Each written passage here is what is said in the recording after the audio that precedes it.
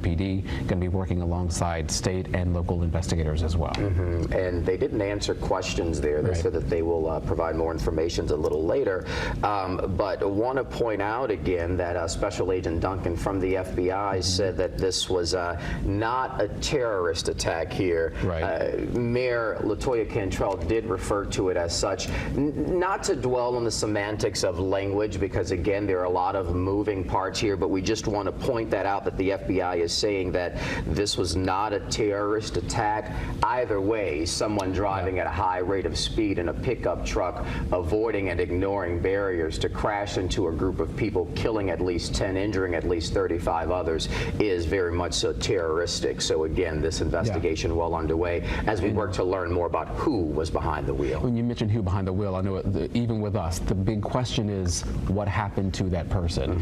Is there more than one person involved? Right now, police did not allude to anything other than it being just one man acting alone, driving at a high rate of speed, going around police barricades purposely into a crowd of people, trying to kill as many people as possible. We do not know if that man has been arrested, if that man has been shot by officers who were returning fire after he shot them, or what may have transpired after he crashed his vehicle and then fired on those officers. We don't know at this point. We are waiting to try and get more information from NOPD. They did not provide us with that information. It did not take questions a little bit earlier. 2 officers shot there on scene, according to NOPD Superintendent Ann Kirkpatrick, who also said that that's where she was heading right now to get an update on how they are doing. We do know that they are stable at the hospital as they're being treated. Those 2 officers shot by the driver of the truck who plowed into the group of people intentionally, according to investigators. As we take a look at the scene during the 3 o'clock hour, 4 o'clock hour this morning, minutes after that situation took place on Bourbon Street, people describing what they said was running for their lives, others being treated by EMS on the ground there, wrapped in blankets, some of them tourists staying in hotels that were also forced to evacuate amid, according to witnesses on scene, speaking to our reporters, calls of a bomb threat. Now again, Special Agent Duncan from the FBI did address that somewhat, saying that they did find IEDs, improvised explosive devices, but didn't clarify or specify as to what those were, when they were found, where they were found. So working to get to the bottom of that one as well. You know, of course, we can sit here and have so many questions for officers, but they have a lot of questions too. They're still trying to put this together as all of this unfolds, trying to get us the information. So we're not slamming, of course, the police department. They're trying to do their job. They're trying to answer all these questions as well, because they probably still don't know why this man purposely decided to do this. Live picture right now at Bourbon Street as we take a look at this earth cam shot. You see investigators remain there on scene here overnight. You can see the police tape still up there as there is a barrier. Earlier you may have seen, as we had this shot up, officers speaking to a gentleman there and guiding him out of the area. Again, a lot of questions. You see people walking by, walking up, folks presumably trying. All right, this is a CBS News special report. You've been listening to WWL, our station in New Orleans. I'm Michael George in New York. We are continuing our coverage of a mass casualty incident overnight in New Orleans. At least 10 people were killed when a truck drove into a crowd of New Year's Eve revelers in the city's world-famous French Quarter. And the incident began around 3:15 a.m. Central Time. Here's what we know from police. A man driving a pickup truck drove through barricades at a high rate of speed, hitting multiple people. At least 35 people were transported to hospitals with injuries. And this appears to be an intentional act because police say the suspect got out of his vehicle and shot 2 officers. They were hit and are now in stable condition. Also, possible explosives were also found nearby. It's unclear right now if they're related to the attack. Now, the FBI will be taking over the investigation, and here's what the assistant special agent in charge had to say. This is not a terrorist event. What it is right now is their improvised explosive devices that was found, and we are working on confirming if this is a viable device or not. You've just heard video of a news briefing earlier from New Orleans where, again, at least 10 people were killed when a truck drove into a crowd in the early morning hours. Katie Weiss arrived at the scene a short time after this incident happened. Katie, what are witnesses telling you right now? Well, good morning. It's just been a chaotic morning, to say the least. A lot of really scared people. That's plain and simple, to put it in those terms for you, here in the iconic French Quarter of New Orleans. You know, this is an area, Bourbon Street is the place for a joyous, party on New Year's Eve. This is a place where people are walking around. The streets are closed to cars. This is a place where people are walking around in the street, having a good time, ringing in the new year. Suddenly, witnesses told me all of a sudden this truck just came in, plowed through this crowd of people. And as we heard from the NOLA police superintendent, this person was showing some, quote, very intentional behavior. They were, quote, trying to run over as many people as they could. That this was not just a DUI situation. And that aligns with what I heard from witnesses just moments after this happened, that this truck plowed through a crowd of people. Many people were hit. One woman even told me her husband's ankle was clipped by the truck. She said they ducked into a club to try to be safe and find some cover. Everyone was looking out of windows of bars, trying to see what was going on. No one really had any information other than people just saying there's bodies all over the ground. And as police started letting people out of the different bars in that area, those tourists, those locals alike, local employees, everyone got a view of how horrific this really was. I mean, we saw people on the ground getting help, both from first responders and from Good Samaritans. We saw people being put onto stretchers. It was terrifying. It was absolutely terrifying. It's not a way that you want to ring in the new year, for sure. A terrible way to start out this first day of 2025. And of course, as you heard some of the folks with the local station WWL talking about, today is also a big game day here. You know, just a few blocks from where this took place is where that big game is going to happen. And we know from New Orleans police that they will be on top of it. They've assured everyone, don't worry, quote, we are going to make sure our Superdome is safe today for the game. New Orleans police has really tried to step up their efforts when it comes to security. There's many more security cameras in the French Quarter right now and in the Central Business District, many more security cameras than ever before. But unfortunately, here we are seeing this very unexpected, horrific act of violence. Michael? Katie, one of the big questions that's unanswered right now, police haven't said what happened to the suspect. Is he alive? Is he in custody? Have you heard anything about this suspect? That's something that I'm working to find out as well. I think that's the big question on everyone's mind. We know that after this suspect allegedly plowed through this crowd of people, witnesses did tell me that the person who was driving that truck got out with what appeared to be some kind of automatic style weapon. I asked, did it look like a pistol or more of like a rifle? Witnesses described it more as a rifle style automatic weapon who shot allegedly at these police officers. But as far as what may have happened, we're still trying to find out. It was chaos. People just said they heard multiple gunshots after the truck plowed through the crowd of people. So still gathering a lot more information. We know there's going to be a police briefing just in a couple of hours. I'm going to be there. I'll be sure to bring you much more information as soon as I get it, Michael. Katie, I want to set the scene for our viewers. Bourbon Street.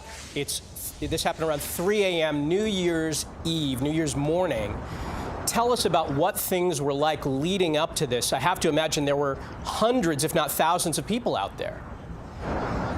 Oh, absolutely. I mean, this is a big holiday for New Orleans. You know, I grew up just a couple hours away in Mobile. Many people all across the Gulf Coast travel here to New Orleans to spend their New Year's here. So whether you're from Louisiana, Mississippi, Alabama, or even, you know, any of the other southern states or beyond, other countries, people come here to this iconic place to celebrate. You get this kind of Mardi Gras style way of celebrating the new year. New Orleans is a city unlike any other in this country. It's got this European feel. It's a special place, and it's the only place in many respects where, you know, things don't really get going until far after midnight on a New Year's Eve kind of night. 3 a.m. is a peak hour, really, for this kind of a city. So this is when a lot of people are out, and many people know that as well. So as far as the intent here, certainly something that a potential attacker may know. Did they know this? Was this part of the plan? That is something we are going to continue to try to find out and get more confirmation. But as far as, how popular this is, 3 a.m. was definitely a big time of night for many, many people to be out on Bourbon at that hour. And Katie, we heard from police earlier in the news conference that this suspect drove through and around barricades. Are roads typically closed off in that area, especially on New Year's? Absolutely. That part of the French Quarter is known to be a walkable area. There are these big barricades that come up from out of the ground. So they're big metal barricades. There's also removable barricades as well that block vehicles off to traffic. And so there's multiple barricades that would prevent a car from coming through, theoretically. So this would have to be something where someone would need to really, put some force behind it to make their way through. Katie, stand by with us. I want to bring in, we spoke with some witnesses, Jim and Nicole Maurer, Des Moines residents who were visiting family in New Orleans. They were on Bourbon Street when the incident happened. Let's take a listen. It was traveling at a very high rate of speed, and so we were in the middle of the road and managed to run off the road onto the sidewalk and into the doorway of a building for cover. We did hear gunfire, saw police running that direction. We stayed in the alcove until the gunfire stopped, came out into the street, and came across several people who had been hit. Wanted to see what we could do to help and administer any first aid. The people we came across were unfortunately deceased. Just horrific scene there that we're hearing from the people on the ground in New Orleans. Again, this is 3 a.m. right in the heart of the city on Bourbon Street. Let's go back now to Katie Weiss. She's been on the scene from the early morning hours. Katie, I know you've been talking with witnesses. At that time, on New Year's morning, there had to be a lot of noise, music, big crowds. From what you've heard from witnesses, when did people realize what was happening? That's a really great question. I mean, I think it all happened very rapidly. All of a sudden, people started saying, there's a shooting. And then suddenly, as people started looking out the windows, started, talking amongst each other, people were saying, no, it wasn't just a shooting. There was a car, there was a truck, that truck there, that was the one. And so people were trying to help each other get more information because everyone, understandably, was worried. Hey, what is going on here? And is my safety at risk at this point? Certainly a big development to hear that there were potential explosives found elsewhere. That was something that many people had no idea at that hour. Many people just thinking, okay, seems like the shooting's over. Can we go? For a long time, police kept the scene clear, kept people in the bars near where this all took place. People were anxiously waiting to get out. But I could certainly relate to that man's testimony, witness testimony about, seeing people on the ground getting help. It was pretty awful, pretty terrible, tragic to see all of these people in agony, people in critical situations needing medical attention at that kind of an hour. And Katie, it's a quarter past the hour. We want to get people up to speed. Right now, we're seeing a live picture in New Orleans, the site of this awful New Year's tragedy, our continued coverage of a mass casualty incident overnight in New Orleans. At least 10 people were killed when a truck drove into a crowd of New Year's Eve revelers in the city's world-famous French Quarter. Again, this started around 3:15 local time. A man driving a pickup truck, according to police, drove through barricades at a high rate of speed, hitting multiple people. At least 35 were transported to hospitals with injuries. The suspect then got out of his vehicle and shot 2 officers. They were hit and are apparently in stable condition. Right now, police haven't said whether or not the suspect is in custody. Also, possible explosives were found nearby. It's unclear if they're related to the attack. The FBI will be taking over the investigation. Now, all morning, Katie Weiss has been on the ground talking with witnesses, talking with the people there who were just trying to enjoy their New Year's. Katie, if you could talk about, when we think about New Year's, people come in with an optimistic, positive mindset. I'm sure people out there were just having a good time, enjoying the night, and this is what they realize is happening right in front of their eyes. If you can talk about the mood from the witnesses that you've spoken with. That's a great question. I think the mood was just shock and terror. A lot of people just wanting to have answers. Many people in disbelief. You have all these people out having a wonderful time. Suddenly your mind has to shift from I'm ringing in the new year to I'm trying to make sure my life is not at risk. And so all of these people at once we're trying to make this shift mentally together. Everyone asking questions. Did you see this? Do you know what happened? I saw this. I saw that. People trying to help piece together what may have happened to make sure that they are okay and that they can move forward. Because looking at that scene, seeing the bodies strung across Bourbon Street, was something that many people never would have anticipated like that. And at this point, we don't know the motive. We have been hearing from police that what is clear is this was intentional. According to police, this was not an accident. This person drove at a high rate of speed through barricades, came out shooting at officers. Again, police have not said whether or not the suspect is in custody. We are waiting to hear more information. They have promised an update at 11 a.m. But we're still waiting to hear what was behind this attack. Did witnesses that you spoke with, Katie, indicate whether it was clear to them that this was an intentional act, not an accident? Well, from what I heard from witnesses just after 3 a.m. when this took place, it sure seemed intentional to them. People said, I saw this truck barreling down from Canal, which is a busy highway, into Bourbon, which is into the French Quarter, down Bourbon Street. So very much an intentional act from what witnesses saw, from what witnesses told me. This truck, they said, it appeared he was going 90 miles an hour, someone even said. We don't know exactly the rate of speed, but we do know for someone to say that, they must have seen that truck going very, very fast.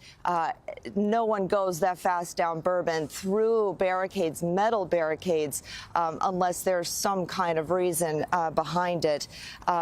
We know after this happened, there were over 300 officers that responded, according to officials. So it certainly was a scene that even police officers may not have been expecting at that time. And even if they weren't expecting it, certainly there would likely be a lot of officers there anyway because of the New Year's celebrations.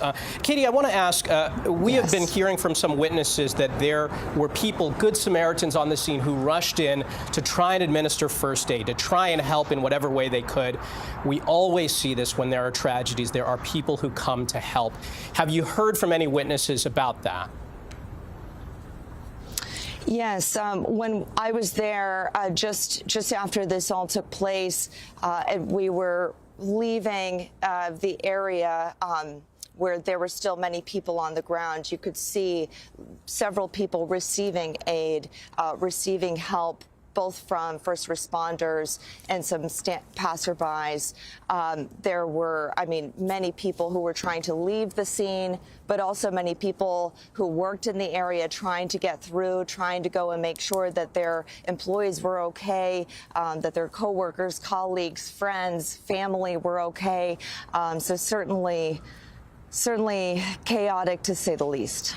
A couple things that I want to update our viewers on. First off is the terminology. Again, we don't know the motive behind this attack. The mayor at an earlier news conference referred to this as a terror attack. The FBI says they don't believe at this point that this is terror related. Now, this could be semantics over the language of the term terror. What everyone is in agreement about is this was intentional.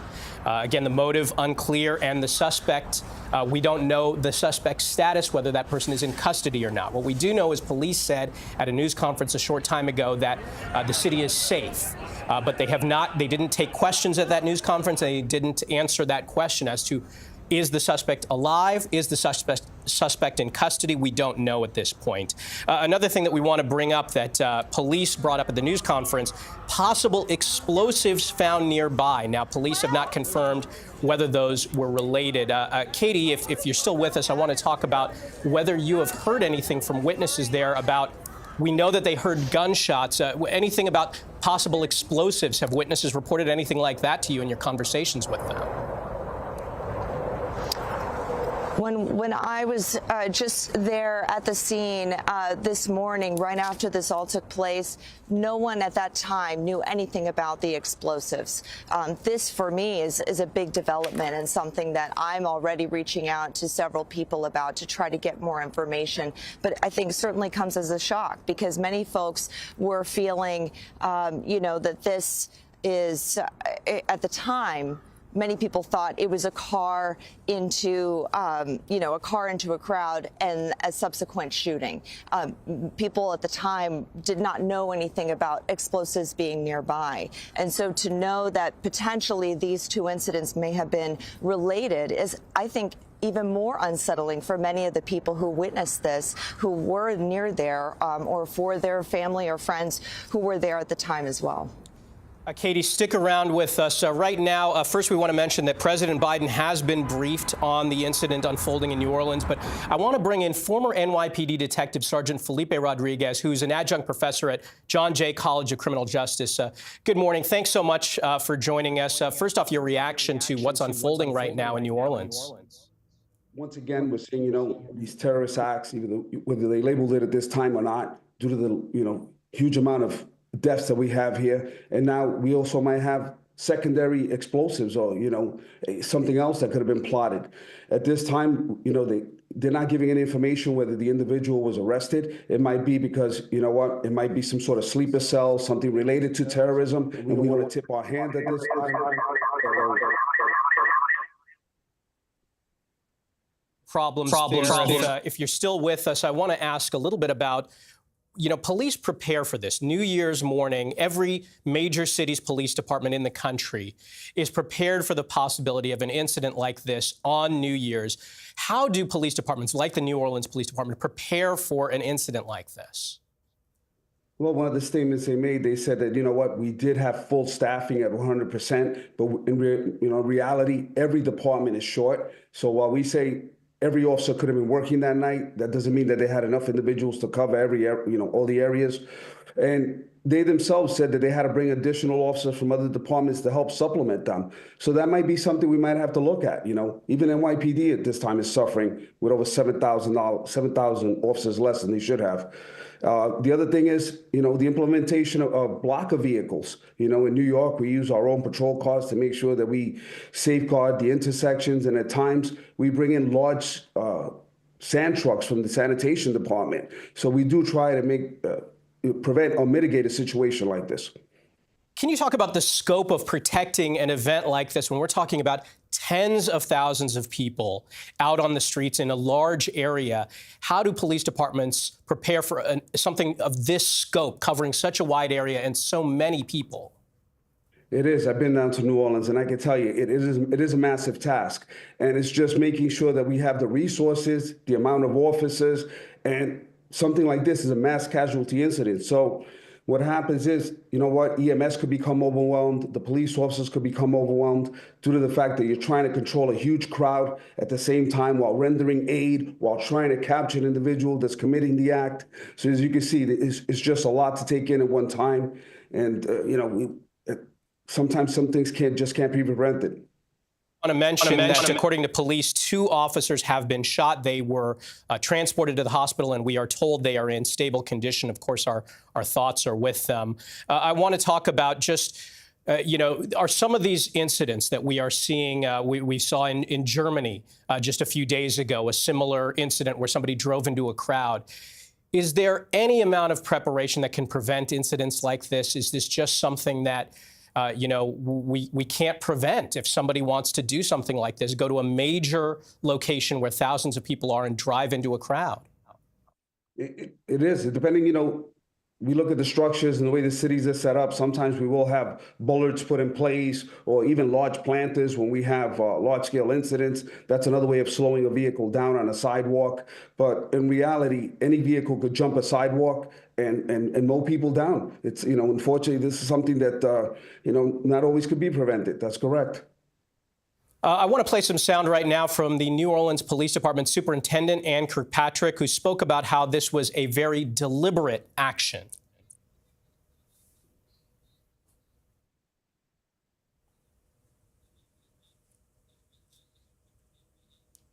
Did you see anything?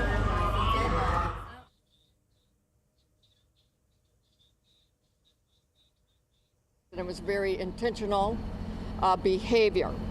This man was trying to run over as many people as he possibly could.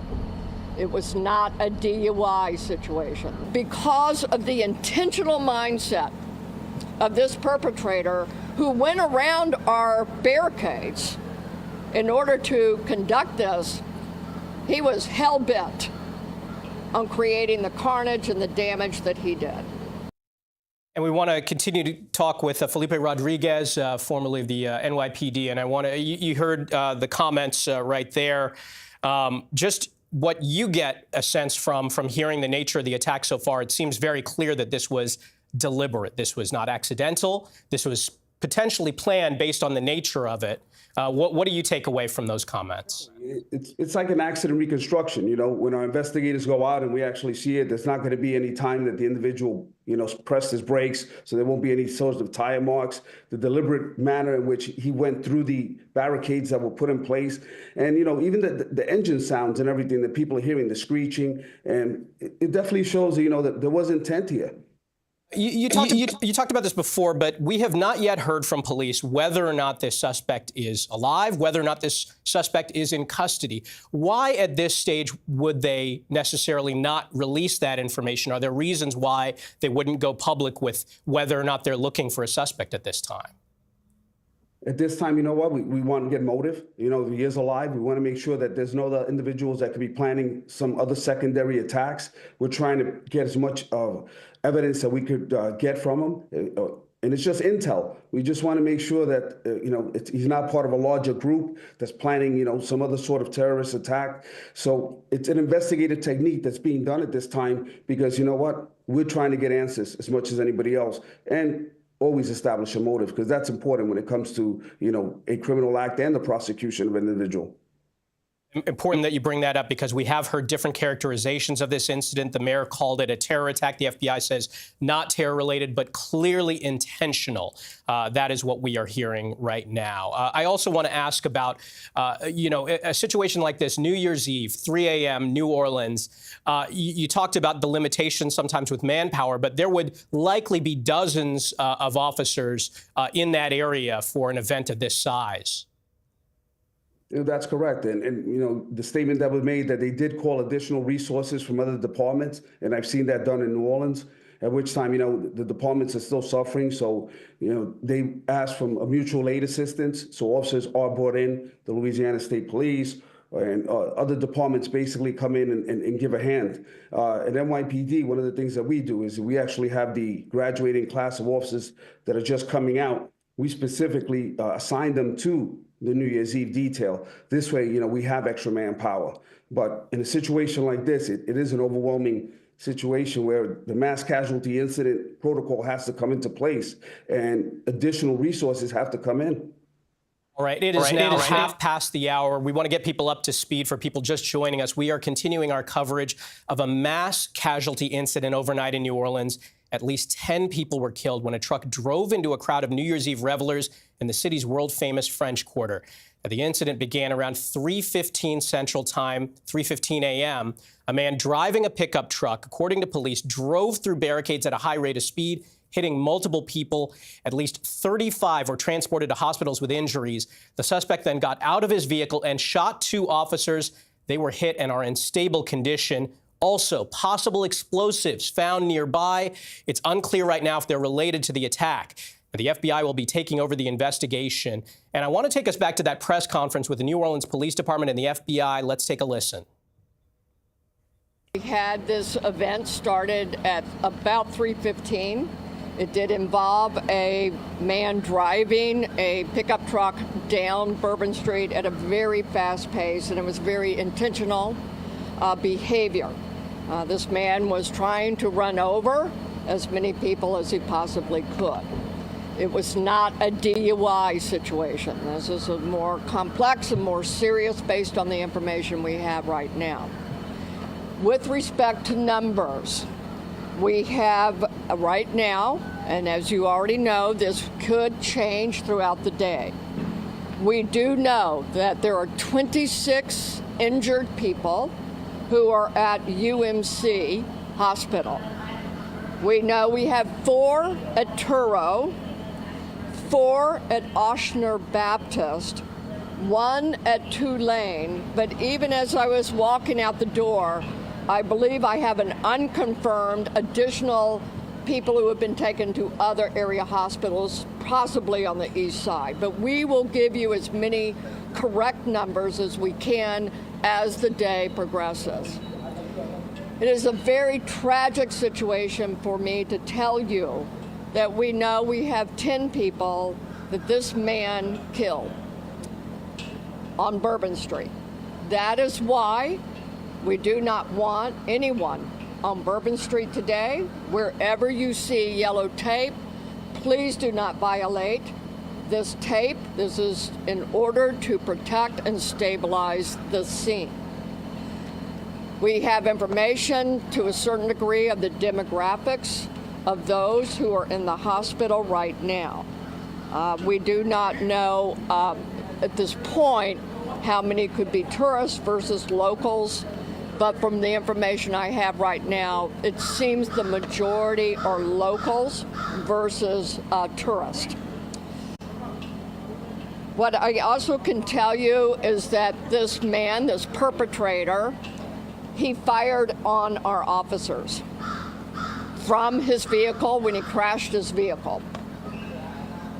2 of our officers have been shot.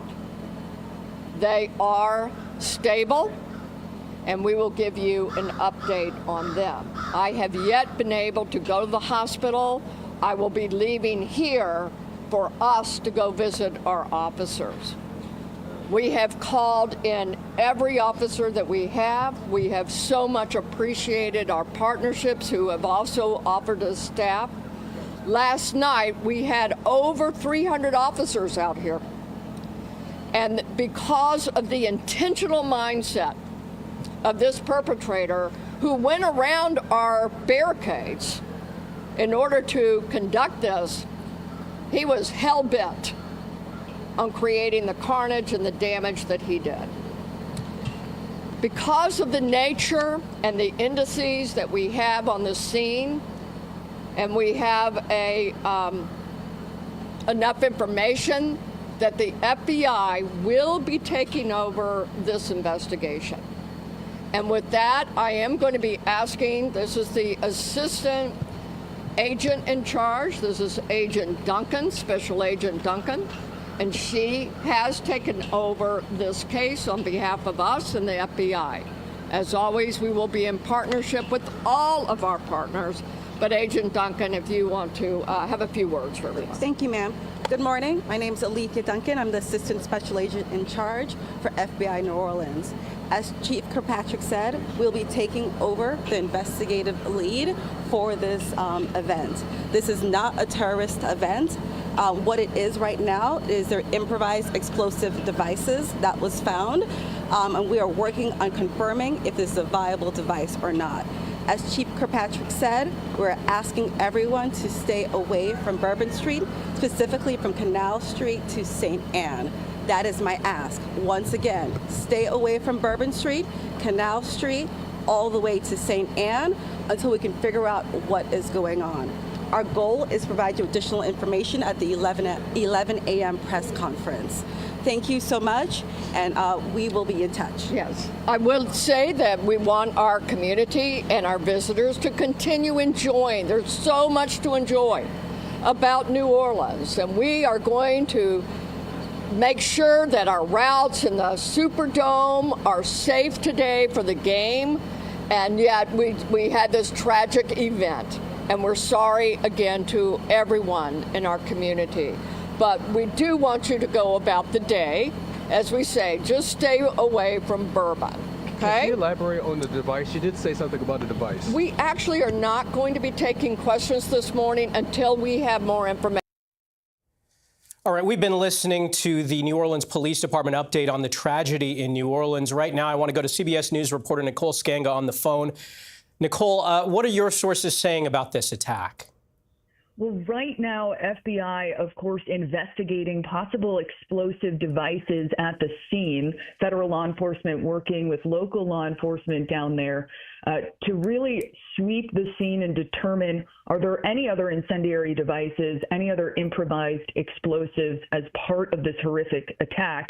You know, investigators say on the scene that they found what appeared to be an improvised explosive device at the scene of the crash, but they're trying to determine right now whether or not any of those devices were viable. And of course, the FBI has resources. They have, labs in Huntsville nearby, in Quantico. Likely now that at least some of the evidence from the scene, once documented, will make its way there for investigators to find out a little bit more about the sophistication of this attack, as well as the scope of it. You know, this obviously, a mass casualty attack, whether the suspect here was motivated by ideology, still an open question. We heard there from the FBI that this was not a terrorist event. But of course, over the last decade, vehicles have been used as weapons to target, to kill, to injure pedestrians in cities from, London to New York to Berlin in similar terrorist incidents. So a lot more questions than answers at this point, but FBI rushing to the scene there, what was an already heavily law enforcement secured area with barricades, yet still, at parts a soft target, leading to this horrific attack, and trying to determine again, just the scope of this attack, who might have been behind it, and what the horrific motivations were. We know that New Year's, there's always heightened security. Was there any particular threat, either in New Orleans or nationwide, that federal authorities were monitoring? Was there a heightened level of threats around New Year's? There was concern following, the incident that you referenced at the Christmas market in Magdeburg, Germany, where at least 5 people were killed, more than 200 injured after that car plowed into the holiday market. Federal law enforcement always concerned about a copycat attack.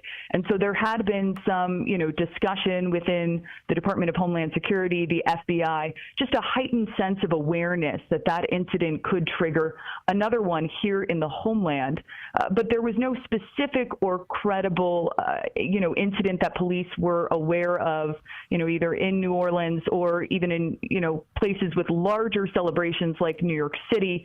Of course, law enforcement always monitoring these kinds of cities for any sort of disturbance.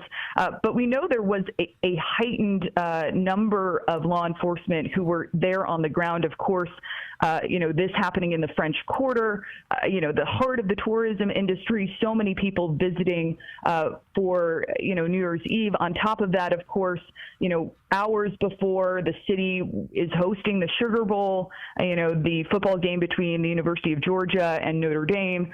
So, of course, there were more law enforcement on the ground there, but no specific incident that law enforcement was aware of. But there has been this real heightened sense of alert, and in federal law enforcement bulletins that CBS News has obtained over the past 6 months, over the past year, there is a constant mention of vehicle ramming because, investigators know that this is one of those low barrier mass casualty attack weapons that, access to a car, unfortunately, might incentivize this kind of attack, and it's a difficult attack, to sort of safeguard against. Of course, cities can employ design strategies to try to prevent vehicle ramming. They can consider, more barricades, but there are, of course, trade-offs between securing the cities and designing streets that way and just the everyday use of public spaces. And of course, the French Quarter, so historic, a place for people to gather, and especially in the new year, one where you want people to be able to move freely and to celebrate. Nicole Skanga in Washington, thank you. As we look live at New Orleans, the site of this horrific New Year's tragedy, people celebrating new beginnings, optimism at the beginning of the new year, and now the people of New Orleans, the people across America waking up to this tragedy that is unfolding right now in Louisiana. We want to bring in CBS News producer Pat Milton, who covers national security. She's talking with her sources. Pat, what have you learned right now? We are talking with our law enforcement sources, and they tell us that the situation is extremely fluid. There's many unanswered questions. What is the motive? Were there more people involved here?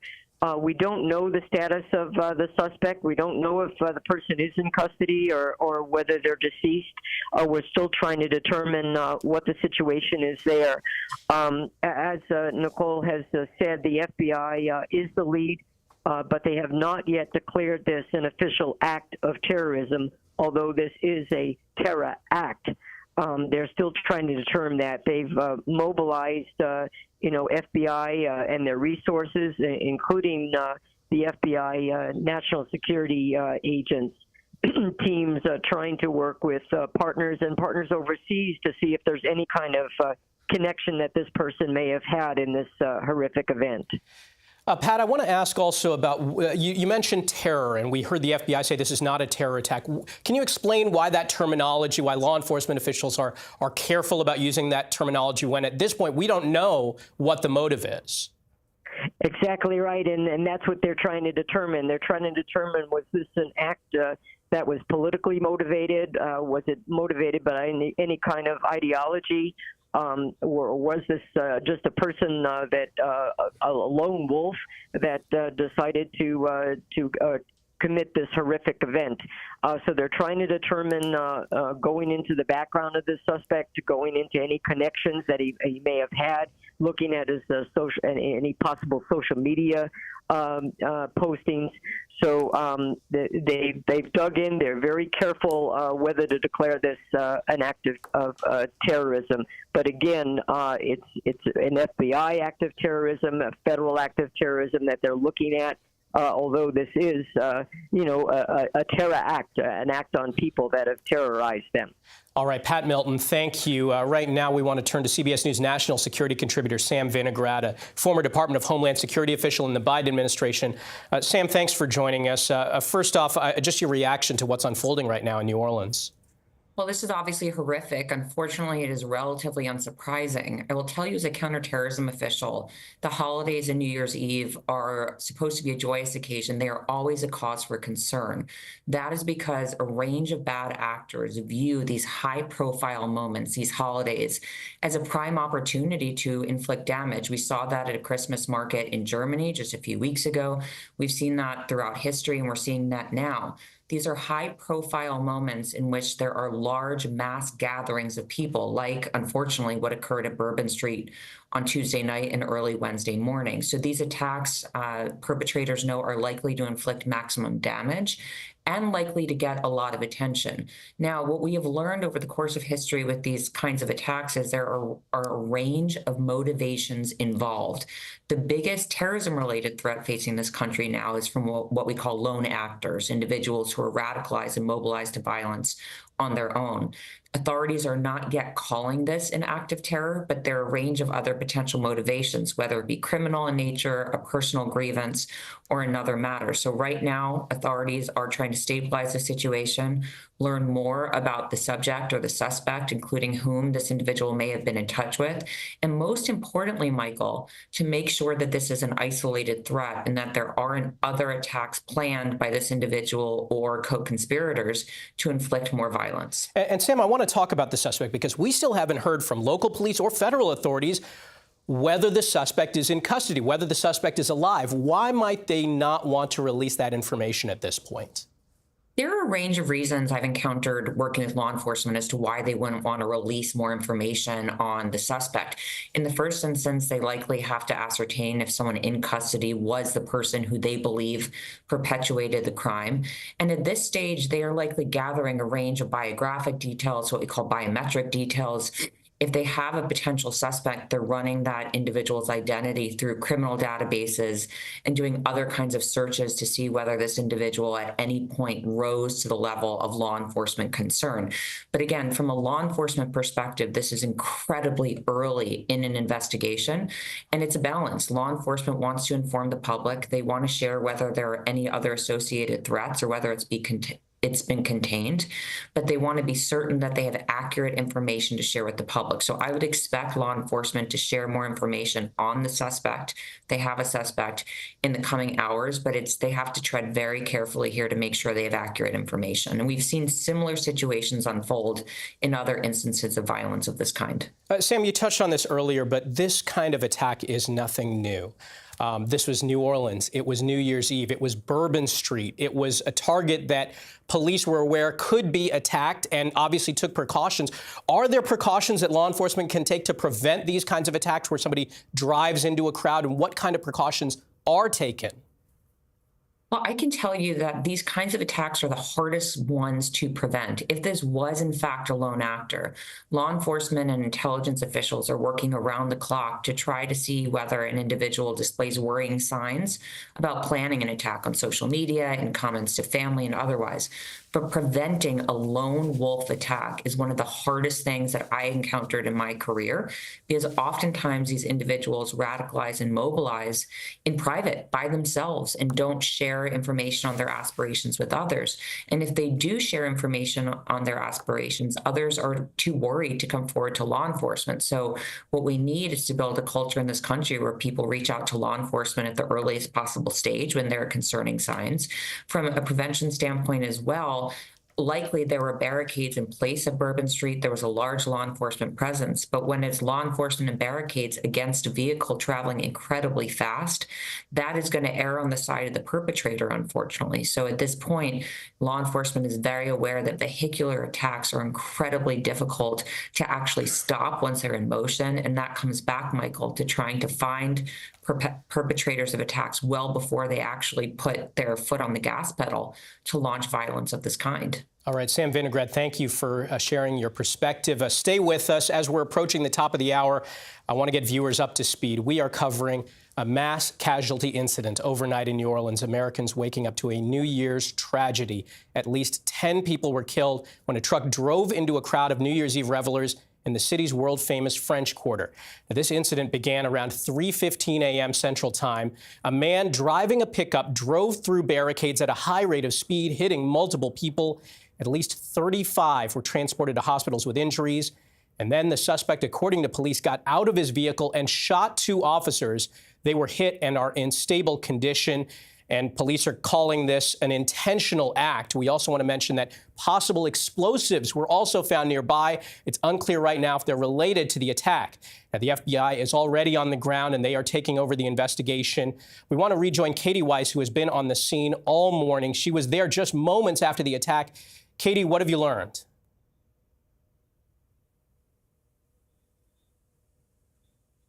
Morning, I think this morning throughout. I'm hearing a little bit of mixed minus for our folks back in the control room, but I wanted to go ahead and just tell you a little bit about what I saw. I happened to be in the area in the French Quarter just after this happened, and stepped into an area for cover whenever I saw some commotion happening, and I talked with some witnesses who did the very same. One woman even told me that she even heard her husband, rather, had been clipped by the vehicle that had come plowing through this group of people, this crowd on Bourbon Street, in a very popular area on Bourbon Street. Still hearing something back in the control room, just so for you guys to know. Katie, I'm sorry to interrupt you. We're going to shift gears right now. We are going to join Mary Ellen O'Toole, a former senior FBI criminal profiler. She is now director of the Forensic Science Program at George Mason University in Virginia. Good morning. First off, your reaction to the incident unfolding right now in New Orleans. Good morning. Thank you for having me. Yeah, I mean, this is a horrifying situation, and the fact that it happened at the time that it did at a location where it occurred really ensured for this offender for maximum lethality. And the reason that I say that is that this is not somebody, regardless of who it is that they identify, this is not somebody that woke up yesterday and decided that they wanted to commit homicide and possibly suicide, and this was how they were going to put it together in such a sensational and lethal way. This took a lot of planning, and it's that in and of itself that will direct law enforcement as to what to look for in the offender's background, because you can't do this in secrecy. What we're seeing right now, police are characterizing this. This is a quote from police. This person was hell-bent on creating carnage. From what you've seen, the details unfolding in this incident, is that an accurate description of what this attacker was trying to do? Sure. When you start to break it down, when you have a descriptor like that, you take a look at what was the weapon of choice, how was the weapon utilized. So a large vehicle, presumably a truck, going quite fast, and in an area that was unusually occupied with a lot of people. I mean, I know New Orleans in that area is very popular, but this is New Year's Eve. So you're looking at somebody that wanted the set of circumstances to be such that with his weapons, he was going to be able to create maximum damage. And that becomes important to really identify what was going on in his head. Again, the goal was to hurt and kill as many people as possible. Now, this means that they'll bring in the behavioral analysts, which is the unit that I came from in the FBI, and they'll start to look at what was it that contributed to this person's development as he started to plan this. This was not a warm and loving person yesterday. This is somebody that started having these ideas of being extremely vengeful, and oftentimes they're fueled by other events, very possibly by the one in Germany.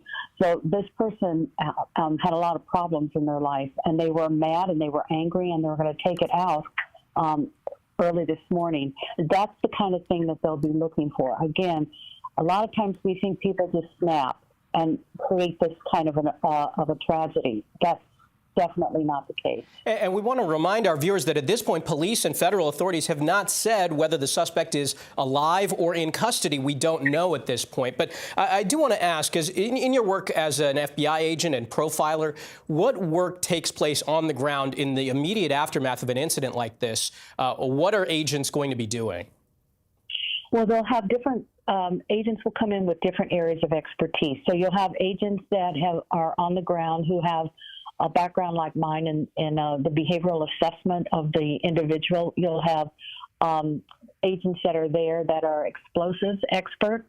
You'll have agents that are there who are experts in evidence response techniques. And you'll have agents there that are experts in creating leads that could go internationally. So you will not have just one thing taking place. There'll be multiple areas of investigation that will be going on all at the same time, which is really why the FBI, in working with local law enforcement, in this case, the New Orleans Police Department, are really so good at what they do, because they have many different agents with many different types of expertise that are critical to this case. You can't just handle a case like this in a linear fashion. You can't. It's not even possible. We know right now that the FBI is saying that, of course, this was an intentional act, but they're saying not a terrorist act. Why might that terminology be something they're cautious about using? If you can explain, when we talk about terror, this is clearly an intentional act. They say it was intended to create carnage, but why might they not call that terror? Well, I think there's a splitting of hairs that's going on here, and that goes on in these kinds of cases. So when the use of the term terror is used by the FBI, they're using the legal definition, which is, was this individual inspired by some kind of ideological thinking? Like, were they part of a group? Was this part of a domestic group that was upset about something that was environmental, racial, social, or religious? That is the legal definition. However, the act itself is terrifying. So the reason that it becomes important is that they, at this point, don't want to go down a specific rabbit hole to say that this individual, about whom they probably don't know that much at this point, was inspired by an ideological goal. So they want to be open to it. And when the FBI and law enforcement are open to all the possibilities, they're going to be open to more people coming forward and talking to them about the suspect and, you know, why he or she did what they did. So that's why it becomes important. Yes, it's terrifying, but what is the motivation and how was it inspired? Is part of the investigation also looking into whether there were warning signs and if they could have been caught earlier? Always, always. You cannot plan for a crime like this and do it as the invisible man or woman. Can't do it. I mean, you have to get prepared. You have to get your weapons together. If there are explosive devices, you have to put them together. It's not easy to build a bomb that works effectively. You have to buy the components. So, and you have to plan it. You have to think about it. And I would also say this, they are also probably considering that there were other venues that this individual might have considered for this attack. It may not have been just New Orleans. New Orleans may have been the final choice, but this individual may have traveled to other places in the United States to see if there were other venues which would get this kind of attention and which would give the offender the opportunity to carry out the crime effectively. So the FBI is going to be looking for that as well, just to see the full extent of the planning. And at this point, because unfortunately this crime was so successful, the planning really had to go to make it successful. That's where the warning behaviors come from. And it's possible that this person has been talking about it, maybe in a very oblique way, to other people, talking about, well, you may want to turn the news on, New Year's Day, something big is going to happen. It's amazing what people want others to know about what they're going to do and what they're planning, because they want the credit for it.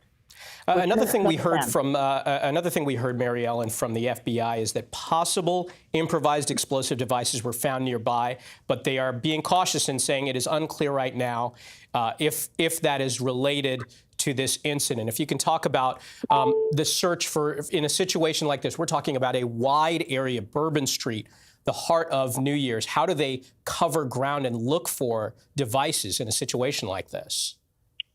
Yeah, that's a great question, because that requires a lot of manpower, but it also requires a lot of specialized manpower to be able to do that.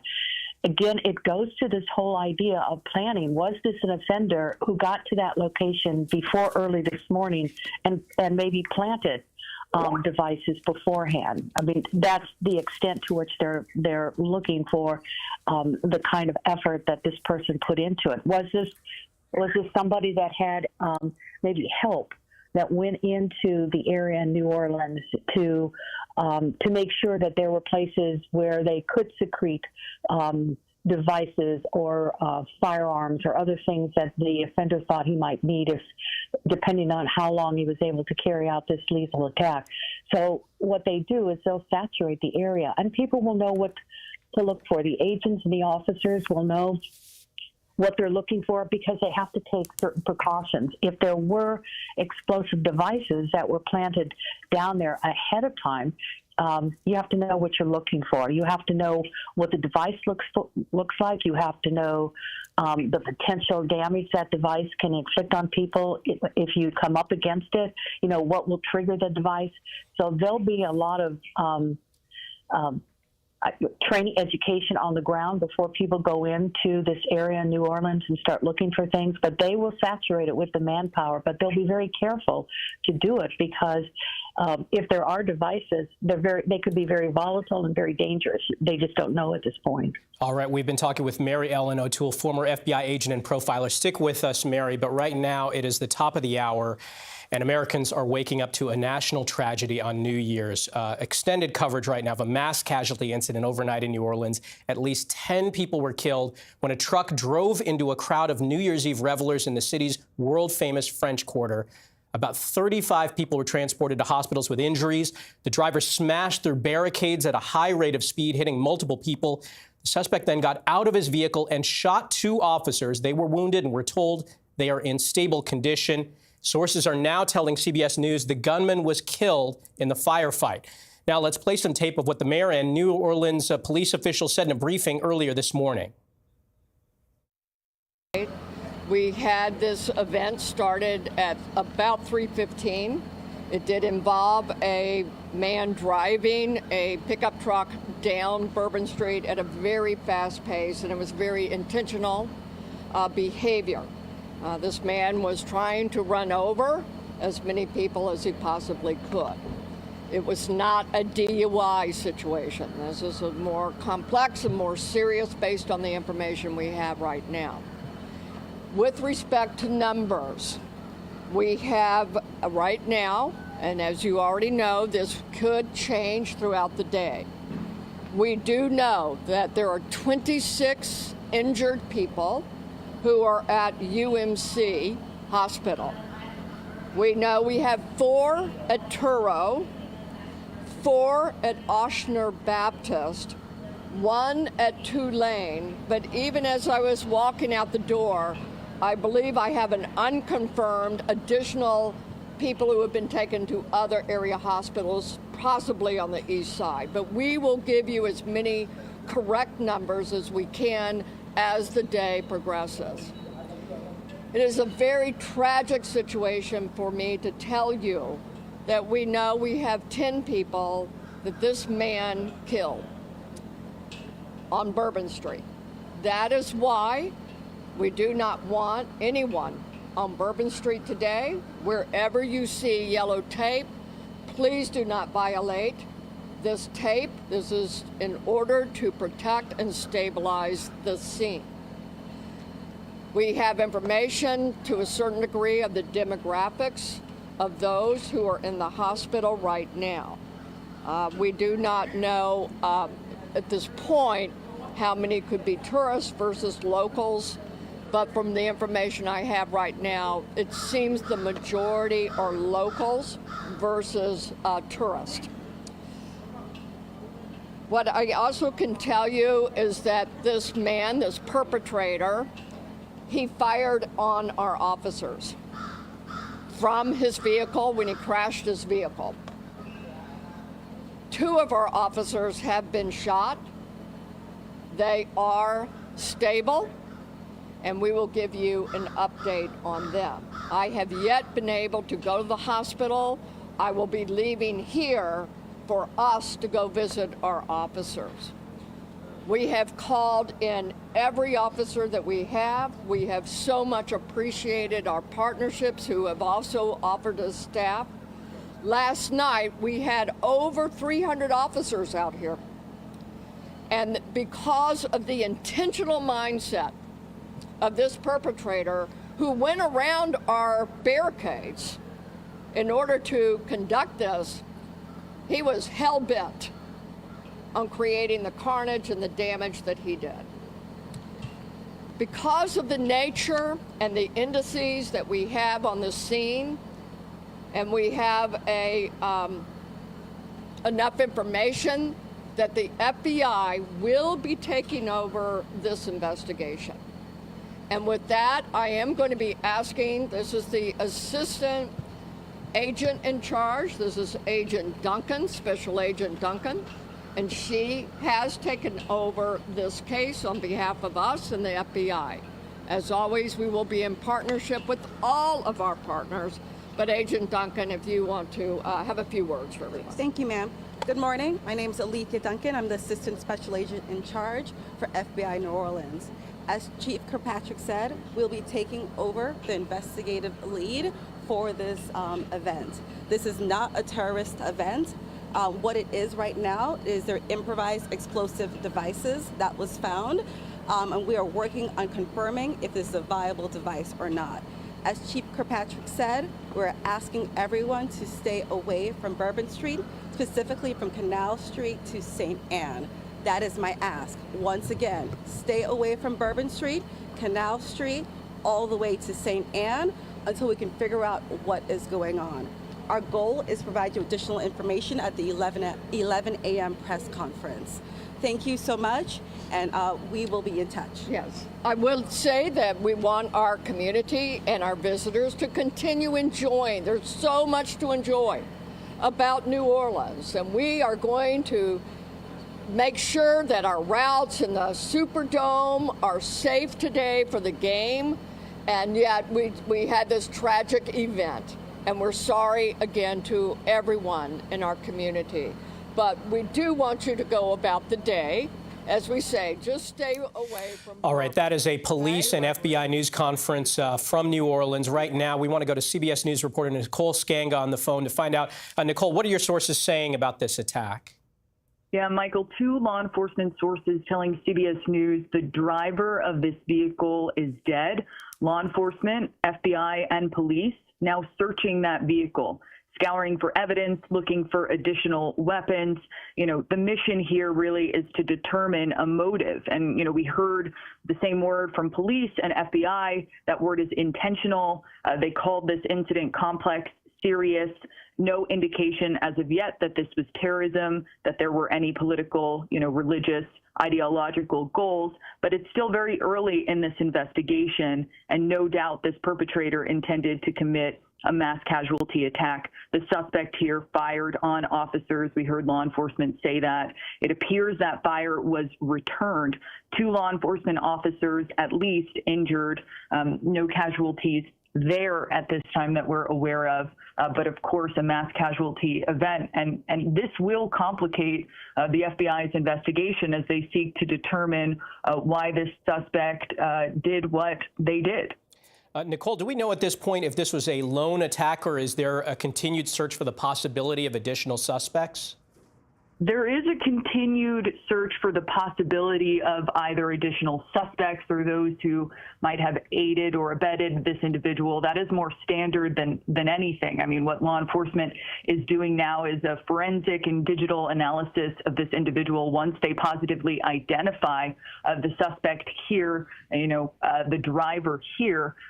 So, at this point, we have not heard law enforcement rule out the possibility of others. However, I will say, this has all the makings, in speaking with law enforcement, of a lone wolf attack, which, as Sam Vinograd mentioned on the phone earlier, is something that is constantly top of mind of all federal law enforcement officials, particularly when it comes to this kind of incident, this vehicle ramming incident, because it leaves investigators with less dots to connect. So at this point, we don't know of anyone else, connected to this horrific incident, has the makings of a lone wolf attack based on conversations I've had. But again, law enforcement certainly not ready to rule out the possibility of others who might have been involved or frankly might have known, that this driver, this suspect had intended to carry out something so horrific. All right, Nicole Skanga, thank you. Now let's go back to Katie Weiss. She has been on the scene since the early morning hours. Katie, you've been talking with witnesses. You have been talking with people who were there in those early morning hours. What can you tell us about what they're saying? Well, good morning. It's been a long morning for a lot of people here in this city that is unlike any other in the United States. It's a special place. It's a place where people come to have a good time. They let the good times roll here in New Orleans in the Big Easy, but far from an easy morning for so many people. You know, we have more than 30 people now in the hospital, and it was just a chaotic scene. I was there just minutes after it happened. I saw people strewn across the street on the ground, getting help from first responders. There were a lot of people who looked to be in very critical condition, if alive at all. It was a very graphic, scary thing to witness, but a lot of people now searching for answers and wanting to know why something so horrific could happen on a night when so many people are having a joyous occasion, ringing in the new year. I want to talk about that because this happened at 3 a.m. on Bourbon Street. For people who know Bourbon Street, there's a celebratory atmosphere on a normal day. We're talking about New Year's morning. If you can set the scene a little bit and talk about the mood. This is New Year's. There is a sense of optimism, a sense of new beginnings for so many people. And for this to happen here, of all places, if you can talk about the mood as you talk to witnesses there. Sure, absolutely. I mean, you know, in a place like New Orleans, this is a time, 3 a.m. is a time when things are at their peak, really, for people to be out having a good time. People joke that, you know, the party doesn't get started till after midnight in this town. And so there were a lot of people that were out and about on Bourbon Street having a good time at that hour. This is right near where the French Quarter ends. So I spoke with witnesses who told me that they saw this truck plow through this crowd on Bourbon, which is a pedestrian-only street. It is closed to through traffic. There are no cars going down Bourbon at that time. So they saw this truck coming and just hitting people. One woman told me her husband's ankle got clipped, but fortunately he was able to get out of the way. And then witnesses told me that they just heard gunshots all of a sudden. It was chaos and something really startling and scary that many people were not expecting at all at a time when they were having a great time. Horrifying to hear these stories from the people on the ground there. Katie, thank you. We're going to check back in with you shortly. But earlier this morning, we spoke with a witness who saw the carnage unfold and jumped in to help. Take a listen. I'm an Iraq war veteran, and so have seen combat, and I think that's kind of immediately my instinct was to try to provide first aid as quickly as we could. I was hoping to, you know, the thing that I know is to stop bleeding, you know, as quickly as possible. You know, applying pressure or a tourniquet, or you know, anything that can help stop bleeding as quickly as possible, and that was really the only thing going through my mind. And again, when we checked on people, they just were very clearly deceased, and there's nothing we could do. Just a heartbreaking scene. They're talking about the victims there on the ground, bystanders jumping in to administer first aid. Right now, I want to bring in CBS News national security contributor Sam Vinaigrette, a former Department of Homeland Security official in the Biden administration. Sam, I know you're talking with your sources. What can you tell us? What are you hearing right now? Well, we've just learned that the FBI has issued a new statement indicating that they are investigating this as an act of terrorism. Now, I will stress, having unfortunately dealt with far too many mass casualty events, we are in the nascent stages of the investigation. There are a range of motivations that could have been employed by this individual who we now have learned is deceased. This could have been terrorism related, it could be criminal in nature, it could be a personal grievance. What we do know is it appears as if a lone actor drove a vehicle into a large mass gathering of individuals on a very high profile evening, New Year's Eve. These kinds of attacks, unfortunately, have made their way through the course of history. Bad actors of all kinds view holidays like New Year's Eve, Christmas Eve, July 4th as prime opportunities to inflict damage because there are large numbers of people gathered in one place. They can count on that. Bourbon Street was going to be crowded last night, as well as the fact that these are high-profile moments. There's so much media attention during these holidays and these events like New Year's Eve. So these holidays are oftentimes prime opportunities for bad actors of all kinds to inflict damage. So what we now know is that the FBI is taking the lead on the investigation. They're investigating this as an act of terrorism. And at this time, the primary focus is working to ascertain whether this individual did or did not act alone. We are still waiting to hear from law enforcement as to whether this threat has been neutralized and or whether this individual was in touch with anybody else who may be planning similar attacks, Michael. Sam, we've been talking about this all morning, but down there on Bourbon Street on New Year's morning, there are barricades. There is a large law enforcement presence, and they are aware of the possibility of attacks just like this. Is there anything that can be done to prevent this? We saw this in Germany at the Christmas market, but similar attacks like this, it feels sometimes like there is no way to prevent this. It may feel that way, and I will note that physical barriers alone are unlikely to stop vehicular attacks of this kind. What is needed is a culture of prevention in this country, whereby when an individual starts making concerning statements, perhaps alluding to plans to inflict damage, that individuals who hear about this or see this on social media immediately contact law enforcement to get help to the individual making these kinds of statements. This looks like a carefully planned attack. The individual had a firearm on his person. He shot 2 officers. There may have been improvised explosive devices in the vehicle. He knew where he was going, and so it is not unlikely that this individual shared even tidbits of his plans with others. So what we need is a cultural shift in this country whereby individuals are mobilized to engage in prevention at the earliest possible stage versus waiting to see whether somebody takes their car or some other kind of asset to inflict damage. But I don't think that all the physical barriers in the world are going to keep these kinds of open air mass gatherings safe from the threat of a vehicular attack. All right, Sam Vinograd, thank you so much. We're going to continue to check in with you. And joining us now is Mary Ellen O'Toole, former senior FBI criminal profiler, and she's now director of the Forensic Science Program at George Mason University in Virginia. Mary Ellen, thanks so much for joining us. Now we have learned, we have confirmed through law enforcement sources that the suspect is deceased. If you can talk about what work goes on now that we know that the initial threat is over, what takes place now? Sure. Good morning. Thank you for having me. Well, one of the important things for the FBI and law enforcement to consider, and they are considering that at this point, is are there other events that could occur? And what I mean by that is, did this individual think enough ahead or plan enough ahead to place, for example, an explosive device in another location? So are there still ongoing threats to the public? And they have to discern that and make sure that the general public is safe. Because at this point, we know what we know in terms of what happened in New Orleans, but we don't know if the plan was even bigger and greater than that. So they really do have to plan for that. But now what they're looking at is to better understand when this plan was initially started and what went into it and who else may have known about it. And I know the last person you talked to referenced that, and that's very important.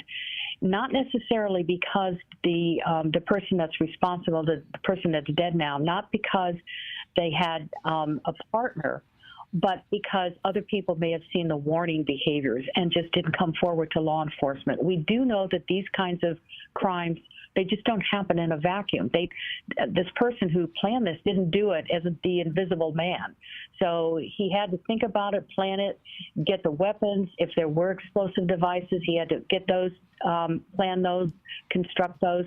So people would have seen his actions, but as important, people would have been aware of his personal philosophies. Again, you don't wake up a warm, loving, kind human being, and then 10 hours later, you attempt to engage in an extreme lethal attack like this. So he would have been espousing all sorts of comments that may have been offhanded and bizarre, but he still would have been on the computer talking to other people and engaging in what we call leakage to talk about what he had planned to do. This is such a sensational attack in so many ways.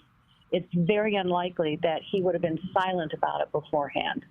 Yeah, and I want to ask about that because very often in the early stages of an attack, law enforcement is very careful as to how to characterize it. We don't know the motive yet in this attack, but very early on, the FBI came out and said this was clearly an intentional act, and police even said this person was hell-bent on creating carnage. What about this attack makes it immediately apparent that this was an intentional act?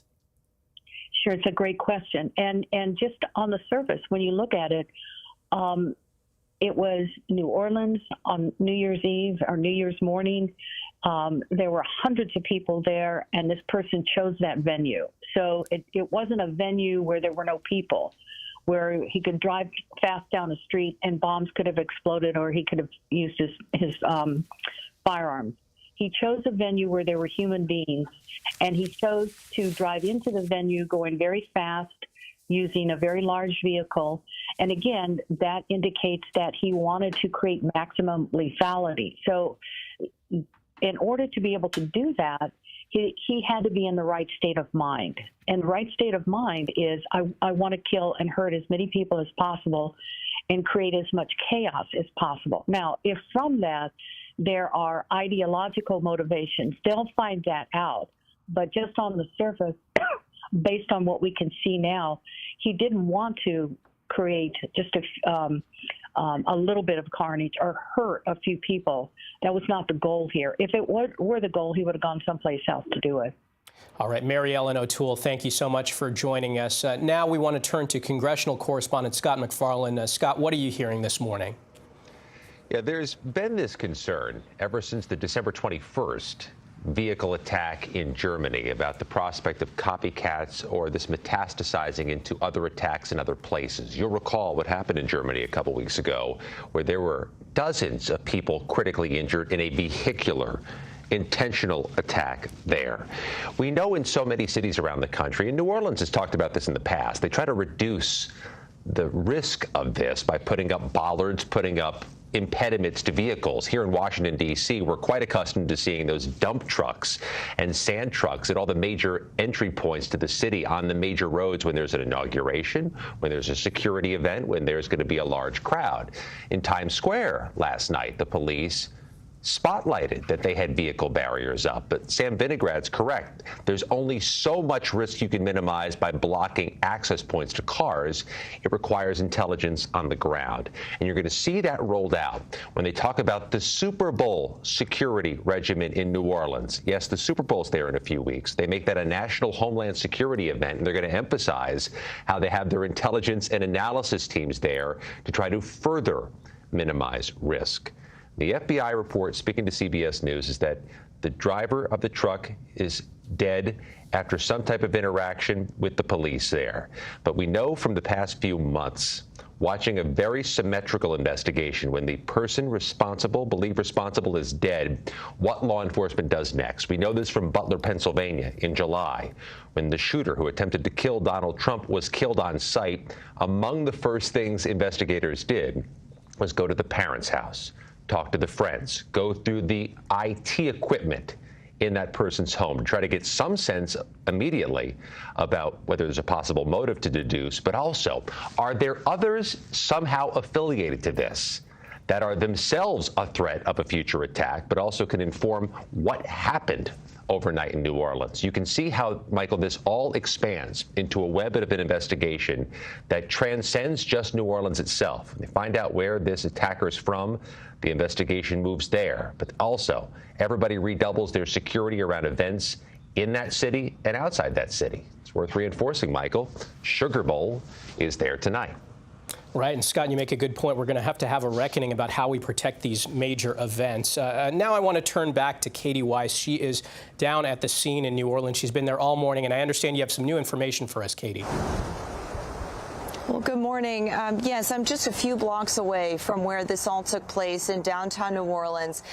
This all took place in the French Quarter, just at the edge of the French Quarter near Iberville and Bourbon. And some new information that we have this morning, reportedly from the New York Times, 30 people injured in the attack were transported from the scene by ambulance to 5 different hospitals. This is according to a Captain Lewis with New Orleans Emergency Services. We also know that 14 of the people injured were taken to University Medical Center, which is a level 1 trauma center. And additional people who were injured also sought care at hospitals on their own. So some new information at this hour as far as the people injured. But we do know, tragically, 10 people were killed in this incident. And really what witnesses told me, because I was there just moments after this happened, and people were scared. They were terrified. I spoke with one woman who watched this happen. This truck plowed through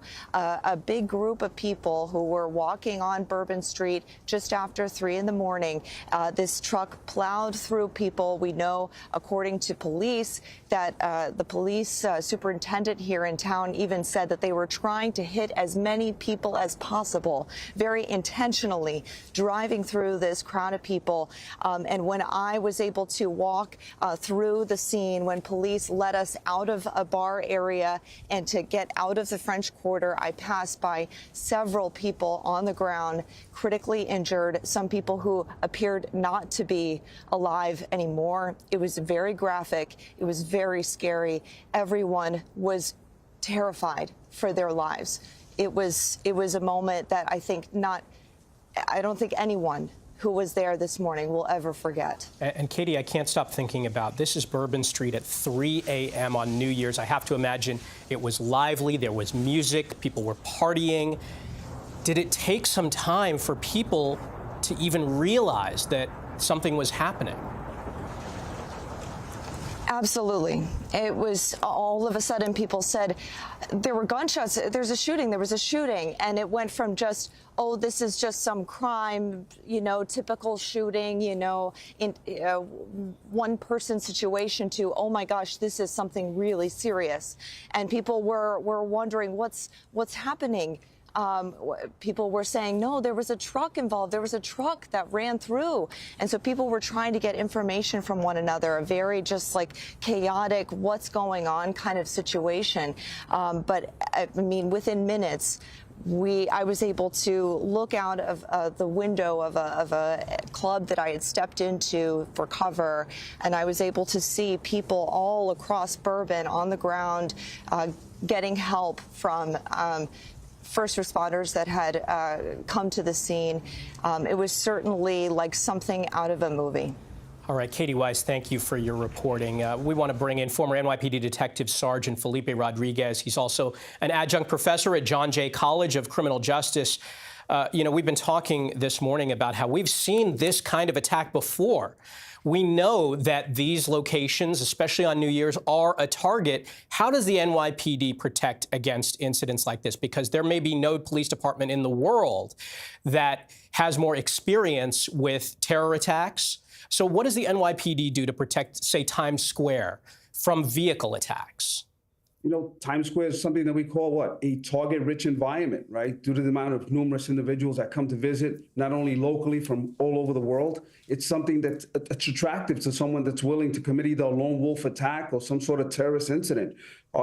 We start from the outer ring almost, to enter. So the outer would be, we have intelligence officers, detectives that are stationed all throughout the world. This way we get real-time information when it comes to any leads or any information regarding possible terrorist attack. We also have our intelligence division. We have officers assigned to the Joint Terrorist Task Force.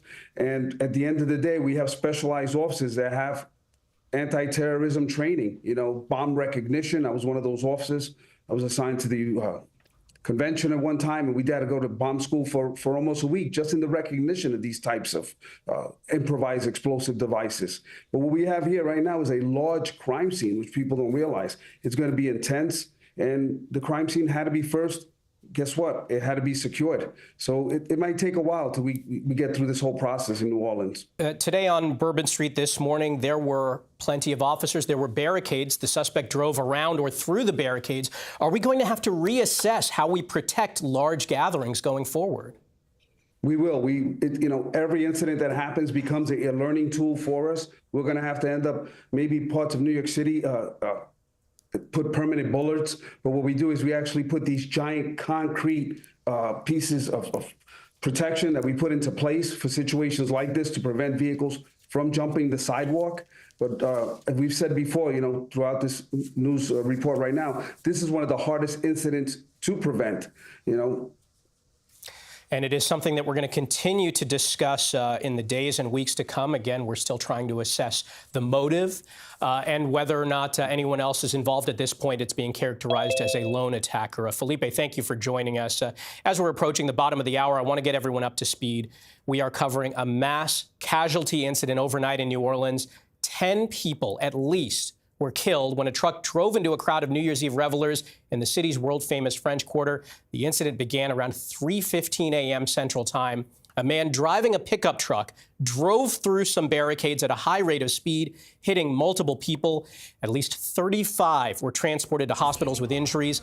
The suspect then got out of his vehicle and shot 2 officers. They were hit and are in stable condition. Law enforcement sources are now telling CBS that the suspect is deceased. His identity has not been released right now. We are also told that possible explosives were found nearby, and it's unclear if they are related to the attack. The FBI will be taking over the investigation. Now we want to play you some tape of someone who was in a hotel near the scene of the attack, heard the sound as the incident was unfolding. Kellen P. Coos spoke with our New Orleans affiliate, WWL. At about 3:15 this morning, it sounded like a very loud crash, and I heard a lot of ruckus. I didn't realize what was going on until, and it took me a little while to go to sleep. But it felt like the building was shaking, and that's from a block away. I'm on the 400 block of Dauphine, and this happened on the 300 block of Bourbon Street. Kellen, did you see anyone at this point? What did you see after hearing this boom? Just walk us through what happened next. I didn't really see anything. I was unaware what was going on, but it sounded like, it sounded like a very loud crash. Is the hotel? Go ahead, sorry. And I tried to go outside, and it was like, but I didn't, it was just a lot of people running around, so I just went back in the hotel. I came back up to my room, and then eventually I was able to go off to sleep, and then I woke up to my phone going off, people calling me, asking me if I was okay because they knew I was here. Let's go back to Katie Weiss, who is near the scene in New Orleans. Katie, just thinking about who would have been out there at 3 in the morning, I have to imagine it's a lot of tourists who were out early this morning when this happened. Absolutely. There were a lot of tourists and locals alike. People come to New Orleans specifically for a big holiday like New Year's. Growing up on the Gulf Coast, this was a place where I would come with my friends for New Year's Eve many holidays in a row. And so for a lot of people, this 3 a.m., that was not a late night. That was a normal peak hour time to be out and about on New Year's Eve in downtown New Orleans on Bourbon Street, an iconic place for people to come out and have a good time and ring in the new year. So it certainly came as the last thing anyone had on their minds at that moment. I spoke with some witnesses who saw this vehicle, this truck, plow through this crowd and then heard gunshots, multiple gunshots. One woman described to me that it sounded like some kind of automatic style weapon. Of course, that's something we're continuing to try to confirm as to specifically what kind of weapon was used. But she said the gunshots sounded so rapid and quick that it sounded like it may have been some kind of automatic weapon of sorts that was used. But so many people just in total shock, not able to really piece together what was going on, just simply looking at the sheer terror of people on the ground in critical condition, blood everywhere. People People were very scared this morning.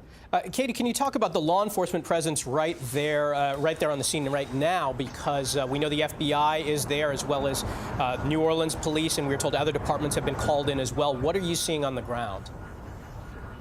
Well, this morning when I was there, which is just a few blocks away from where I'm standing currently, the scene where this incident took place, there were, hundreds of law enforcement officers from multiple different agencies. I could tell, state troopers, sheriffs, all sorts of different law enforcement folks coming together to try to, respond to this appropriately.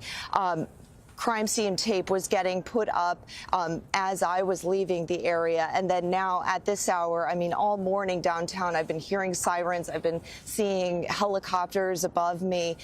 There's certainly a large presence. And as we've mentioned earlier in this show, today's a big day. It's a big game day for New Orleans. A lot of people are here for this day.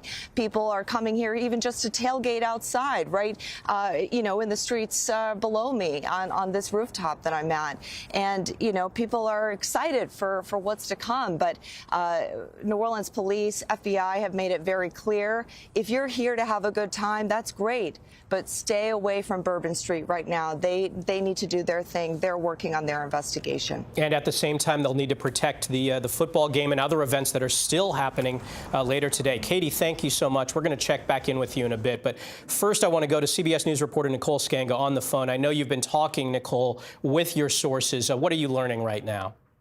Yeah, and Michael, there was a bit of a change of posture, or perhaps just a clarification here. The FBI putting out a statement moments ago indicating, first and foremost that the subject, after engaging with local law enforcement, is now deceased. Of course, CBS News already reported that. We do know that this individual had a firearm on their person as they were driving the vehicle, and right now local law enforcement, in conjunction with the FBI, are searching that vehicle.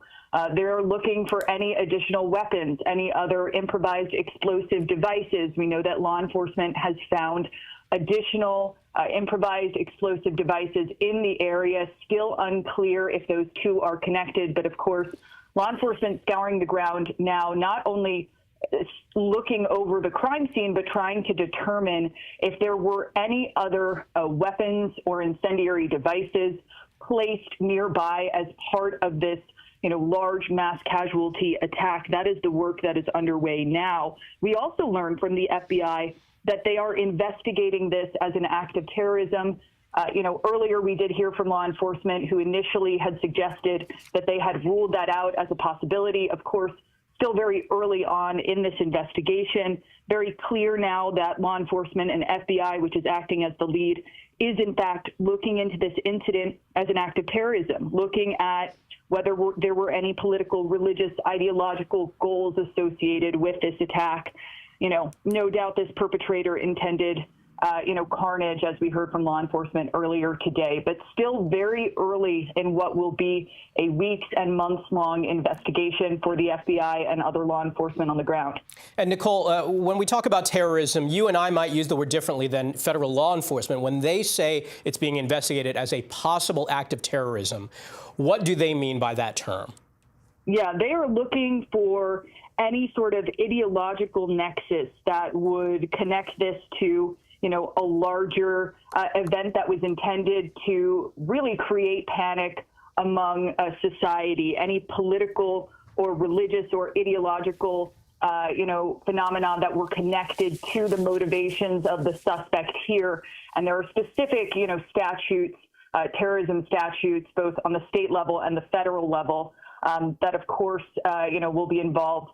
If and when there are charges related to an incident like this. Of course, now we know that the suspect is dead. Some of that becomes less relevant, but certainly still relevant when it comes to piecing together why this suspect did what they did, whether or not they acted alone, if this was, an inspired attack or a directed attack. And it's still very early in this investigation. One thing that federal law enforcement has already indicated to me they are, of course, concerned about, it is a constant concern, is about this event, creating incentive for others. for copycat attacks down the road. And that was a big concern coming out of the Christmas market attack in Germany, that we would see, additional vehicle ramming incidents after that atrocious attack. Now here we are. We don't know whether or not this individual was inspired by the events that took place in Germany. But this is a concern moving forward for law enforcement, and really has been historically. All right, Nicole Skanga, thank you for your reporting. Let's turn now to Scott McFarland in Washington. I know you've been talking with a lot of your sources. What can you tell us, Scott? It's worth reinforcing something quite important Nicole said there. The FBI is the lead investigative agency for terrorism, and they always say unequivocally it is their top priority, preventing terrorism in the United States. And they have this checklist, this list of definitions that they use to communicate how they investigate terrorism, but also to make clear what they think the threats are. And they have this acronym called DVE, Domestic Violent Extremism, a primary concern of the FBI, who said in so many different ways over so many months that the lone wolf terror threat is an emerging post-9/11 terror threat they are still grappling with, still trying to minimize. That may inform their investigation in New Orleans. If a possible lone actor, DVE, is ultimately responsible. But I want to bring your attention to a City of New Orleans Public Works memo obtained by CBS News, authored actually 8 years ago in 2017, in which they detailed their concern of just this type of targeting of Bourbon Street. In the memo, they talked about considering vehicle bans, if not tighter restrictions in that entire area, because in so many words they say the French Quarter is often densely packed with pedestrians and represents an area where a mass casualty incident could occur.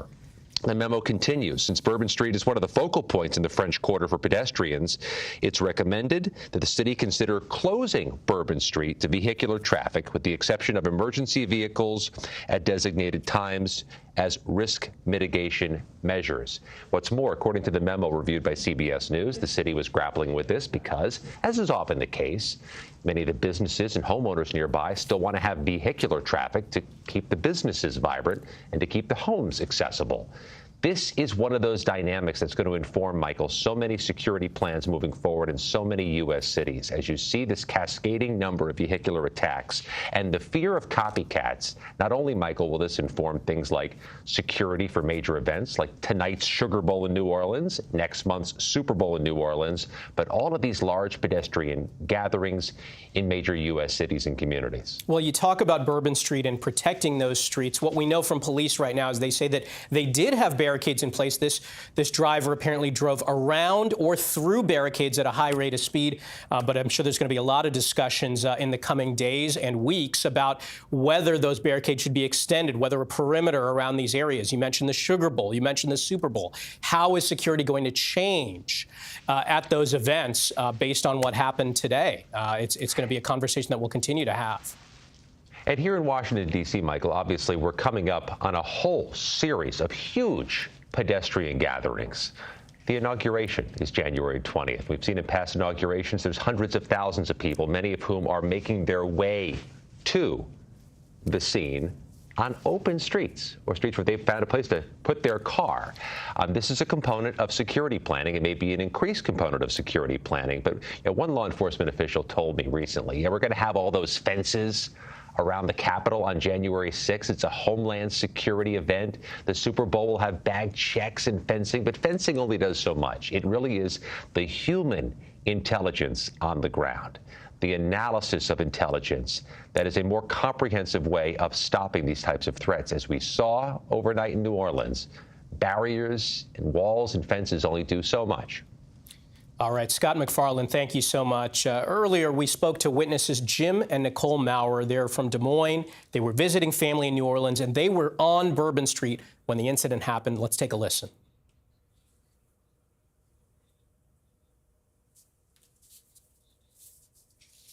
It was traveling at a very high rate of speed, and so we were in the middle of the road and managed to run off the road onto the sidewalk and into the doorway of a building for cover. We did hear gunfire, saw police running that direction. We stayed in the alcove until the gunfire stopped, came out into the street, and came across a lot of several people who had been hit. Wanted to see what we could do to help and administer any first aid. The people we came across were unfortunately deceased. We've been talking this morning with Mary Ellen O'Toole, a former senior FBI criminal profiler. She is now director of the Forensic Science Program at George Mason University in Virginia. Mary Ellen, good morning. I want to ask about, look, we have a lot of unanswered questions here, but when we know what we know about this incident, what can you tell about the suspect and the nature of the attack just based on what we know so far? Sure. Thank you, and good morning to everyone. Based on just the behavior that we've seen thus far, this was a very well planned out and unfortunately a very successful attack.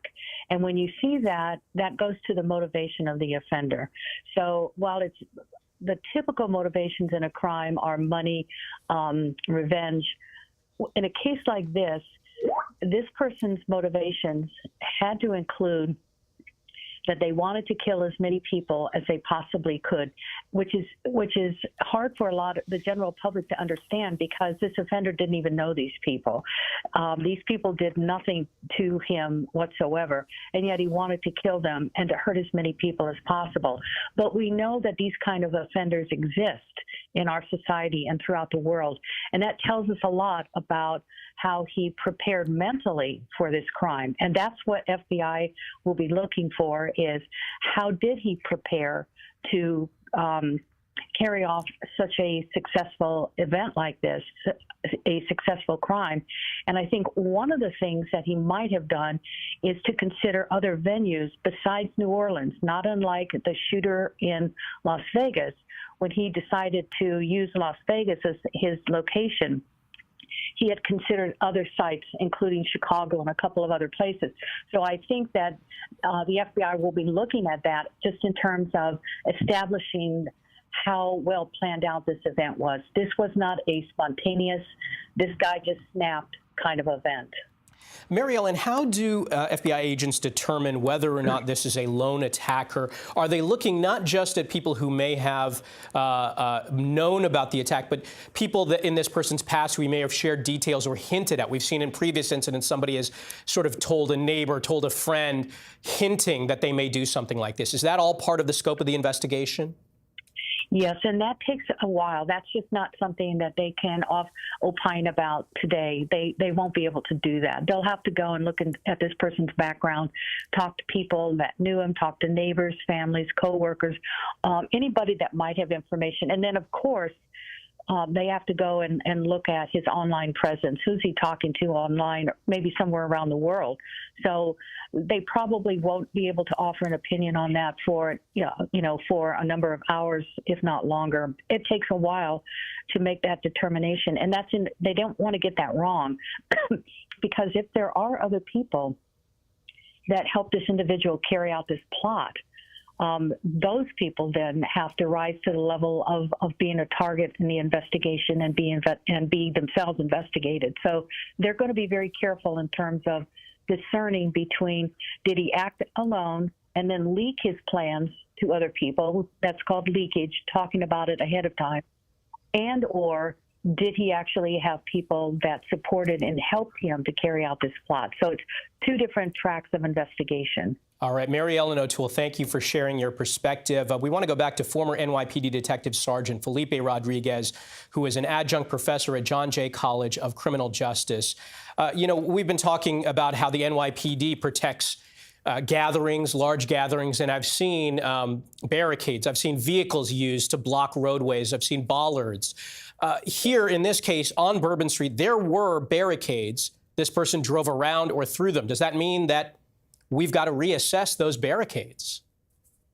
Any incident like this, we're constantly learning, we're constantly reassessing. what we do at the NYPD is called target hardening. You know, you can't make sometimes something impenetrable, but we want to make sure that when someone comes to try to do actual intelligence or see how they're going to plan their attack, to say, you know what, this isn't the right place, this isn't the right time.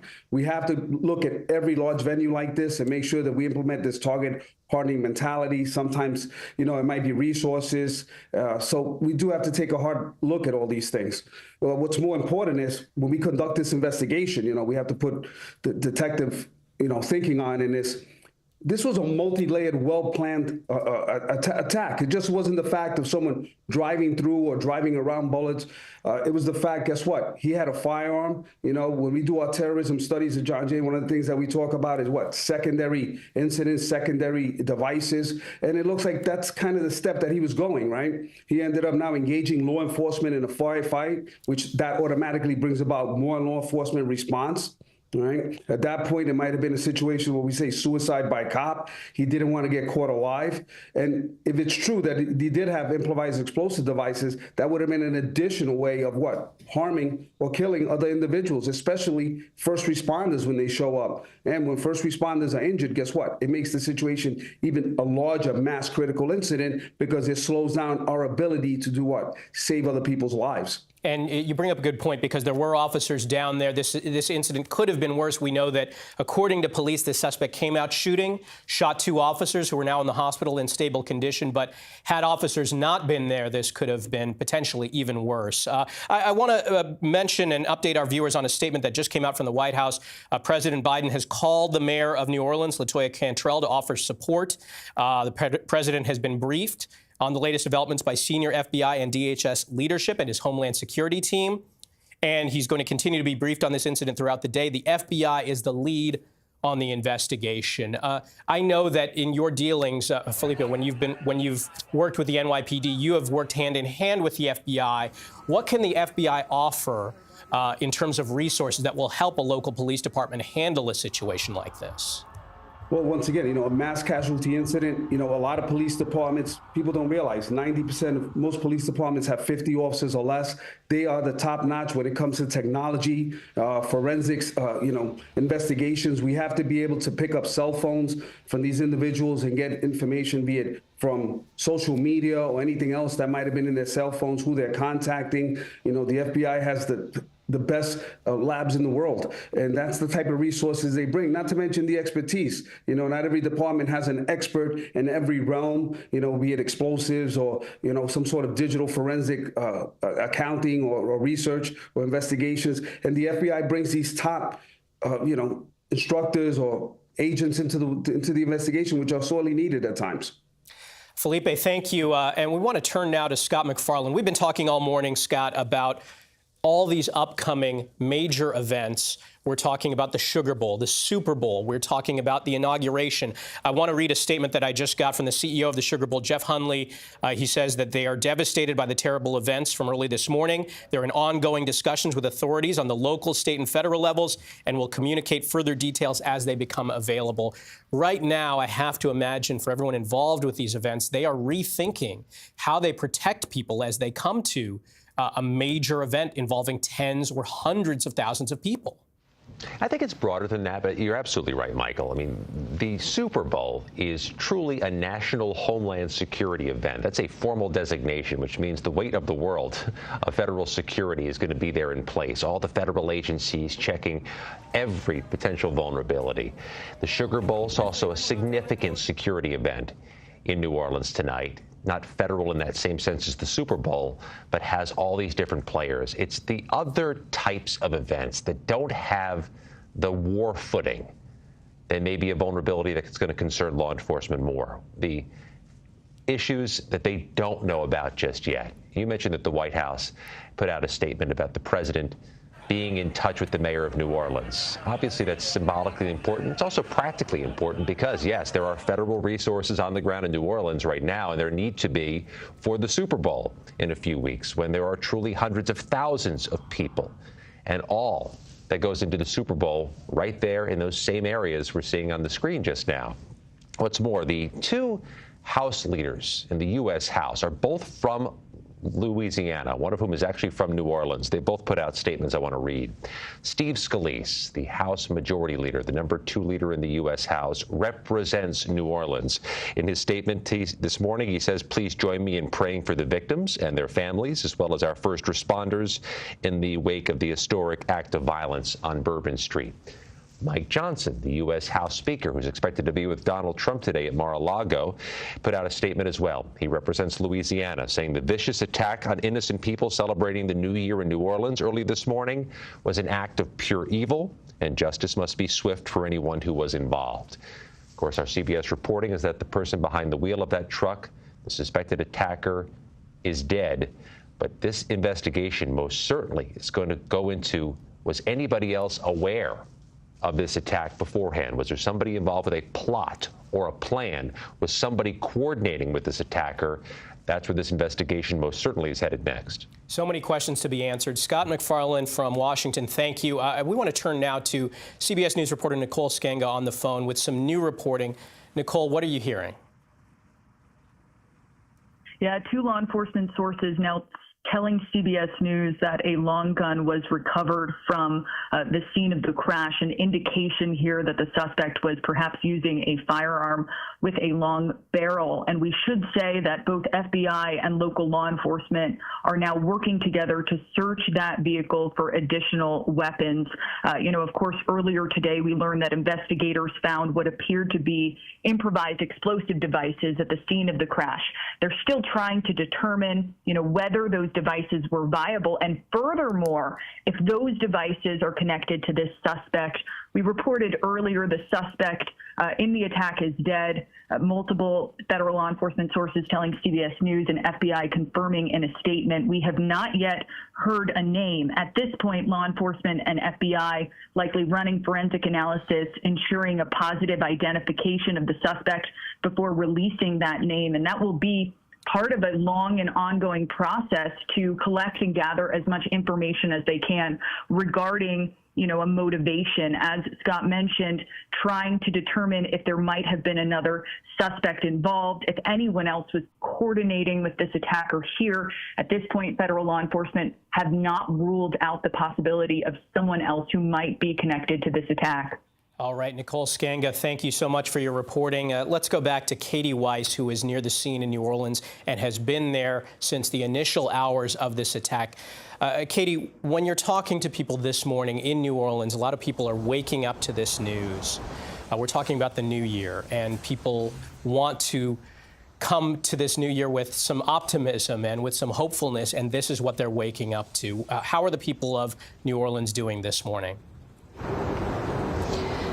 Understandably, I think a lot of people are shocked, scared, concerned, frustrated, angry. It's a mixed bag of emotions, I think, for hundreds of people who witnessed this, who were there at that moment when this truck plowed through, a big crowd of people who were just trying to have a good time ringing in 2025. It was a totally unexpected experience for all of these folks. For me as well, I was there in the French Quarter when this happened and was speaking with people, witnesses who had seen this happen just moments after this incident took place. People were telling me that that they saw this truck plow through this crowd of people and they couldn't believe their eyes. One woman said as soon as the truck plowed through, the truck crashed into a barrier, a big metal barrier. She heard a loud boom and then shots. Quick, fast shots going off. We now know from law enforcement sources that there was a long gun recovered at the scene. That's brand new information at this hour. So we're still continuing to learn more information minute by minute, hour by hour. But for folks who were on the ground just after 3 a.m. when this happened, it is still a shock that is, I think, many people are still really coming to terms with how terrifying, bloody, scary, just downright awful for anyone to have to see after trying to start the new year off, with friends and family having a good time. And Katie, quickly, I know this is your hometown. This is personal for you.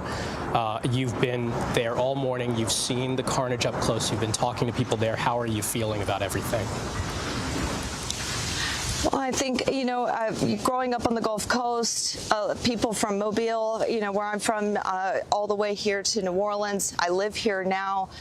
We all like to celebrate New Year's in the French Quarter. It's a special place. It's unlike any other area in the country, and it's something I think that a lot of people are going to come together today and try to just care for each other, make sure that we're checking in with one another and getting through this together. All right, Katie Weiss, thank you so much for your reporting and for staying out there all morning, keeping us updated. And we want to recap our breaking news right now. At least 10 people are dead, 35 injured after a deadly vehicle attack in New Orleans. CBS News has confirmed the suspect was killed by police, and the FBI is investigating this New Year's Day incident as an act of possible terrorism. Again, this happened on New Year's morning. As many people were still out celebrating on Bourbon Street, the heart of the city. We know right now that there are more than 30 people in the hospital, including 2 officers who were shot by the suspect. Again, the suspect deceased, according to law enforcement, but those officers are listed in stable condition. We don't know the motive yet. Again, police are investigating this as a possible act of terrorism. No indications now that others were involved, but the FBI is continuing to look into that. As well as how this suspect carried out this attack, driving through barricades at a high rate of speed. One thing police are clear on, they say this individual was hell-bent on creating carnage. Live coverage continues on CBS News 24/7. We'll be back with much more on these tragic events later, including another news conference by officials expected around noon Eastern, 11 local. Many of you will now return to CBS Mornings. This has been a CBS News Special Report. I'm Michael George.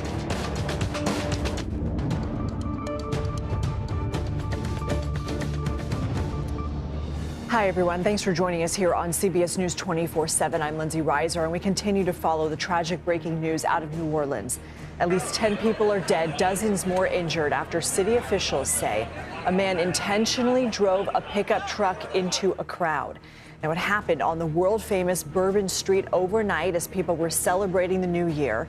Officials say the man drove around barricades and hurtled down the street in a very intentional behavior before firing shots into the crowd.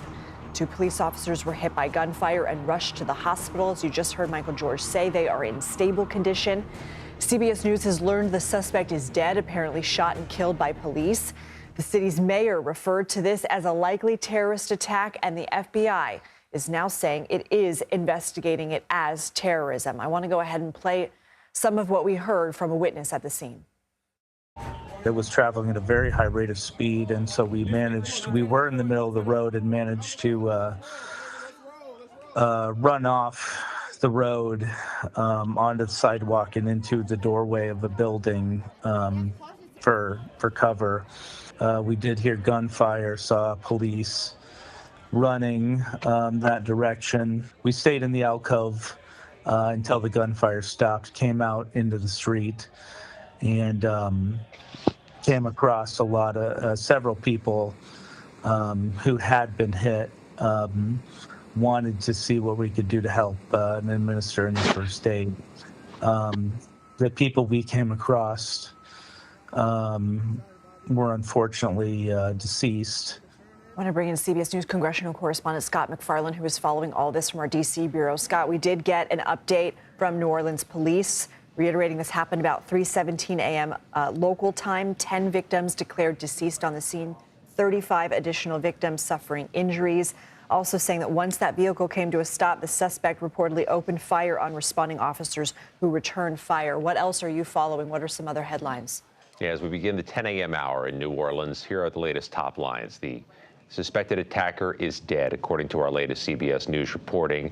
Also, not just a vehicular attack under investigation here, but also a long gun has been recovered from the scene, which would be a different variable we haven't seen in some of the more recent vehicular attacks elsewhere in the world, including the one in Germany that was fatal on December 21st. We also know from our CBS News reporting the FBI is lead on this investigation. They typically are. In fact, they always are when there's a potential terrorism connection. The FBI takes lead on that. There was some equivocation during a morning news briefing between the mayor and an assistant special agent in charge at the FBI field office there in New Orleans about whether this was a terror-related incident. We know the FBI takes lead on potential terrorism investigations. We also can expect this is going to change some of the security planning, or at least change how the security plans are articulated for tonight's Sugar Bowl in New Orleans and next month's Super Bowl in New Orleans, but also all the many heavy pedestrian events expected across America today, this New Year's holiday, and in the coming days. Heavy pedestrian events expected, among other places, here in Washington, site of the inauguration, January 20th. I do believe we have a statement from the Sugar Bowl. We're going to put it up on the screen, and I'm going to read it at the same time as all of you. The statement reads, "The Sugar Bowl committee is devastated by the terrible events from early this morning. Our thoughts and prayers are with the victims and their families." That is from CEO Jeff Hundley. Scott, you had mentioned the car attack in Germany as well. I want to read some of what witness statements we have into CBS News. Somebody saying he was hell-bent on creating the carnage and damage that he did. I mentioned Germany because we know that that person also drove through a crowd at a high rate of speed with a high number of casualties there as well. We're looking at some video from the aftermath of the New Orleans event. Scott, what more are we learning here from law enforcement officials about what else they are investigating at this time? And we were told that possible improvised explosives were found nearby, but unclear if they were related. Any more information that we have about that? Now, among the first priorities for law enforcement here, Lindsay, is to see if there are other people somehow connected to this attack. Right. Were there co-conspirators, others who may have been parts of plotting or planning, or somebody who could help deduce a motive to see if there's a risk of future attack. It's going to be a component of what law enforcement does, and it's likely going to bring them to this attacker's home and to this attacker's family, friends, and associates. That's a next step, but a pretty short-term next step, likely over the coming hours. There's also been, perhaps this is no surprise, a back-and-forth wrestling over what to do about vehicular traffic in the French Quarter of New Orleans. It's been going on for years. CBS News has reviewed memos over the past 10 years from New Orleans city officials in which they've discussed possibly further restricting vehicular access to that area, specifically concerned about this type of threat. In 2017, they put this on paper. Maybe we should further reduce vehicular traffic to prevent a mass casualty incident. We know in 2020, when they were making their plans for the Sugar Bowl that year, they limited vehicular traffic during peak hours of pedestrians, which in New Orleans is 8 p.m. to 4 a.m. These types of reviews are going to be ongoing now in New Orleans, but also in so many other U.S. cities where they've seen this cascading number of vehicular attacks in pedestrian areas, with concerns that this type of thing could be eventually a copycat dynamic. I do want to ask you more about that because you had sent out a 2017 Public Works memo about this particular area. And according to what we know, this area has barricades. The suspect was able to drive around them. But what can you tell us about that 2017 memo? That's part of what the criteria is here, is that these barricades are not foolproof. They're not impenetrable, and I think we saw part of that dynamic last night. But in any American city, if you want to shut off vehicular traffic to a business district, you're going to get some concern among the businesses and the residents who want to make sure that they stay open, stay vibrant, and have a good traffic of people. So there's always going to be a push and pull when you want to just stop vehicles from coming through an area. But those of us who've spent a few decades here in Washington, D.C., become very accustomed to seeing those huge dump trucks, those sand trucks, blocking roads, blocking on-ramps during special events. And no doubt we'll see those on January 6th here in Washington, a national security event for the certification of the election, and on January 20th, when hundreds of thousands will be here on foot, on streets for the inauguration. In New Orleans, in New York last night, police always tout that they have those vehicle barriers in place to prevent just this type of thing. Though it's not new in New York to have it, they touted that security apparatus this year ahead of New Year's Eve. This is going to be a dynamic cities across America are going to have to grapple with and rethink, with the risk of copycats. Scott, if you could hang out with us for a little bit, I want to bring in former FBI Special Agent Doug Coons. Doug, thank you for being here. Knowing that the suspect is dead, what are the next steps for investigators?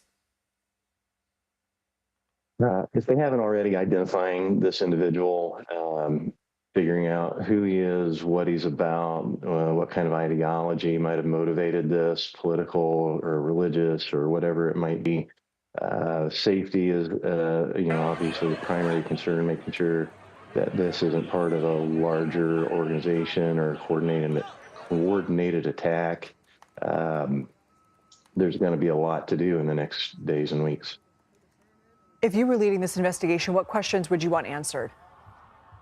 First of all, who is this person, and what's the motivation, his history, thorough background investigation into him. Is it a U.S. person who's become radicalized? Is it international? Is it something else?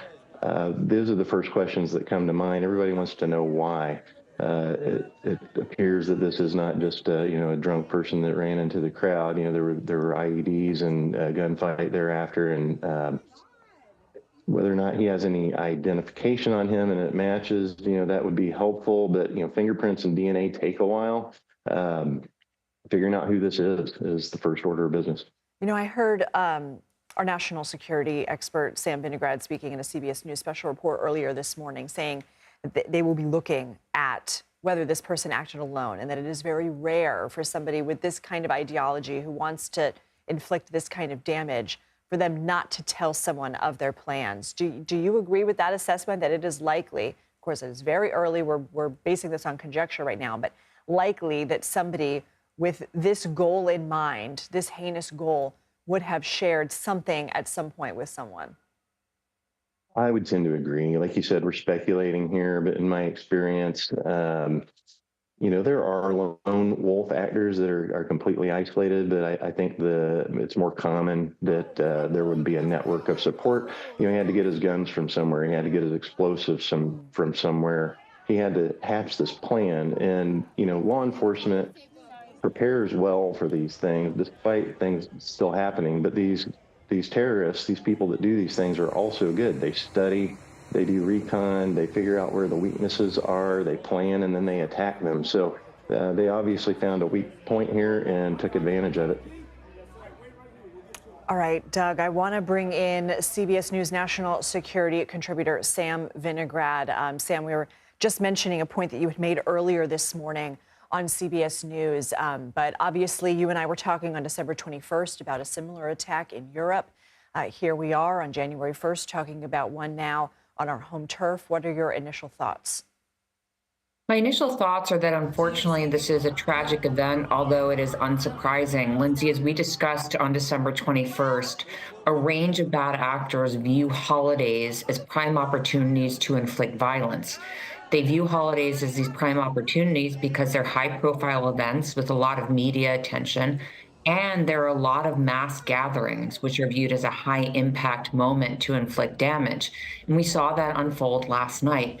We're seeing a spate of these kinds of attacks, not just in the U.S., but around the world, and it really begs the question of how do we prevent them? We know that there was a heavy law enforcement presence on Bourbon Street last night, as well as various kinds of barriers, but barriers alone, physical barriers alone, are not going to keep our communities safe at this point. These lone actors are radicalizing and mobilizing in a way that we can't prevent with solely physical barriers alone.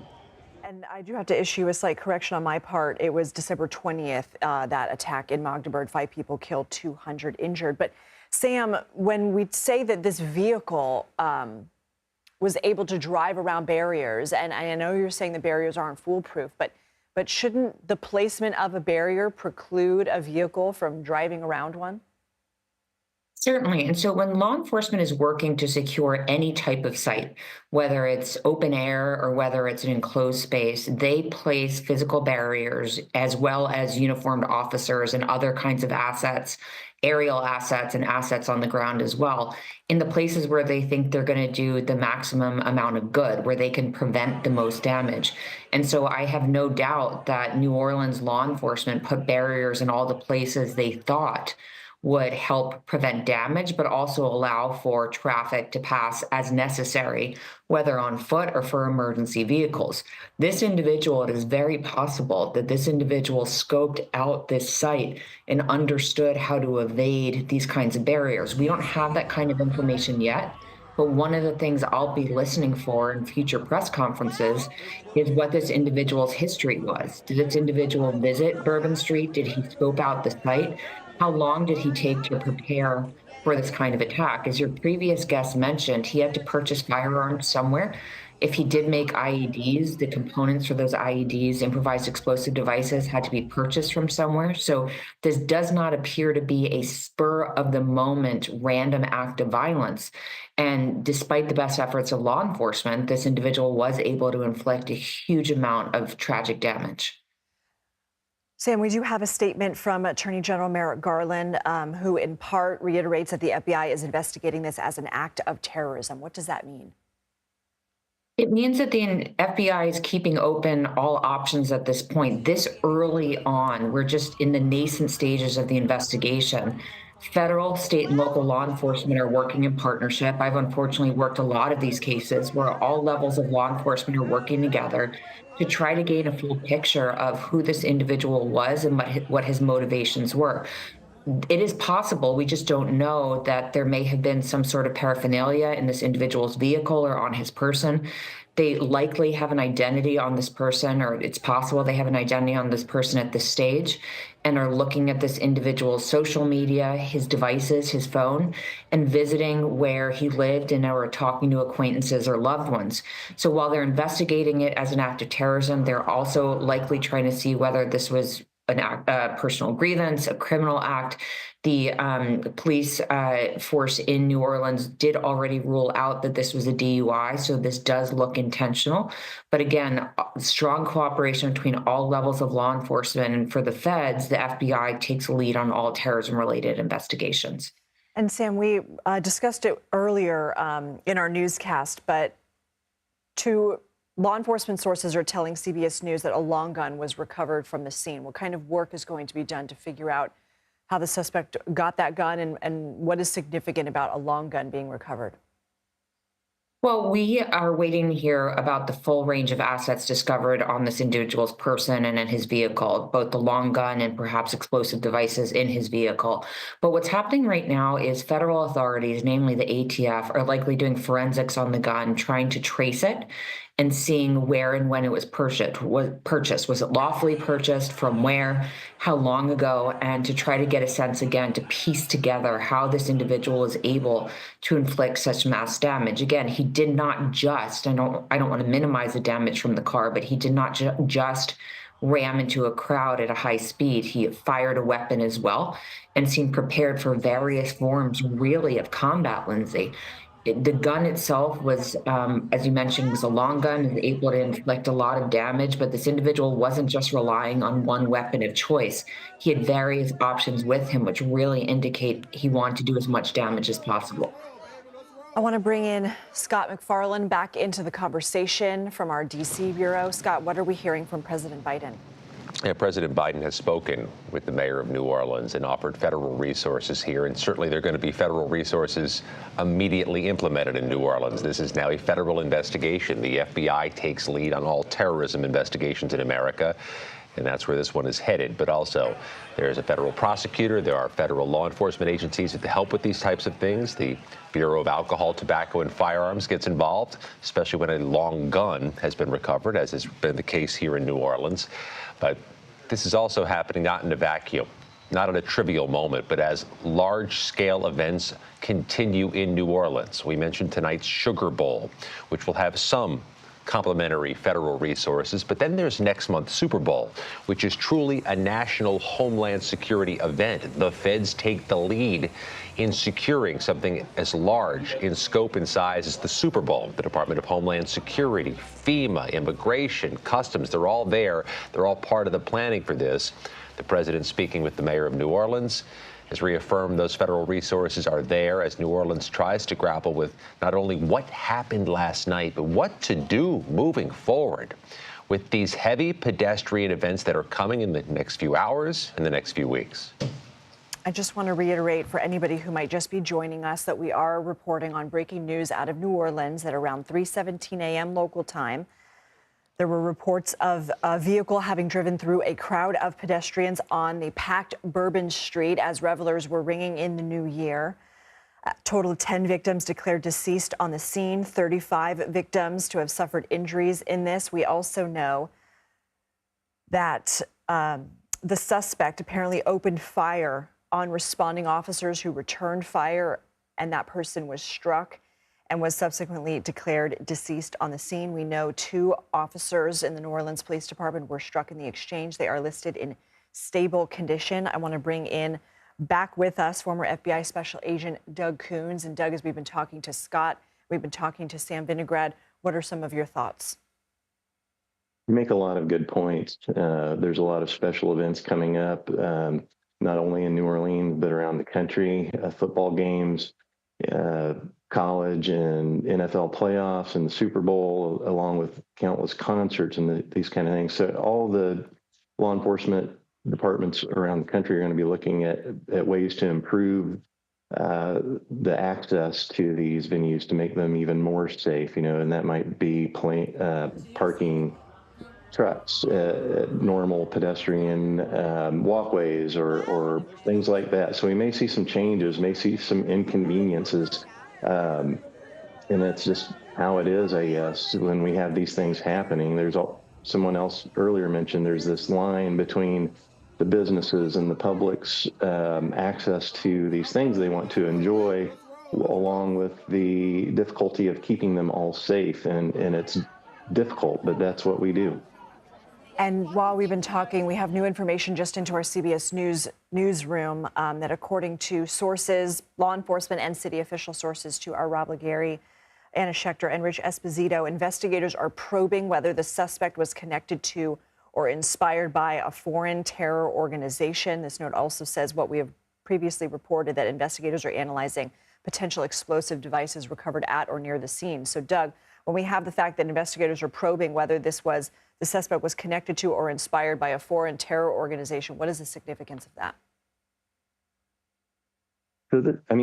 Semantics, this is terrorism, right? This has caused terror and panic amongst the people that are there. People around the country and world are watching this. They're concerned about what's going to happen to them if they go to something like this. So it's terror. So it comes down to, about prosecution and what would someone be charged with. Now, obviously, this person is deceased, but there could be a network of other people. And, the FBI takes the lead in these terrorism investigations. So that's somewhat significant that every field office has a joint terrorism task force comprised of officers from all of the agencies, the state and local agencies and their venue, ATF, DEA. They often are all part of this, and they bring their strengths with them to help out in these kind of investigations. I think another thing they're really going to be looking at is this person's communications. If they recovered a cell phone, any kind of electronic device, who has he been talking to in the last few hours and days before this happened? That will give them a lot of clues as to, is this part of something bigger?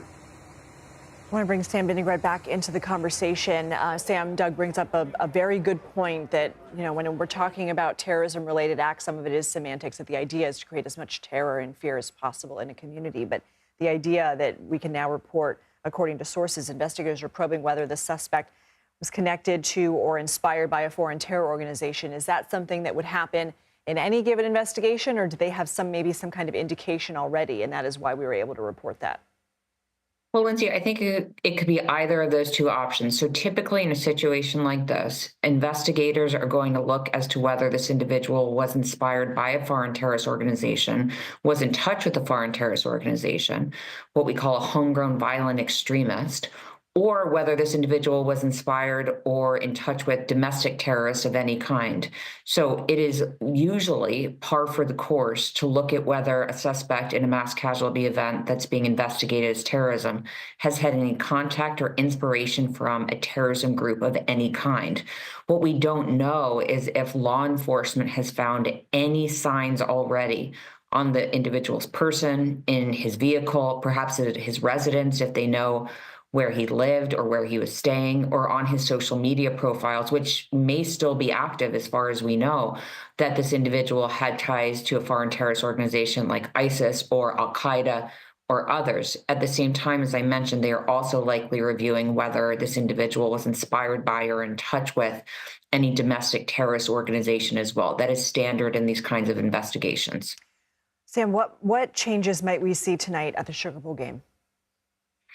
Certainly, there will be an enhanced level of vigilance by law enforcement, but what is hard to predict at this stage is whether there is any associated threat from what occurred at Bourbon Street last night. We have not yet heard from law enforcement that the threat has been totally neutralized, that this individual acted alone and that this individual was not in touch with others to try to inspire them to engage in attacks as well in and around the attack last night. So at the press conference in about 2 hours, I'll be waiting to hear if that is the case. We should expect already there to be significant physical barriers in and around the game where there's a lot of pedestrian traffic. That is likely in place. And we could see some additional level of screening of vehicles coming into or out of parking facilities near to the game itself. But Lindsay, I would have guessed that already there was going to be a high level of security for this event. And so we'll have to wait and see from the press conference whether there's any associated threats with this individual. That the toughest nut to crack is whether there's any copycat attacks, anybody inspired by what transpired a few hours ago to try to take similar action. And those kinds of copycat attacks by lone actors are incredibly difficult to prevent.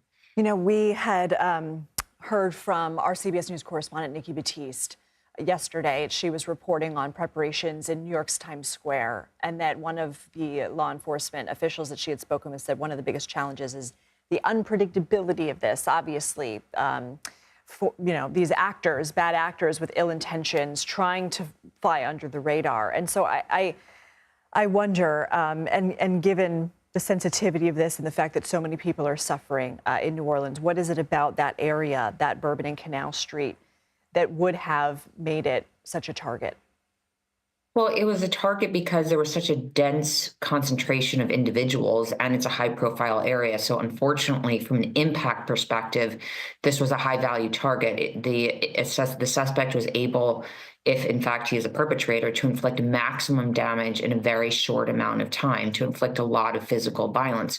But I do want to note one thing. As difficult as these lone actors and small groups are to find and to prevent attacks occurring from their actions, law enforcement does have a range of tools that they employ, including confidential sources, including surveillance, in both social media channels as well as encrypted platforms, to try to find these individuals before they actually engage in violence. So law enforcement is using every tool at their disposal to try to find individuals before they engage in an act of violence. So it's a responsibility for law enforcement to use those assets very carefully, as well as for the public to contact law enforcement if they ever feel that they see an individual radicalizing to violence. So it's really those two tracks that are going to help make our country safer, Lindsay.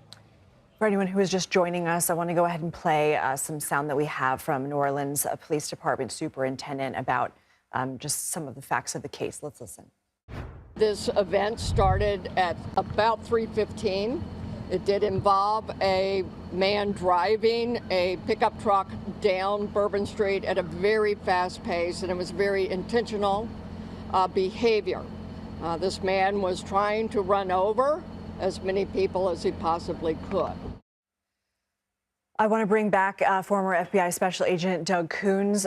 So, Doug, that assessment there from the New Orleans Police Superintendent, is a lot of the information right now that law enforcement are working with or witness statements and testimony? And do you think by now they're also looking at whether there was any CCTV footage, any closed-circuit television footage from surveillance cameras? Yeah, absolutely. Several hours have elapsed now, and I'm sure multiple witnesses have been interviewed. There are cameras everywhere, and those are being gathered and reviewed as we speak, analyzed. They want to know not just, what happened during that time, but can they trace that car back farther? Where did it come from? where did that person stay the night or the day leading up to this? Basically trying to recreate the entire day, much like with the marathon bombing in Boston years ago. They were able to piece together well back before the actual incident occurred, and that helped them identify who the person was and ultimately make the arrests on that. All right, Doug Coons, unfortunate that you have to join us on this New Year's Day on this topic, but we appreciate your time. Thank you. Thank you. Sam, I want to throw it back to you and your thoughts. I agree with everything that Doug said. I think what's really going to be instructive over the coming hours is understanding more about the suspect's history, whether he displayed any signs of worrisome behavior over the past several hours, past several days, past several weeks, whether he was known to law enforcement, Lindsay. We don't know whether this individual had any kind of criminal history, because what that'll help piece together is how we can prevent these kinds of attacks going forward. Again, preventing acts of targeted violence and terrorism, and the FBI is still investigating whether this is an act of terrorism, requires action by law enforcement using a range of authorized techniques like surveillance, like confidential human sources, and other methodologies, as well as actions by the public to raise a red flag and ask for help from law enforcement whenever they see an individual engaging in worrisome behavior. So understanding this individual's history is going to be incredibly important. And then, of course, law enforcement is certainly going to take a step back and review their security protocols in and around Bourbon Street to try to identify how this individual was able to weave through the barriers that had been put in place and how he was able to kill, unfortunately, at least 10 people prior to being neutralized by law enforcement. So that after action is certainly going to be put into effect despite law enforcement engaging in heroic actions last night. And Sam, the fact that law enforcement was prepared and already on the scene, does that help when it comes to triage and getting treatment immediately to those who are injured? Certainly, law enforcement and emergency responders practice, unfortunately, for these kinds of mass casualty events all the time. Somewhere like Bourbon Street, even when it's not New Year's Eve, has a heavy concentration of law enforcement, and emergency responders are used to going to that scene for a variety of reasons. So the ability to quickly provide emergency response was likely incredibly helpful, relatively speaking.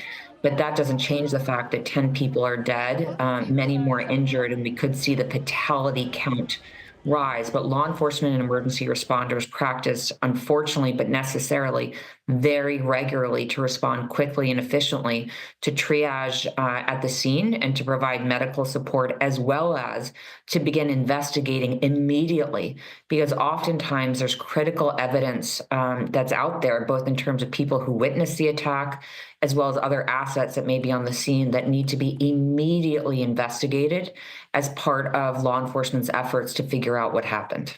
All right, Sam, hang on for us because I want to bring in Anna Schechter, who is joining us now on the phone, senior coordinating producer for our CBS News Crime and Public Safety Unit. Anna, what are you learning? Well, I just got off the phone with a local official who tells me it's tragic because they were in the midst of upgrading their bollard system to protect pedestrians ahead of the Super Bowl. And so these temporary bollards were put in place, which were easier to ram through. So that's very unfortunate in terms of timing. Anna, wait, let me ask you a question about that. Because I have the Public Works project here on my computer that construction began in November 2024. It was scheduled to continue through February 2025, weather permitting. Does that mean that some bollards were not replaced, or does that mean some were temporary? What are you learning about the nature of the barricades that were in place amidst this project? They were temporary for this period of time. So the more secure permanent ones were removed. Okay. And what was in place was a temporary system that, was going to be fully replaced in February with a very secure bollard system to better protect pedestrians. So the fact that they were in the midst and they were in this interim period made Bourbon Street more vulnerable. That's according to a city official that I just got off the phone with just now. Did city officials make any concessions for that? I mean, we had been talking with Scott McFarland earlier, and he had said that oftentimes vehicle barriers are used at events like this. Were you aware of any additional measures that were in place given the temporary nature of those barricades? Well, they felt that they had this temporary scenario in place and that was good enough. Okay. Obviously, they were not expecting this. That's what, according to a city official that I just spoke to. So I think they're going to do an assessment immediately. You know, it's a holiday, so people are traveling, but this is definitely on the lips of everybody who is working on that project. And there might be some consequences. People, you know, well, let's see what comes from that assessment. Right. But on the investigation, in terms of the suspect, who is deceased, as we've been reporting, investigators are probing whether he was connected to or inspired by a foreign terror organization. Our sources tell us that there were potential explosive devices found in the vehicle or near the scene. And investigators are analyzing those and also looking to see if the suspect had outside help. What are we learning about the suspect? Very little at this point. We don't have much information from investigators that we are talking to. Right now, that's close hold. What we do know is that investigators are concerned that he was inspired by a foreign terror organization and had pre-planned, had an elaborate plan to cause as much destruction as possible. Anna, we have previously reported that, according to law enforcement officials, a long gun was discovered at the scene. What work is being done to determine, to trace that firearm? So the ATF is now involved. That tracing process is already underway. There are local officials. There's a local FBI field office on the scene. The FBI took over this investigation more than an hour ago. So ATF has already kicked into play and started that process. The long gun is, of course, of interest. We know that the suspect engaged with local law enforcement. It appears that he was shot by local law enforcement after he himself fired. So that is as much as we know at this time. We know 2 law enforcement officers were injured, at least, at this time. So this is very early days or early hours right now in terms of where we're at. Okay. Anna, thank you so much, and we'll come back to you. Let's bring in Cedric Richmond, who previously served Louisiana in Congress, served as a senior advisor for President Biden as well. I know that you were born in this area, from this area, represented this area. What are your thoughts for your community this morning? Well, it's tragic. And I would just say that New Orleans is a city that has bounced back from a lot, but it doesn't make it any easier.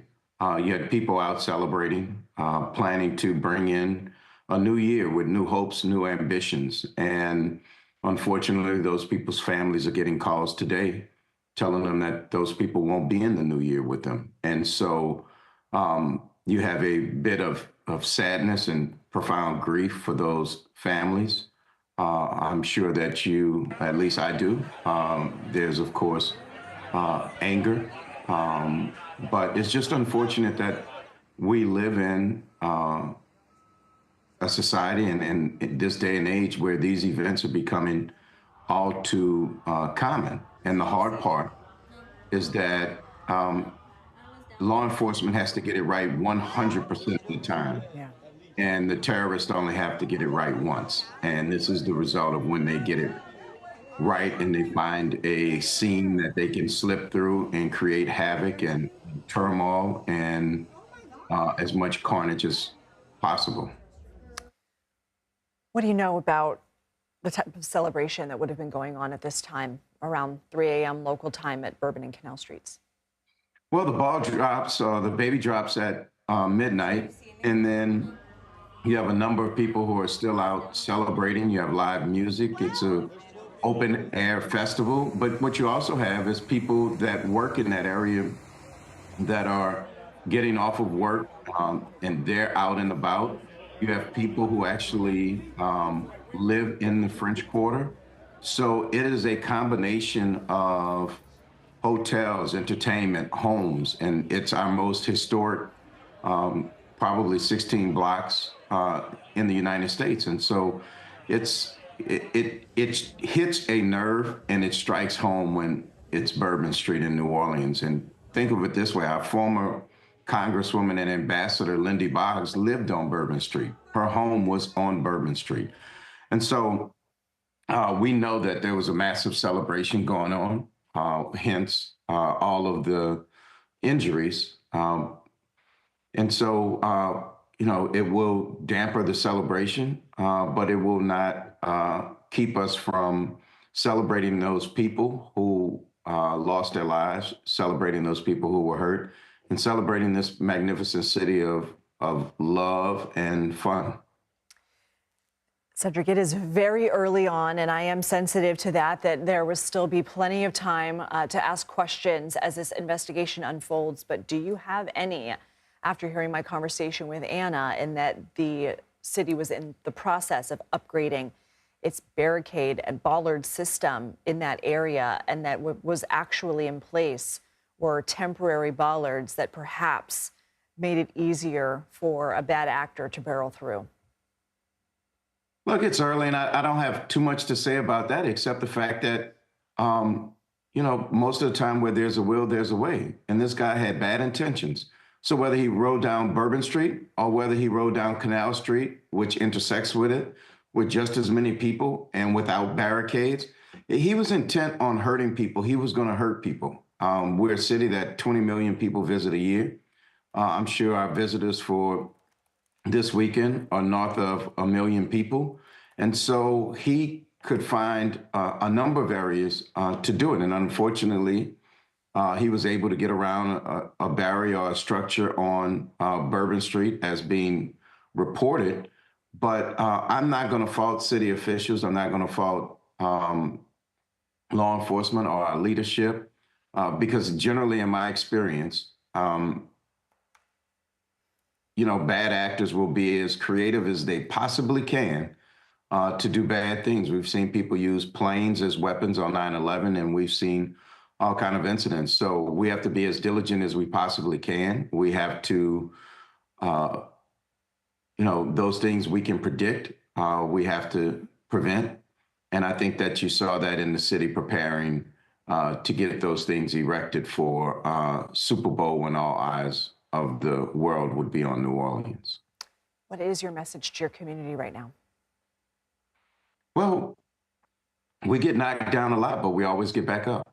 Whether it was Hurricane Betsy, whether it was Hurricane Katrina, whether it was the fires in the 1700s that burned down almost 80% of the city. In New Orleans, we, you know, sometimes you get knocked down and that's not your fault, but we don't stay down. The things we control, and it's not gonna, we're not gonna let his act dampen our spirit, dampen our happiness and who we are. But at the same time, I think it sends a serious message out there that there are people who want to do harm to American citizens and disrupt American way of life. And we have to be vigilant. We have to mean what we say when we say something, say something, so that we are prepared and we can prevent these type of incidents. And that's the real message. But we're going to go into this new year in New Orleans, holding each other a little bit tighter, celebrating each other a little bit more, and making sure that we look out for each other and prepare for our days ahead. But make no mistake about it. We will mourn just like we do almost every day in New Orleans. Someone passes, we mourn. And then we have a jazz funeral to celebrate their life. And we're going to celebrate the lives of the people we lost. We're going to celebrate New Orleans. We're going to celebrate the fact that we bounced back. And you're not going to steal our joy. You may dampen it for a moment, but you're not going to steal it, and we're going to bounce back. Cedric Richmond, we appreciate your time and deeply sorry that we're speaking under these circumstances, but thank you for your time. Thank you for your coverage. We are continuing to monitor breaking news out of New Orleans, where at least 10 people have been killed and 35 hurt when a man drove a truck into a crowd on Bourbon Street. The FBI is investigating the attack as possible terrorism. The suspect is dead. Our New Orleans affiliate WWL is covering the story. Let's go ahead and join them. Over here right now, I'm not sure exactly. It looks like possibly an NOPD officer. But yeah, just this morning at 12 o'clock, this was absolutely packed. And on a day like this, usually the French Quarter would likely see more foot traffic. Bourbon Street would likely see more foot traffic. We're not sure exactly how long the street is going to be closed off, but it's been closed off again for hours right now. I'm sure it's going to be closed off for quite a bit. We've had people kind of come up and say, hey, I need to get to work. Hey, my house is right there, or I need to get here. And they've been turned away and said, I'm sorry, but you cannot go through here. This is an active scene right now. They are still investigating this. So we're hoping to get more answers.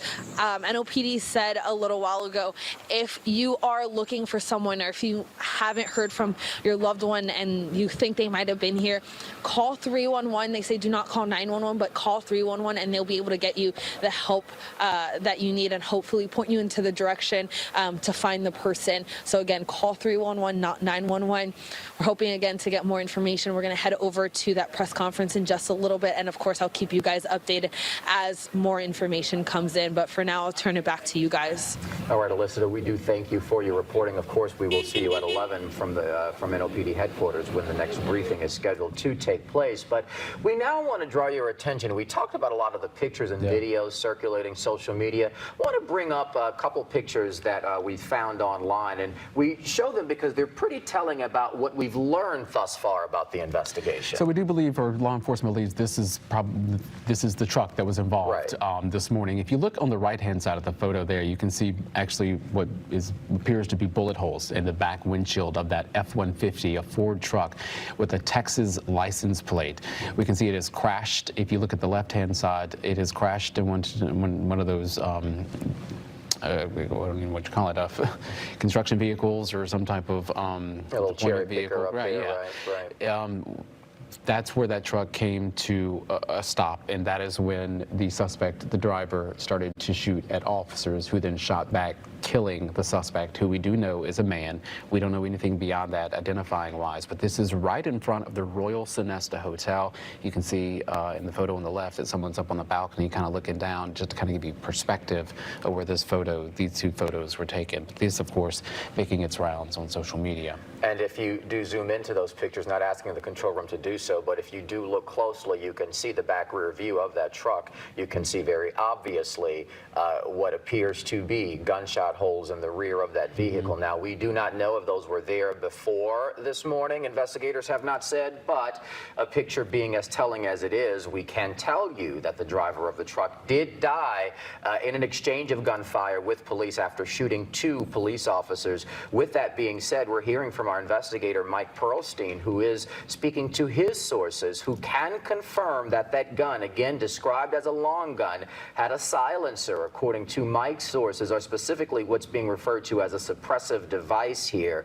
Also, according to Mike's reporting, he says that scene sources tell him that definitely the attacker was killed here by police gunfire, which we have since been able to confirm. Particularly information involving the IED, the explosive device that was found there. Mike is reporting this morning that that explosive device, or parts of an explosive device, found in the truck on scene, were immediately alerted to the FBI to investigate. Mike goes on to say additional evidence, including a profile of the suspect, who is dead now, and the case, all of that, the FBI and Department of Justice are now overseeing, which we all know. We read that statement from CBS regarding Attorney General Merrick Garland, who has been alerted to this and overseeing everything as we do uncover it. And part of that investigation is probing, as CBS is reporting, whether the suspect was connected to or inspired by a foreign terror organization. Of course, the FBI calling it investigation into terror at this point, so that being the terminology that they are using. In continuing our team coverage, we're going to go back out to our Leah McNeil, who has been out there all morning, with more updates from her. Hey there, Leah. Still out here talking to those Notre Dame and Georgia fans, and many of them are honestly still just very shaken up by this situation. As you can see right now behind me, still a very active scene out here with state troopers on scene, also New Orleans Police Department. I've also seen the Levee District out here, so that just goes to show you how expansive their response is from police out here on the scene. EMS still out here, the coroner's van still out here, as we still continue to see a very active scene and a large police response after this horrific attack that happened earlier this morning here on Bourbon Street.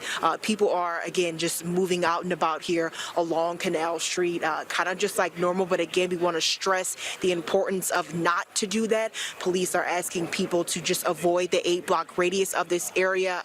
Just being out here right now, I know it's very easy for people to kind of just be out and about and kind of just see what there is to see. But the best advice I can tell you right now is just to stay away, because they do not want anyone here in the area right now. So just be aware of that as you all do make your way out and about in this area. Avoid the 8-block radius surrounding Bourbon Street. It just keep those who are the lost loved ones, and of course those who are injured, in your thoughts this morning as we all continue to await more information from NOPD. Again, that's expected to come at 11 o'clock.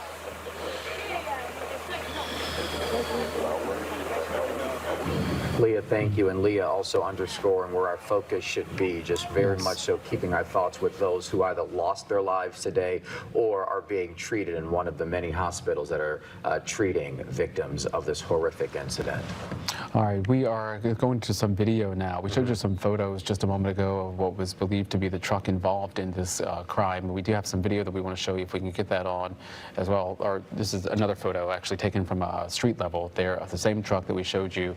This is on the other side, so you're looking at the hood kind of crashed into the cherry picker there, piece of equipment.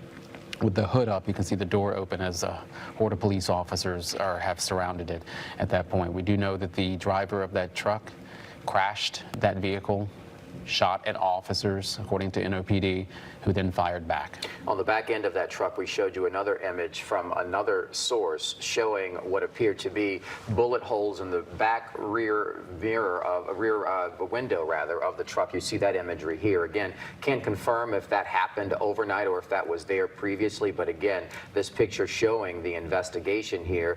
Also, as far as investigators confirming to CBS News that they're looking into whether this was part of a larger terrorism ring here with accomplices from other walks of life. We've heard from two of our local officials, both State Senator Royce Duplessis and City Councilman Freddie King III, that investigators were looking into whether the suspect had an accomplice here locally. So again, we are beginning to see this investigation shake out as far as who was involved here and whether he had anyone else there helping him carry out this attack. We're going to go back now to our Lily Cummings, who has been at UMC all morning, where the bulk of these injured patients were taken. That, of course, a level 1 trauma center where folks are taken in need of critical care. Hey there, Lily. Mike, Brandon, that's right. We've been here all morning. As you said, 26 of the 35 reported injuries were brought here to UMC. We also know that 4 were taken to Truro, 2 to Ochsner Baptist, 2 to Tulane, or 1 to Tulane rather. So spread out across all of our local area hospitals. And we don't know at this time if any individuals were taken to the hospital by their own means. But the good news here is that Councilman Oliver Thomas was up in the emergency room speaking with victims and their families, and he did come down here earlier and speak to us live on air, saying that folks up there are doing okay, that there are no life-threatening injuries at this point. The 2 officers who were shot neutralizing the suspect, as he said, he believed there were 4 total NOPD officers who were involved in neutralizing the suspect. He said 2 of which were shot at, and they were brought here to UMC. They're expected to be okay. Chief Ann Kirkpatrick was visiting them here at UMC earlier this morning after wrapping up that press conference, and we're expected to get more details from police around 11 a.m. Now, of course, we've heard from State Senator Royce Duplessis, Councilman Oliver Thomas, as well as Councilman Freddie King. This is Freddie King's district, right in the heart of it where this happened. And so, of course, they're all looking at ways that they can improve policy and safety in the French Quarter moving forward, because, of course, no one wants to see this happen again. So they're already thinking of ways and what that can be done, especially with this Super Bowl coming up in less than a month. So you have Sugar Bowl tonight, Super Bowl in a month, and of course Mardi Gras after that. And New Orleans in and of itself is just a town that brings in a lot of people all the time to come visit. So you have that happening. Councilman Freddie King also spoke to us earlier about how this impacts local businesses in the quarter today who were looking forward to those tourism dollars and those folks that are getting out for New Year's Day and getting out for the Sugar Bowl, and now they're all being asked to avoid the French Quarter as this investigation continues. So you have an economic impact also happening today, but their focus, of course, and everyone's focus is on these victims that are here now. They were visiting with them. Both State Senator Royce Duplessis and Councilman Freddie King were headed up to the emergency room when we spoke to them earlier, and then, of course, Councilman Oliver Thomas was coming down from speaking with them. And Councilman Oliver Thomas, you heard him say New Orleans is a small town. He knew some of the families that were affected by this, some of the victims' families. And you heard Superintendent Ann Kirkpatrick earlier this morning say that they believe that the majority of the victims who were injured in this were local. So that just goes to show, you know, he said it himself, Councilman Oliver Thomas, that locals enjoy Bourbon Street and the French Quarter and all the places that the tourists do just the same. And so they were out celebrating the new year when this tragedy occurred. So those are the updates that we have now from UMC, and we'll continue to follow this here at the hospital and, of course, keep our ears to the ground to see if any more injuries are reported. But it seems at this hour that those injuries, thankfully, will not be reporting any additional deaths. 10 killed in this, but those roughly 35 that were injured are expected to be okay, at least the ones that were brought here to UMC. Now, it's unclear at this time the others that were taken to local area hospitals, and if any were brought to the hospital by their own means again. That's the update we have from UMC. Brandon and Mike, I'll send it back to you. All right, Lily, thanks. I mean, there's a lot of moving parts in different areas of the city when it comes to this, but just to kind of walk everybody back in how we got here now 7 hours later. This happened all just after about 3 a.m. this morning. The city had just wrapped up all the fireworks on the river there. A lot of folks had filtered back into the quarter after seeing the show, seeing the fireworks, still celebrating, still reveling, and then this transpires, you know, right there on Bourbon Street at Canal and Iberville, down towards Bienville and the Royal Sonesta, where it finally ended. And about 3:15, 3:20 is when officers started getting the calls. And that's around the time that many of us began to arrive here at WWL for the morning shift. Mike, you had noticed the police presence coming into work. I did. I'm coming in on the back end from Treme along St. Philip, so I didn't see any flashing lights, but my biggest takeaway there was so many people I saw out. Now, it's not uncommon to still see people mulling about at that hour, especially if there's something fun going on here, but there were just a lot of people, and they seem to be in a rush, and so now we know now what that is. Again, we mentioned that tonight is the Sugar Bowl there at the Caesars Superdome. Our Amelia Strahan is live there with the very latest. Amelia.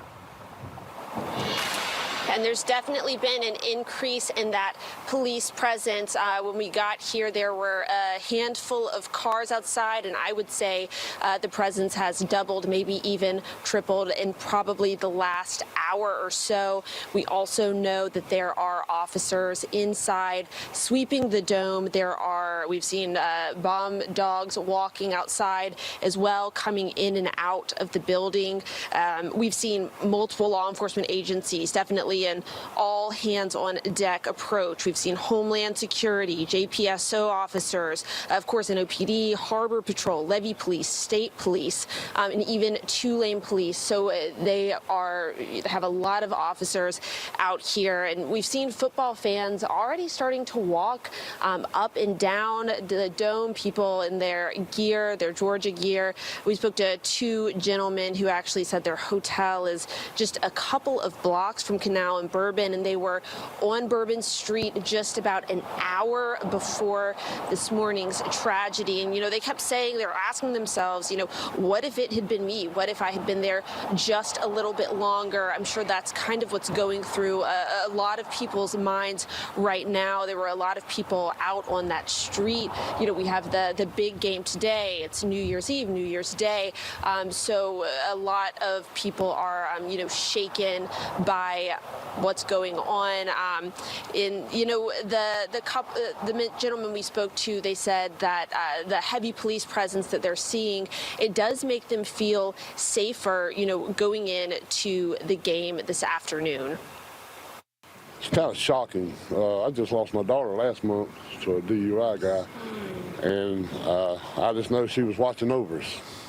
So, I know she got us away. Time to go home, Daddy. So, but I feel safe here. I see, all the police and the different authorities around, and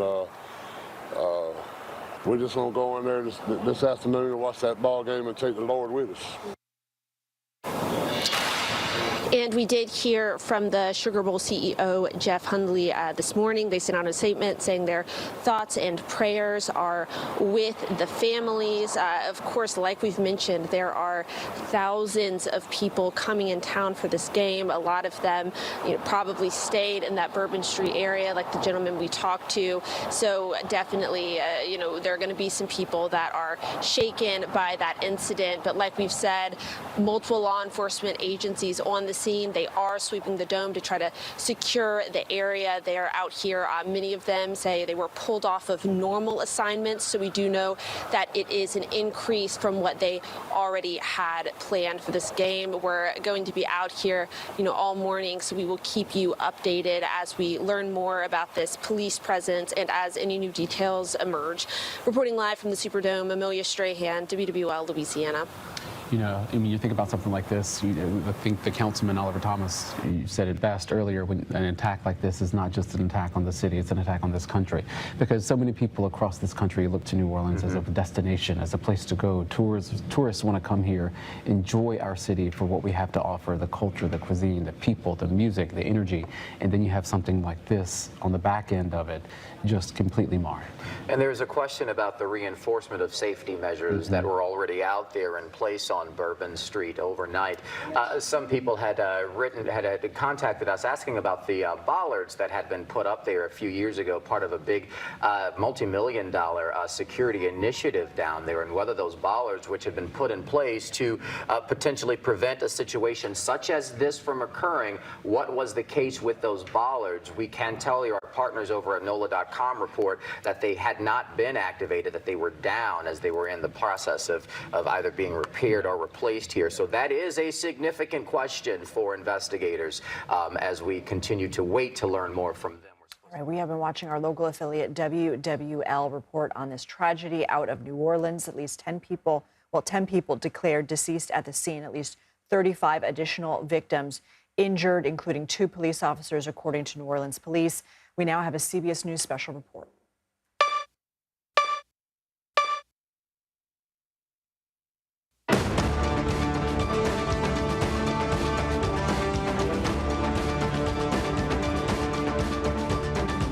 This is a CBS News special report. I'm Michael George, and we are following a deadly truck attack on a crowd of people celebrating in New Orleans. City officials say the driver deliberately drove into people along world-famous Bourbon Street overnight. 10 people were killed, dozens more hurt in the middle of New Year's Eve celebrations. Listen to this eyewitness describe the attack. It was traveling at a very high rate of speed, and so we were in the middle of the road and managed to run off the road onto the sidewalk and into the doorway of a building for cover. We did hear gunfire, saw police running that direction. We stayed in the alcove until the gunfire stopped, came out into the street, and came across several people who had been hit. Wanted to see what we could do to help and administer any first aid. the people we came across were unfortunately deceased. The FBI says the suspect who was behind the wheel of that truck is also dead after a firefight with police.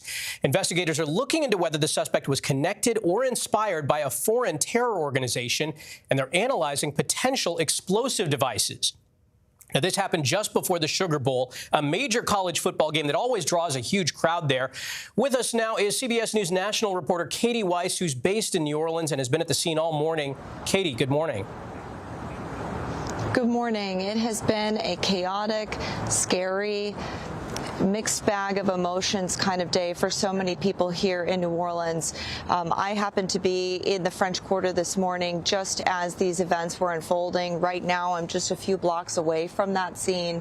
But while I was there this morning, I spoke with eyewitnesses who did see the event actually happen. One woman told me she had to dodge out of the way as this truck barreled into a crowd of people on the iconic Bourbon Street in the French Quarter of the city. She said thankfully her husband is okay, but the truck clipped his ankle. Unfortunately, so many others not as lucky. While we were there waiting for police to let us leave the area where this happened, we were seeing people laying on the ground all over the street on Bourbon Street, injured, some people killed, and police and first responders trying to render aid to them, to help them in any way they could. I saw people getting put onto stretchers, taken to hospitals. We know now so many other people are recovering in the hospital at this hour. We're going to continue to try to get more information for you and keep you updated as we learn more, but certainly a scary moment, an unforgettable day in New Orleans today. Certainly. Katie Weiss, thank you so much. And now we're going to turn to Scott McFarlane in Washington. Scott, what's the latest on the investigation? The FBI says they're investigating this as a potential act of terrorism, and they're the lead investigative agency, as is often the case, or necessarily the case with suspected acts of terrorism. A long gun has been recovered from the scene there in New Orleans, and there also is that review of potential explosive devices, and also a review of whether there's a connection or a nexus between the attacker and any foreign terror organization. None of this is happening at a vacuum or at a trivial moment. The Sugar Bowl is in New Orleans tonight, and the Sugar Bowl's put out a statement saying there are ongoing discussions between the organizers of that event and law enforcement to ensure everybody is safe and secure. Federal agencies converge now in New Orleans. The Department of Homeland Security is part of this. The U.S. Attorney General and the Department of Justice are leading this through the FBI. We also expect local police to be a component of any response and any investigation. But where this goes next is always critical. We'd expect already or in the coming minutes and hours a broadening review of this attacker and any potential plotters, planners, co-conspirators, or those who may have known what this attacker had in mind. We'd expect law enforcement to descend on this attacker's home, wherever that may be, and families, wherever that may be. Also a concern about safety of pedestrians moving forward in the French Quarter. All right, Scott McFarlane, thanks. The White House says President Biden has been briefed on this morning's attack and spoke with New Orleans mayor. A short time ago, President-elect Donald Trump said, quote, "Our hearts are with all of the innocent victims and their loved ones." Attorney General Merrick Garland calls the deadly incident a, quote, "terrible tragedy," and reaffirms that the FBI is investigating the matter as an act of terrorism. Joining us now on the phone is Mary Ellen O'Toole, a former senior FBI criminal profiler. Mary Ellen, what can you tell us about the suspect? Thank you for having me. At this point, what it appears is that this is someone that put a lot of planning and thoughtfulness into carrying out this in the most lethal and sensational way possible. So that means that it took a lot of time to pull this plan together. And by that, I mean preparing with firearms, possibly explosive devices, the clothing that the individual wanted to wear, any supplies that they needed. He's not the invisible man. So people that knew him would have been aware of his engaging in this kind of behavior to the exclusion of everyday normal behavior. That's what we want people to look for, are any kind of warning or suspicious behaviors ahead of time that might be predictive of an event like this happening. But it also goes to the intensity of the motive here, which is kill a lot of people and get a lot of attention. All right, Mary Ellen O'Toole, thanks for joining us. To recap, at least 10 people are dead and 35 injured after a deadly vehicle attack overnight in New Orleans. The FBI is investigating the incident as an act of possible terrorism. Live coverage continues on CBS News 24/7. We'll be back with more from New Orleans in about an hour. City officials plan to hold another news briefing. This has been a CBS News special report. I'm Michael George in New York.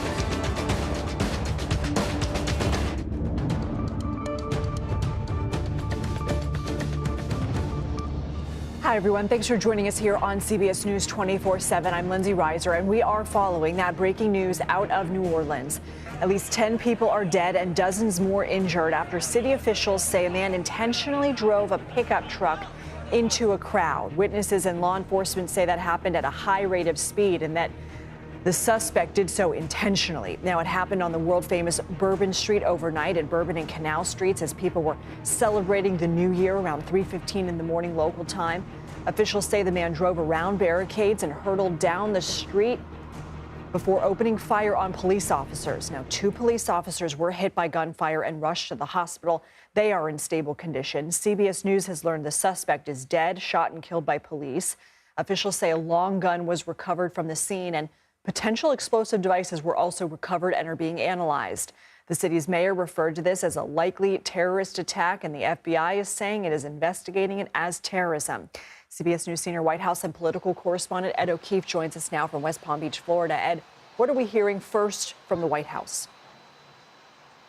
Lindsay, good to be with you. Yes, the president actually just moments ago, as you were beginning this latest round of reporting, just issued a statement by way of the White House saying that he has been briefed all morning long by his top Homeland Security officials and reiterates that the FBI is in charge of this. The statement reads in part, "I'm grateful for the brave and swift response of local law enforcement in preventing even greater death and injury. I have directed my team to ensure every resource is available as federal, state, and local law enforcement work assiduously to get to the bottom of what happened as quickly as possible and to ensure that there is no remaining threat of any kind."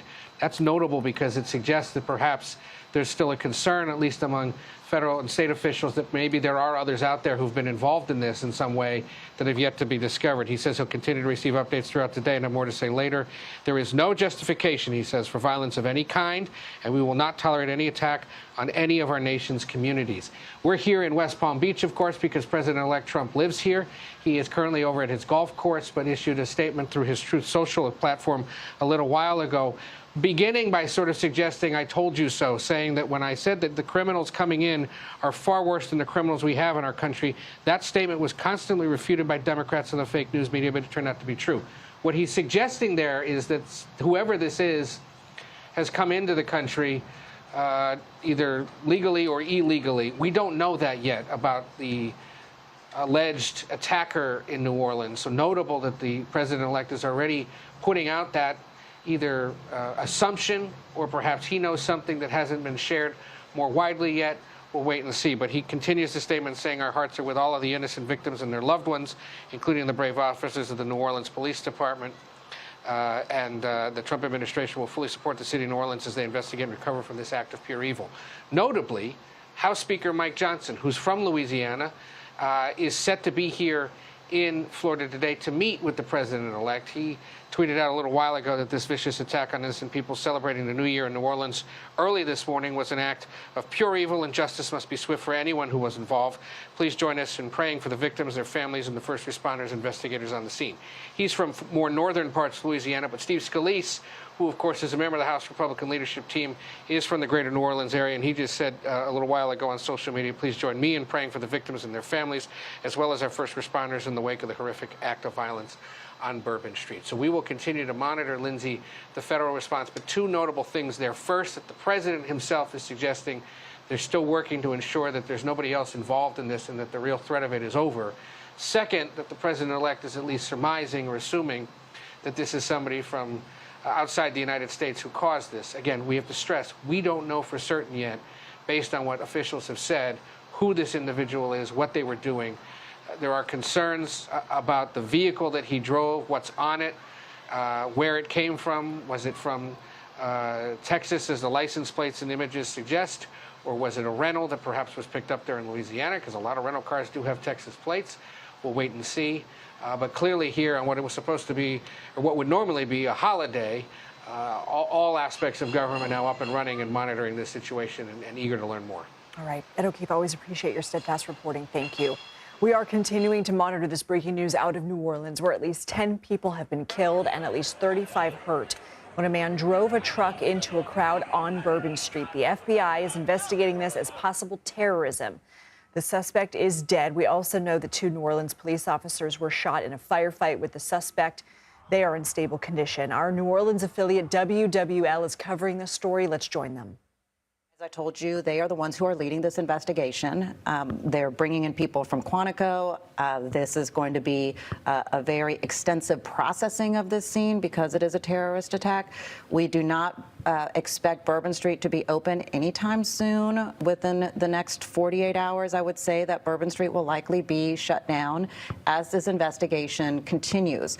I also want to make sure that people know that there are additional sweeps that are happening throughout the French Quarter and also throughout the city as well. Additional bomb dogs have been brought in to do these additional sweeps. Chief Kirkpatrick requested that this morning. There are additional sweeps happening right now at the Superdome. So I would just, at this moment, please stay away from the French Quarter. And also, even if you're navigating around downtown, you're probably not going to be able to drive to where you're thinking you're going to be able to drive through because of all the different sweeps that are occurring at this moment. Right, and some of our reporters are telling us who are out around parts of the French Quarter and other areas of the city that, and particularly further down Bourbon Street, further into the heart of the quarter, hearing explosions.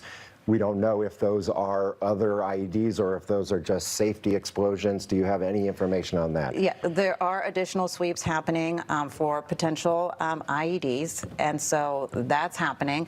Whether or not something has been detonated or not, I have not received that kind of information. But you know, yes, that is happening, and there's the potential that there are also other suspects involved. Yeah. Okay. So, do you know anything more about any other potential accomplices, or do we not know?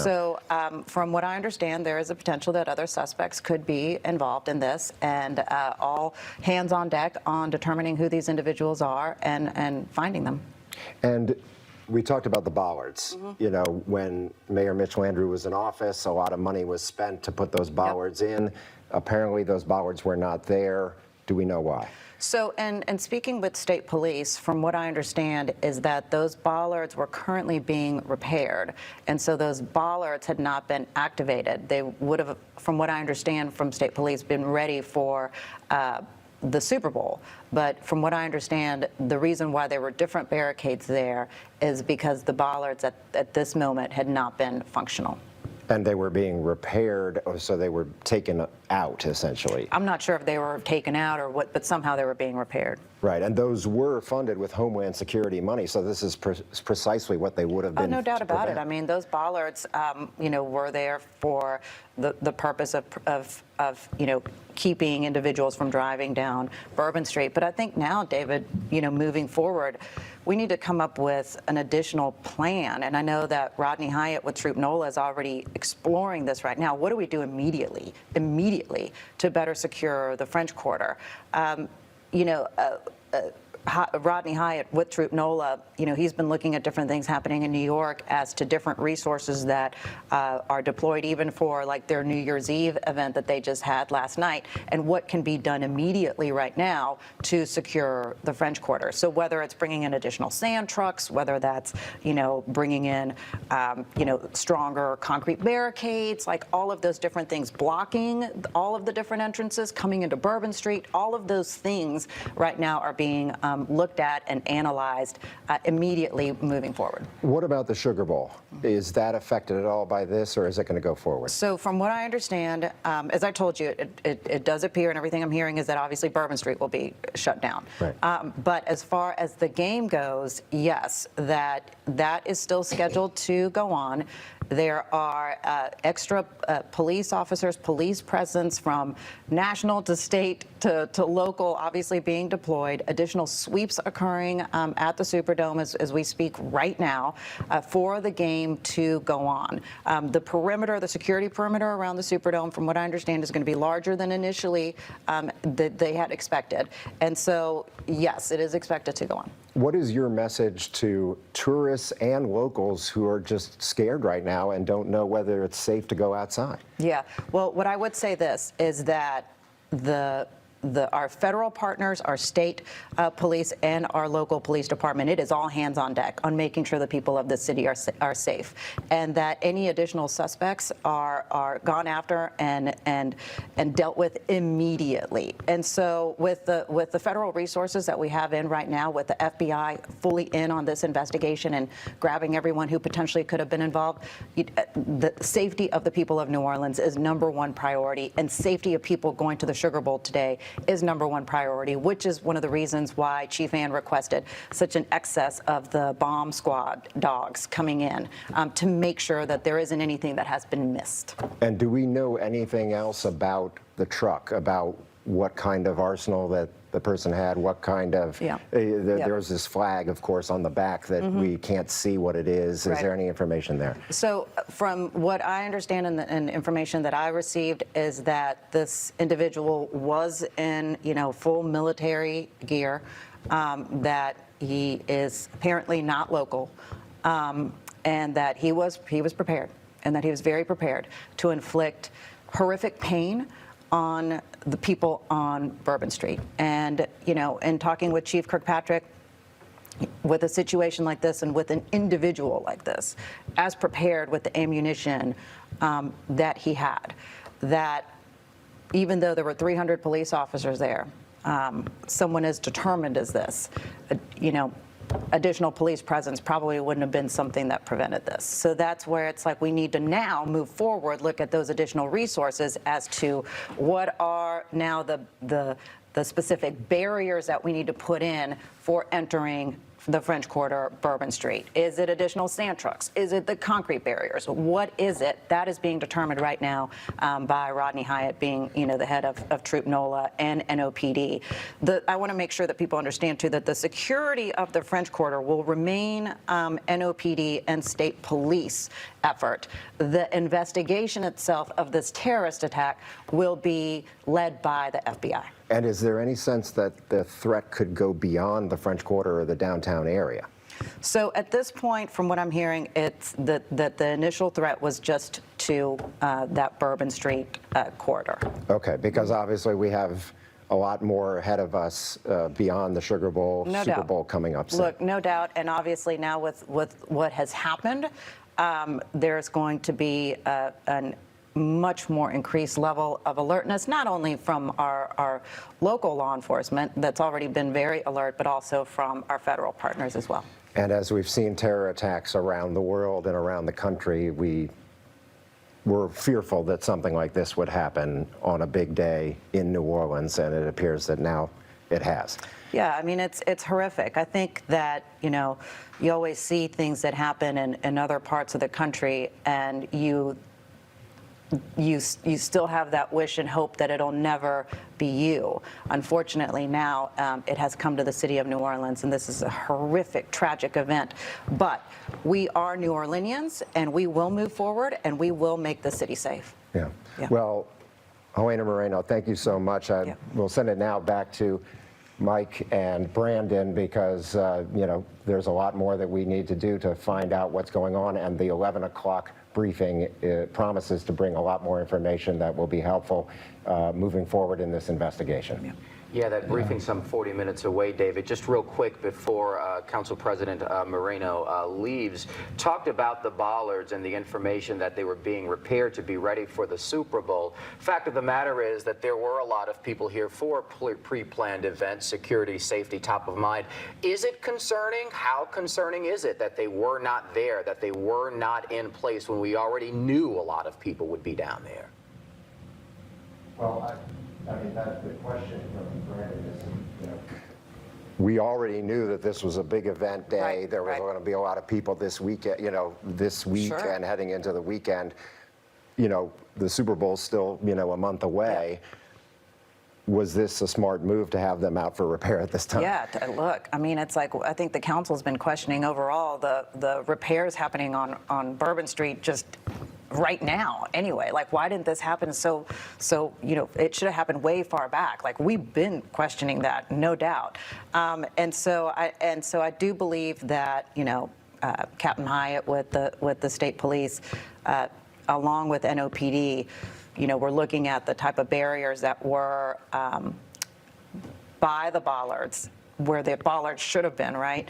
And I guess what they believed was substantial. But no, I mean, it's like I don't believe that the repairs happening on Bourbon Street should have happened this late. Those should have happened way long ago. And it's like, if you look at the repairs on Bourbon Street, last time those happened, it took forever for those to get done. And so we've been questioning that. Freddie King, who's the councilman from that district, has repeatedly over and over questioned, why are those repairs happening so late in the game? They should have happened forever ago. Right. And Mike and Brennan, I'll remind you that it was controversial when those bollards were first put in. People questioned whether or not that was going to compromise the ability to enjoy the French Quarter and to really keep its quality of life and the benefits of the French Quarter if there was this blockade of cars. And the whole point of them was that they could be lowered. Exactly. And that was the lifted. point too. So it's like, the bollards are not just bollards that stay forever, right? They rise and then they get lowered. And so, I think you can say a lot of the different things about the barrier, but it's like, this person was determined to get in there and inflict harm, pain, death on Bourbon Street. Yeah. And so, if he was that determined, even if the bollards would have been functioning, he could have picked another time when potentially those bollards were lowered and inflicted this type of terror. So this was a terrorist who was ready to take this type of action. Does it suggest to you that this person knew that the bollards were down at that time and could take advantage of that? I'm not sure about that, because maybe he could have picked a different entry point where there are no bollards, where Bourbon Street is still very active. The bollards are only in the very front of coming into entering Bourbon Street, right? So, there's a possibility he could have picked another way into Bourbon Street. This person was ready to inflict pain and death and harm on crowds in Bourbon Street. Yeah. And I think he would have tried to find whatever way that he could.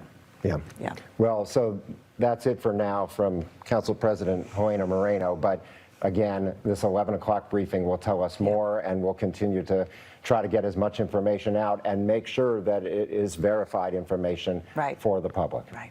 All right, David, we certainly appreciate you, as well as the council president, for putting some insight on there. A lot of new information, a lot of good information from the council president there. She's saying that suspect in full military gear, not believed to be local, and was prepared to inflict pain. And that's exactly what happened. I know we do have a statement now from the President of the United States, President Joe Biden. He says that he has been briefed all morning in regards to this situation, and I want to pick it up. Pull it up over here. Saying that he's been continuously briefed, as you mentioned this morning, by federal law enforcement leadership and my Homeland Security team, including Secretary of Homeland Security Alejandro Mayorkas. Yeah, and he goes on to say that I am grateful for the brave and swift response of local law enforcement in preventing even greater death and injury. I have directed my team to ensure every resource is available as federal, state, and local law enforcement work arduously to get to the bottom of what happened as quickly as possible, and to ensure that there is no remaining threat of any kind. You just heard the council president talk about the possibility of there being an accomplice here, and that law enforcement agencies are going to be using every resource available to try and find anybody else who may be connected to this and get them off the street. Yeah, both David Hammer, investigative reporter, and investigative reporter Mike Pearlstein also talking about that too through their sourcing. Pearl was here a few minutes ago, and we did ask him about the potential for any other local accomplices here, and he says that he is working with his sources to confirm that, but the fact of the matter is that law enforcement looking into a lot of different things, multiple different areas around here, as we're looking at a closer picture here of the truck. From the front, you can see first responders in front of it, but the front of that vehicle very much so destroyed after it crashed into a device, like a cherry picker there on Bourbon Street. Of course, there was a big question mark surrounding the Sugar Bowl, which is set to happen today. We just heard from the council president saying that is still set to go on as planned. The perimeter, of course, will be extended. It's going to be much larger than originally expected. There are additional sweeps happening in the dome right now.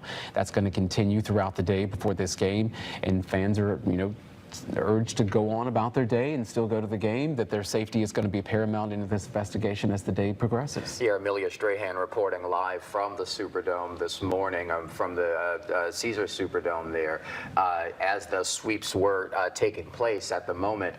We did hear from investigators this morning during the 6 o'clock hour. We do expect another update in about a half hour at 11. But here is what we know.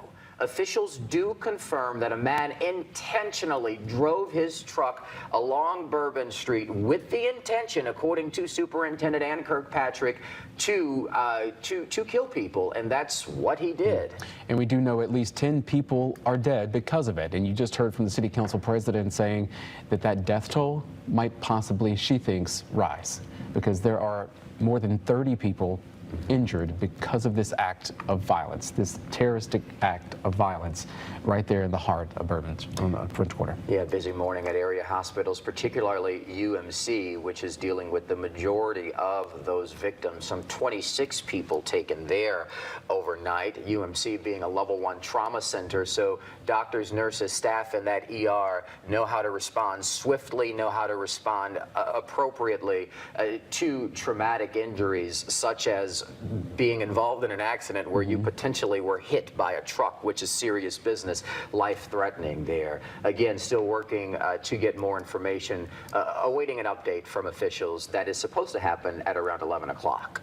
Of course, you know, you heard from the council president as well, talking about how investigators and police are actually doing sweeps across the city, not just on that Bourbon Street corridor and around the Superdome, but they are having to now widen this investigation because they don't know how far-reaching it is outside of the French Quarter. Yeah, and that's why Council President Moreno said, I mean, if you can right now, if you have no need to really be in the French Quarter parts of downtown at the moment, stay away for now as law enforcement just works to make sure that everything is safe down there, but also that they've gathered all that they need to gather here as this investigation is in its early stages. The FBI federal officials leading it, as we take a look at earlier video from Bourbon Street overnight, where you could see after the incident, no one there other than law enforcement, police tape blocking off access to Bourbon. And you heard her mention a little bit earlier that this is going to take a while, probably 48 hours. Yeah, before it that's reopens. 2 days before folks can kind of get back into the businesses. Maybe, I don't know if there's any like direct residence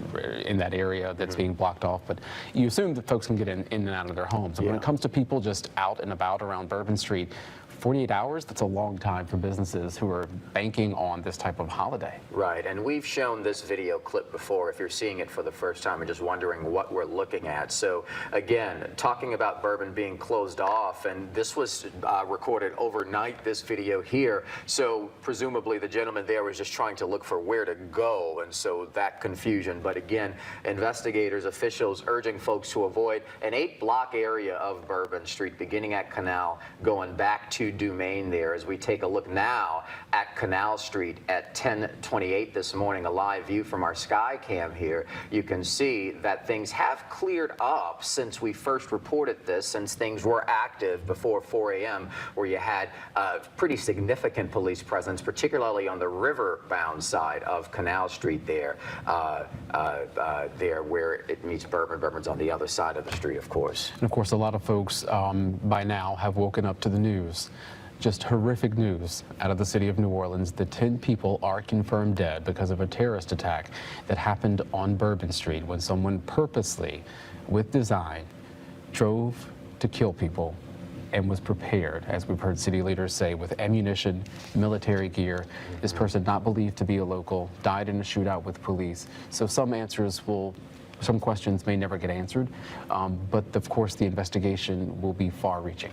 Most definitely. Chief Kirkpatrick saying that this person was, quote, hell-bent on creating the carnage and damage that he did. Also, officials saying that they're looking at possibly 4 officers were involved in this exchange of gunfire with the suspect here on scene. 2 officers we do know were shot, and they are stable, they are talking, they are alert. Chief Kirkpatrick did meet with them this morning over at UMC, where our Lily Cummings has been reporting. Lily also spoke live to City Councilman District E, Oliver Thomas, a few other officials, just about the response there at the hospital. Also, just what we know potentially about what happened in terms of the exchange between the suspect here and law enforcement. And in the interview that Lily was doing, I think with one of the city leaders, I don't know if it was Oliver Thomas or Freddie King, talking about the officers who responded and were there and present.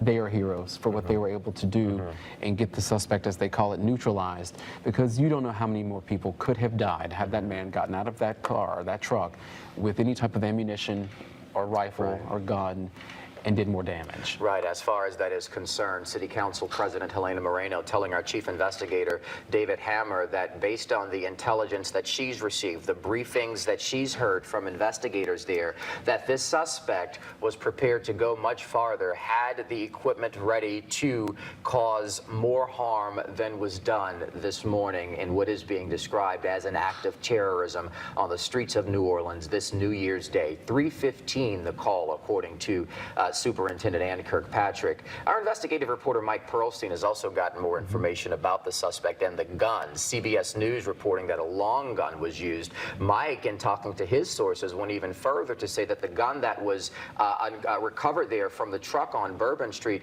also had a silencer. You know, and one of the alarming things in this is that there is the potential for other suspects or accomplices in this, and that's why you heard the council president say all hands are on deck in finding anyone who may be an accomplice or a potential suspect on this. We're going to go now to our Meg Ferris as we continue our team coverage on this. Meg, how are you? What do you got going on? You at the blood center now? Yes, well, good morning, Mike and Brandon. As we've long known for many, many years, we've always reported around holiday time, the blood supply in our community gets very low. Why? Because people are out partying, they're out shopping, they're not thinking about it. Now you add in a mass casualty such as this one, and let me just show you the blood supply. Look, right here, this is B positive. I think there's 1 or 2 bags. The shelves are empty there. If you come on down the line here to A positive, A negative, look, you can see there's barely any. And here is the absolute necessary one, the O negative. Now, O negative is so important because anyone with O negative blood can give to anyone in the world, any blood type, whether they're positive or negative. And these shelves are absolutely bare. Now, you heard how many people were taken to UMC, which is the level 1 trauma center in our area. And what they do is they keep a blood supply, especially O negative, on if people come in unconscious and they have to do quick surgery to save their lives and to stop the bleed. They keep that on hand because they don't have time to ask a patient or to type the blood. So that is so important. So you can imagine, because of this, the blood supply is low. Now, I'm going to bring in, we have some breaking news here. I'm going to bring in Billy Wheels, who is the president and CEO of the Blood Center. And this is an emergency. I'm going to turn you this way toward our camera. Sure. That the Blood Center has gotten together and decided to do some special drives today. Tell me about that. We have. We're opening our Metairie Donor Center at 2617 Edenbourne Avenue today at 11 o'clock. We'll be open until 7 o'clock tonight. Tomorrow, we plan to extend all of our donor centers rather than normally opening at 11 a.m. till 6, we're going 10 to 7 across the board. Except for Metairie, we will be open from 7 a.m. till 7 p.m. We're also doing a blood drive here at our location, co-sponsored by New Orleans Emergency Management Services. What have they told you? Have they said this is one of the worst situations? Because I know we don't just supply blood here. We supply blood for a whole region. And so when we're low, everyone's low. Mississippi, Texas, correct? That is correct. And at this point in time, we've had other centers in other areas of the country reach out and say, what can we do to help? O negative, as you mentioned a few moments ago, being universal. Again, people are saying, we can help you with some O positive. We're not doing that great with O neg. So again, we need the citizens of our community to pour out and help make sure that we have adequate supplies on hand. We can't rely on anybody else in the country to take care of ourselves. And let's be clear, you will take O positive, you'll take A positive, I will A take negative. It all. Every AB, blood. you'll take. Yes, ma'am. Any blood type you want to give me, we'll take it. There's a use for every blood type that we have. AB is the universal donor when it comes to plasma. So there's a need, always a need there as well. So for us, we're willing to take whatever anybody's willing to give. At this point, as you stated, holidays are a really difficult time of the year. primarily because people are out and busy with their own schedules.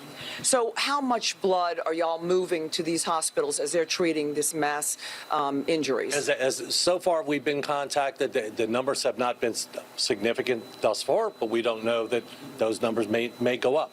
So we're just sitting back and waiting and trying to make sure we stay in constant communication with them to make sure we're meeting their needs. The problem is if they run out, we've just shown the people what's ready for distribution behind you, which is, I see maybe a handful of pints. Right. So again, we try to keep 2 to 3 days on hand with them most of the time.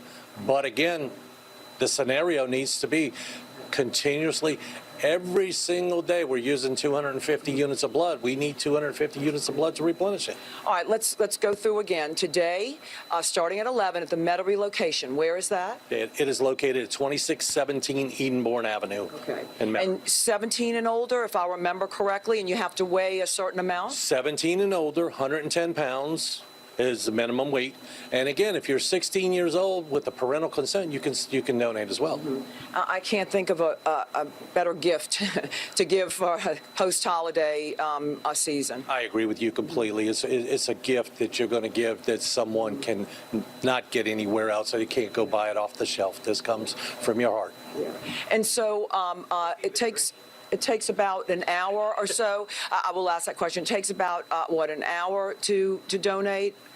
From start to finish, probably an hour when you go through the screening process. Needle in, needle out's more about 15 minutes. Yeah. So our photographer, Jeff Hackett, had a very good question. Who can't give? If you were out partying and having alcohol last night, if you're on certain medication, who cannot give? Again, there are different medications, and we have a lot of this listed. So if you have a question about a medication you're taking, pick up the phone and contact us and ask us first. If you've been out partying, it's probably not a wise idea to go and donate today. Quite frankly, we don't need your blood loaded with alcohol, jokingly. But again, it's going to be difficult for you, and we don't want you to get up off the bed and go flat on the ground. Right, because you become very dehydrated once you give blood if you haven't rehydrated with all that alcohol. What else, Mr. Wheels, do we need to get out to the public? What we need the public to understand right now is this is a perfect scenario where you see that what the need is in this community. It's a continuous, ongoing need. We seem to continuously tell people over and over, we need it, we need it, we need it. And I think sometimes people believe that we're just saying the same old thing. It's crying wolf. We're not crying wolf. We need this. The patients need this. This is about the people of the community. And I think it's important to note, as you say, even though the hospitals for right this minute may be okay, there are regular people who go in for plasma and blood for maybe they have leukemia or cancers or all sorts of other blood disorders, sickle cell, who will then be at a shortage if this blood is used for mass incidences. That's correct. So in these mass casualty events, when you have high usage events, the patients who need blood every day, leukemia, any oncology patients, sickle cell patients who need red cell exchanges weekly or monthly, those people don't have it available. And one more time, let's go over tomorrow. You said everything's going to be open for an extended period of time. If people are doing something today, just give me very quickly tomorrow's schedule. Tomorrow's schedule is going to be all of our locations that are normally open, and that information is available on our website. Okay. You will see on there in the address locations. But again, they're open from 10 a.m. till 7 p.m., except for our Metairie location, which will be 7 a.m. till 7 p.m. All right. Thank you, Mr. Wheels, so much. Billy Wheels, who is the president and CEO of the Blood Center. So there you heard it. Go out today. Instead of having your beans and your peas for good luck today, go out and help some of these patients. Reporting live from the Blood Center on Canal Street, Meg Farris, WWL Louisiana. Back to you. Meg, we sure thank you for that, but also providing us with the visuals to show you the extent to which they do need the blood. Needed the blood before this morning. Before we let you go, show us those refrigerators. It's really telling when you look at those shelves. Oh, and yes. You see yes, basically absolutely. I mean, I've covered for many decades when the Blood Center gets low, even just normal holiday lows. But I got to tell you, look at this whole. all the negatives, AB negative, B negative, A negative, O negative, empty. Negative is only 15% of the world population. I know that because I am a negative. I am O negative. So that is even rarer. O, of course, is the blood type that most people have, but when you add in the negative, most people have O positive. But still, please, if you have O positive or anything positive, AB positive, A, B positive, they need donors. They will take from anyone. So remember, they use that plasma as well for people who have other types of disorders. And people come in from counties in Mississippi and parishes and from all over this region to get some of their treatments here at our big medical centers. So as you heard Mr. Wheels say, people say we cry wolf. They are not crying wolf. This is desperately needed. Meg, thanks. Of course, it's one thing when you get folks to the hospital to get them the care that they need, but they need the supplies, especially when it comes to blood. So, Meg, appreciate your reporting and what you're doing out there. Most definitely. We do continue with our reporters who are stationed throughout the area here. Our Amelia Strahan joins us now live from Bourbon and Dumaine on the back end of the French Quarter there. Amelia. Yeah, you can see there's still a heavy police presence out here. Louisiana State Police has the street blocked off. Lots of caution tape. I'm going to step out of the way so you guys can take a look at just how quiet these streets are. Now, you see, I mean, this is a pretty large perimeter. We've talked to quite a few tourists and even some folks that live down here that cannot get back to their Airbnbs and their homes. They're not even letting residents through because, as you can see, it's still a very active scene. Some of them are saying, they have to check out of their Airbnbs. They have to, get back to their homes. Some of them have been out all night long. But of course, the police are out here making sure the scene is secure. Investigators are still on the scene trying to keep the area as secure as possible. It's, important to note just how different the feel is out here on Bourbon Street right now, especially on a holiday weekend with a big game like this. Even early in the morning, this is usually a very lively place for a weekend like this, a joyful place, and unfortunately, it is much more solemn right now. We're waiting to hear another update from NOPD Superintendent Ann Kirkpatrick so she can share the latest, hopefully some new information about the suspect. But right now, investigators are still out here at the scene, just gathering what information they can. We're out here talking to people that live in the area, kind of trying to find out, what they heard, what they saw. But the feel on Bourbon Street, like I said, is just so different. It truly was such a tragic incident, and it seems like even the people that are trying to get back to their homes, trying to get back to their Airbnbs, are being extremely respectful of the law enforcement officers. You might even have just seen someone tried to walk down, and the police stopped them, just trying to keep everyone as safe as possible. But we are going to be out here on the scene all day, and of course we'll bring you any updates as we have them. Sending it back to you guys. Amelia Strahan reporting for us this morning. She is at Dumaine and Bourbon there on the backside of the French Quarter, just seeing the response. Exactly. Eerily seeing that nobody's out there, but for a little bit of inconvenience as this investigation goes on is nothing compared to the lives lost and the people who have been injured in this horrific attack. We're beginning to learn more about the suspect here as we do await a press briefing from officials that is set for 11 o'clock, so stay with us as we continue to monitor that. It has been delayed until 1 this just in, but as far as that is concerned, we are hearing from our reporters who are well sourced, also hearing from CBS News and their reporters who are getting more information. We had City Council President Helena Moreno here a few minutes ago, and she mentioned that the suspect, who again was shot and killed in an exchange of gunfire with investigators, was prepared, had the capability to go even farther here if law enforcement didn't get in the way. CBS is reporting that sources tell them that that he was wearing body armor, also other information about him and what he had on his person when they responded to the scene, including a flag on the truck. Now, I don't know if we still have the photos that we can bring up with the truck that we showed a little bit earlier in our coverage. Of course, you may have noticed a flagpole on the back of that truck, on the bumper of it, that white Ford F-150. CBS is reporting that they are looking into whether that flag is connected to some type of terrorist group, particularly ISIS in particular. They don't have any confirmation on it, but they think that it may be connected in some way. If you look on the right-hand side, the right photo there, you can see on the tail hitch, there's like this pole, this white, almost like a PVC pipe that kind of comes up.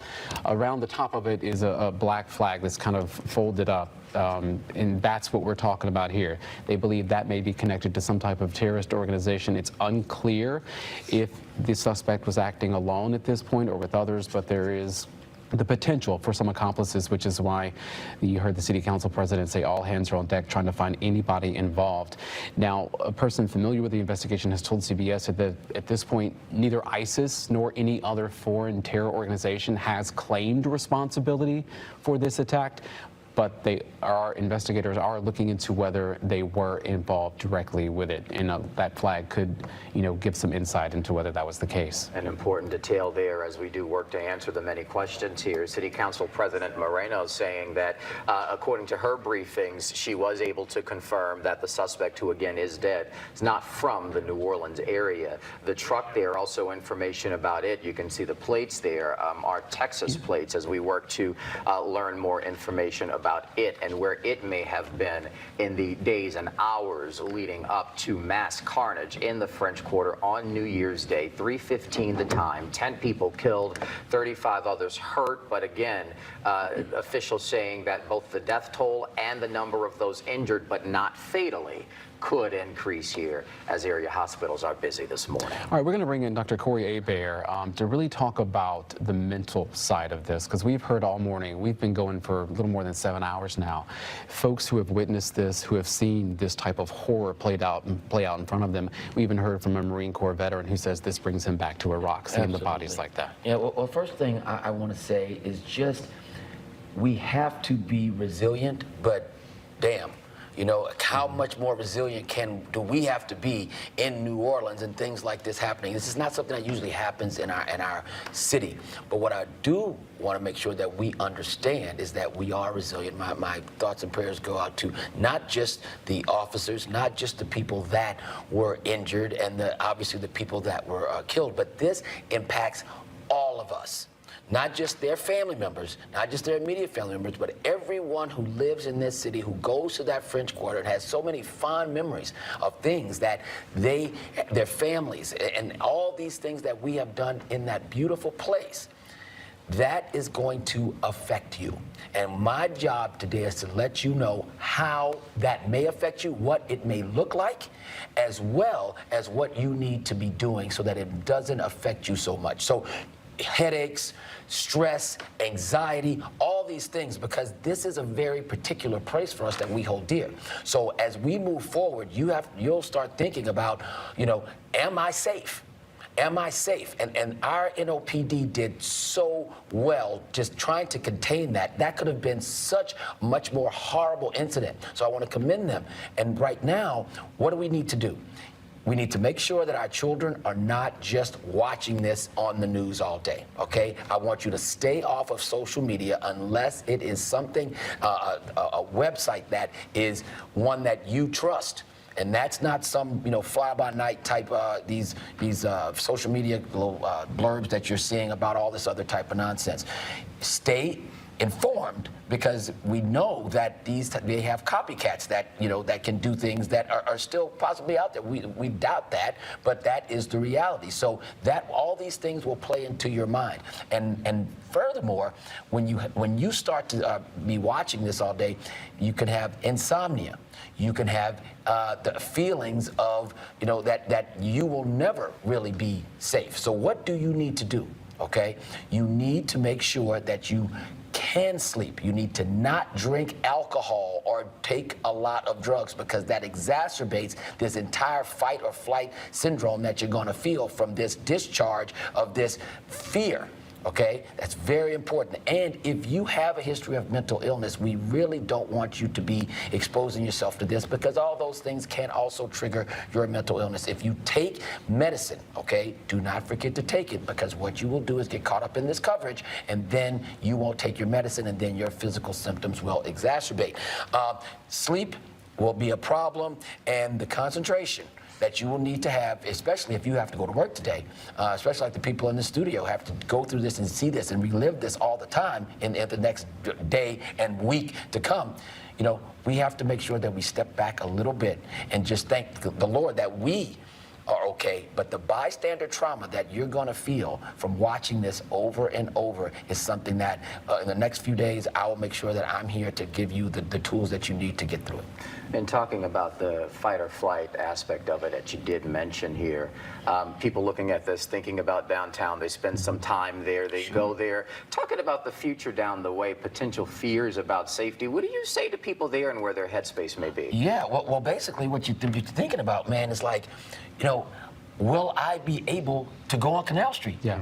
You know, because see, the thing that the Superintendent Kirkpatrick stressed here is that this was an intentional thing. Right. You see what I'm saying? So there's no way that our city or any other city can stop someone that's driving down Canal Street at any point, at any time, because on any Saturday night in any major city, there will be people walking around on major thoroughfares. There's no way. So that's why, you know, when you start thinking about, in reality, that part of you being safe or not, that's an overwhelming fear, because every time for a while you're going to be walking around, whether you're in this city or another city, you're going to feel like, is that car going to run into me? You know, these are the types of things that we have to live with now in this world, which is a shame. But the reality is that you have to stay vigilant. You know, I have a 10-year-old daughter, and I tell her all the time when we're walking around, and I hate that I have to tell her this, but I can't have her just lollygag and just, oh, let me look at all this stuff. And that's the time that we live in. She needs to be vigilant. And right now, in the next week or so, up until next week, I need people to be vigilant. Because if you see something, don't say, oh, it's probably all right. You need to say something. But don't immerse yourself in 24-hour coverage of this, because this is obviously a national story. You're going to be getting calls from all your friends around the country, which I have as well. Were you there? Are you okay? Don't rehash this every time someone calls you. Just say, you know, if you want to know what's happening, you can watch the news, but I don't want to retell this story, because every time I retell this story, it makes it very personal. But we will get through this, just like everything else we've gotten through. But like I said at the beginning, enough. Yeah. You know? What makes it really personal is that this has happened on our doorstep this time. And you kind of mentioned the ripple effects that something like this can have down the road, whether it's tomorrow, whether it's a week from now. I guess my question is, don't be afraid of those, correct? You have to welcome the fact that you know that these things can happen. But think about this. When you are going to French Quarter Fest next year, and you're standing on Bourbon Street or standing on one of these streets, that image is going to come back into your mind. And the more you watch it over and over, that image will return. And that is something that we have as a community, as a police force, as, you know, everyone that has to look at this all the time. We have to heal ourselves as a community. We've done it before, but we have to be very vigilant about that. And so we can't just sweep this under the rug like, you know, 2 months from now, it's like this is over. This is something, because, and see, if it happened, you know, some other place, or even some other place in the city, it wouldn't be as bad in my mind as far as our mental psyche as New Orleanians, because, you know, you may not go to a side street in Metairie as much as you might go to the French Quarter. And that's a personal attack. If you talk about New Orleans and someone, you know, addresses us and hurts us in our personal space, that's like somebody coming into your house. Right. And that's how personal we take this, and that's how personal you will have to bounce back from this. You bring up a good point, though, starting now in terms of maintaining your sense of self here is one thing to help you is getting those text messages, people asking about your well-being. You don't have to go into great detail about what's going on, because that is reliving the trauma every time you respond. That's correct. Because that's going to happen. And it's going to happen. It's been happening to me all morning, and it's going to happen. And what I need you to do, okay, is really just try to to exercise some wellness. If you don't know what wellness is, that's what I want you to be Googling right now. Go and look at wellness and mindfulness, because you have to stay in this moment. Don't start thinking about the past, because the past is over. Don't start thinking about the future, because it hasn't happened yet unless you can control it. So what can you control in this situation? Control, just like when we're preparing for hurricanes. What I always tell you, you control your variables, and that decreases your anxiety. So what are your variables that you can control? You can keep your door locked. You can make sure that you are not in these giant spaces if you start feeling anxiety. You have to do things that you can control, and that will decrease your anxiety for the present and also for the future. And that's the only thing that you can do, which is a sad state of our time.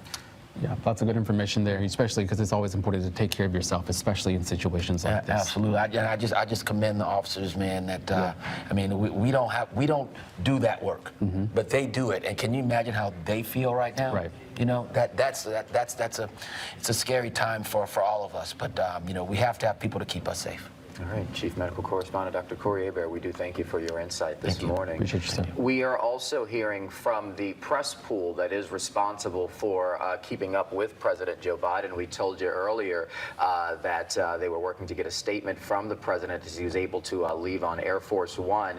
And we are hearing from the pool, the president saying that he doesn't want to talk about specifics about this situation, but that he has been briefed on the matter, and that his thoughts are with those who were hit, but we're still waiting to get more information from what reporters asked the president. Again, the president not answering specific questions about the identity of the driver of the truck, also any information about the suspect there. Again, waiting to hear more from that from investigators. A press briefing here locally, at least, set for 1 p.m. It was initially scheduled for 11, but it's been delayed now until 1 p.m. Can I add one more thing with that information?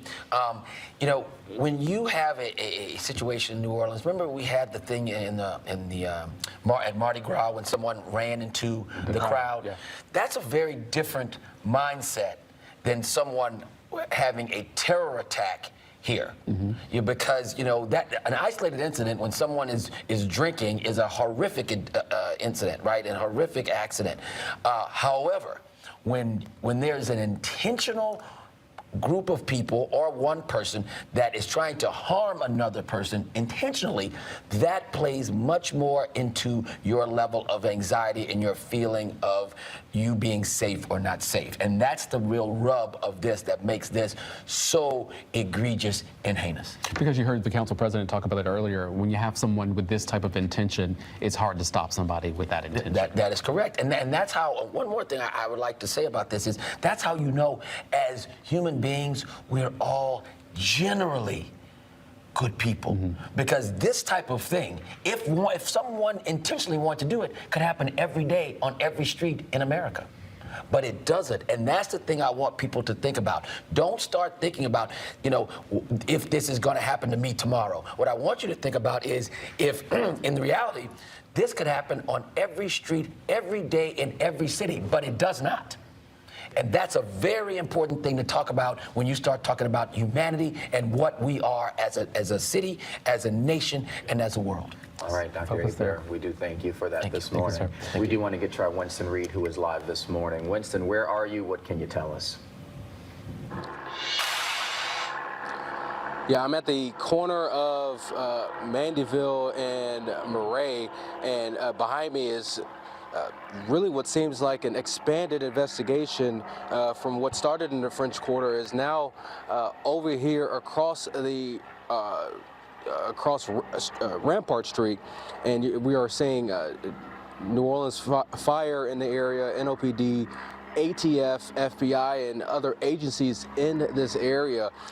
Neighbors did tell us that they believe that they saw a white truck in the area prior to. We have been watching our local affiliate WWL following the breaking news out of New Orleans, where at least 10 people are dead and dozens more injured after city officials say that a man intentionally drove a pickup truck into a crowd on a very busy Bourbon Street as people were ringing in the new year. Now, security sweeps are happening at the Superdome in New Orleans, where the Sugar Bowl will take place tonight in the college football playoff quarterfinal matchup between Notre Dame and Georgia. Now, here's what we know about what happened.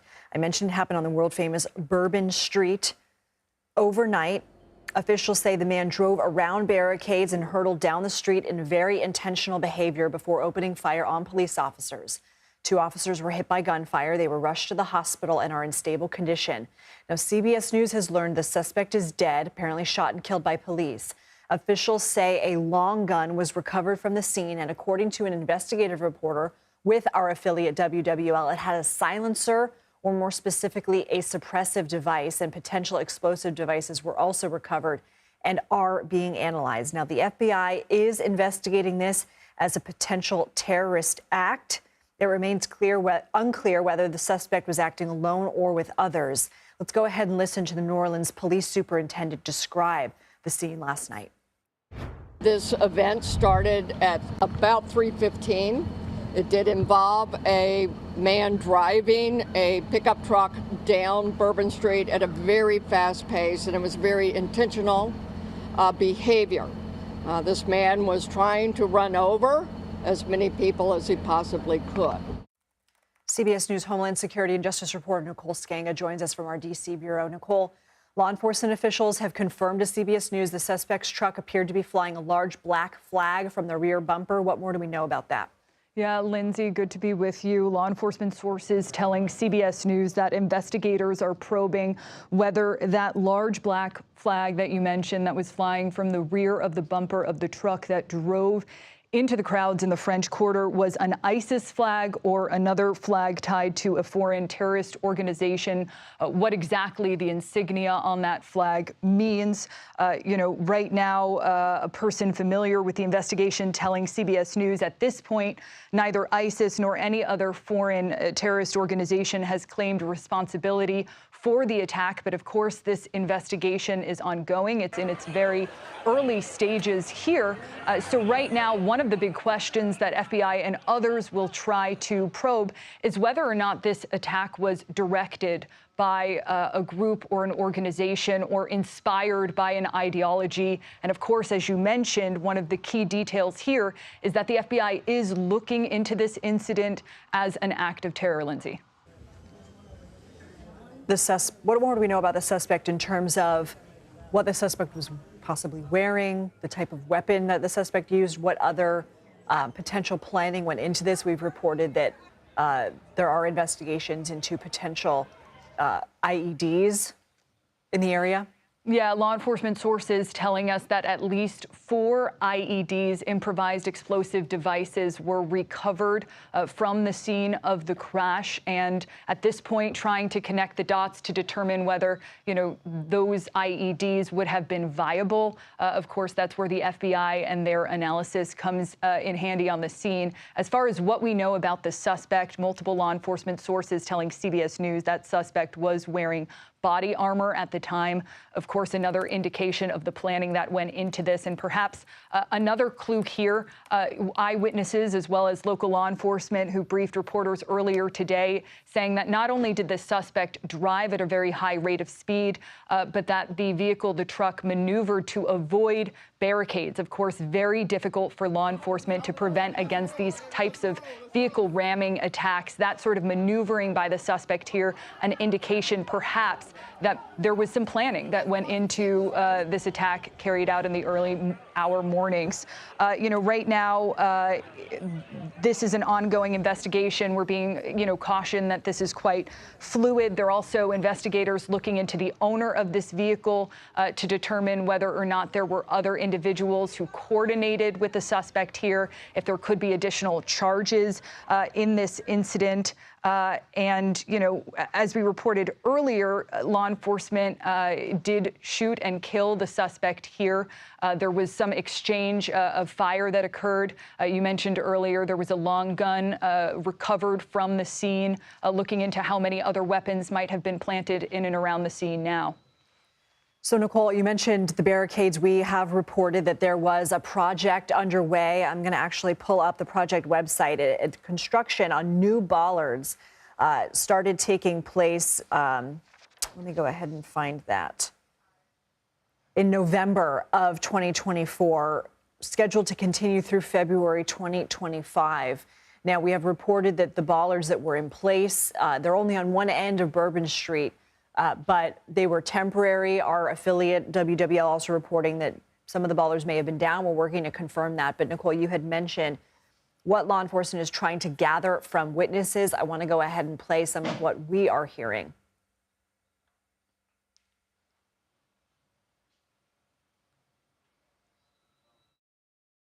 It was traveling at a very high rate of speed, and so we were in the middle of the road and managed to run off the road onto the sidewalk and into the doorway of a building for cover. We did hear gunfire, saw police running that direction. We stayed in the alcove until the gunfire stopped, came out into the street, and came across several people who had been hit. Wanted to see what we could do to help and administer any first aid. The people we came across were unfortunately deceased. Some harrowing moments there. We do know that law enforcement engaged the suspect with shots, that suspect was shot and is deceased. Nicole, there are many high-profile events taking place, not just in the near future in New Orleans, tonight. I mean, the Sugar Bowl is tonight at the Superdome. What steps are authorities taking to step up security? Yeah, this Sugar Bowl football game between the University of Georgia and Notre Dame taking place in New Orleans, and already there were additional law enforcement resources there, state police. It's fair to say that there might be even more resources tonight. Federal law enforcement officials, of course, on the ground, FBI, as we've been reporting.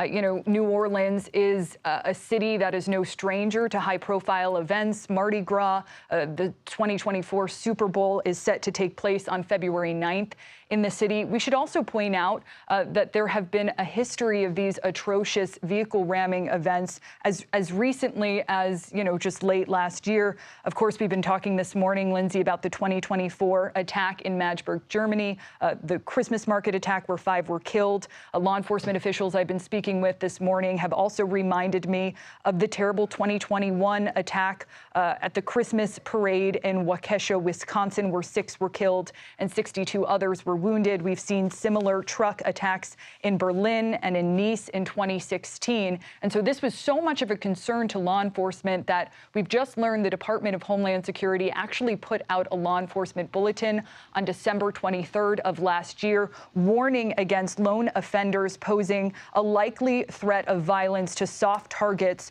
during the winter holidays. And if I can read to our viewers some of those warnings in this threat bulletin obtained by CBS News, it says that threat actors have employed vehicle ramming as a tactic in the United States in the past. It references that Waukesha, Wisconsin tragedy that occurred. It goes on to say that lone offenders are most likely to target publicly accessible places with perceived lower levels of security, including outdoor markets, parades, and other large gatherings or holiday events. It notes that lone offenders have historically used simple tactics such as edged weapons, firearms, or yes, vehicle ramming due to their ease of access, ability to inflict mass casualties, and lack of required training. And so it is an understatement to say that these kinds of vehicle ramming attacks were on the radar of local and federal law enforcement.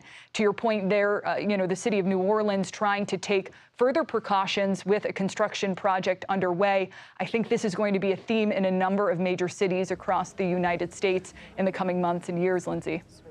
Nicole, as you've been talking, we did get some more information from our national security contributor, Sam Vinograd, who says federal law enforcement is investigating whether the vehicle was not the suspect's, meaning whether it belonged to someone else, possibly rented, possibly lent. What would be the significance of that, and how would law enforcement officials work to confirm that information? Well, it could point to further charges, Lindsay, if this vehicle, the owner of this vehicle knowingly lent this vehicle to the suspect here, if they were aware of any, plans related to this horrific incident if the suspect here had leaked any information about their intentions, or if there was negligence in sort of checking out, the background of this individual before allowing them, access to this truck. We have also mentioned earlier on this broadcast, but it should be noted that investigators are looking into what sort of symbols or ideology were added to the vehicle in the run-up to this event. So, of course, that black flag, investigators looking into whether or not it was an ISIS flag that was adhered to the bumper of this truck, although at this point, too early to say whether or not, that belonged to the owner of the truck or not. But, of course, right now, too early for anyone to, with the FBI or with police, to rule out another suspect here. We know that the driver of the vehicle is deceased. But there could be other charges or maybe other information we could get about the motive. So often when, the suspect or the driver is deceased, it becomes a little more challenging for law enforcement to piece things together. Perhaps if someone else was aware of these plans, we could have more answers, particularly for the families who are now grieving the loss of these 10 individuals today. Right. Nicole Skanga, thank you. I want to go to CBS News senior White House and political correspondent Ed O'Keefe, who joins us now from West Palm Beach, Florida. Ed, what are we hearing from the White House? Lindsay, the president has left his Wilmington, Delaware home and is now en route to Camp David. Before he took off from Wilmington, Delaware to Camp David, he spoke with reporters briefly. We should play what he had to say. I've contacted every agency in the federal government as well as the state. They're all coordinating to get to the bare facts. We know what the facts are. Can you say if you're a foreigner or if he was a domestic? I'm not going to say anything until I get all the facts in front of me. Has the suspect been identified? Again, I'm not going to comment until I speak to the group later. I've spoken to every member of the agency, from the CIA to our national security team, to our FBI, NSC. And we're gathering all the, and I spent a lot of time with the government, with the mayor. What was your reaction when you heard what happened? Well, the reaction was one of anger and frustration. Thank you. The president also told those reporters he would likely speak later today, so that means he'll speak from Camp David. That he is speaking out on this at all, especially on a holiday, is a signal of how serious this situation is being treated by his administration as it works with Louisiana and New Orleans officials to sort out what exactly happened. We also heard very early this morning, Lindsay, when the mayor first spoke to local reporters in New Orleans, that she'd already been in touch with the White House. That was Homeland Security officials in touch with her. The president has spoken with the mayor of New Orleans, and as you heard him say there, he's directed all agencies. The fact that he says the CIA as well as Homeland Security to be involved in this, which signals that they are investigating whether or not this was indeed some kind of international terrorist-related incident, or someone perhaps who was inspired by other attacks like this, like the Christmas market attack in Germany a few weeks ago. So he's at Camp David. We'll likely hear from him again later. Here in West Palm Beach, where President-elect Trump, of course, lives and is working on his transition before moving back up to Washington. He's at his golf course right now, but a little while ago had issued a statement through his Truth Social platform saying, in part, our hearts are with all of the innocent victims and their loved ones, including the brave officers of the New Orleans Police Department. The Trump administration will fully support the city of New Orleans as they investigate and recover from this act of pure evil. But what you also see there at the top of that message is him essentially saying, I told you so, talking about how criminals have been coming into the country and inferring that this may be somebody who has come from outside the United States to commit this act. We don't know that yet. And we also don't know, Lindsay, whether perhaps he has already been briefed on information suggesting that the suspect is from outside the United States, a foreign national of some kind. So notable that he's once again putting out this kind of information when we don't know whether or not the suspect is indeed either American, a foreigner, influenced by a foreign entity, a lone wolf, any of that. But almost instantly putting out that kind of a statement.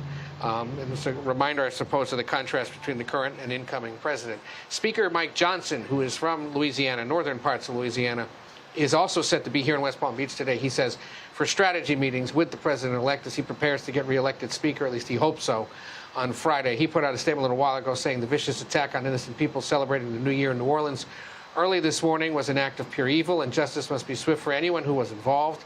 Please join us in praying for the victims, their families, and the first responders and investigators on the scene. One of his lieutenants in the House Republican leadership is, of course, Steve Scalise, who is from Metro New Orleans. He, too, calling for prayers and monitoring the situation. So you better believe that this one will get close observation from senior lawmakers, given the two of them are in Republican leadership in the House. But, Lindsay, the other thing we're trying to sort out from here, and there are indications this is happening, as it has been for several weeks, is whether the Trump transition team dealing with national security and homeland security issues is in fact being briefed or being kept up to speed in tandem with the National Security Council, the Homeland Security team up in Washington, as part of the agreement to make sure that the incoming and the outgoing administrations would be working together in tandem on these kinds of things. This is perhaps no greater exercise for the outgoing and the incoming to be working together and be aware of the situation, even though ultimately it'll be up to the Biden administration in these closing days of that administration to figure out what exactly to do in response if there needs to be one. Ed O'Keefe, thank you so much. I'm sure we'll be talking to you throughout the afternoon. CBS News national security contributor Sam Vinograd joins us now. And Sam, I understand, well, you broke some news for CBS News as well. Can you tell us what you're learning from your sources about the vehicle? Yes, I'm learning that the vehicle may not have belonged to the actual suspect. So there has been a lot of theorizing on social media about whether this vehicle crossed the southern border at some point and what its origins were. But at this point, we are not able to confirm that the vehicle actually belonged to the suspect. So naturally, law enforcement at this time is tracing the registration on the vehicle and looking at who the actual owner is. It's very possible that this vehicle was stolen or rented or lent by someone. Right now, that is all being done through a centralized structure that the FBI is overseeing, with the FBI being the lead in these investigations, and I've worked a ton of them with the Bureau. There is now a structure in place whereby federal, state, and local officials are coordinating on every aspect of this investigation, Lindsay. The FBI is leading, but state and local authorities are going to be working the scene, collaborating with the FBI, and gathering as much information as possible about the vehicle, about the weapon, and about the suspect himself. Sam, CBS News has also learned the truck that plowed through the crowd appeared to be flying a large black flag from the rear bumper. This is according to CBS News reviews of images of the truck. And law enforcement sources tell CBS News investigators are probing whether the flag is an ISIS flag or possibly tied to another foreign terror organization. We also know it remains unclear if this person acted alone or with others. And a person familiar with the investigation told CBS News at this point, neither ISIS nor any other foreign terror organization has claimed responsibility for the attack. But what will law enforcement be doing, both in terms of analyzing this flag and analyzing what other information they can glean from this suspect about a possible motive? Well, I will tell you, as part of any terrorism-related investigation, authorities typically work to see whether there's any foreign terrorism nexus or any domestic terrorism nexus. That can be either that a suspect was directly in touch with the terrorist organization, foreign or domestic, or inspired by them. I will note that there have been a series of ISIS-inspired vehicular attacks in the past, so this does have the trademarks of ISIS-inspired and ISIS-directed tactics. At the same time, we don't yet know whether this was actually an ISIS flag, but we understand law enforcement is investigating that. But it is routine as part of a terrorism investigation for authorities to look for whether there is any terrorism-related nexus to a foreign terrorist organization or a domestic terrorist organization. They certainly do that based on any paraphernalia, insignia, language that's on the suspect's person, the suspect's assets, the suspect's vehicle, at the suspect's residence or where the suspect was staying, in addition to scrubbing the suspect's social media and devices, including their phone. So that is all likely underway. Of course, if there was a flag with ISIS emblems or ISIS rhetoric on there, that would certainly be a very significant clue, but we're still waiting to confirm that detail. And Sam, I'm just going to ask you about some more information that we're getting into our newsroom. So two sources familiar with the investigation tell CBS News the deceased suspect was wearing body armor. And an investigative reporter with our affiliate WWL confirms from scene sources that the gun described as a long gun had a silencer, or more specifically, a suppressive device. What do those two facts tell you? Those two facts really solidify the notion that this individual pre-planned this attack. This was not a spur-of-the-moment, spontaneous action by the suspect. The suspect had a weapon, or many weapons, a vehicle, and at least one gun, and we're hearing as well improvised explosive devices, and body armor, such that the suspect could essentially do as much damage as possible while shielding himself from any incoming fire. So all of these details point to the fact that this was a carefully planned attack. I will be waiting to hear whether we learn if the suspect visited the site prior to the attack itself to scope the scene, to try to ascertain how to get around vehicular barriers, how to try to evade law enforcement. But overall, this looks like a premeditated and carefully planned attack. What we don't know is if this individual acted alone, had any accomplices, any co-conspirators, and whether there are any other attacks that may be related that are due to unfold in the coming hours. So while authorities work to neutralize the threat from this attack, they are likely trying to ascertain whether there are any related threats and whether the suspect was in touch with anyone else directly, and or whether this attack could inspire others to act as well in copycat attacks. To that particular point you just said, whether the suspect acted with anybody, how will law enforcement begin to glean that information?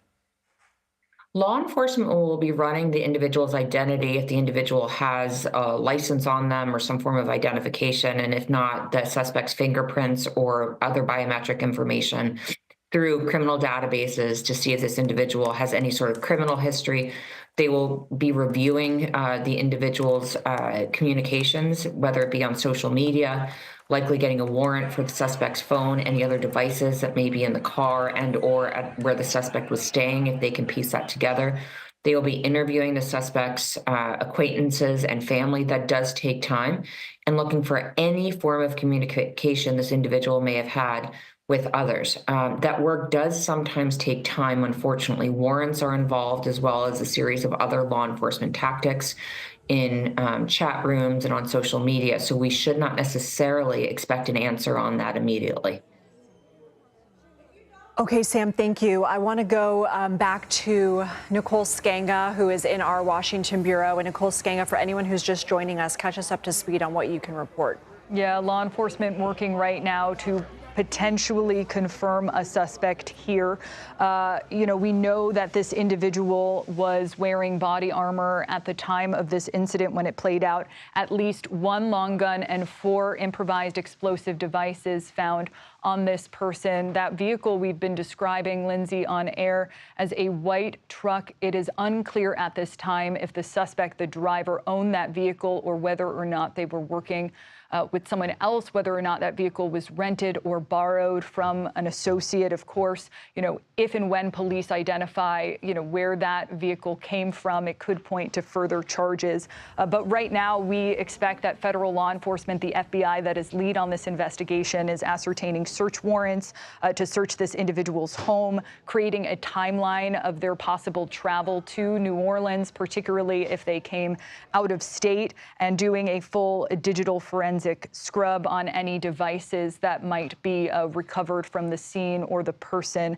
At this point, too early to say whether or not this individual acted alone, but so often in some of these attacks, there are family, friends, associates who might know of, concerning behavior, whether it is, gathering of possible, chemical or other types of incendiary devices, gathering of weapons. It seems here like an extraordinary level of premeditation that Sam was pointing to, and some level of sophistication of this attack.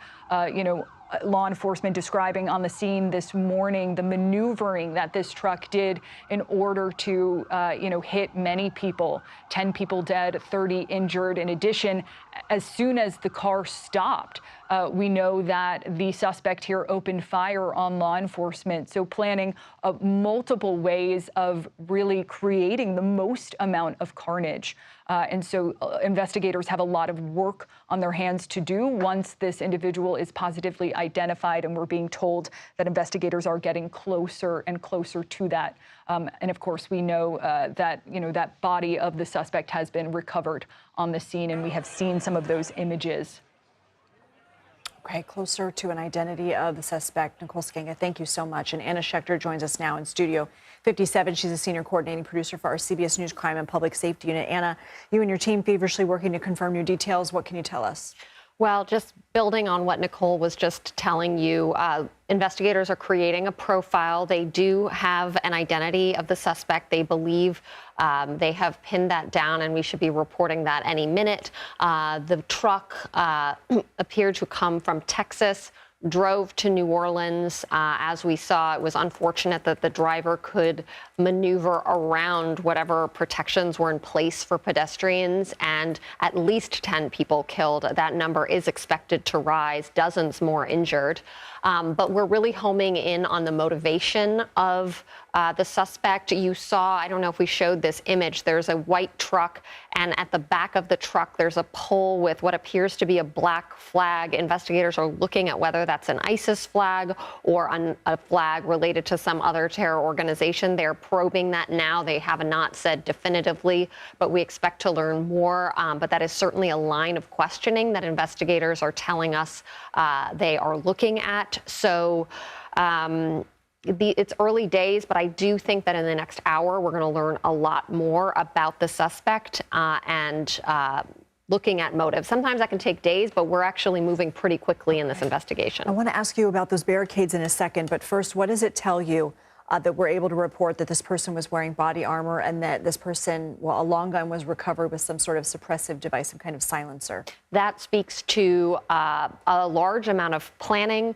tactical experience. That speaks to a premeditation that would take a long time to think about. There were also multiple explosive devices recovered from the vehicle. So this speaks to premeditation, planning, tactical experience at some level to be able to, get a device that acts as a silencer on a long gun, have parts of an explosive device or those actual explosive devices. It appears our sourcing says explosive devices, not just one.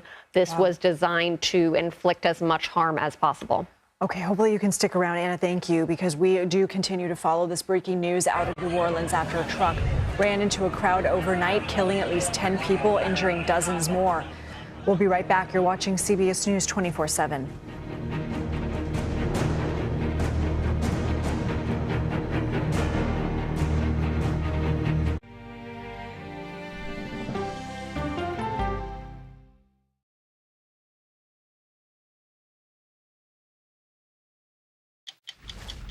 "60 Minutes takes you to Paris for the unveiling of the restored Cathedral of Notre Dame. It resisted to 2 world wars. This is a message of achievement. How did America help? You'll be surprised as you get a tour like no other.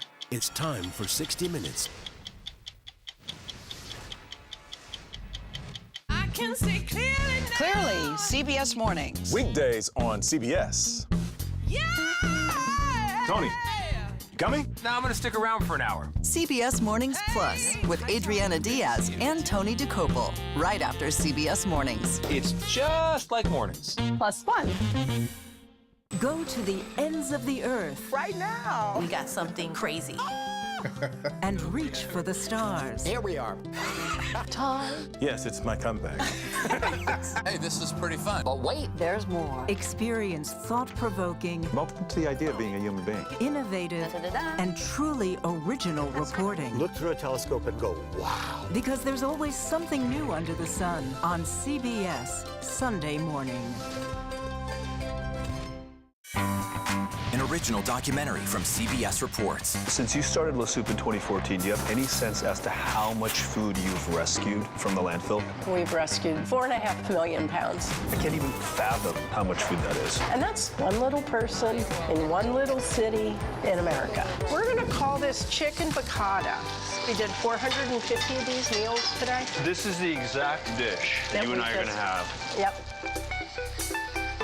Oh, really good. Is it good? Mm-hmm. Having a plan of how to keep people fed should be in every single city. So if we eliminated food waste, could we eliminate hunger? Yes. Eating Trash, now streaming on the free CBS News app.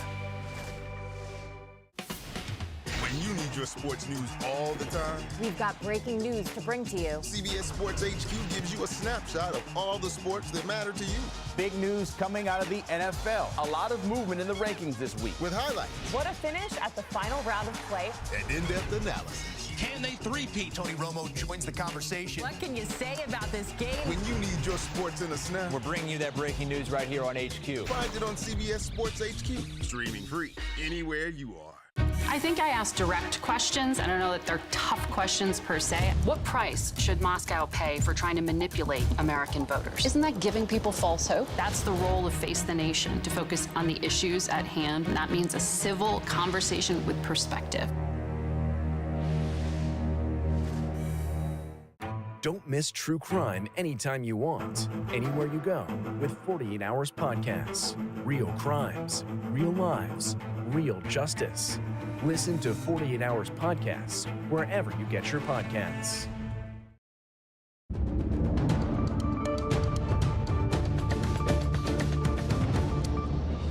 Hi, everyone, and thanks for joining us here on CBS News 24/7. I'm Lindsay Reiser, and we are following breaking news out of New Orleans. At least 10 people are dead and dozens more injured after city officials say a man intentionally drove a pickup truck into a crowd of people. This happened on the world-famous Bourbon Street overnight as people were celebrating the new year. It was around 3:15 in the morning local time. Officials say the man drove around barricades and hurtled down the street in very intentional behavior before opening fire on police officers. 2 officers were hit by gunfire. They are in stable condition in the hospital. CBS News has learned the suspect is dead, shot and killed by police.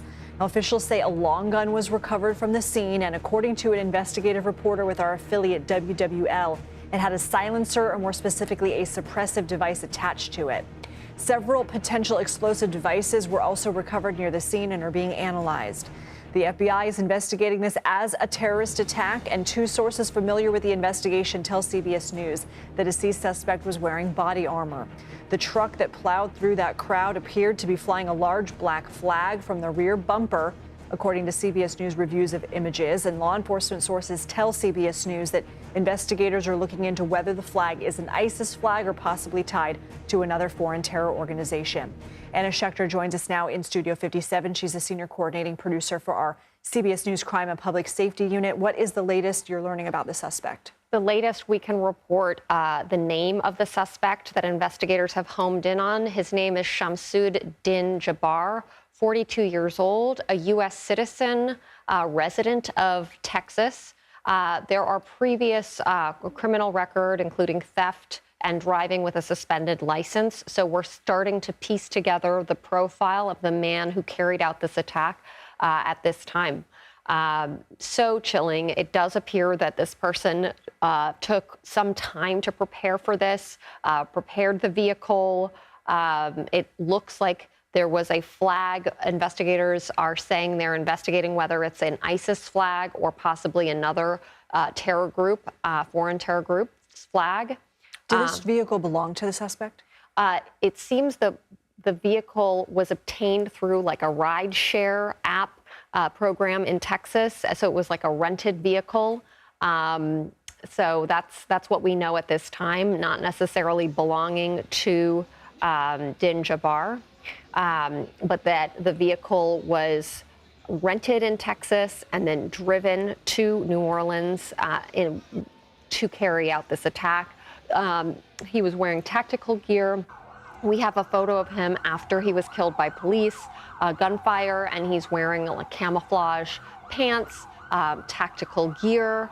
According to law enforcement sources, the long gun that he had a device that acts as a silencer. So all of this points to premeditation and a will to carry out an attack that would inflict as much carnage as possible. And this suspect did open fire when that truck stopped, right? What can you tell us about that? That's right. So as the truck was ramming through people, the suspect opened fire.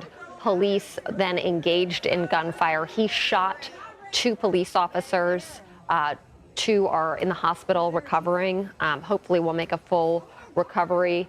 And then he was shot and killed by law enforcement. I don't know if it's clear or not, but was the suspect shooting while the vehicle was still in motion?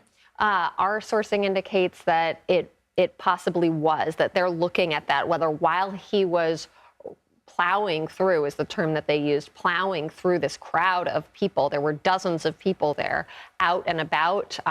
It was New Year's Eve or just after New Year's in the early hours of the morning.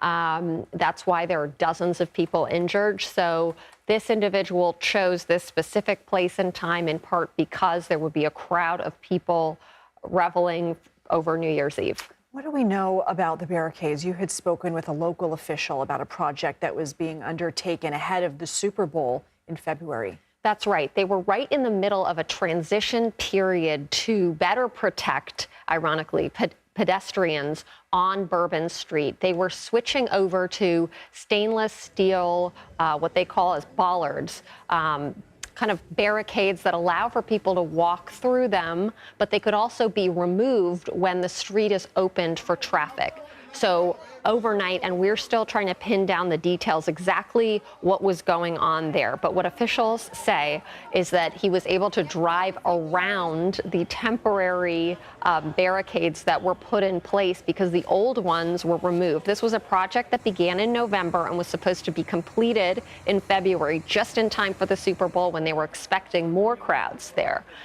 So that is certainly an area of investigation. And did the suspect exploit this potential weakness in the system, and might more lives have been saved had there been larger and more stable structures in place? So sad, because after the vehicle plowed through the Christmas market in Magdeburg, Germany on December 20th, we were talking about how, they had barricades, but these events, they're not foolproof, that somebody with a will can find a way to get in and inflict the most damage as possible. What are the next steps in this investigation? What questions are you asking? Well, we've jumped over a big hurdle in identifying the suspect. Of course, motive is key right now.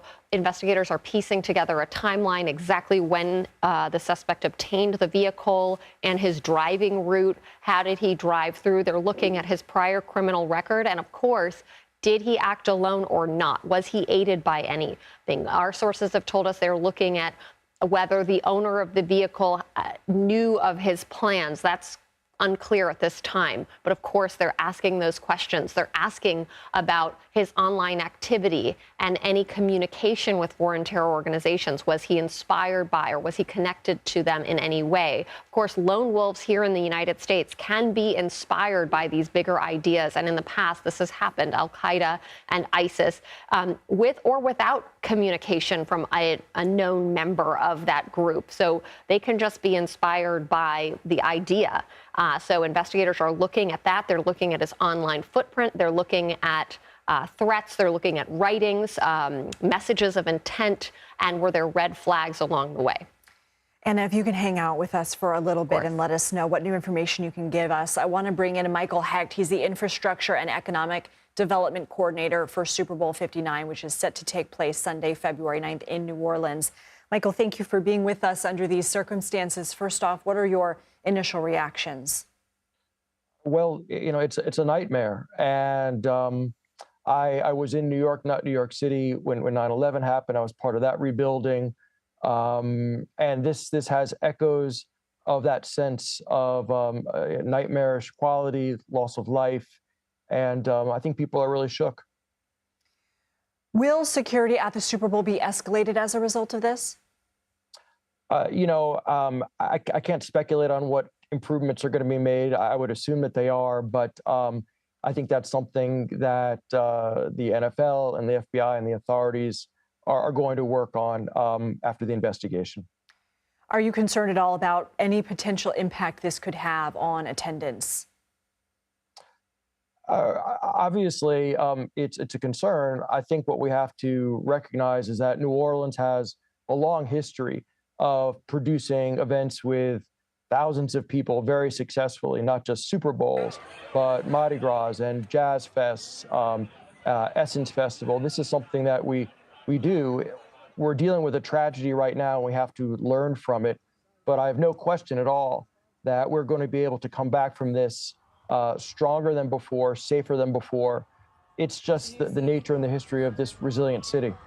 Are you confident that the French Quarter will be able to open for the Super Bowl festivities with potential additional security measures? Yes, I have all the confidence in everybody who's involved in this, the FBI, the state police, NOPD.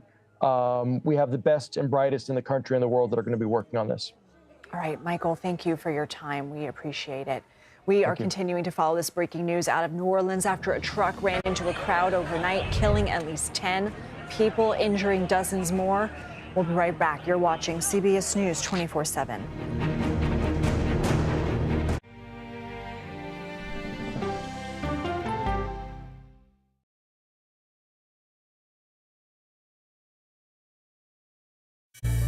An original documentary from CBS reports. It was genocide, a deliberate effort by the United States government to eliminate the food source that was relied upon by Native American tribes.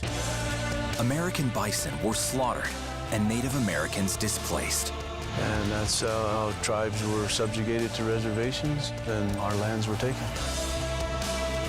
But now, through conservation efforts at Yellowstone, Buffalo provided everything that we needed. Now they need help. a herd grows. We need to step up and help them. And a culture is reborn. When the buffalo return and come back, that's when our tribe will begin to heal.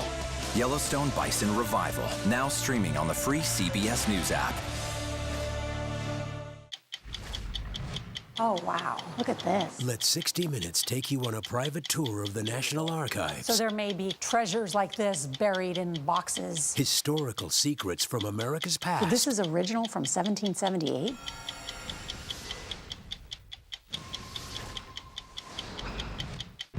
This case. It's like a screenplay, something straight out of Hollywood. But it's not fiction. It's 48 hours. Human remains found this week. 4 families shattered. There's no physical evidence. The mystery would haunt investigators for years. There's some questions that have to be asked and need to be answered. Like a John Grisham novel. A gripping true crime original. 48 hours. Now streaming on the free CBS News app. When you wake up in the morning, we want to be your go-to team. On our places. Bright, shiny faces. Nate has one of the quickest minds I've ever seen. Put me in the game, coach. Tony has a way of making people feel comfortable. The best interviews feel like it's just a conversation with a neighbor. Hey. Gail has this unbelievable knack to ask a question that is the question that you're asking at home. I've been told I could talk to a tree, and that's pretty much true. I don't go to work in the morning. I go for coffee with my 2 good friends, and we talk about the world. Your morning routine just got better. CBS Mornings, weekdays at 7. I'll see you in the morning. Listening to how someone explains themselves is so key to understanding their perspective. The grief of losing a child is immense. You can't breathe. After decades of the war on drugs, things have only gotten worse. Every shipment of fentanyl is a ticking time bomb. 50 times more powerful than heroin. CBS Reports goes deep into Mexico. What is your role in the Sinaloa cartel? To find out why the cartels keep getting stronger and wealthier. This is a war, but we're not fighting it. Our citizens are dying. Funding Cartels, now streaming on the free CBS News app. We are continuing to follow breaking news out of New Orleans. City officials say a truck slammed into a crowd along world-famous Bourbon Street overnight in the city's French Quarter. 10 people were killed and dozens more hurt in the middle of New Year's Eve celebrations. The FBI says the driver of the truck is also dead after a firefight with police. He has been identified, according to federal law enforcement sources to CBS News, as Shamsuddin Jabbar, a U.S. citizen who lived in Texas. He had previous criminal reports of theft and driving with a suspended license. Law enforcement sources say a long gun was recovered at the scene, and our affiliate WWL is reporting that was equipped with a silencer. We can also report that he was wearing body armor at the time. I want to go to CBS News congressional correspondent Scott McFarland in our D.C. bureau. Scott, what else can you tell us about what new information we have coming in about what happened and who this person is? Yeah, let's start with the top line information from the FBI, that they are leading this investigation as a terrorism investigation. And according to our latest CBS News reporting, images we've reviewed from the scene show a black flag attached to the truck used in this attack. And there's an investigation as to whether that's a flag associated with ISIS or a different extremist group. But our reporting is that ISIS nor any other extremist group has not claimed responsibility for any attack today. We also know that there is a concern moving forward about what to do with tonight's Sugar Bowl in New Orleans. We're expecting a 2 p.m. Eastern, 1 p.m. New Orleans time press conference with local authorities. Perhaps they'll update what the security regimen will be, if it will change at all for the Sugar Bowl, if any other adjustments are going to be made. But just as a reminder, the Sugar Bowl is a major sporting event in America in any year. And this year, there's added importance to the game in terms of football. So the crowd size is expected to be massive. Tens of thousands of people, if not more, gathered around the Superdome for the Sugar Bowl tonight. Then, of course, there's a Super Bowl in New Orleans in February, which is a national federal homeland security, national security event with an enormous security apparatus around it. There have been concerns, ongoing concerns in New Orleans about the threat of mass casualty attacks with a vehicle in the French Quarter, including on Bourbon Street. A CBS News review of city records and memos shows in 2017, they discussed possibly further limiting vehicular traffic in that area to prevent mass casualty events. But the city Public Works Department in its memo also acknowledged that many of the businesses and homeowners nearby wanted to keep some vehicular traffic to ensure the businesses continued to thrive.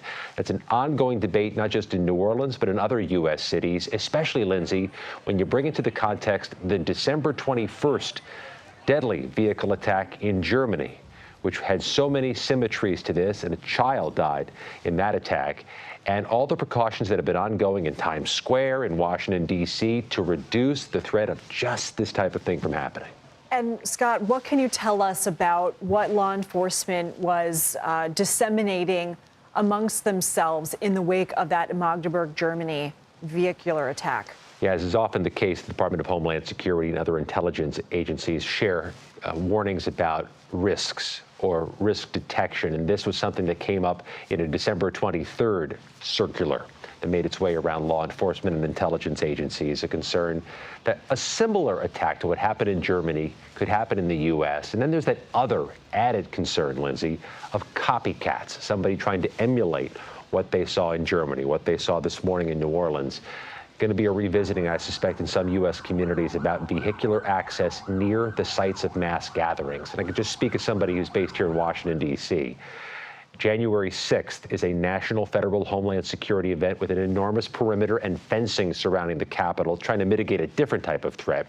But Inauguration Day is 2 weeks later, with a crowd likely to measure hundreds of thousands. And I can tell you from having covered a handful of inaugurations before, those crowds fill the streets to get to the Capitol, streets that are open to vehicular traffic. We've put in requests to the D.C., Capitol, and other law enforcement agencies in Washington to see if they're going to change any of their parameters and protocols ahead of January 20th. Scott, you had mentioned a 2017 memo from the Public Works Department in New Orleans about the barricades and the bollard situation, but you also have information about a new project to fortify them ahead of the Super Bowl. What can you tell us about that? Yeah, that project could be done before Super Bowl Sunday. It could be done as early as the first days of February 2025 now, to upgrade the bollards, to make them more efficient, potentially more effective, to make them more modern. This is a project that had any different number of motivations, according to the paperwork reviewed by CBS News, not strictly for security, but also for upgrading and updating. But that was a project that was underway in New Orleans, according to our CBS News review of city memos. All right, Scott, thank you so much. CBS News political reporter Libby Cathy is in West Palm Beach, Florida. Libby, how is the White House responding? Yeah, Lindsay, President Joe Biden spoke to reporters about an hour ago. He said he is in contact with every federal agency as the federal government responds to this attack. Now, as we've identified the suspect, now he did not answer questions about that suspect's identity. I believe we have some sound. We can go to that and see what President Joe Biden told reporters last hour about this attack.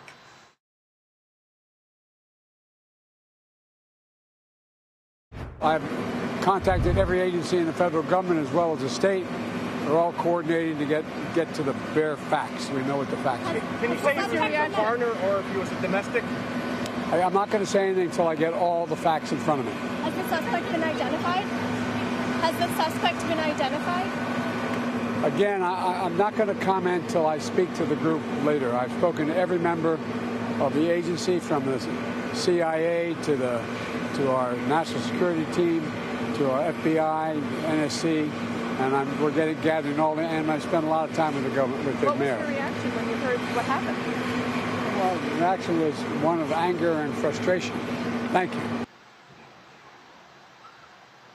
Now, that was last hour, and President Joe Biden did say that he would be speaking again today, or as he's in contact with the federal government, that more details would be shared. I also want to share with you what we've heard from President-elect Donald Trump, who is in West Palm Beach, we believe at his golf club after his annual New Year's Eve bash last night. He posted on Truth Social about this. I want to go exactly to what he said.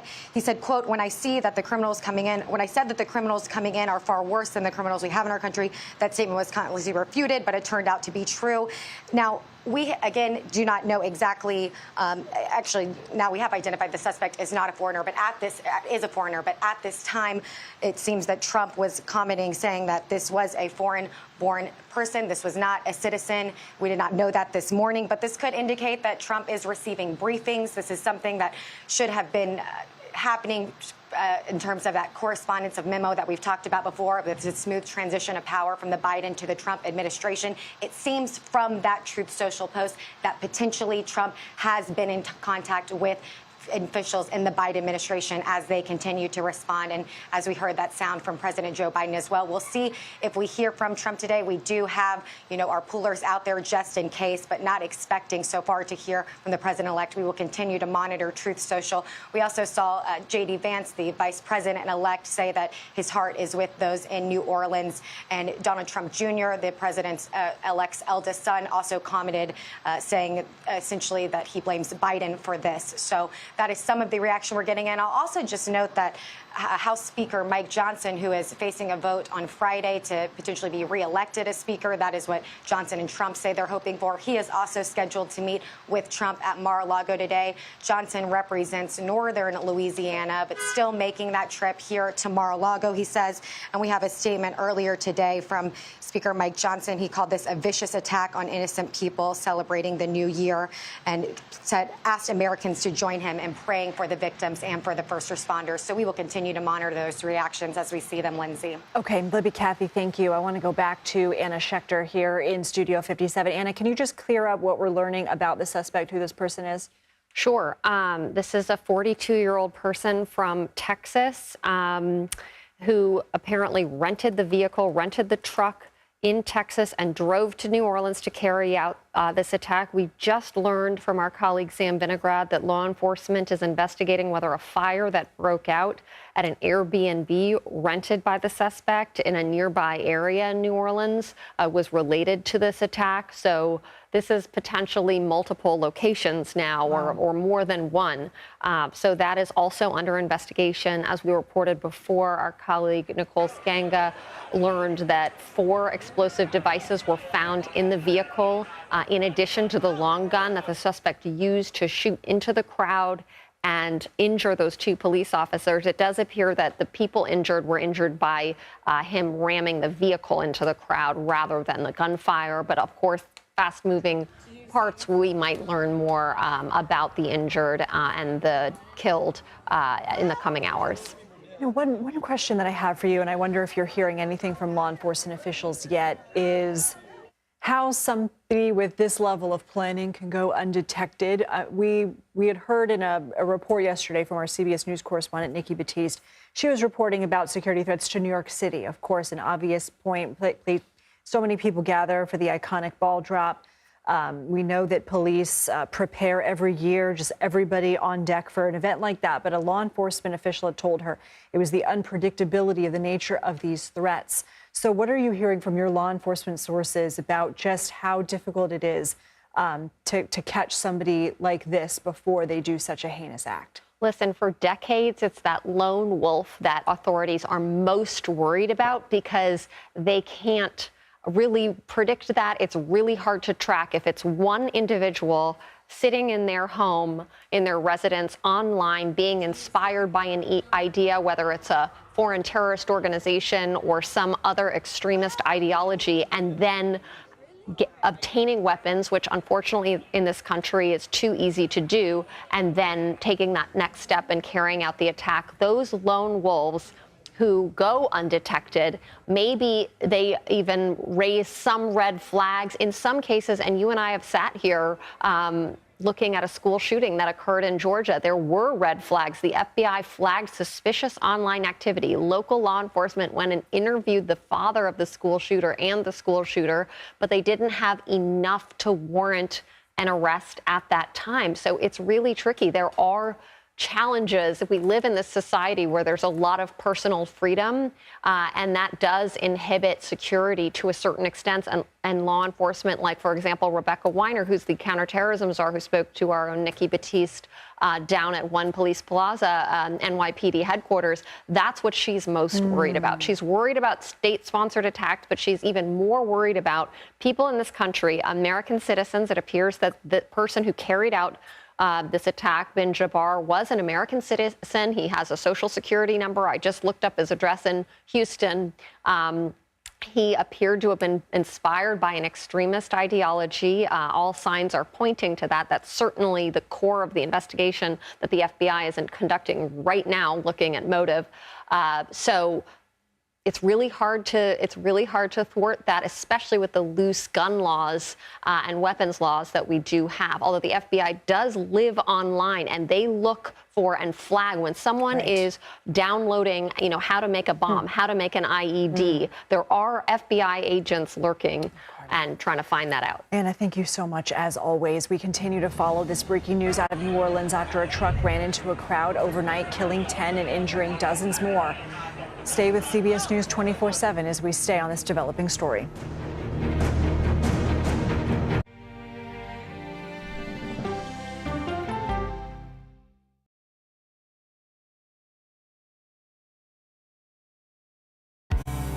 An original documentary from CBS Reports. That desired farm is a wonderful place to raise children, and it still is. Promises broken. Black Americans have been the target of racism and discrimination pretty much from the time they acquired ownership in the land. Costing black farmers hundreds of billions in generational wealth. They did everything to make sure we were run off that land. But communities are uniting to continue the fight. Collective ownership is powerful. To keep their land and their dreams alive. To watch my children play on land that we own means everything. So land is power. Most definitely. 40 Acres and a Mule, now streaming on the free CBS News app. Go to the ends of the earth. Reach for the stars. Yeah, I just took off. That kind of thing. Oh, that's pretty good. Because there's always something new under the sun on CBS Sunday morning. I can see clearly now. Clearly, CBS Mornings. Weekdays on CBS. Yeah! Tony, coming? No, I'm going to stick around for an hour. CBS Mornings Plus with Adriana Diaz and Tony DeCopel, right after CBS Mornings. It's just like mornings. Plus fun. Oh, yeah, it's gonna be a bright, sunshiny day.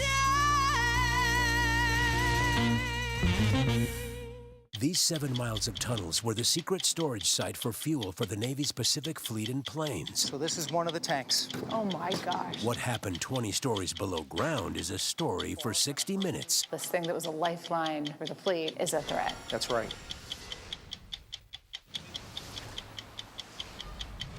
I'm Erin Moriarty of 48 Hours, and of all the cases I've covered, this is the one that troubles me most. Listen to Murder in the Orange Grove, the troubled case against Crosley Green, wherever you get your podcasts. An original documentary from CBS Reports. AI is among the most world-changing technologies ever. Curing diseases, scientific breakthroughs, making lives better. They can help us with medical discovery, scientific discoveries, doing better agriculture, having cures for things like Alzheimer's. It's also going to really transform the way we work. The uplifting potential of artificial intelligence is limitless. It gives you a friend, somebody to chat with 24/7. that is non-judgmental. He makes me feel loved and desired. And so are its downfalls. The problem with all this AI is that it's unpredictable and uncontrollable. The choices we make now will have lasting effects for decades, maybe even centuries. The ChatGPT revolution, now streaming on the free CBS News app. Sunday morning, a visit with the Wayans at Papa's house, plus affairs of state with the diplomat, and in praise of pigeons. Listen for the trumpet. Remembering President Jimmy Carter, continuing coverage on CBS News. The CBS News original 60 Minutes opens its archives. Pretty loose for a Friday night. Yeah, well, I mean, it's not my first show. With moments you haven't heard before. It's almost more fun that way when you have something to prove. Listen to 60 Minutes, a second look, wherever you get your podcast.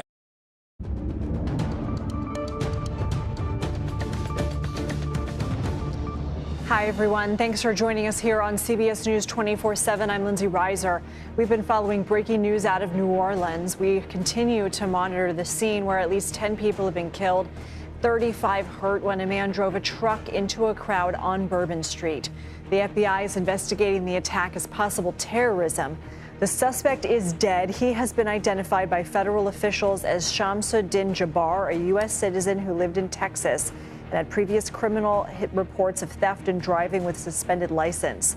Our New Orleans affiliate WWL is covering this story. Let's join them.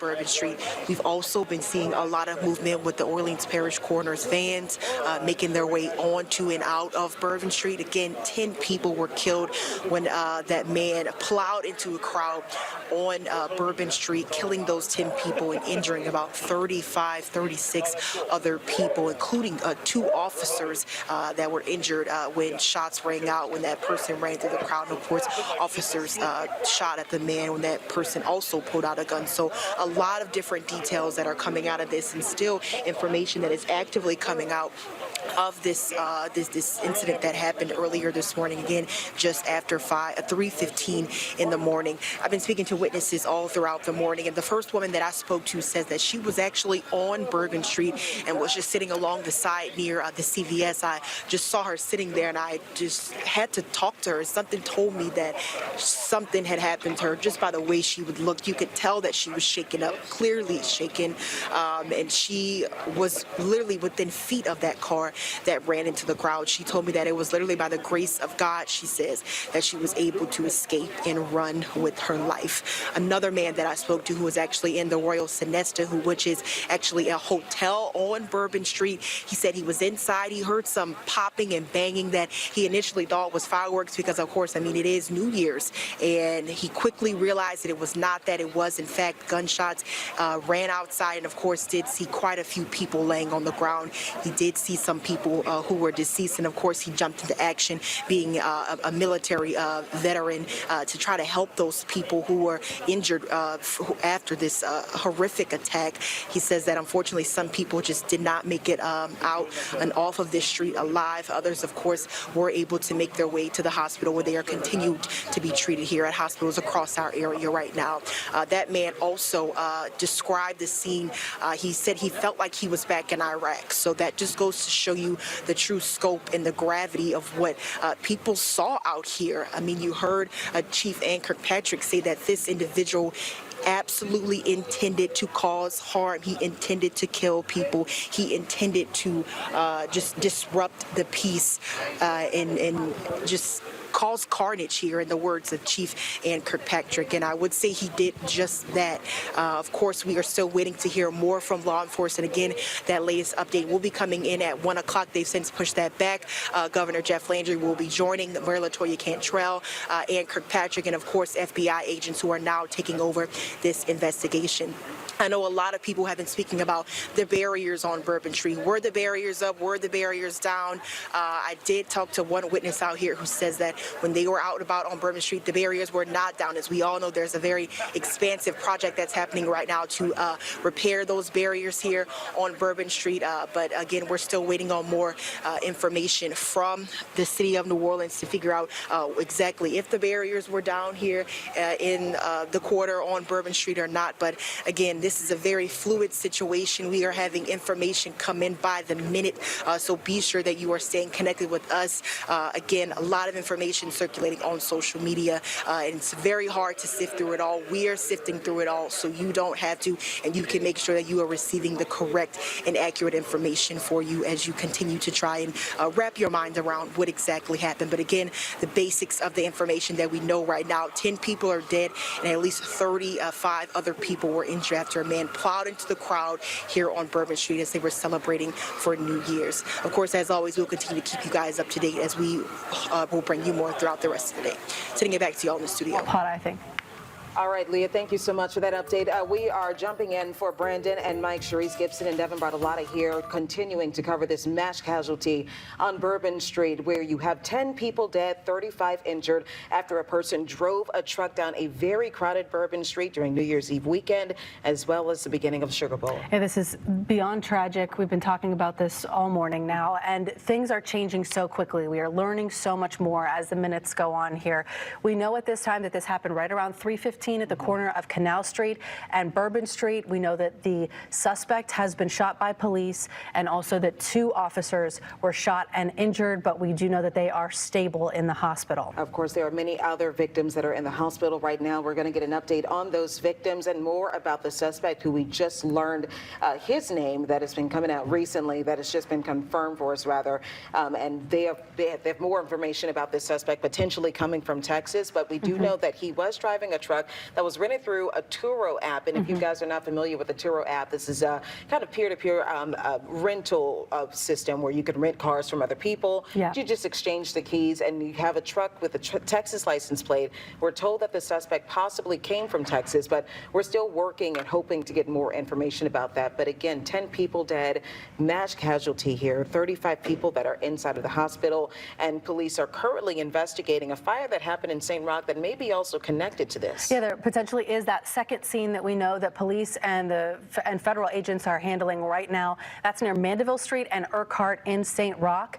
We're told that the FBI and the ATF are there with canines, and that some people have been told to evacuate homes near that area. In addition, law enforcement has swept several properties in the French Quarter, some of them after suspicion, some of them as a precaution. That includes the St. Roch Market, the French Market, the Colonnade Shops, and Café du Monde. Again, some of them because there was some suspicion there, some of them just as a precautionary measure. Yeah, we heard from our David Hammer a little bit earlier, one of our chief investigators, telling us a little bit more information about the potential IEDs that were found. They said they did detonate devices that they weren't necessarily clear was an explosive device, but out of necessary precaution, obviously wanted to detonate those devices as they investigate. So this calls into question if there will be any more closures within the French Quarter. We do know that right now New Orleans Police Department is saying that people should avoid the French Quarter as they continue through this investigation. And of course, this is very early, and now that we do have a suspect and we do have people who are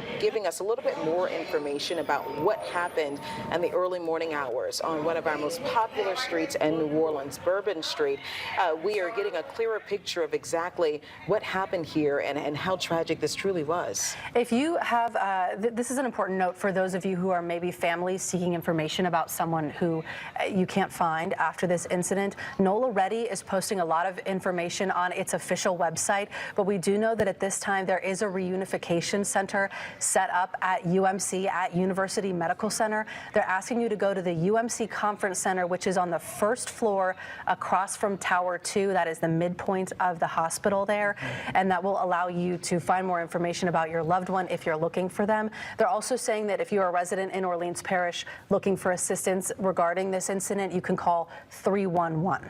And we, of course, mentioned that the suspect has been identified as 42-year-old Shamsud Den Jabbar. This is according to NOLA.com and our sources with CBS News as well, that this suspect, again, 42-year-old Shamsud Den Jabbar, not necessarily clear on that suspect's first name, but of course that might possibly change. Now, we do have today the Allstate State Sugar Bowl. Of course, we know New Year's Eve is a huge tourist attraction to New Orleans, especially with people, revelers on Bourbon Street going into the early morning hours. Bourbon Street is a street where people, at any time of the day, you may find a lot of people, but especially people there who go from the New Year's Eve celebrations right into the Sugar Bowl. As far as we know, and as far as we've heard from the Sugar Bowl committee is planning to continue with that game today, but there are sweeps that are happening at the Superdome, obviously out of precaution because we have a number of people that are in town.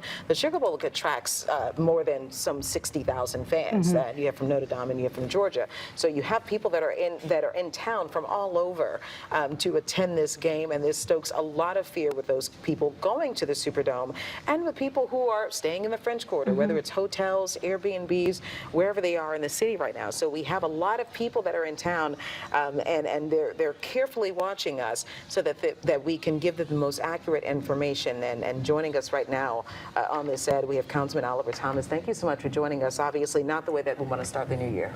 No, I've spent the last several hours since wee hours of the morning in the emergency room, there with victims, there with the law enforcement officials who were there recovering from their injuries, there with the medical professionals, and shout out to them at University Hospital, as well as the families. One of the young men, police officers who was shot, his family comes from the neighborhood we grew up in. Right. We grew up in. Yeah. So that was extremely tragic. They were extremely concerned, but the medical professionals there were doing everything. When I left the emergency room, the one officer was finally resting, and the other was there with his dad, who is a law enforcement official. Talking about how heroic they are. The two who were nursing their wounds, along with the other two who neutralized the suspect, had they not done that, thousands of other lives and injuries could have been at stake and were in jeopardy. This is one of those things that you see in headlines around the world. Something similar just happened in Germany shortly ago at a Christmas market there. And it's one of those things that you always hope never happens in the city where you live. And when you see that headline, when you see the news like that, it is just, it's horrible. Well, Bourbon Street is one of the most iconic destinations in the world. New Orleans, this little glorious, hard-knock city, as small as it is, we host more visitors per capita than cities 2 times and 3 times our size. So it was definitely intentional what happened here. But we're not only resilient, Sharice, you know, we're very strong people. Yes, we are. You're not going to frighten us. You're not going to take away our culture and our freedom, and I think people need to know that. And this was not just an attack on New Orleans and not just an attack on this game. This was an attack on our country and our freedom. And at some point, these people have to be brought to justice. You have to find them, whoever they are, and they have to know that you're not going to take away our freedoms. You're not going to threaten our events and our culture. And whatever we need to do, then we're going to stop you. And I just left a briefing, and I'm so proud of Chief Kirkpatrick, Colonel Hodges, our federal partners there. They are reassessing the situation, hard sites for pedestrian and vehicular access. So what the public needs to know at this, they're working right now to make sure that we can not only prevent or mitigate this. Now, bollards wouldn't have stopped this individual. They drove around the barricades. I was wondering, because I've spoken to police sources who say that there were units that were stationed at Canal and Bourbon Street, as they typically are when we have a major event. I know that when you have a major event that's happening in New Orleans, whether it's Sugar Bowl, Bayou Classic, New Year's Eve, it feels like French Quarter's like Fort Knox. It's hard to get into it, and you have intersections that are blocked off, and it's carefully orchestrated with multiple hundreds of officers, I'm told, being out there, and it was enforced. So we saw plenty of police presence. This was someone who's determined, but there is a question about the bollards. You know, some people question the timing of the bollards necessarily being down right now or being removed as they're being replaced. First of all, it's not the time to question what if, who coulda, woulda, shoulda. Right. The time for us to come together, have faith in our law enforcement officials and talk about what they are doing and be prayerful, right, for the families and the victims right now. I'm not a law enforcement official. I'm not going to question what was, what is, or what could have been. But the briefing that I was just in, our public needs to be confident that all of our federal, state, and local partners right now are doing everything they can to make sure that we're safe and safer moving forward, period. One of the most touching moments, Sharice, that happened this morning was a young woman who graduated from the academy with a young man who grew up in our community. Yeah. She made her way there to see how her comrade was. And it was a tearful moment, right? So the other thing we also have to understand is that what are they going through? Right. Do we know, as you were in the emergency room, do we have a sense of who these victims are? Because we heard someone that mentioned that they were mostly local. We're hearing from people that were law enforcement. Do we know if these are a lot of people from our community or mostly visitors? Well, what you and I know, it's a good thing about being authentic New Orleans, is that portion of Bourbon Street is usually, it's usually us. Yeah. Yeah. You know, that time of night. Yes. Is usually a lot of locals, but whoever they are, wherever they're from, they're getting the very best care from UMC, and law enforcement officials right now are doing everything they can to make sure we can minimize and eliminate these kind of threats moving forward. How do you harden locations for vehicle and pedestrian access? That's the briefing I just left, and I'm confident. But we also can't forget that our law enforcement team, state and local here, we train other people around the world how to deal with crowd control in major events. Well, because we handle these events every single year. When you think about Mardi Gras. Well, there's so more many festivals per too. capita than any other city. Jazz Festival, French Quarter Festival. French Quarter Fest had almost 1 million people. Jazz Fest broke records last year. Well, with so many things coming up, I mean, you've got the Super Bowl in just about a month, then you've got Mardi Gras, then French Quarter Fest. Yeah, French Quarter Fest, St. Patrick's Day, all these things coming up. How do you reassure not just locals, but also visitors who are seeing these headlines from around the world that this is a safe place to be? I think that knowing that our federal, state, and local partners are on top of it. Just like what happened with 9/11 in New York City, right? It didn't shut down our world. They wanted to shut down our economy. They wanted to affect our freedom. But we came together, and Sharice, you know better than anybody, from Betsy to Katrina and everything in between, from the 1927 floods to now. One thing about New Orleanians, we're tough. We're not just resilient, and you're not going to stop our traditions. I have to ask you, you know, in the French Quarter, obviously we talked about IEDs potentially being found. Before I ask you that question, I want to switch on over to Sheriff Susan Hudson, who's given us an update right now. Sheriff Hudson is here. Is available right now. We also want folks to know that, because I've gotten had people reach out to me about they're looking for their loved ones. They could be at a number of area hospitals. We put out on our social media about our victims unit, where family members can reach out to get resources and to find out information. And if you can't find your loved one at that particular hospital, reach out so we can try and help you find out where they're at. So we want to make sure people can check on their people and make sure their folks are safe. Gut-wrenching. I woke up to this morning. I've got deputies in the quarter.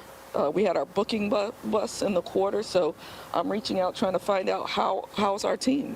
Is everybody safe? We had officers respond to that. We got to check on them, make sure they're all right. So right now I'm in a couple of different modes. Number one, making sure we're part of the process for keeping things safe. And number two, making sure all of our team is all right and we're ready. New Orleans knows how to prepare for major events with large crowds of people. We know the ballers weren't working under repair currently. How come there wasn't a plan B in place to make sure that something like this wasn't going to happen? Well, so all questions about the investigation have to go to the FBI and the city as they're conducting that investigation. We're here to support the policing function moving forward, make sure, whatever happens with the game, whatever happens with folks who are here in our city, we've got a lot of people here, making sure that we take care of that. All questions about the investigation need to go through the FBI and the city. How is the Sheriff's Department? Happens with the game, do you expect it to happen? I'm not sure, and again, that's not my call. Again, my call is to be here to support all our law enforcement, all our first responders, and to help support this community and keep it safe. How is the Sheriff's Department moving forward with ensuring safety? Yeah, we're a part of all these discussions. Number one, making sure we have assets available. So, for instance, if they need more deputies, if they need any resources from us, we have a number of resources. As you know, the Sheriff's Department is a mini city. So if we need extra cars out on the street or something of that nature, we're just making sure that we are a part of that, helping secure the city that we love so much. And I want this community also to know that Sheriff's Department from all over the state, the Sheriff's Association have reached out and promised help and support if we need that. But you know, we have a lot of sheriffs right around us who are helping as well, and they were in there too talking about it. So again, public safety is job number one right now. Can you talk to the unified command right now? We saw, like you said, JPSO parked out here. There's, I think, like every single type of law enforcement agency I've seen in the past hour. Yeah, and we want our community to know that. We've come together, state, federal, local, our surrounding parishes, all the sheriffs in the state have offered resources if we need those. So yeah, we're ready to deal with this issue, keep people safe, and whatever happens moving forward. You know, we have got a big year planned, right? We're going from Sugar Bowl to Super Bowl to Mardi Gras. So we're, you know, the planning, looking at what we're going to do, but most importantly, coming together. And that's what we're doing. Can you talk? Is being swept for anything, like other explosive devices from your understanding, anything like that? Well, again, all questions about the investigation or that response need to go through the FBI and the New Orleans Police Department. They'll know what they're able to release and what they're not. And again, we're supporting them 100%. Anyone in your command injured from this morning's? Not injured, but affected, right? Right? It was absolute just chaos when that man went through there and did what he did. And so, you know, that affects everybody. The first responders, that affects them as well. And seeing what happened down there, you know. So job number one, securing the city. Job number two, taking care of our team. Can you talk to what that looks like? This has impacted the whole entire city, and the first responders really are right there. They're seeing this carnage. What does that look like for you as the sheriff, as the head of this department, to make sure mentally and emotionally that your people are okay? I got to take care of my team. I reached out to all of them personally. You know, they're up all night, right? Some of them are trying to get some sleep right now because they were up all night and just exhausted trying to keep the community safe. But I checked in with all of them, right? I want them to know their sheriff cares and that I'm supporting them 100%. This is not easy work, right? And seeing this type of thing go down can be tough. I got to support them 100%, and that's what I want this community to know. I'm doing that. I want the men and women of this department to know I'm doing that. Reaching out to all of them. I've already reached out to them all just to let them know I'm here. When they're able to talk, I'm going to do that as well. I got to check on them personally. What are the next few days going to look like for you and for the city? Being on ready. You know, we have our chiefs here, majors here, all of our assets, whether those are our investigative services, those are our patrolling functions, those are our reserves who are out in the streets every day for the city, making sure we have that, any other assets we may need to support, equipment we may need to support, we're pledging to give 100%. Let's talk about tonight after the game, celebrations, fans celebrating the win. What's that going to look like for your team out tonight patrolling or keeping people safe? Vigilance, right? We got to be keeping a lookout about what's going on, making sure we're safe first, that we are prepared, safe. We got all our safety equipment, and we're being very vigilant about what's going on, and I know our team will do that. Any message to fans, people just out and about and here for this big event? Look, everybody in this unified command here loves the city. We love the people of the city. We love what it represents to this community and to this country. And people from all over the world come here. We love the city. We're here to protect the city. We're putting everything at our disposal to do that. And we want our community to know that, and all our visitors here as well. My last question, at least for me, obviously there's a lot of talk about tourists and visitors, but there's a lot of people here, people who this is their home, and they're tired of being resilient. This is really hurting them. What do you say to people who love this city because they're born and raised here? We would say, I want my messages to both our community, right? Because this culture is what makes people want to come here, and it's the people of the city that drive that culture. We're tired of being resilient, but this is the way the world is. We did not create this, but this is the way the world is. People want to, extremists want to send a message in a horrible way, and this is the way the world is.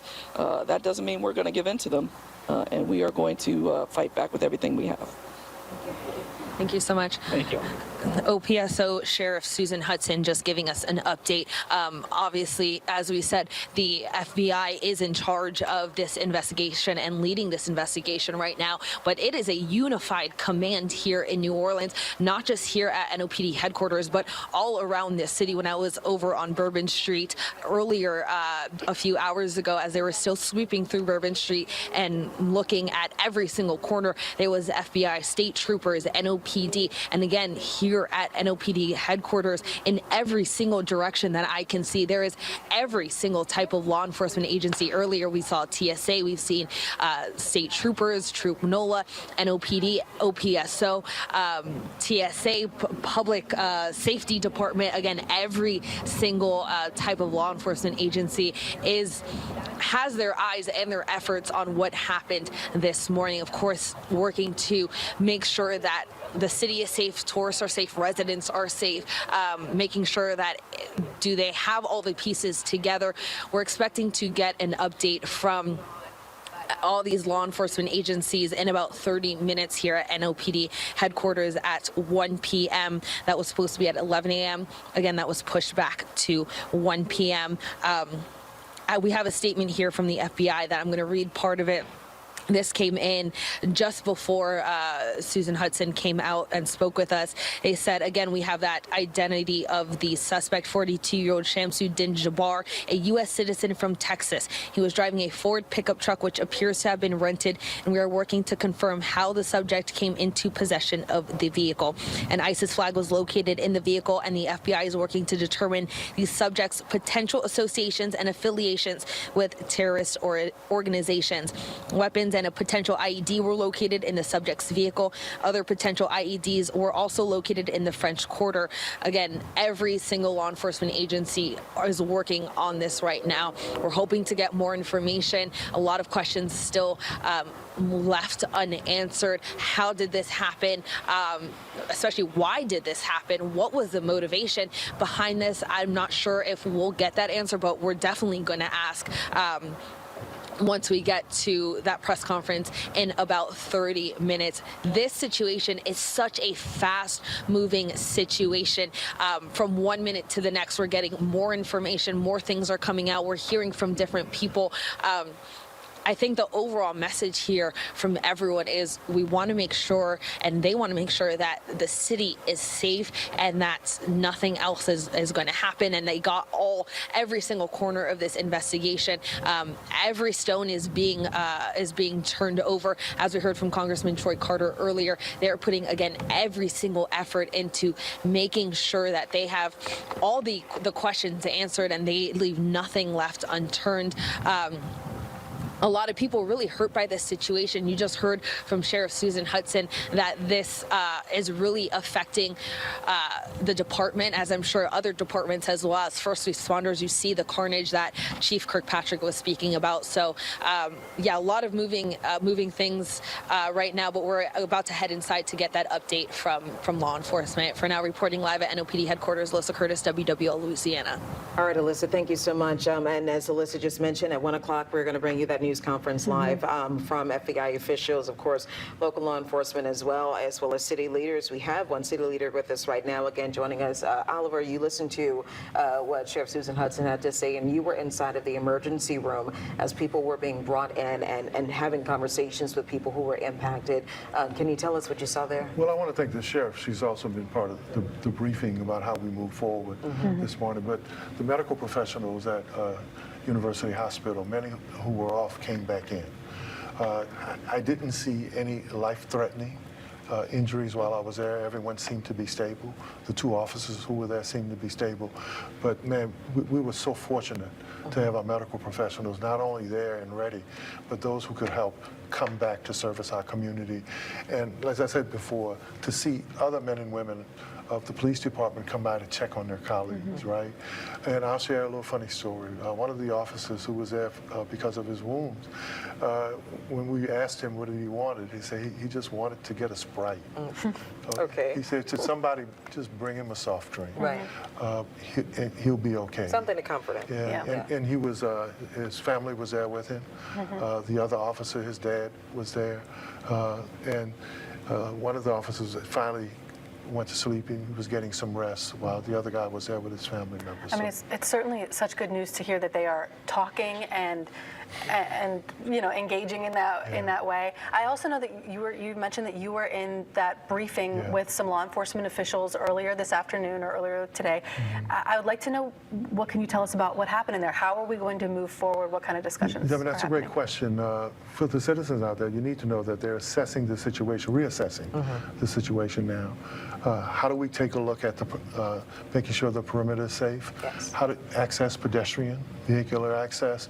And I was real comforted by what I heard from NOPD officials, federal officials, as well as state officials, is that how do we give access, pedestrian and vehicle access to the dome? How do we funnel people through checkpoints to make sure that there isn't anyone else like this individual, but also while the investigation is going on, to comb every square inch of that area to make sure that there aren't any other explosive devices and that there aren't any other potential perpetrators. I was going to say, since they had explosive devices, potential explosive devices that were found in different areas of the French Quarter, is the French Quarter on a lockdown right now as you guys assess this situation? Great question. There's still a crime scene on Bourbon Street right now. They've extended out a certain perimeter to certain streets, but there are parts of the quarter that are accessible. There are people trying to do business. Right. There are merchants there who wanted to take advantage of this celebration and all the people coming in town. A lot of the people they're going to make their money because of these special events that sustain them and their families throughout the year. But they're reassessing everything based on what they find and the information that they gather. I was comforted with the chief, our federal partners, Colonel Hodges and our state partners. They're on top of it, and they're looking at every square inch of that community and every safety measure that can make sure we're safe moving forward. Councilman, thank you so much for your time, for being here with us. We certainly appreciate it, and I know that the officers likely really appreciate you stopping by the hospital as well to send your well wishes. Thank you. All right, thank you so much. Councilman Oliver Thomas joining us now as we continue to follow this breaking news of a tragedy on Bourbon Street. 10 people killed, 35 people injured, and several hospitals across the area because of a person. This person, 42-year-old, if I can get this right, Shamsud Din Jabbar, driving down Bourbon Street, a crowded Bourbon Street, early New Year's Day, around 3:15 in the morning, which if you know Bourbon Street, I always say it's a street that never closes. It's a street that is always open all the time. So at any time, you can find people on the street at that hour. But especially on New Year's Eve. Right. We know it was very crowded at that time. Right. We do have some new information this afternoon from the FBI that just came in. We know that suspect, Shamsud Din Jabbar, is a United States citizen. He is from Texas. The FBI is saying that an ISIS flag was located in his vehicle along with a potential IED. And there were also other potential IEDs located in the French Quarter. So the FBI is leading this investigation, but we do know that local law enforcement is playing a huge role in supporting them in this effort and in the investigation. I know we talk about local law enforcement and what they're doing, as well as the ATF, the FBI. They are currently right now on Mandeville Street. That is where our reporter Winston Reed is right now, and that is where Winston says apparently they were drawn to this location because of a fire at a home the suspect potentially was renting as an Airbnb. Winston, what more can you tell us? Right now, residents who live in this St. Roch neighborhood, they've been forced to evacuate their homes because of that reported fire earlier this morning. The investigation has expanded from Bourbon Street in the French Quarter over here to the St. Roch neighborhood off of Mandeville. And I'm here with Jeff Gonzalez, who's one of those people here this morning who had to evacuate the St. Roch neighborhood. Thank you for joining us. Now, tell me, Jeff, where is the house that you were at and you were staying at in accordance to the Airbnb that investigators are surrounding? I'm the house right next door. You're right next door. Okay, can you just walk me through this morning, just play out what happened? I left the house about 5 o'clock to bring my sister to the airport, and I noticed that the smell in the air was what we thought was fireworks the night before. You could smell it even at 12:30 when we got home. But it was really strong at 5 o'clock in the morning, but I was on my way to the airport and didn't stop. When I got back from the airport at 6 was when the fire trucks were there. Were you able to get back into the home after you came back from the airport? I was. At that point, they had contained the fire. There were still hoses going into the house, and one of the residents there said the damage was minimal and no one was hurt. And so I went into the house and talked with my partner about it for a bit, and then we went back to sleep and woken up a couple hours later to a knock on the door saying that the area was being evacuated. And walk me through that evacuation. What were you told by law enforcement, and where did you have to go after that evacuation? They explained only that it might be in connection to the events that happened on Bourbon Street last night, and that the Ring camera footage from our place was of great interest to them. So I left with the dog, but my partner is still there in the area of interest with the footage, going over it with the police. And so he's over. Your partner is still at the house. And I left without my phone, so I have had no contact with him. No contact. Can you tell me, have you seen anything suspicious? You know, neighbors have said that they've seen a white truck in the area prior to that terrorist attack over in the French Quarter. Have you seen a white truck? Have you seen anything suspicious? Have you seen the suspect at all? No, I haven't. And honestly, I was going to get my sister to the airport, so I wasn't really paying attention to the vehicles that were around the area. Nothing suspicious over the past 24 or 48 hours? No, just that smell when we got home, but we attributed it to fireworks. And that is an Airbnb, so oftentimes there are transient people visiting the area who are staying at that house besides. Yeah, my boyfriend's parents stayed there at Thanksgiving. Any idea on the extent of the damage of that home right now? We aren't able to get a clear visual of the house from where we're standing. What I was told was that it was minimal, and there was a 2-hour gap between when the firemen had said that it was contained to when we were evacuated. So my understanding was that they found something that made them evacuate the neighborhood, beyond it just being a regular fire. Right. So is everybody in your home, and do you know of anybody in your neighborhood who, any reported injuries, anyone hurt? I have not heard of anybody hurt, but again, I have no contact with my boyfriend right now, so. All right. Jeff, thank you so much for that update.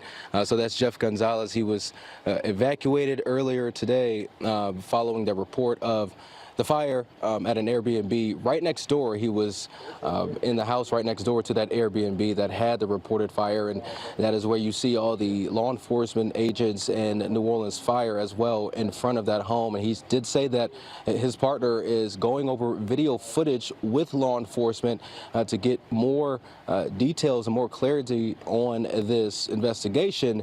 Of course, we now know the name of the suspect, and perhaps we are able to see the suspect on video. I mean, what direction is the Ring camera? Well, it's facing forward, so will we be able to see the suspect at all? It's possible, but I was evacuating with the dog when they were just getting the footage. That was 4 hours ago, but I've had no contact, so I don't know what's on there. All right, so again, his partner is going over that Ring doorbell camera footage, so hopefully we'll be able to get an update on what investigators see on that footage, and we will keep you up to date. And again, law enforcement, NOPD, and other law enforcement agents and agencies are going to hold a briefing at around 1 o'clock, so less than 30 minutes, about 25 minutes from now. So that's the latest here from the St. Roch neighborhood, Winston Reed, WWL, Louisiana. Winston, thank you so much. Now, we were talking about this earlier. There are multiple locations in regards to where there's a potential attack could have happened. So you have this on Bourbon Street where the car attack happened.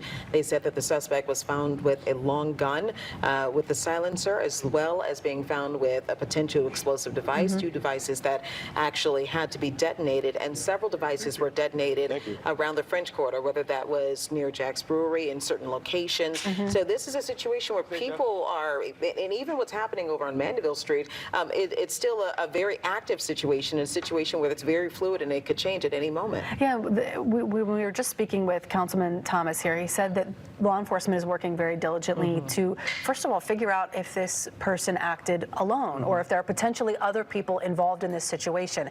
We know that the law enforcement has swept several properties in the French Quarter. That includes the French Market, the St. Roch Market, Colonnade Shops, also Café du Monde. We know that there were, as you mentioned, those potential IEDs found in other places in the French Quarter. We don't know for sure if they were where they explosive were, devices, or if they were explosive devices. There is so much here that is changing so quickly, and so much that we're learning right now. All right, we have our coverage continuing. Leah McNeil has been out all morning for us. Leah, do we have any updates from where you are?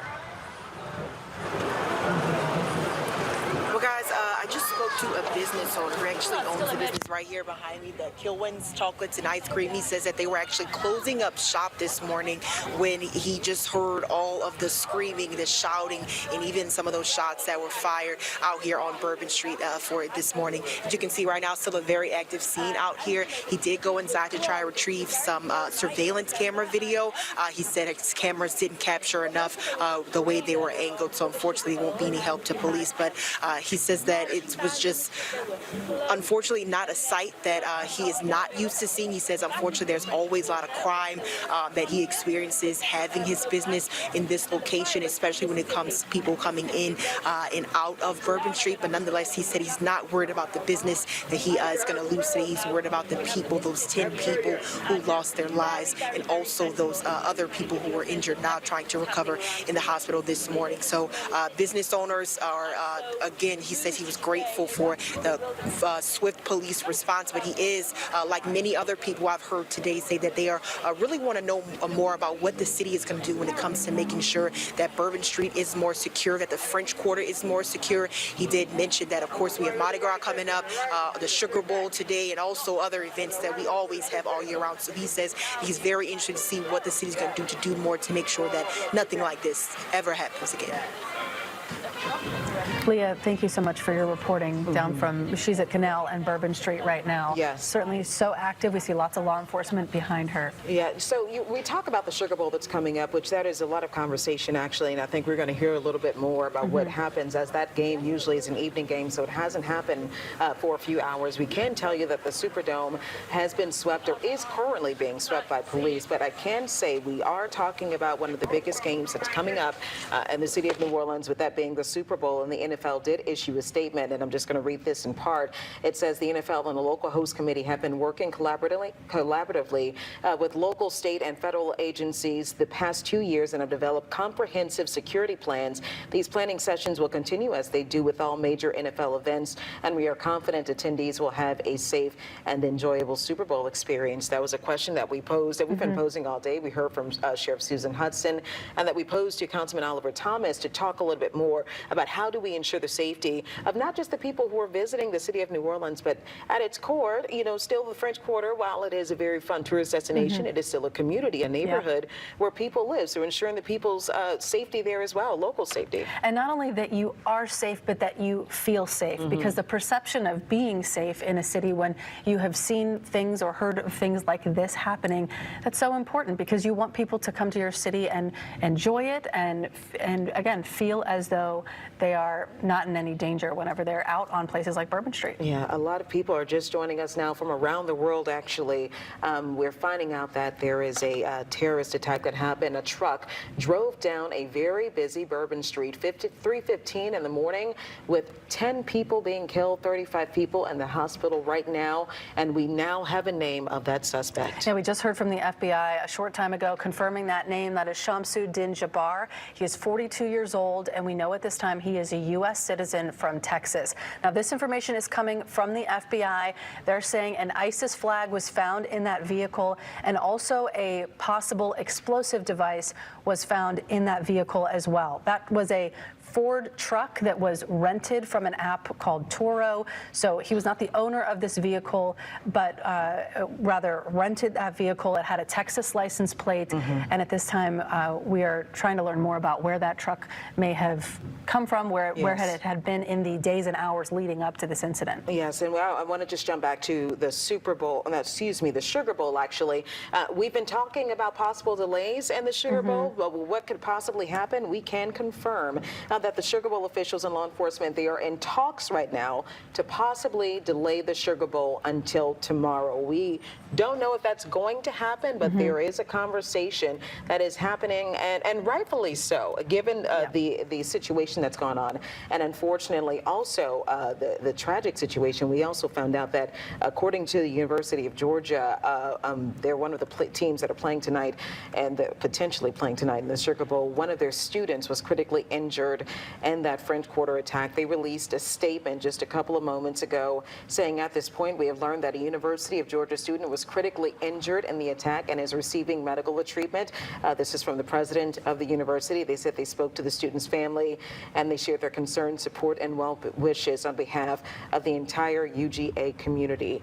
Again, Sugar Bowl brings in more than 60,000 fans, and you're talking about that in addition to our New Year's Eve celebrations and the people locally who enjoy what's happening in downtown New Orleans. And we've been talking so much about what we're learning about the suspect, but we really don't know at this point very much about the victims of this attack. We know that there were 10 people who died and at least 35 people who were injured, and lots of families who are trying to find their loved ones as well. I anticipate in the coming hours we're going to learn more about them. Right, and of course I just told you about this Georgia student that was injured. We did hear from Georgia fans earlier today. Here's what they had to say. Can you describe what it was like last night, having to be evacuated? What time did it happen, and how were you notified? We were notified over the intercom of the Hotel Sonesta. It was about 3:45, 3:50, somewhere in that range. And so by the time we got up and got clothes on, they were coming down the halls, knocking on the doors, trying to make sure people were out. We thought probably somebody pulled a fire alarm or what have you. And then when we got downstairs, the Bourbon Street entrance was blocked. And it looked like something may have happened in that lobby or whatever. We couldn't go out that way, so we all had to just disperse, come this way. What did they say to you when they were trying to evacuate? What did they say exactly happened? They told us nothing. They just said evacuate the building. Most people gathered in the parking garage and was just standing there to stay out of the cold. And then they came down and said, you have to get out of the building and move towards the river. And then we came out and went up towards Canal Street here and sat in the parking garage of the Wyndham for about an hour. So you went from the parking garage for about an hour before returning back to the Royal Sonesta? It was an hour there, and then it was all total about an hour and 45 minutes before we could get back into our room. Where are you visiting from? Dallas, Georgia, outside of Atlanta. Being a visitor here this weekend, I imagine you're going to the Sugar Bowl game today. Can you just describe, what's going through your mind as a tourist here in the city? I'm sure you were expecting a fun and exciting weekend, in New Orleans, which is a city that invites a lot of tourists in. Well, I love New Orleans, and we're happy to be here. And, it's one of those things you never expect it. We've always stayed in a balcony room there, but they didn't have one available this time, and so I'm kind of glad that we weren't right there at that time. But, nobody has a way of knowing what's going to happen and when, and you just kind of have to live with that in the world today. All right, that is a Georgia fan that is in town, like many other fans. I think they're playing the Notre Dame Fighting Irish, and it's a potential. We're standing by to figure out if those talks are going to continue on if that Sugar Bowl game is going to happen today. Yeah, kickoff was supposed to be set for 7:45 tonight, and typically Bourbon Street, the French Quarter, would still be partying today. Yes. It would typically be a very lively scene, but obviously incredibly different. We're going to go now to Amelia Strahan. She is at Dauphine, on Dauphine Street at Bourbon Street right now, and has been kind of keeping an eye on the police presence. What are you seeing down there right now, Amelia? Still about a lot of the same, a heavy police presence. They have, quite the perimeter blocked off. I'm going to step aside so you can take a look. We're learning more about the victims of last night's attack. Our partners at NOLA.com identified 18-year-old Nikira Dido. She is a Mississippi teen, and we also got a tweet from the University of Georgia saying one of their students was injured in the attack, and they are in critical condition. So there are, talks of postponing the Sugar Bowl. Of course, nothing has been decided just yet, but having that student involved, of course, in the attack is going to hit home for many of those fans. You can probably see there are some FBI agents still down there. Officers are still just surveying the scene. There are some evidence markers still down there as well that we can see. Just still trying to find out, exactly what happened. There are a lot of questions going around, and of course, we have that police presser where hopefully some of those questions will be answered. I've heard some concern from people walking by about, should the Sugar Bowl go on? Are they going to be safe out there? I think that's something that a lot of people are concerned about. I even talked to a few fans who will not be going to the game. They decided to go ahead and wrap up early.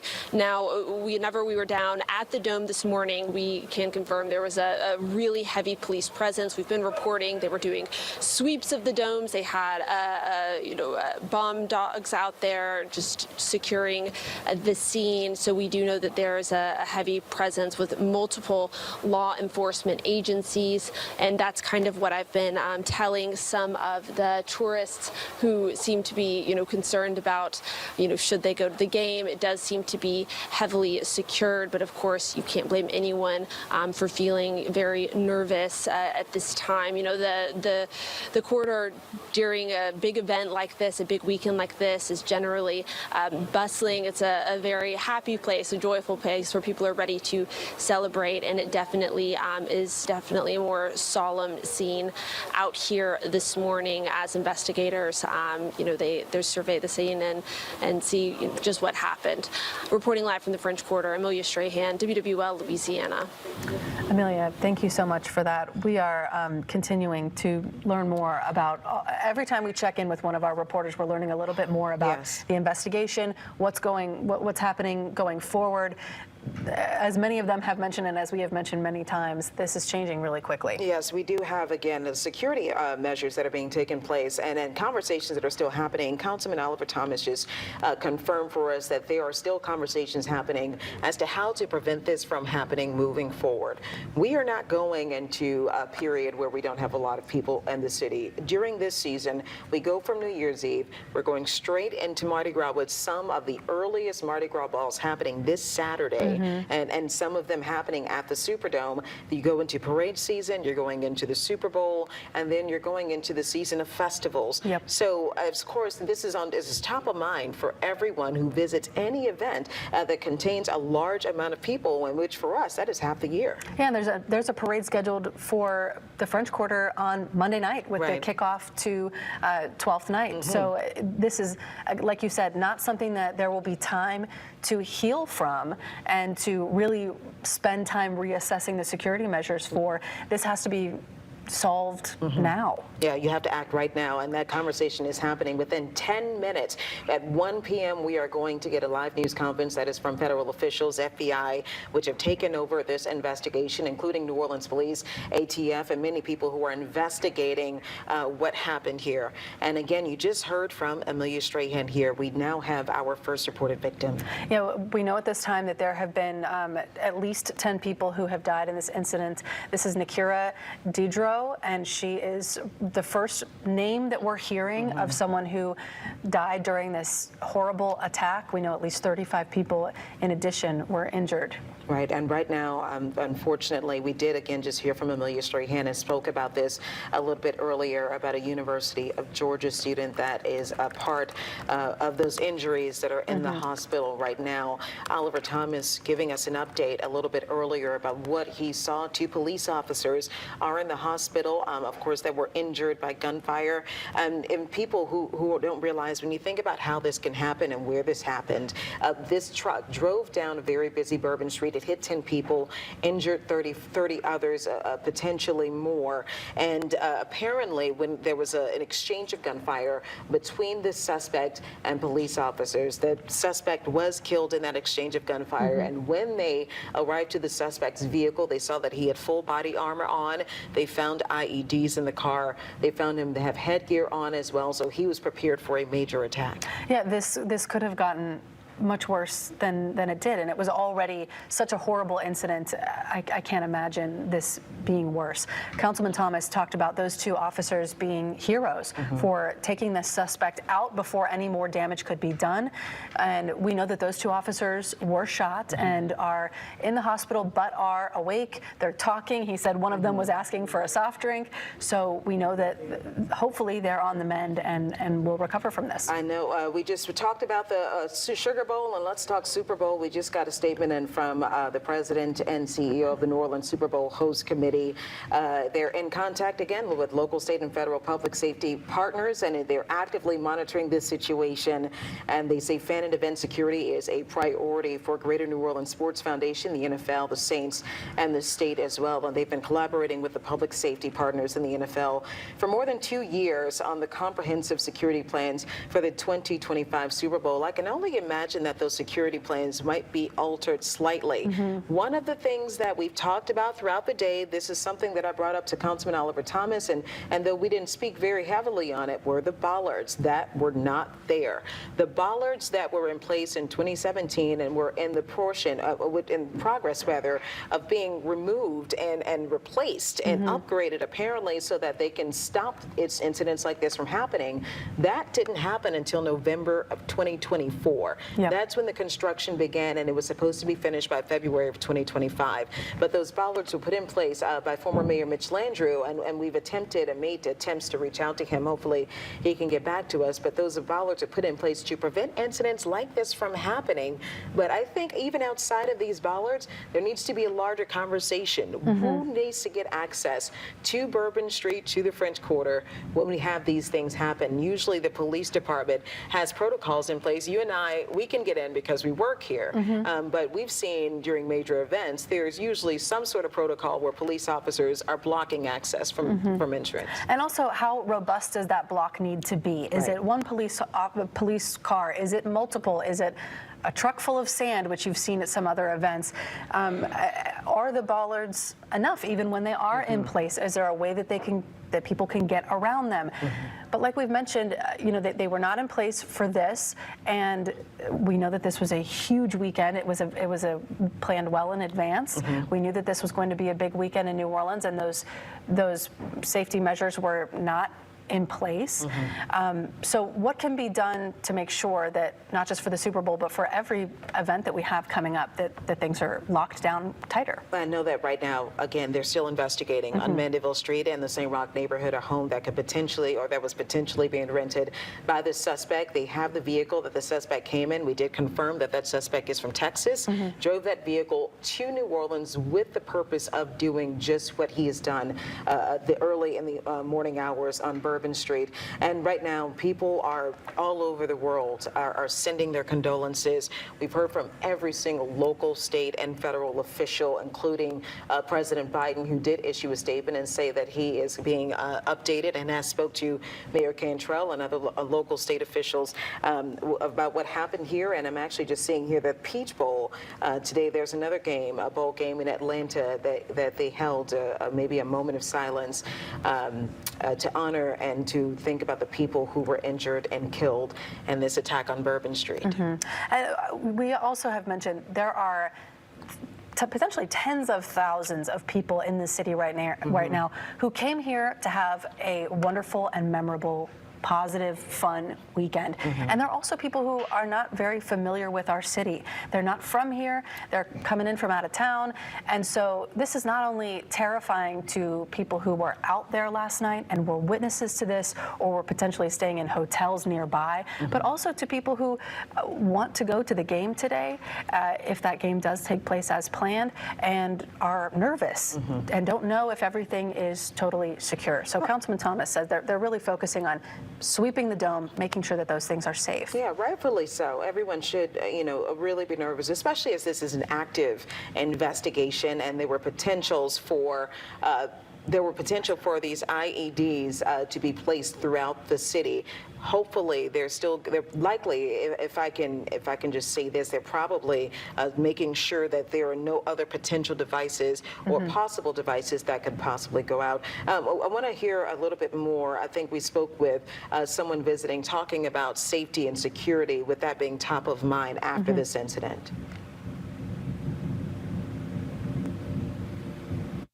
It's kind of shocking. I just lost my daughter last month to a DUI guy, and I just know she was watching over us. So, I know she got us away. Time to go home, Daddy. So, but I feel safe here. I see, all the police and the different authorities around, and we're just going to go in there this afternoon and watch that ball game and take the Lord with us.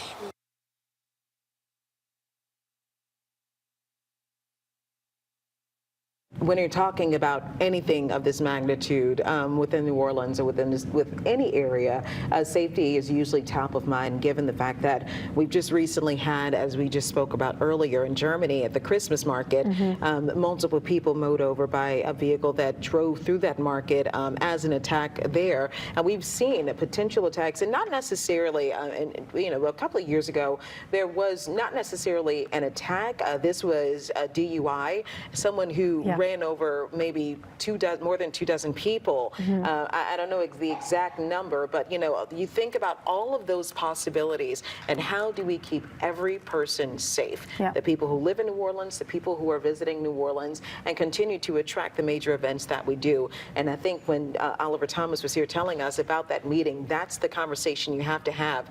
And those need to be put in place, not tomorrow, but it's probably being put in place right now, which is why I question if the French Quarter is open for business or if they are only allowing residents or business owners to come in.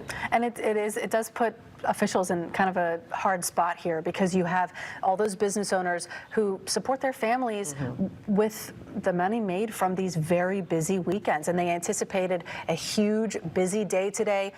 We have been watching our local affiliate WWL report on the breaking news that a man drove a truck into a crowd on Bourbon Street, killing 10 and injuring dozens more, including 2 New Orleans police officers, in a subsequent firefight in which officers shot and killed the suspect. The suspect has now been identified by federal officials as 42-year-old Shamsuddin Jabbar, a U.S. citizen who lived in Houston, Texas. CBS News can report he rented a truck in Texas through an app and drove to New Orleans to carry out the attack. He had rented an Airbnb in the La Roque neighborhood of New Orleans, where a fire broke out at that Airbnb today. Investigators are working to determine whether there is any link between that fire and the attack. According to the FBI, an ISIS flag was located in the truck. They're working to determine any potential affiliations with terrorist organizations. Weapons and a potential improvised explosive device found in the truck, as well as other potential IEDs in the French Quarter. We now want to go to a CBS News special report.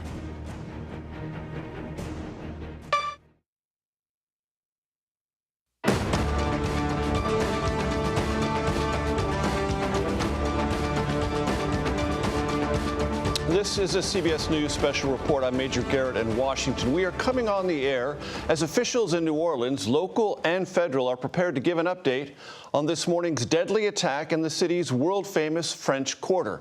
Here is what we know at this hour. At least 10 people were killed when a pickup truck drove through barricades into a crowd, sending people running in terror and disbelief through Bourbon Street. This all happened around 3:15 a.m. local time. The suspect rammed into dozens of pedestrians, injuring at least 35. Federal officials tell CBS News the suspect has been identified as 42-year-old Shamsuddin Jabbar, a U.S. citizen from Texas. The FBI says the suspect who was wearing body armor at the time of the attack, was killed in a shootout with police. Law enforcement sources say an AR-style rifle and handgun were recovered at the scene. An ISIS flag was located in the vehicle, as well as 4 explosive devices. The FBI is working at this hour to determine any potential associations or affiliations with terrorist organizations, international or domestic. In a statement this morning, President Biden, who has been in touch with the New Orleans mayor, said, quote, "There is no justification for violence of any kind, and we will not tolerate any attack on any of our nation's communities." Joining me here at the desk, Nicole Skanga and Scott McFarland, CBS News correspondents both. Nicole, let's start with you. What else do we know that I did not outline here at the top? Well, there are some indications of premeditation by the suspect here. Law enforcement sources telling CBS News this individual had rented an Airbnb in a neighborhood of New Orleans. Also, FBI in their statement released moments ago indicating they believe the suspect here had rented that Ford pickup truck, of course, a vehicle capable of traveling at a high rate of speed, Major. Beyond that, maneuvering around bollards, although there is a question of how the city of New Orleans prepared for New Year's Day and, some of the public crowds that were expected. Questions remaining, though, for the FBI, that is the lead in this investigation. Were there any accomplices? And one of the questions that law enforcement is looking into is how that vehicle was rented or obtained. Was there any negligence there? Who might have known about this? Was there any leakage in the run-up to this attack, which was clearly meticulously planned on the part of this suspect? Are there any hints of radicalization? We know this individual, a U.S. citizen from Texas. Was there any travel in the days, weeks, and months ahead of this incident, Major? And Nicole, we would assume search warrants being executed at that Airbnb and possibly at the vehicle in the scene on Bourbon Street. As well as the suspect's home back in Texas, Major. And in addition to that, a full digital and forensic scrub trying to determine, who this individual interacted with in the days and weeks ahead of this attack, how they might have been inspired or directed. Of course, you mentioned that ISIS flag. No indication at this point. ISIS has not taken credit or responsibility for this attack.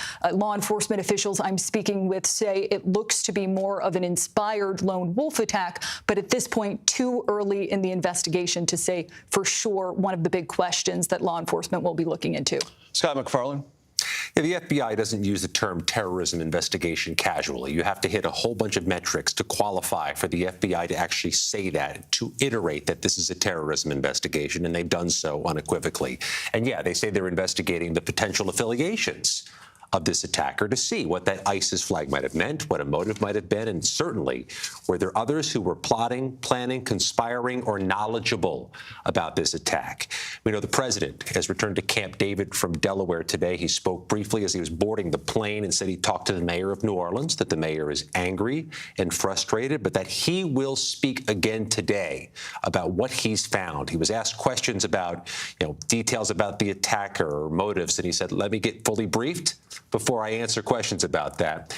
He's expected to speak today, likely from Camp David, to give some kind of update. But I'll also note, New Orleans has been concerned about just this type of attack, a vehicular attack in a big pedestrian area. Specifically, they were concerned about the French Quarter and Bourbon Street. 7 years ago, in a city memo, they detailed possible plans to change the security, to limit car traffic in that area. They said in that 2017 memo, they're worried about somebody with a car triggering a mass casualty incident. I want to bring in Sam Vinograd, who is one of our CBS News consultants and a contributor, joins us now. She also served as the former Assistant Secretary for Counterterrorism at the Department of Homeland Security. Sam, your thoughts this afternoon?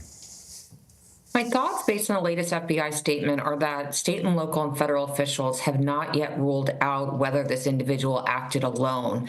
They have not indicated that the threat has been completely neutralized.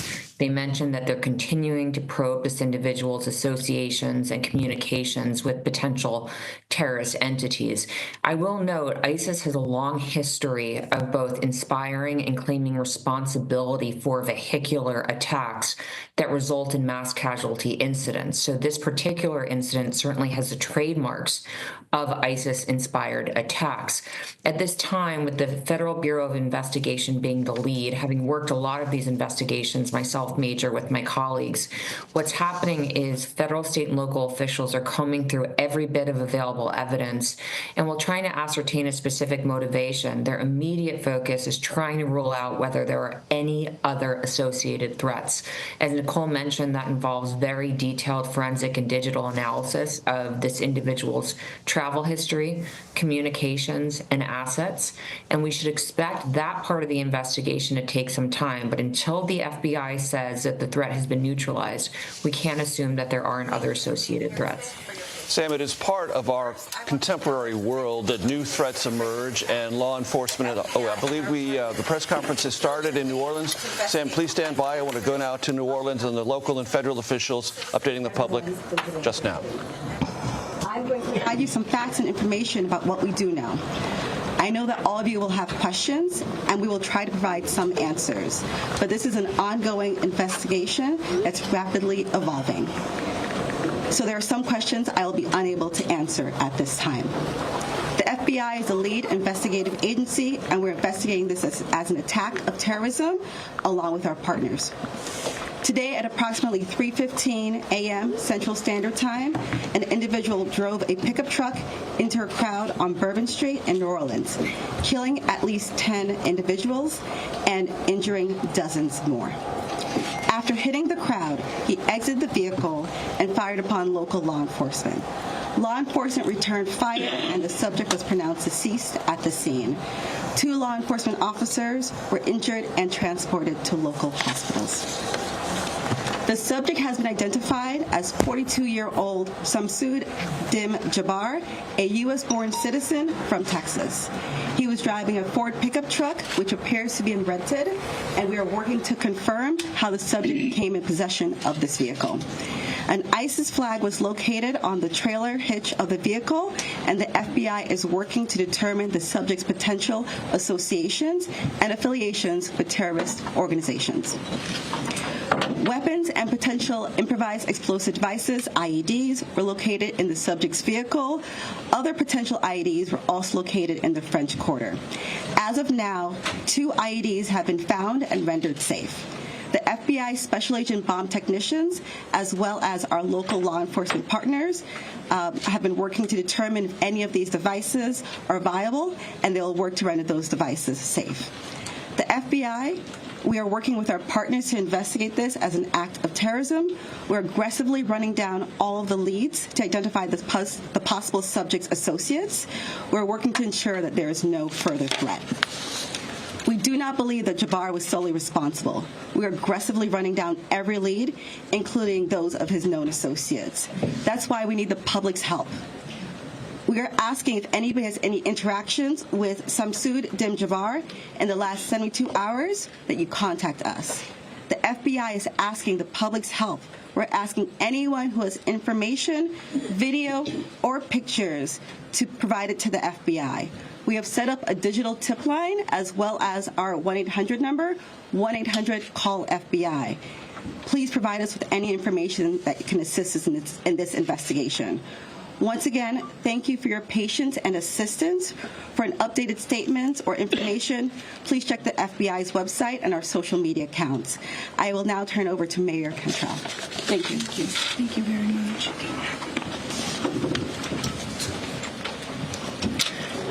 Thank you, Agent Duncan, for your leadership and the full support of the FBI.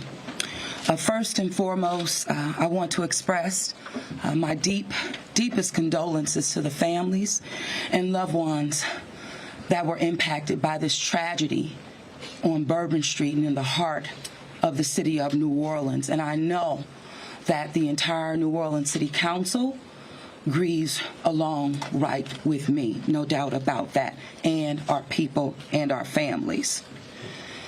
My priority will continue to be to ensure that victims that remain on Bourbon Street now will be serviced and removed as soon as possible. But as stated, the FBI is in charge of this investigation and are doing everything necessary to make this happen.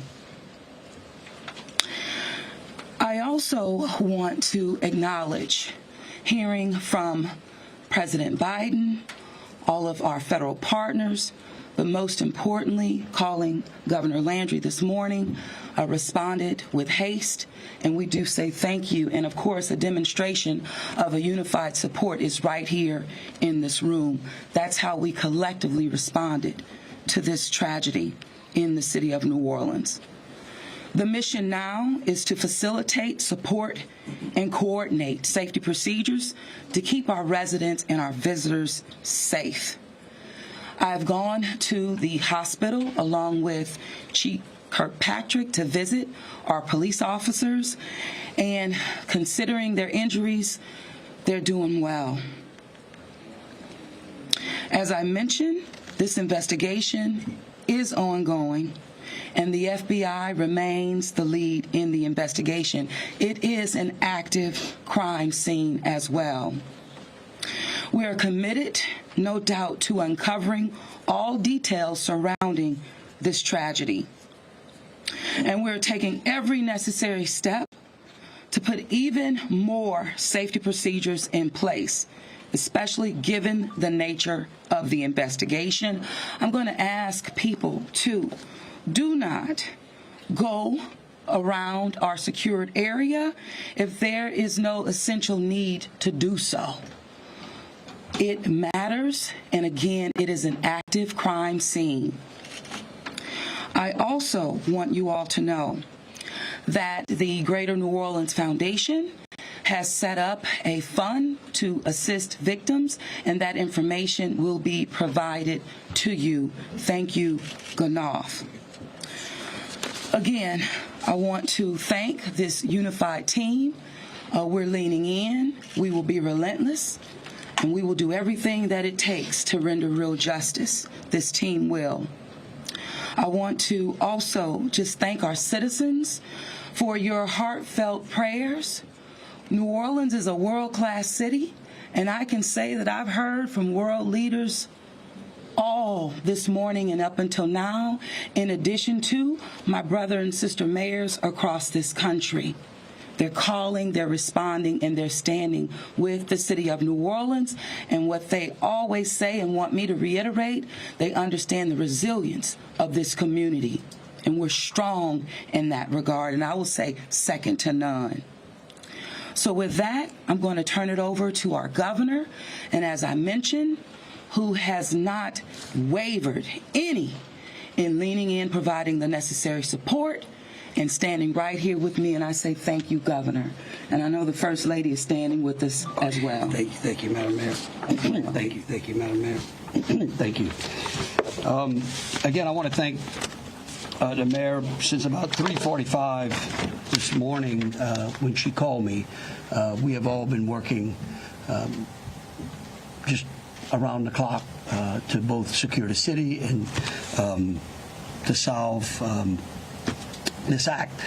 You know, again, I want to reiterate that our prayers go out with all of those who have been affected by this tragedy. I want to thank our law enforcement officers. I want to thank our medical personnel. I want to thank our first responders. And most importantly, I want to thank the two New Orleans police officers who not only laid their life on the line, but were able to eliminate the threat this morning. Let me say, we have made public safety a state priority from day one. And I think that if you look around me today, right now, and you look at the people who are standing around, that is their commitment as well. We intend to be transparent in assessing any defects that may have existed in the system so that we can address them. It's the only way to ensure that any mistakes that were made are corrected. Specifically, we have been trying and working very diligently to address security concerns in preparation for the Super Bowl since October. And it's interesting because, ironically, in preparation for the Super Bowl, I had intended to issue an emergency declaration tomorrow so that we could bring all of our federal, state, and local agencies to bear in preparation for the Super Bowl and Mardi Gras. But because of the events today, I have amended that emergency declaration and issued it today. So again, that declaration will allow our federal, state, and local partners to bring all of the resources necessary to get this city safe. In light of that executive order, I have also ordered the mobilization of a military police company. I've asked General Freelou to mobilize a military police company to assist both New Orleans Police and LSP and the FBI. It is important for our citizens and guests of this state to know that we are doing everything we can to secure their safety in this city. We want to make it clear, the Superdome and the surrounding area is safe. But I've always said that the safety of this entire city is something that is always paramount to me.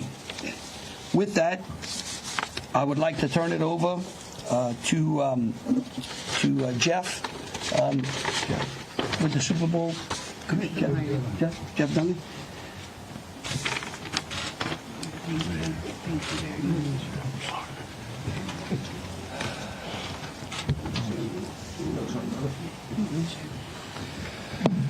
Good afternoon. Obviously, we wish we weren't here for this reason today. The Sugar Bowl Committee has a 90-year history of being a good corporate citizen for the city of New Orleans, and that's why this tragedy hurts us as much as anybody right now. So our condolences, thoughts, and prayers go out to the victims and their families as we all work through this. Of course, anytime we have a major event in the city of New Orleans, public safety is paramount, and we have full faith and confidence in the governor and the mayor and all the assets, the federal, state, and local resources that they've applied to this event so that we can ultimately bring those responsible to justice and carry on with the major events that we have in front of us. Speaking of which, we were scheduled this evening to have a CFP quarterfinal played in the Superdome at 7:45. We have been in consultation with ESPN, with the College Football Playoff, with the Southeastern Conference, with the University of Georgia, with Notre Dame. All parties and all agree that it's in the best interest of everybody in public safety that we postpone the game for 24 hours. Work is fast about to set up a safe and efficient and fun environment for tomorrow night. There'll be more details on that in the coming hours, but for now, that's the plan, that we're going to move forward and play the game. And again, we reiterate our thanks to everyone up here for the important work they're doing. We live in the fun and games world with what we do, but we certainly recognize the importance of this, and we're going to support it 100%. So thank you. I'd like to bring up Senator Kennedy.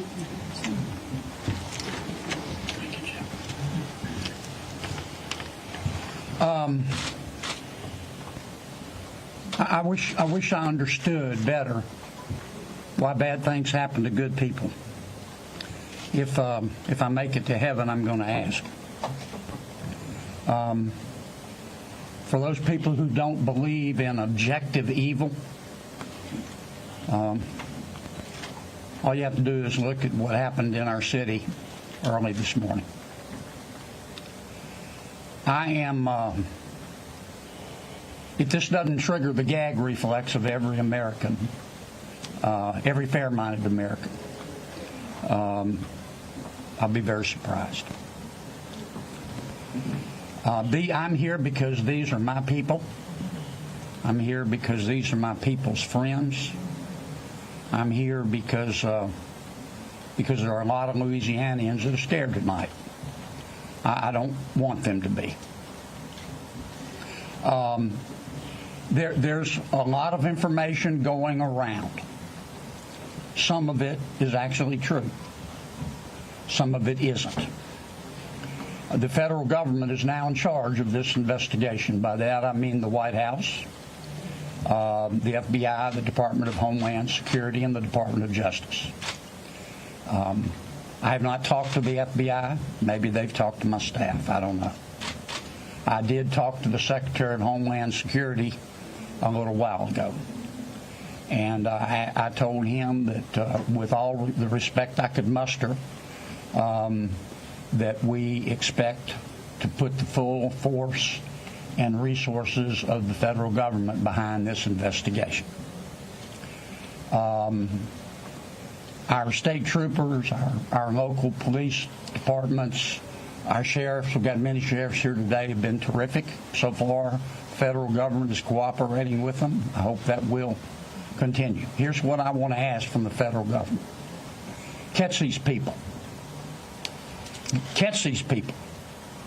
And then tell the American people the truth. Now, I don't want you to tell us yet anything that's going to interfere with your investigation. And there are things that I've been told that I think are true that I'm not sharing with you today because it could interfere with their investigation. But after we get to the bottom of this, they need to tell the American people the truth, and the people of New Orleans the truth, and the people of America the truth. I think the mayor and the governor are very wise to postpone this ball game for 24 hours. There's just too much stuff we don't know, and it's just not worth it. But I guess my final point is, I will promise you this. I will, when it is appropriate and this investigation is complete, you will find out what happened and who was responsible.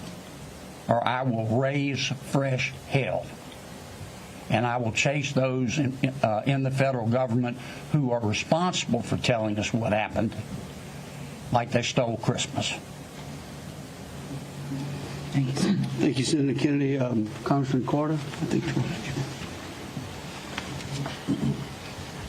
Thank you, Governor. Thank you, Mayor. Thank you, Senator Kennedy. Thank you to all of our law enforcement agents for doing a yeoman's job, for stepping up at a time when we needed you most, for employing the resources of all of our partners. This is all hands on deck, from the White House all the way down. I've been in communication with the White House since early this morning, Secretary Mayorkas, leaders in all of our federal, local, and state agencies. The President has made it very clear that he intends to bring every resource to bear to not only tell the truth, but to provide the resources to bring these cowards to justice. I want to personally thank the men and women in uniform who put their lives on the line to protect our citizens and our visitors. To our mayor and our governor for acting expeditiously and bringing us all together. To our sheriffs from the surrounding areas who have been Johnny on the spot, recognizing that if it happens in New Orleans, it can happen anywhere. We don't have the luxury of being myopic. In this community, we work together. We don't point fingers. We don't blame. We go after the bad guys. Let it be clear that the full faith and credit of the United States and every agency therein is on the ground, working.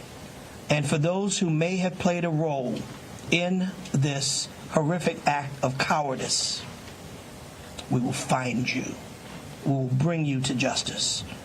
New Orleans is a place that heralds its ability to protect its citizens, that heralds its ability to manage major events, Super Bowls, Sugar Bowls, Mardi Gras, Jazz Fest, Essence Festival, you name it. No one does it better than law enforcement in New Orleans and in the surrounding area. Kudos to those two officers who've been wounded. Our hearts go out to those who lost loved ones. Our hearts go out to those who are wounded and on the mend in the hospital. Citizens, now is the time to stay calm, to be vigilant. This is not a time to come out to sightsee. Listen to your federal, local, state officials.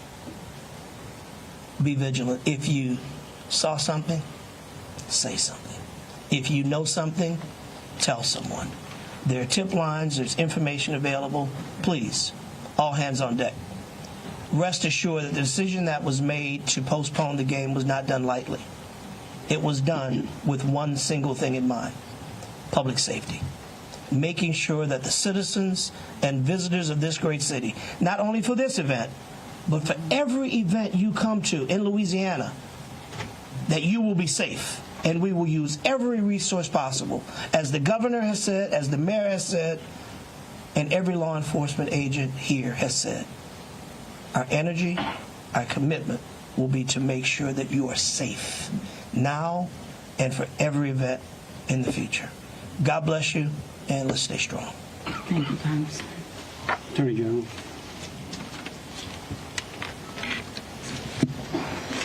I first want to extend my sincerest condolences to the families of the victims.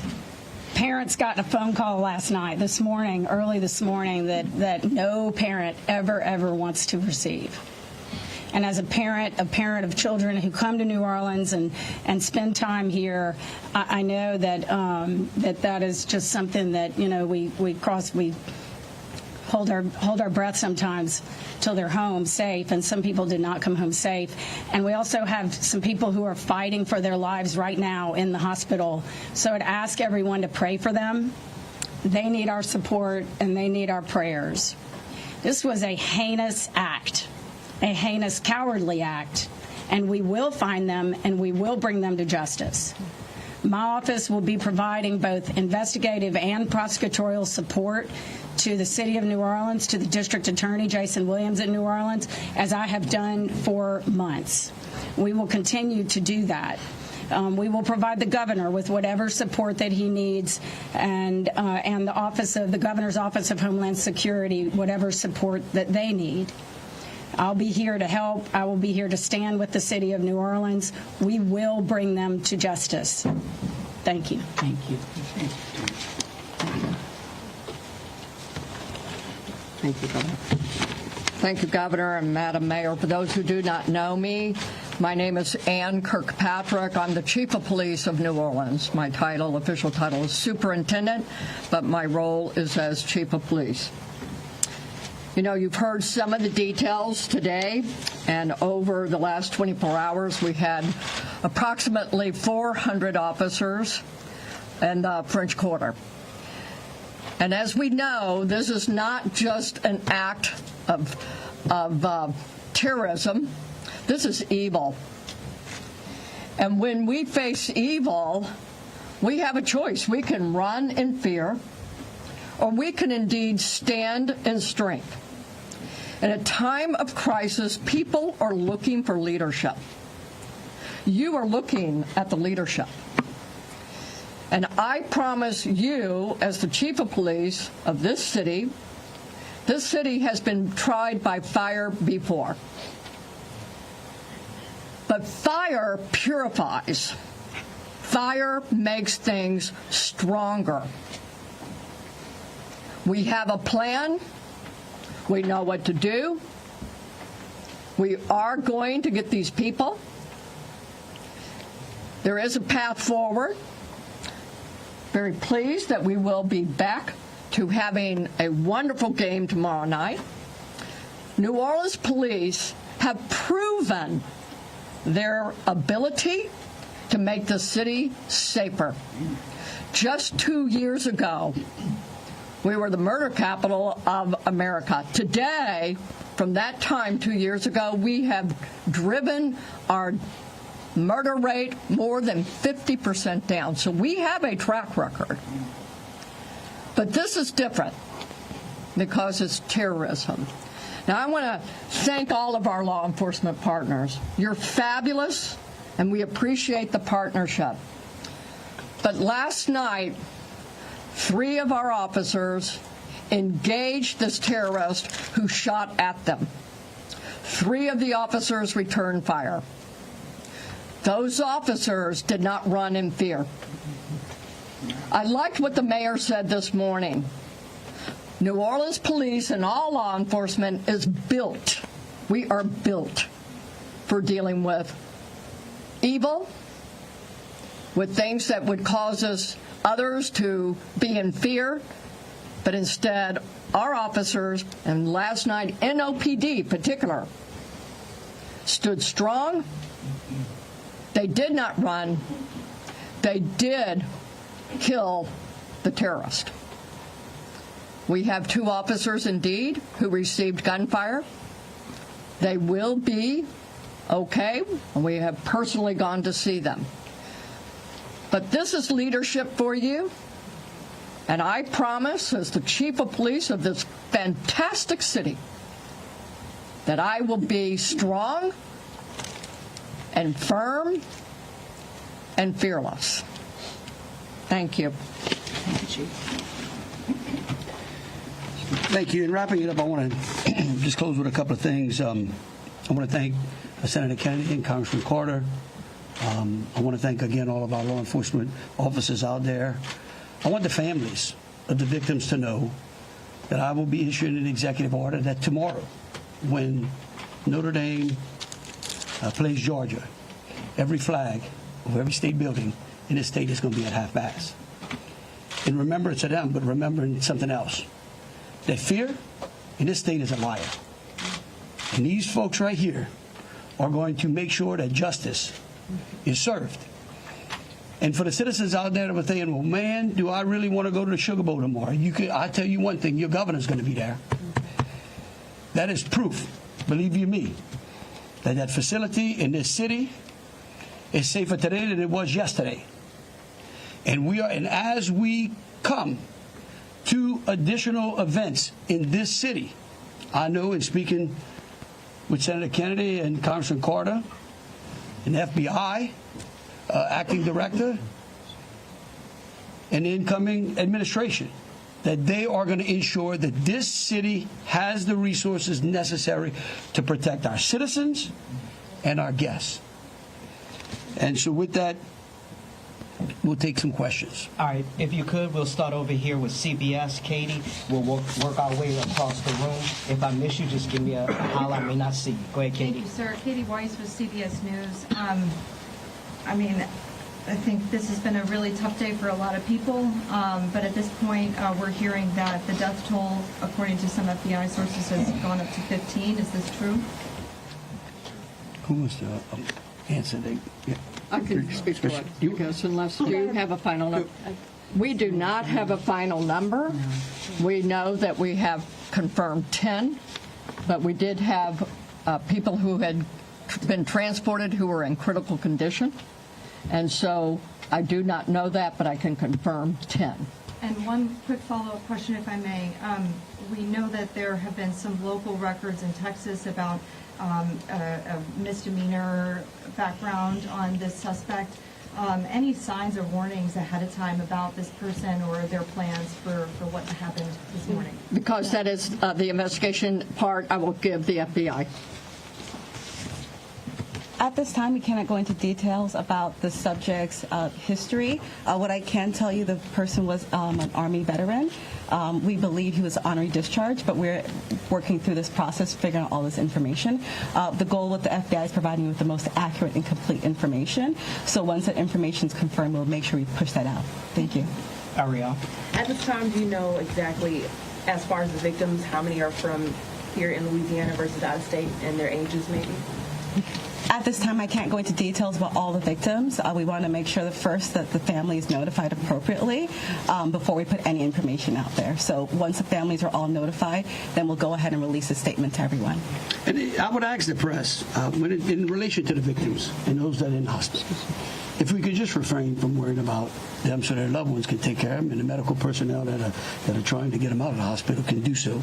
And as information becomes available, we want to respect the privacy of those who are still either fighting for their lives or being cared for. Thank you. A follow-up, if I may. Go ahead. You guys mentioned accomplices. You don't think that the suspect acted alone. about how many more suspects are you guys looking into at this point? It's a range of suspects. Right now with the FBI, we do not want to rule anything out, so that's why we're asking if anyone has had any interaction with the deceased subject Jabbar in the last 72 hours. Provide us with this information. You can provide us that information through 1-800-CALL-FBI or our digital tips line, which is available on our social media website, as well as the big FBI website. Can I say something like that? Tell me who you're with. WDSU. WDSU. Okay, and CBS. The NBC's over here on the right. Oh, that's an unusual position. I don't get it. You wouldn't. Look, the FBI is not going to be able to answer those questions, okay? They will eventually. I promise you. Okay, once the FBI has a chance to investigate all this, along working with state police, working with Homeland Security, working with the city of New Orleans, they're going to tell you what happened. I can promise you that, or I'm going to raise fresh hell. But right now, they're in the process of trying to catch the other bad guys. And I want to give them the benefit of the doubt for a while. 26. Yeah, I had a question about the victims. I know that there was obviously gunfire exchange, so I guess how many victims were shot and then how many were injured? Look, again, let me reiterate both Special Agent Duncan and Senator Kennedy. There's a lot of, I get that y'all want to know minute details. What we don't want to do is impede this investigation or spend any time talking about things that don't get us closer to hunting these folks down and securing the city. And so at a particular point in time, we will release as much information as we can. But at this time, in relation to the investigation, I would ask y'all to refrain from those. So, ladies and gentlemen, if we're going to just have more of the same, as the governor just said, we're going to provide that information, but we're going to wrap the press conference now. Hold on a second. Hold on. Let me finish. You weren't listening. If all of the questions are more of the same, what the governor just said in position, we won't be doing that to provide that information. And if you have a quick, different question, then let's do that quickly and move on. Okay? My question. Hold on. It's in an orderly fashion. You say there are multiple. Ma'am, hold on, sir. Hold on. Then who was next? We had over here. Hi, Rachel Wolf from the Wall Street Journal. You said you are confident there are multiple suspects involved. What makes you confident in that? Well, like, why would we tell you that? Again, that's. I mean, look. Again. We want to answer pertinent questions, but anything that would lead to impeding or endangering this investigation is not going to be said. Okay, and we will, as information unfolds. This is a very fluid process, and remember something too. We're doing two things. We're hunting some bad people down, and we're securing the city, too. We're getting ready for a Sugar Bowl tomorrow. So if y'all would, again, if you have questions regarding Sugar Bowl, the safety of the city, or something to that effect, we're happy to answer. There's over here. Okay, go ahead. Go ahead, Alyssa. Okay, 1 second. Usually in parts of the French Quarter, specifically in parts of Bourbon Street, there are bollards. We're hearing that some of those may have been down because of repairs. Can you speak to that? And maybe was there any backup option of putting a truck there or an NOPD car there? Well, let me tell you that. Yeah, one, I'm going to let the mayor answer. I want you to know that's one of the first things I thought of this morning when the mayor called me. Okay? And I will tell you that whatever the problem was is going to be solved. Thank you, Governor. Thank you, Governor, and thank you for the question. I do understand that it's been on your radar since this morning. As it relates to the bollards on Bourbon Street, over 10 years ago, over 10 years ago, the city of New Orleans implemented an infrastructure project placing bollards on Bourbon Street. Shortly thereafter, the malfunctions of those bollards ensued, from Mardi Gras beads on down.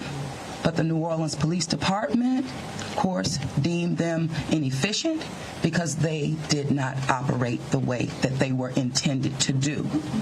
Because the city of New Orleans is hosting Super Bowl this year, it gave the city of New Orleans an opportunity to go further and deeper with infrastructure improvements, as we've been talking about.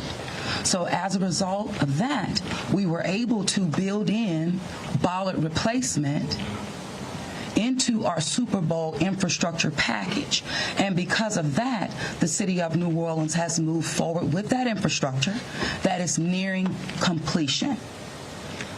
Bollards were not up because they are near completion, with the expectation of being completed, of course, by Super Bowl, way before Super Bowl.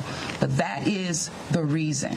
Now, the New Orleans Police Department, and Chief, you can speak to the deployment to respond to our needs and existing conditions. All right, so we have been aware of the bollard situation for a long time, and we did indeed harden those target areas where the bollards are. We have patrol cars out there as a hard target, as well as with barriers. Now, I want to share with y'all, if you did not know, that this particular terrorist drove around onto the sidewalk and got around the hard target, where he did have a car there, we had barriers there, we had officers there, and they still got around. Now, the wedges that you see out there as well, we knew that that had malfunction problems. And I want you to understand, let's say we put the wedge up and it got stuck. There is no way that ambulance could get in or out, people couldn't get in and out, so we knew that these were malfunction. So we did indeed have a plan, but the terrorist defeated it. A follow-up, if I may. Let me just say this. We recognize we got a problem right here, right? We're going to fix it. It is going to be a top priority as we go into the Super Bowl in Mardi Gras, and the solution that we're going to come up with is going to be a permanent one. It's going to be placed into the standard operating procedure of having major events and securing that quarter. A follow-up, if I may. Obviously, Sugar Bowl postponed till tomorrow, but I'm sure after that game, a lot of people are going to want to celebrate. Are there plans to keep Bourbon Street closed? What does that look like? So right now, Bourbon Street is an active crime scene, and the FBI is in charge of it. When they clear it, and it does not become an active crime scene anymore, we're going to open it up. Potentially. Olivia Dunn with Fox 8. Can we ask about this military police presence that you want to call it? Is this a private security like Blackwater? Also, would that be a first that a private security firm is mobilized to supplement local and state law enforcement? No. We're not. This is our National Guard. Yeah. These are our citizens that we're bringing in. It's a military police company that we recognize. We need some more resources. We need some more boots on the ground because, again, what we're doing now is twofold. We've got an active investigation, and we've got enhanced security. Before this event, we were just enhancing and working on security. So we brought some additional resources. Jesse Kirsch with NBC News. Thank you for holding the press briefing. I just want to clarify something first. You were just talking about bollards that are being repaired, talking about a lift gate that are replaced and then a lift gate that's not been working. Was there a vehicle in place of that lift gate last night? Were there things in place of those bollards which are being repaired? Sure, the chief spoke to the plan in place, and that is yes. That was indeed. So anything that is currently in the midst of being repaired had a backup replacement? It had vehicles and officers were there where all of those ballasts have been. We had that. We knew. So we did have it. And like I said, in this particular case, terrorists just went all the way around up onto the sidewalk. And the lift gate, what about for the lift gate? Was there a vehicle like backing in and out to block that lift gate area, or was that just down and open? Because that's what we've heard from witnesses. Captain.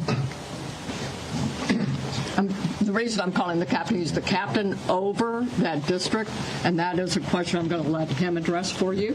Good evening, everybody. I'm Captain LaJean Roberts of the 8th District. Yes, we did have a vehicle strategically placed right in front of the wedge, preventing access onto the roadway. And in terms of the framework of security that was already in place on Bourbon Street, I know this is an ongoing project of improvement, but with how that was all aligned, was someone getting up on a sidewalk considered impossible or nearly impossible, or was this not something you expected you would have to account for? Yes, of course, it wasn't something we expected to account for. The bollards they're actually wedges. They're strategically placed 5 locations throughout the French Quarter on the roadway. This particular terrorist drove onto the sidewalk behind the police car to gain access to the 100 block of Bourbon Street. So if you're worried about someone ever driving down Bourbon Street, why weren't you worried about someone driving up the sidewalk in the same way, or at least bracing for you the same way for all years? All right, look. We can go on what ifs forever. This is evil. And that guy could have easily gone down the sidewalk of Canal Street, where there were a ton of pedestrians on there as well. And there are That's right. on some sidewalks, so that's, I'm just asking. Hold on a second. We're gonna move on. Chelsea, go ahead. I just want you to know, however, we recognize, I said earlier, that where there are defects in this system, we are going to be transparent, and we are going to address them with the city and make sure that we fill those gaps as best we can. Yeah. Yeah, Chelsea Brazen with Axios. I have a question just about sort of ongoing public safety today. Special Agent mentioned 2 possible IEDs. Were those in the same location? Should residents in the French Quarter or elsewhere be concerned about potential other situations?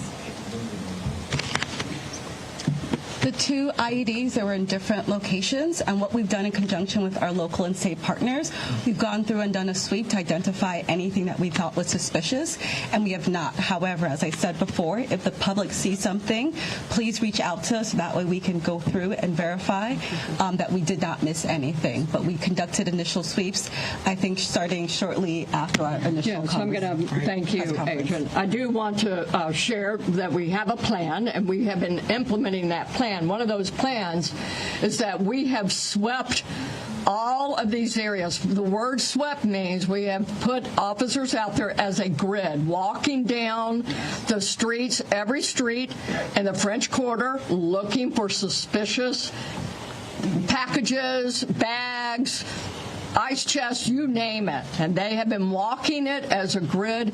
We've been doing the same thing on Poydras and all the accesses into the Superdome. Part of the safety plan is we have bomb dogs out there sweeping the Superdome and all the exterior area, and we're locking that down. That will be locked down through the game tomorrow. So that's a part of that safety plan, and we've already been implementing it. Okay, thank you all for coming out. Question back here from the governor on the MPs. How many MPs will be deployed to New Orleans? Right now, there's I think it's a General Freelo 100. 100, and yeah. All right. Thank you all so much. Thank you. What gives you the confidence tomorrow night it'll be safe, right? I'm going to be there. Yes, but you're also saying you make improvements. Or what? Press conference in New Orleans in the face of New Year's Day tragedy. That's the only way to describe it. I want to summarize what we heard. The most important description came from Althea Duncan, the assistant special agent FBI in charge, saying that there are a range of suspects still being pursued by federal, state, and local authorities. That means that the terrorist so designated by the local and federal official Shamsud Din Jabbar, who drove a truck into the French Quarter, killing at least 10, injuring 35, did not act alone. Also, the 2 New Orleans police officers who engaged, 2 of the 3 who engaged in firing at the suspect, killing him at the scene, were wounded. They remain in good condition and will survive. The death toll may rise. The Attorney General for Louisiana said several of those injured in this vehicular attack are, quote, fighting for their lives. Also, the Sugar Bowl, due to kick off 7:45 p.m. local time tonight, has been postponed for 24 hours.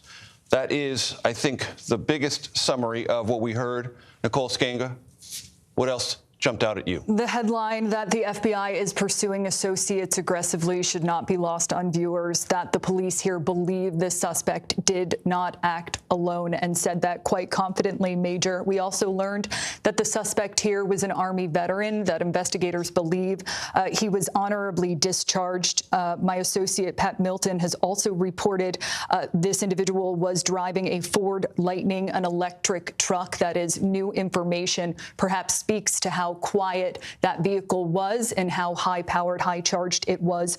Also learning about some of the safety measures that have been put in place in the days and weeks ahead. The governor there saying that he has signed an emergency declaration he was intending to put into place tomorrow ahead of the Super Bowl and Mardi Gras. Now that is happening today. He has activated the military police company in addition to this, and I think Scott McFarland can speak more to this, but it was interesting to learn about the bollards that were malfunctioning there and some of the precautions that police had perhaps put into place that did not live up to expectations, and certainly in this case did not prevent this tragedy from happening. Scott McFarland and Kirkpatrick, the police chief in New Orleans, saying they had a plan. The terrorists defeated it by driving up on the sidewalk and hurtling that vehicle down Bourbon Street. Yeah, they didn't raise this issue unsolicited. They were asked questions about the bollard issue. We reported this morning that there's a bollard reconstruction project that's been underway for months now in New Orleans to get those things rebuilt and modernized from what they were a decade ago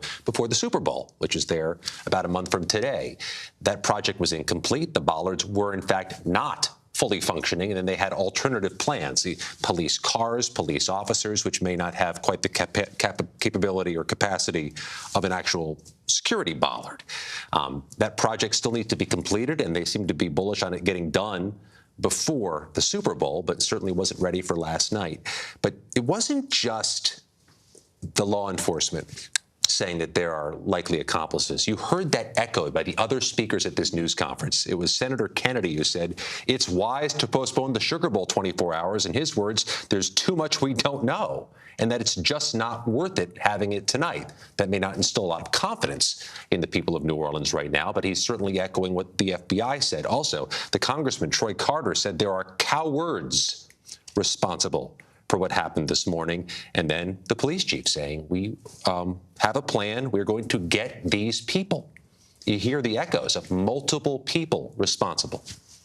Nicole, to your point, this is a multifaceted investigation. Joining us now on the phone, CBS News producer Elizabeth Campbell. She is at the Airbnb the attacker rented in New Orleans before this tragic homicidal event. Elizabeth, what can you tell us? Well, Major, this is still an active scene that is ongoing. We have officials from FBI, from Bomb Squad, from HSI, Fire Department are all here. There is believed to potentially be more explosive in the house. They are waiting to figure that out. They're waiting for a search warrant to go in and confirm that. Out of a caution, they have evacuated all the residents in this residential area and the blocks surrounding that house.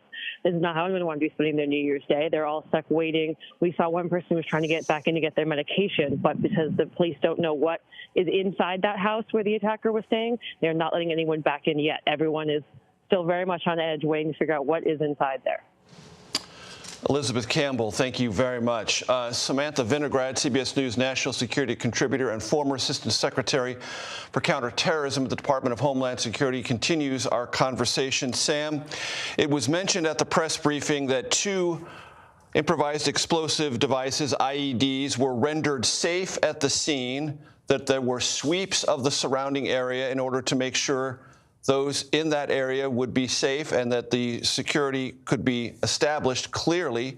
But at this residence, this Airbnb, those fears remain pronounced. They certainly do. And what authorities are doing right now is establishing a secure perimeter.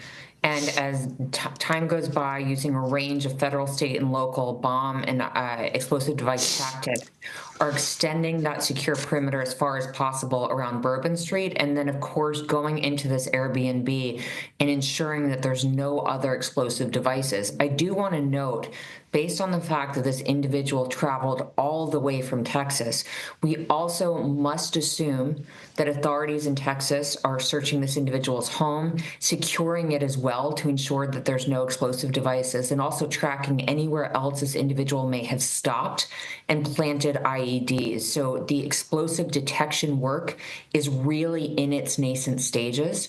And that might be why, Major, it's so critical to note this, that authorities mentioned that this individual may not have acted alone. Now, I'm hearing differing accounts from law enforcement about whether they believe the threat is neutralized or not, but the law enforcement is clearly asking for the public's help to identify any potential leads in this case, not only because such a broad geographic area may be implicated. And Sam, from your experience, thinking about that potentially large geographic space, how complex is this endeavor for the next 24 hours? And is it even wise for authorities to announce, well, the Sugar Bowl won't be tonight, but it will definitely be tomorrow?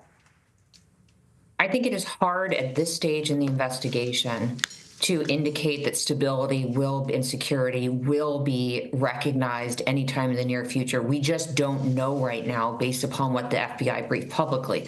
Now, I will note, the FBI has what they call joint terrorism task forces in all of their jurisdictions. So that includes, of course, both New Orleans as well as in various parts of Texas, including where this individual resided.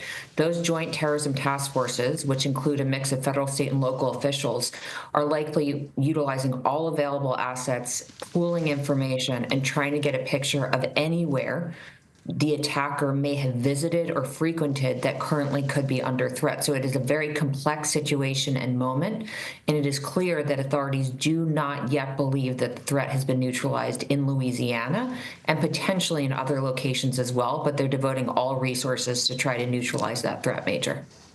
Sam, please stand by. We want to show you surveillance video obtained by CBS News. It shows the pickup truck drive around a police car onto the sidewalk and speed up, plowing in to the terrified, disbelieving crowd.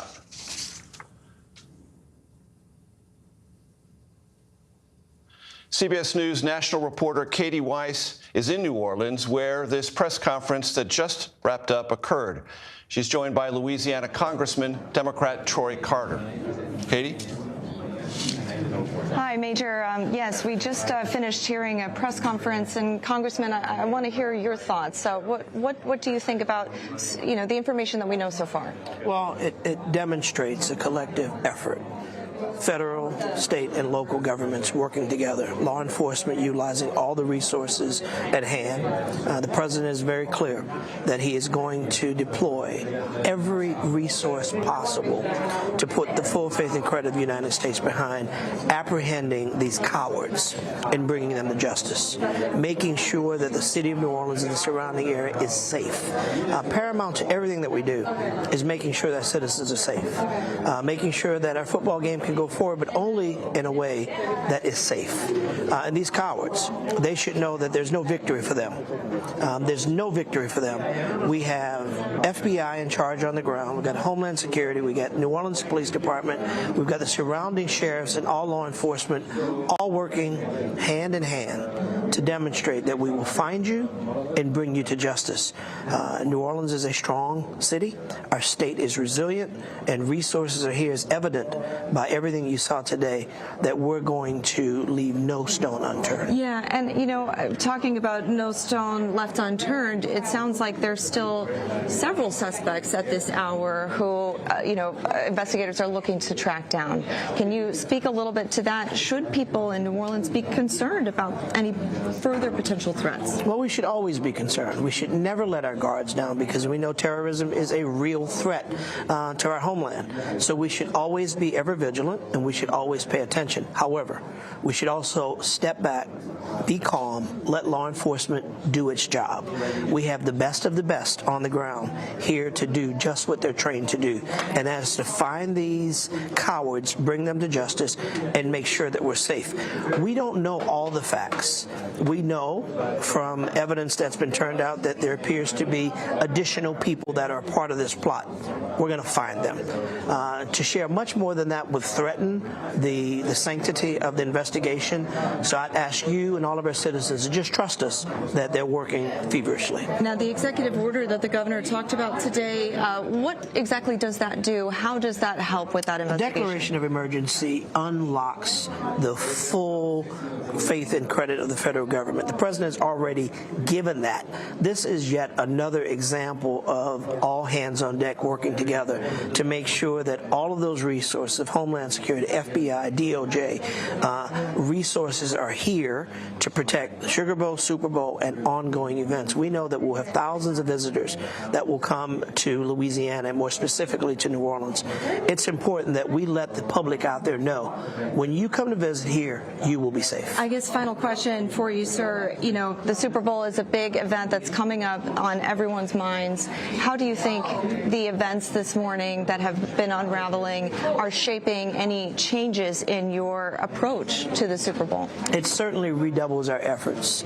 We've had belts and suspenders on. Now we'll have trap wires. We'll make sure that all the resources are in place.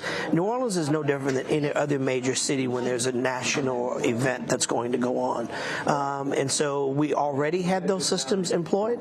Now we're going to retighten the hatches and make sure that we redouble our effort, look at every possible way. Like it was discovered today that although there were bollards on Bourbon Street and a car in place, maybe we also need to do something to block vehicles from jumping the sidewalk and getting around.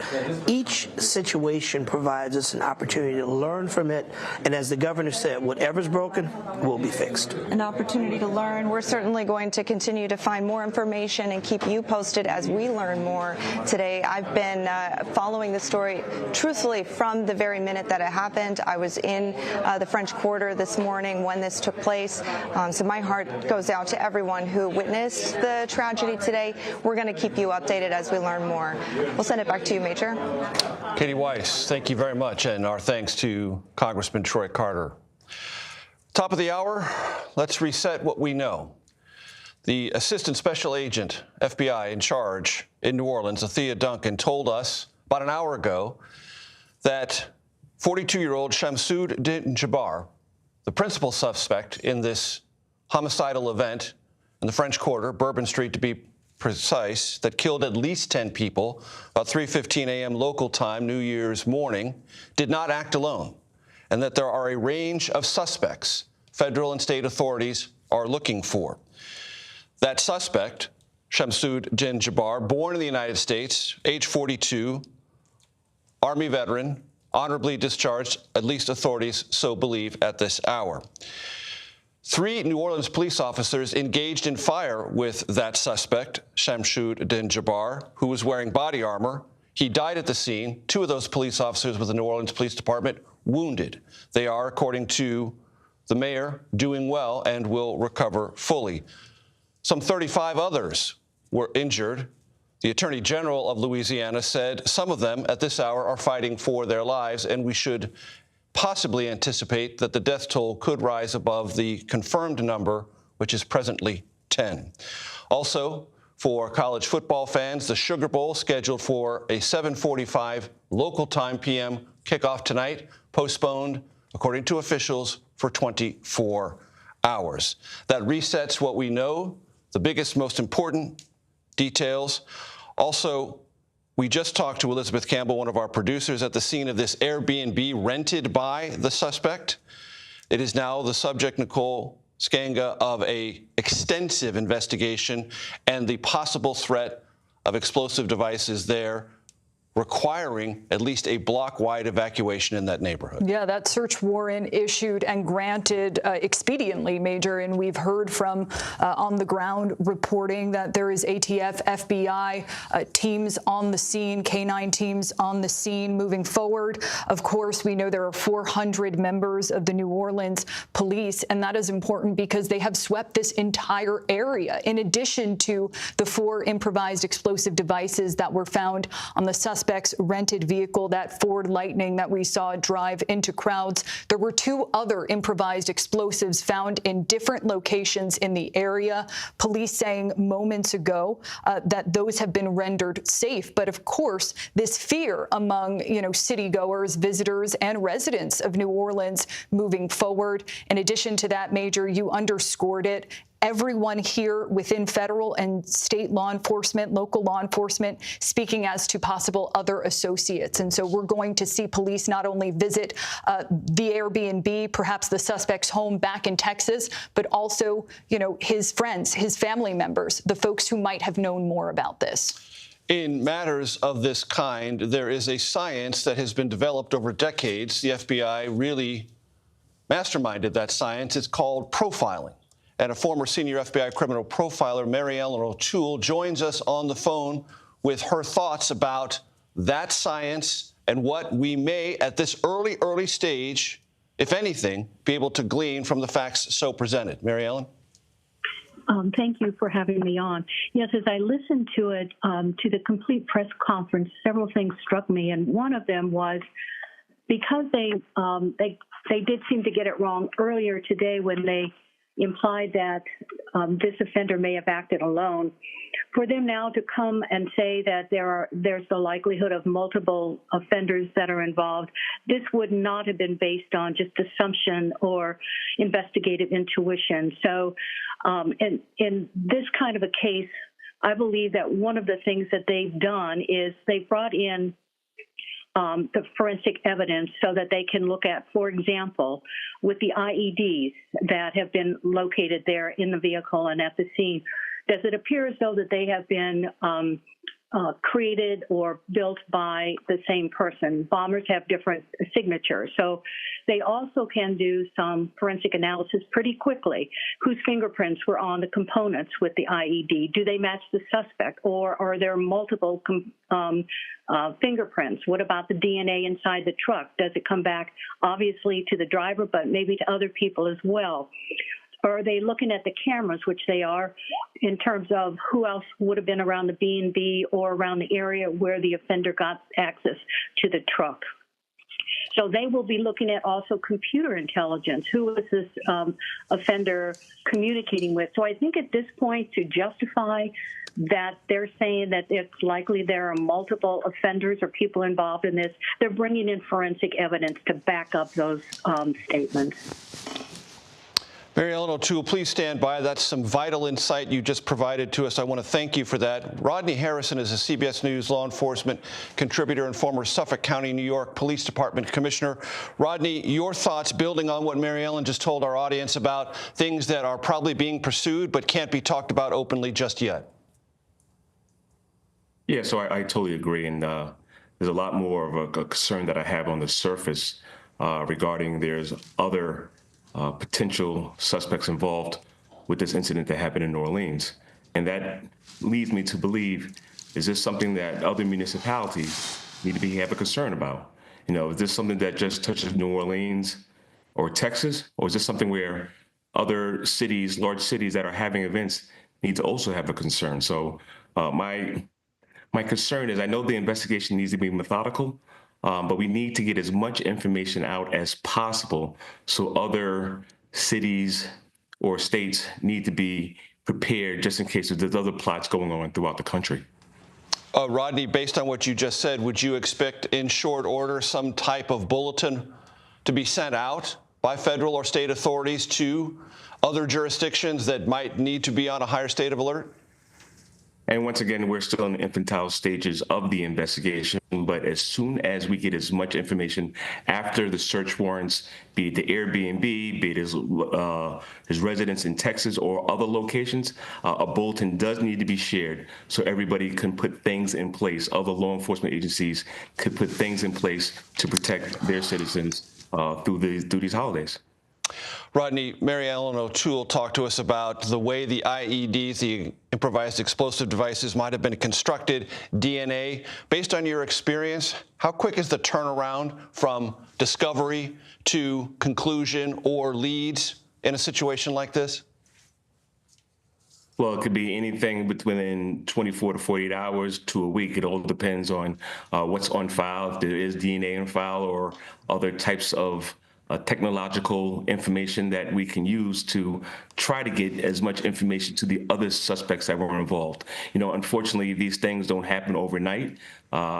We have to submit a lot of scientists to the labs and make sure they put this on the top of the pile of their research. and make sure the information gets back to the law enforcement agencies so now we can put things in place to protect other plots that may be potentially occurring throughout the country.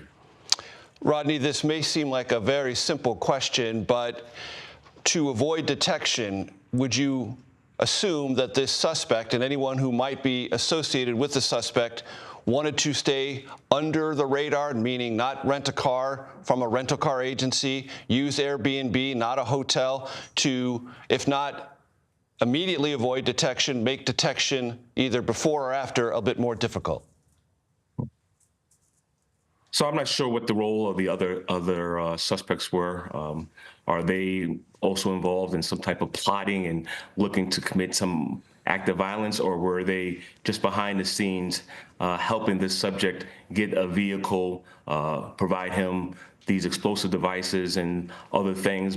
I was told that he had a long gun with a silencer. So what their role is undetermined at this time. But I will say this, I know the investigation is in the beginning phases, but they need to get to the bottom of it as quickly as possible to identify those suspects to make sure that they are apprehended as quickly as possible. Rodney Harrison, please stand by. I want to go back to CBS News national reporter Katie Weiss, who's now with New Orleans City Council member Eugene Green. Katie? Good afternoon, Major. Yes, Councilman, I wanted to talk with you a little bit more about some of the safety issues that came up during the news conference this afternoon.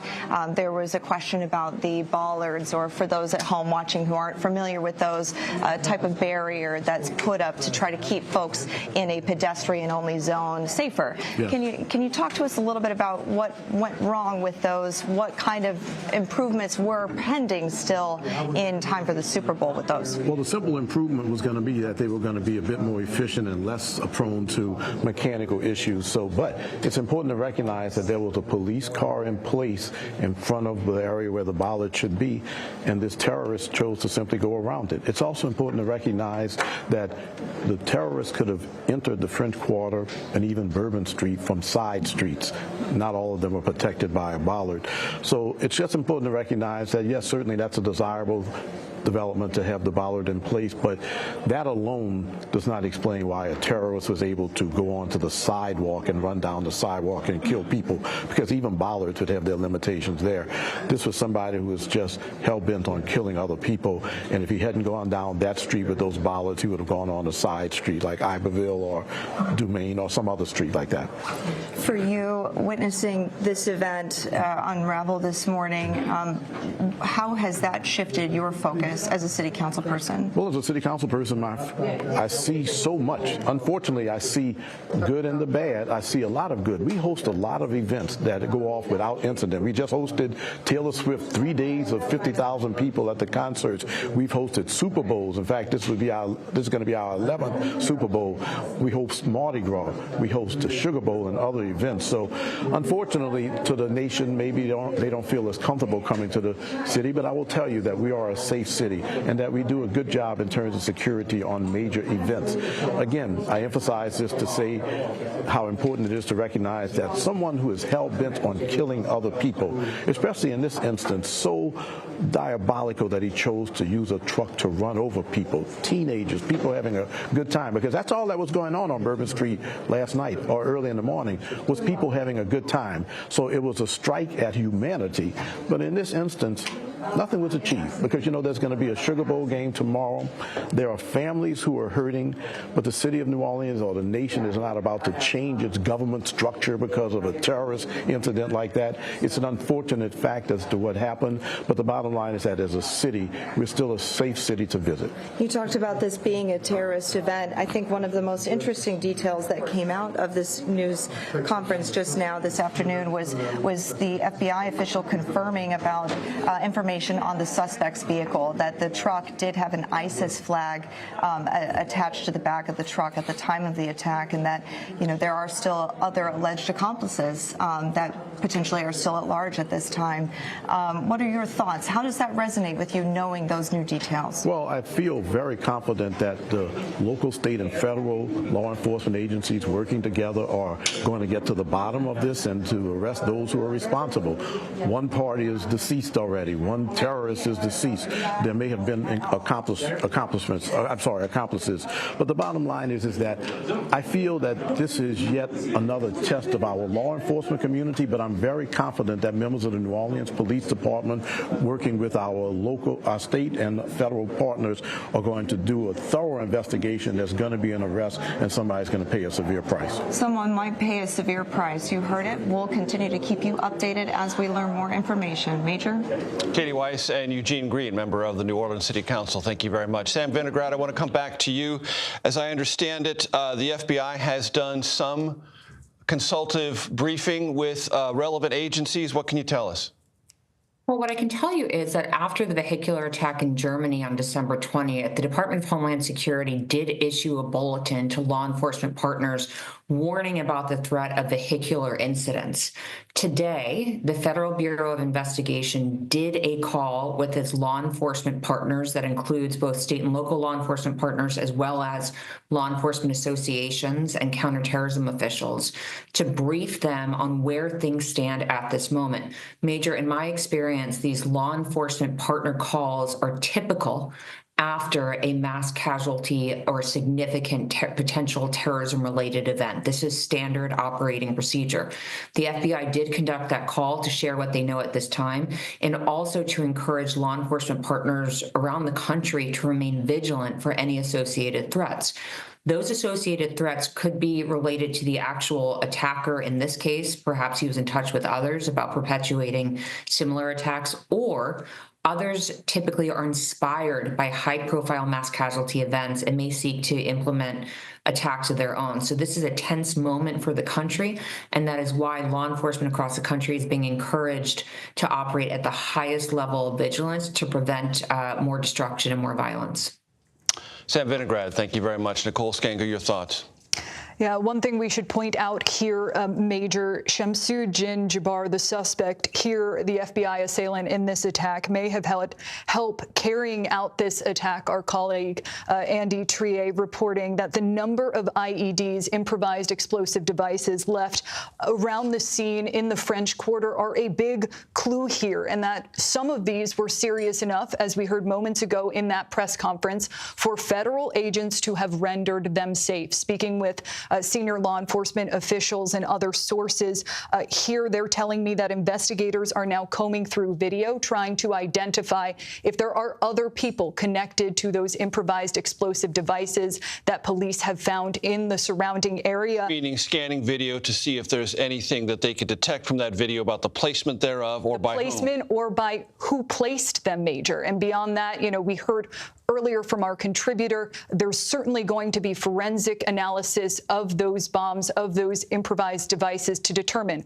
were there any fingerprints, and what's more, what were the signatures on the bombs like? Were the people behind them or the person behind them, you know, the same maker there, Major? That's a big clue for investigators now. When you say signatures, does that mean component parts that can be traced to other previous events? Parts, ingredients, the building blocks of these explosive devices.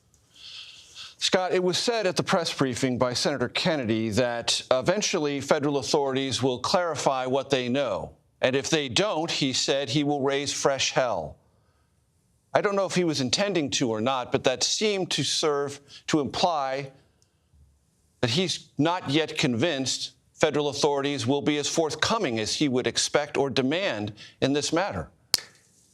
Intentionally or unintentionally, Senator Kennedy, speaking at that news conference, expressed some cynicism about the FBI's truthfulness and transparency. And what you had there is, I think by all of our experiences, that was a very untraditional crisis communication news conference. All those different voices, no uniformity in message, no uniformity in information stream. And you had people at some parts of that news conference trying to instill confidence in people. Come back tomorrow for the Sugar Bowl. The governor says he'll be there. You can feel safe. We want you in the French Quarter.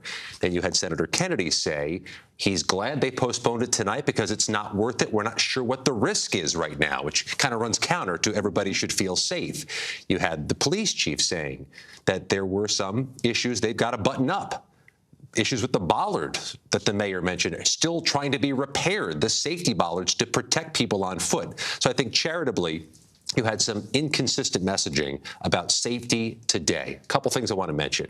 Other police departments undoubtedly are going to step up some of their protection of their pedestrian areas. CBS News has learned the Washington, D.C. Police Department, ahead of some major events here this month, major events, is increasing its visible enforcement today indefinitely, and people will notice the difference. I expect to hear that from other police departments, but also this update from our affiliate KHOU in Houston, that law enforcement from Houston is now visible outside the attacker's home there, and it's a property with multiple dwellings on it, trailers or some improvised dwellings in addition to some type of home.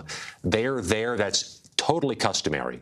When an attacker is deceased, to go to that person's home, find out what you can. We saw that in July in Butler, Pennsylvania. One of the first stops was in Pennsylvania to the gunman's home to see what the computers show, what any people who live there can say. If they're looking for accomplices, it's a good place to start. As part of our continuing coverage, we want to show you again surveillance video that CBS News has obtained. If you watch closely, it shows the pickup truck drive around a police car onto the sidewalk and speed up, plowing into the crowd. Former senior FBI criminal profiler Mary Ellen O'Toole joins us on the phone. Forgive me. I want to turn now to CBS News senior White House and political correspondent Ed O'Keefe. Ed, you are joining us from West Palm Beach, Florida, I believe. Former President-elect Trump has weighed in on this, sometimes accurately, sometimes less than accurately. What can you tell us? Yeah, well, we're tracking, in essence, the current and the future president, Major. We know, for example, let's start with the current one, that President Biden is at Camp David. There's still a possibility we'll hear from him again later today. When he arrived there earlier today from his home in Delaware, he told reporters that he had real feelings of anger and frustration about all of this. And in his written statement this morning, he was among the first to signal that this might have been a broader operation, more than just one person acting alone, by saying in his statement at the time that he was directing his teams to continue making sure that there were no other perpetrators involved and that there was no remaining threat of any kind. That was notable for him to put in a written statement like that, signaling that there was still concern that we've now heard conveyed by those local and federal officials. Here in Florida, President-elect Trump is at his golf course at this hour, as he is most days during the daylight hours. He did speak out earlier today and implied some things that are not accurate. First, he suggested that, all of his warnings about crime going up in this country have been proven again with this situation, and then suggested that criminals coming in are far worse than the criminals we have in our country. So he was suggesting that this might have been some foreigner who had come into the United States to commit this act. We now know, of course, it was a U.S. citizen, an Army veteran, somebody who lived in Texas who had committed this act. But he added, our hearts are with all of the innocent victims and their loved ones, including the brave officers of the New Orleans Police Department. Notably, he says the Trump administration will fully support the city of New Orleans as they investigate and recover from this act of pure evil. The other thing to keep in mind, Major, we've got indications today that the Biden White House and its national security and homeland security apparatus has been in touch with the Trump national security and homeland security teams based here in Florida. That was a promise both sides made several weeks ago, that there would be conversations held in tandem about things ongoing that they would likely inherit. If you're looking for an example of the need for an outgoing and an incoming administration to be talking to each other several weeks before an inauguration, we now have one, but we have indications that they are in touch with each other so that the president-elect is kept abreast of the situation. We're not currently expecting him to say anything more about this later today, and again, we do expect President Biden might have more to say later today from Camp David. Major. Ed O'Keefe, thank you. And building on Ed's point, if indeed we are notified of remarks from President Biden at Camp David, we, of course, will bring them to you. Mary Ellen O'Toole still on the phone with us. I'm very grateful that she is there. Mary Ellen, you're a former FBI criminal profiler. Based on your experience and your knowledge of the very early stages that this investigation is quite obviously in, what's going on behind the scenes? And how much less is the public being appropriately informed of that the FBI and other relevant authorities may already know? So great question. So behind the scenes, more than likely what they're doing, the behavioral analysis unit, my old unit, they're doing both a timeline and a personality assessment of the truck driver. And by that, I mean they're going back and they're tracking where was he a week ago, 2 weeks ago, and so forth. They're also doing an in-depth assessment of his life. At what point in his life did he have an ongoing involvement in criminal behavior, or was there a point in his life that he made the decision to become antisocial, having been pro-social, in other words, abiding by the laws for most of his life? That becomes a critical period of time, because that may be where he decided to participate or spearhead this lethal attack. And it had to be such a powerful event in his life to make this decision, because he became both homicidal and suicidal. That's huge for somebody that has been pro-social or law-abiding before that. So that's why the timeline, when did this happen, and the personality assessment, what was going on in his life, becomes so critical. That also will give agents much more information on who was he talking to, who was he working with, who was he living with, who were the other people that were influencing him. And at this point, they've already got this information. They're putting it together. This is not what they can release to the public at this point, because if it gets out there, somebody that was a close associate of his may start destroying evidence. And that's one of the most profoundly important reasons that you can't give out Joe Blow 1 and Joe Blow 2's names, because they still have to collect evidence. They still have to do interviews with possible other suspects. So it's frustrating, but there's a reason for it. Mary Ellen, you mentioned this suspect, homicidal and suicidal. Though he wore body armor, he had to know, according to what you just shared with our audience, that he was going to die in this attack. I think that he reasonably, because he's older, he's not in his early 20s, where the thinking is a lot more flawed. At that point in his life, he had to consider the fact that he was planning to be homicidal, but suicidology or suicide was also a possibility. Mary Ellen O'Toole, thank you very much. I want to go back to New Orleans, where New Orleans Council member Oliver Thomas is standing by with our Katie Weiss. Katie? Yeah, Major, I've been talking with Councilman Thomas here about a very touching account that he has to share from his time visiting patients in the hospital this morning. Councilman, thank you for your time. Tell us a little bit about what you've experienced, what you saw. We've heard a lot about what happened with the perpetrator and the terror and the violence that actually affected this city, this country, and this event. But very little have we talked about the human side of what happened with the victims and the two officers who were shot at the emergency room. And in my time in the emergency room this morning, to see the families and to talk to them and to see the care from our medical emergency professionals has been exemplary at University Hospital. But there was one touching story with a young woman who came by in her uniform because she was coming to check on her comrade, someone she had been through the academy with, someone she was friends with. And it was a tearful exchange to see her concern was getting to where someone who she graduated the police academy with, who was a fellow officer. And she actually talked about being on assignment with them, but actually being sent to do something else. And then just to see the medical emergency officials recognize how heroic those officers were, that had they not put their lives on the line, potentially thousands more, hundreds more people could have been killed or hurt. So they truly were heroes in this. Definitely, truly. It's an example of how fortunate we are to have the men and women of the New Orleans Police Department, and how sometimes that we take them for granted, but we shouldn't take them for granted. You know, and in many cases, they don't think about whether they're being appreciated or not. They think about making sure our families and our businesses are first and safe, and that's what these officers did. Could you describe a little bit about those moments when they were injured, how they acted so heroically? Yeah, and people need to know that this perpetrator went around the barricades, went around officers, plowing through the crowd of the street, and these officers went towards him, confronted him, put their lives on the line. That story has not been told enough. And yes, this is a tragic event, but we have two folk who could have lost their lives. We had another officer who wasn't injured, but the two who were in the emergency room this morning with their families, healing from their gunshots and their wounds. And we need to make sure that they're recognized appropriately. And those two officers, how are they doing right now? Do you know when they'll leave the hospital? Well, no, I don't. I haven't gotten any updates. When I left to start all this other stuff that we've been doing about the event, one of the officers finally fell asleep. As a matter of fact, he asked Police Chief Kirkpatrick if somebody, I think, could bring him a Sprite, 7-Up. He was there with his wife and family members and other officers. He fell asleep.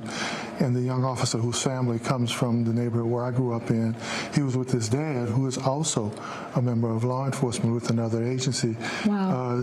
Just smiling, worrying about his fiancée. His fiancée was frantic, and she was just concerned about him. And they're about to get married, right?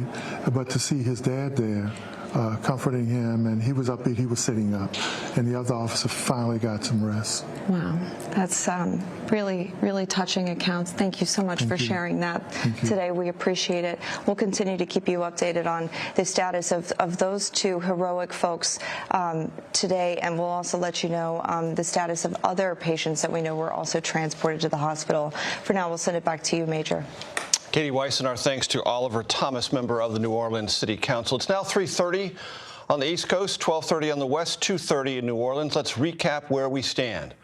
The latest on the deadly New Orleans truck attack New Year's morning this year, just hours and hours ago. The FBI says the suspect, 42-year-old Shamsud Din Jabbar from Texas, rammed his pickup truck into a crowd before being shot to death by police in what has been described as a volley of back-and-forth gunfire. At least 10 people on that scene were killed. That death toll may rise, we don't know, but at 10 is the confirmed number presently. 35 injured. The Attorney General of Louisiana has said some of those 35 injured are, quote, fighting for their lives. Investigators say they believe Jabbar did not act alone. They found an ISIS flag on the truck and several explosives inside his vehicle. Those explosives were known as improvised explosive devices. This incident is being investigated as an act of terrorism. Earlier, New Orleans Police Superintendent said this is not just an act of terrorism, this is evil. The FBI is the lead investigative agency into this morning's deadly truck attack. Here's what we heard earlier from the FBI Assistant Special Agent in charge. The FBI is the lead investigative agency, and we're investigating this as an attack of terrorism along with our partners. Today at approximately 3:15 a.m. Central Standard Time, an individual drove a pickup truck into a crowd on Bourbon Street in New Orleans, killing at least 10 individuals and injuring dozens more.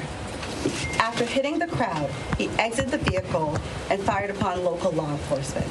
Law enforcement returned fire, and the subject was pronounced deceased at the scene. 2 law enforcement officers were injured and transported to local hospitals. The subject has been identified as 42-year-old Shamsud Din Jabbar, a U.S.-born citizen from Texas. He was driving a Ford pickup truck, which appears to be rented, and we are working to confirm how the subject came in possession of this vehicle. An ISIS flag was located on the trailer hitch of the vehicle, and the FBI is working to determine the subject's potential associations and affiliations with terrorist organizations. Weapons and potential improvised explosive devices, IEDs, were located in the subject's vehicle. Other potential IEDs were also located in the French Quarter. As of now, 2 IEDs have been found and rendered safe. The FBI Special Agent bomb technicians, as well as our local law enforcement partners, have been working to determine if any of these devices are viable, and they will work to render those devices safe. The FBI, we are working with our partners to investigate this as an act of terrorism. We're aggressively running down all of the leads to identify the possible subject's associates. We're working to ensure that there is no further threat. We do not believe that Jabbar was solely responsible. We are aggressively running down every lead, including those of his known associates. That's why we need the public's help. We are asking if anybody has any interactions with Samsud Dimjabar in the last 72 hours, that you contact us. The FBI is asking the public's help. We're asking anyone who has information, video, or pictures to provide it to the FBI. We have set up a digital tip line as well as our 1-800 number, 1-800-CALL-FBI. Please provide us with any information that can assist us in this investigation. Once again, thank you for your patience and assistance. For an updated statement or information, please check the FBI's website and our social media accounts. That was the voice of Althea Duncan. She is the Assistant Special Agent in charge of the FBI in New Orleans, briefing reporters about an hour and a half ago. Joining us now, CBS News producer Elizabeth Campbell. She is at the Airbnb the attacker rented in New Orleans, where there is a sizable law enforcement presence. Elizabeth. Major, good to be with you. You heard there the investigation is ongoing and the situation is ongoing here. It is very tense. Earlier this morning, there was some smoke seen from the house where the attacker was staying in an Airbnb. They have now evacuated residents. If you can see, if you look down that street, there is a large presence, as you said, as they wait to enter the house. There is bomb squad, FBI, HSI. This is an all-hands-on-deck situation as they wait to try to enter that property to clear any potential IEDs, improvised explosive that they may find, and secure this area. Residents are frustrated. It has been going on for hours. It will continue to go on for hours, and the situation here is tense. Elizabeth, based on what you can observe, and I know that there may be some limitations there, do you believe that authorities have entered the property or are still preparing to do that? They are still preparing to do that. We've heard they are waiting on a search warrant before they can enter the property, and that is part of the reason why this is a continued long affair. Of when it will end is unclear. Elizabeth Campbell on the scene for us. Thank you very much. Nicole Skanka and Scott McFarland joined me here at the table. Nicole, your thoughts based on what we've heard so far and the things still yet to come. Yeah, Major, very concerning that law enforcement has not ruled out a future threat. You heard the FBI Assistant Special Agent in charge say there, quote, "We are working to ensure no future threat." And the kickoff time delay by 24 hours is an indication of that. It will be interesting to see if kickoff remains at 8:45 p.m. tomorrow. Of the Sugar Bowl. Of the Sugar Bowl, that game between University of Georgia and Notre Dame. This is going to be a huge concern, copycat attacks for law enforcement moving forward. They are tracking many pieces here, a vehicle ramming, potential improvised explosive devices. Past is prologue in politics. It is in Homeland Security, too. And on December 23rd, you heard Sam Vinograd mention it before, after that horrific ramming vehicle attack at the German Christmas market, there was a law enforcement bulletin that went out to all law enforcement across the country, warning that lone offenders pose the most likely threat of violence to soft targets during the winter holidays. That bulletin here that is in front of me, warning that lone offenders are most likely to target publicly accessible places with perceived lower levels of security, large holiday gatherings and events. It mentions simple tactics, including improvised explosive devices and vehicle ramming. This terrible nightmare now has played out in New Orleans, and certainly officials are going to be concerned in the days and months ahead with so many high-profile security events, the Super Bowl happening in New Orleans, the inauguration coming up, looking forward to the World Cup, to the Olympics. How are they going to secure the nation's cities to ensure that they can lock them down? And the real answer, Major, is that there is no possible way to lock down a city entirely. Speaking with former law enforcement officials today, they say it is truly a tough task. But you're going to see some of those renovation projects, like the one that was underway in New Orleans, play out in other major cities across the United States moving forward. Mark my word. Scott, catch up our audience on something you mentioned a moment ago about Washington, D.C., preparations for the inauguration, possibly a rally by President-elect Trump the day before the inauguration, downtown Washington, D.C. That's a complicated event under the most normal circumstances. Yeah. This tragedy in New Orleans adds another layer of complication. And the Washington, D.C. police say they've already increased their visible police presence. that adds to whatever's happening behind the scenes and is invisible to us. We know there are these seminal moments coming up in Washington, D.C. that will draw a crowd or security concerns, several of them in just the next few weeks. January 20th will draw hundreds of thousands of people. That's going to be a little bit different. That's a national security, homeland security designated event. It comes with a dome of security and a fortress-like atmosphere. January 6th, they're going to do the same thing, even though it's just the certification of electoral votes because of what happened the last time they did that. They're bringing that same homeland security apparatus that's going to be massive in scope and size. But what about the days in between when you have, for example, as CBS News reported first today, Donald Trump expected to speak at a rally at an arena downtown, January 19th, when you have crowds gathered here for any number of reasons before and after all those events I just described, you're going to sense that. But I was really struck, Nicole and Major, by how much time was spent at that New Orleans news conference talking not about the attack this morning, but about the security confidence people should have going to the Sugar Bowl tomorrow. And you heard the governor when asked, well, what assurances do we have that we're going to be secure if there are potentially accomplices and a larger scheme? And his response was, because I'm going to the game. They spent an awful lot of time trying to instill confidence for the Sugar Bowl and for the Super Bowl. But the rest of the message today, that there may be others out there, that there were IEDs, that there may have been a larger scheme, may take more than just the governor's attendance to reinstill confidence. Thank you very much, Scott. I want to bring back into our conversation Rodney Harrison, CBS News law enforcement contributor.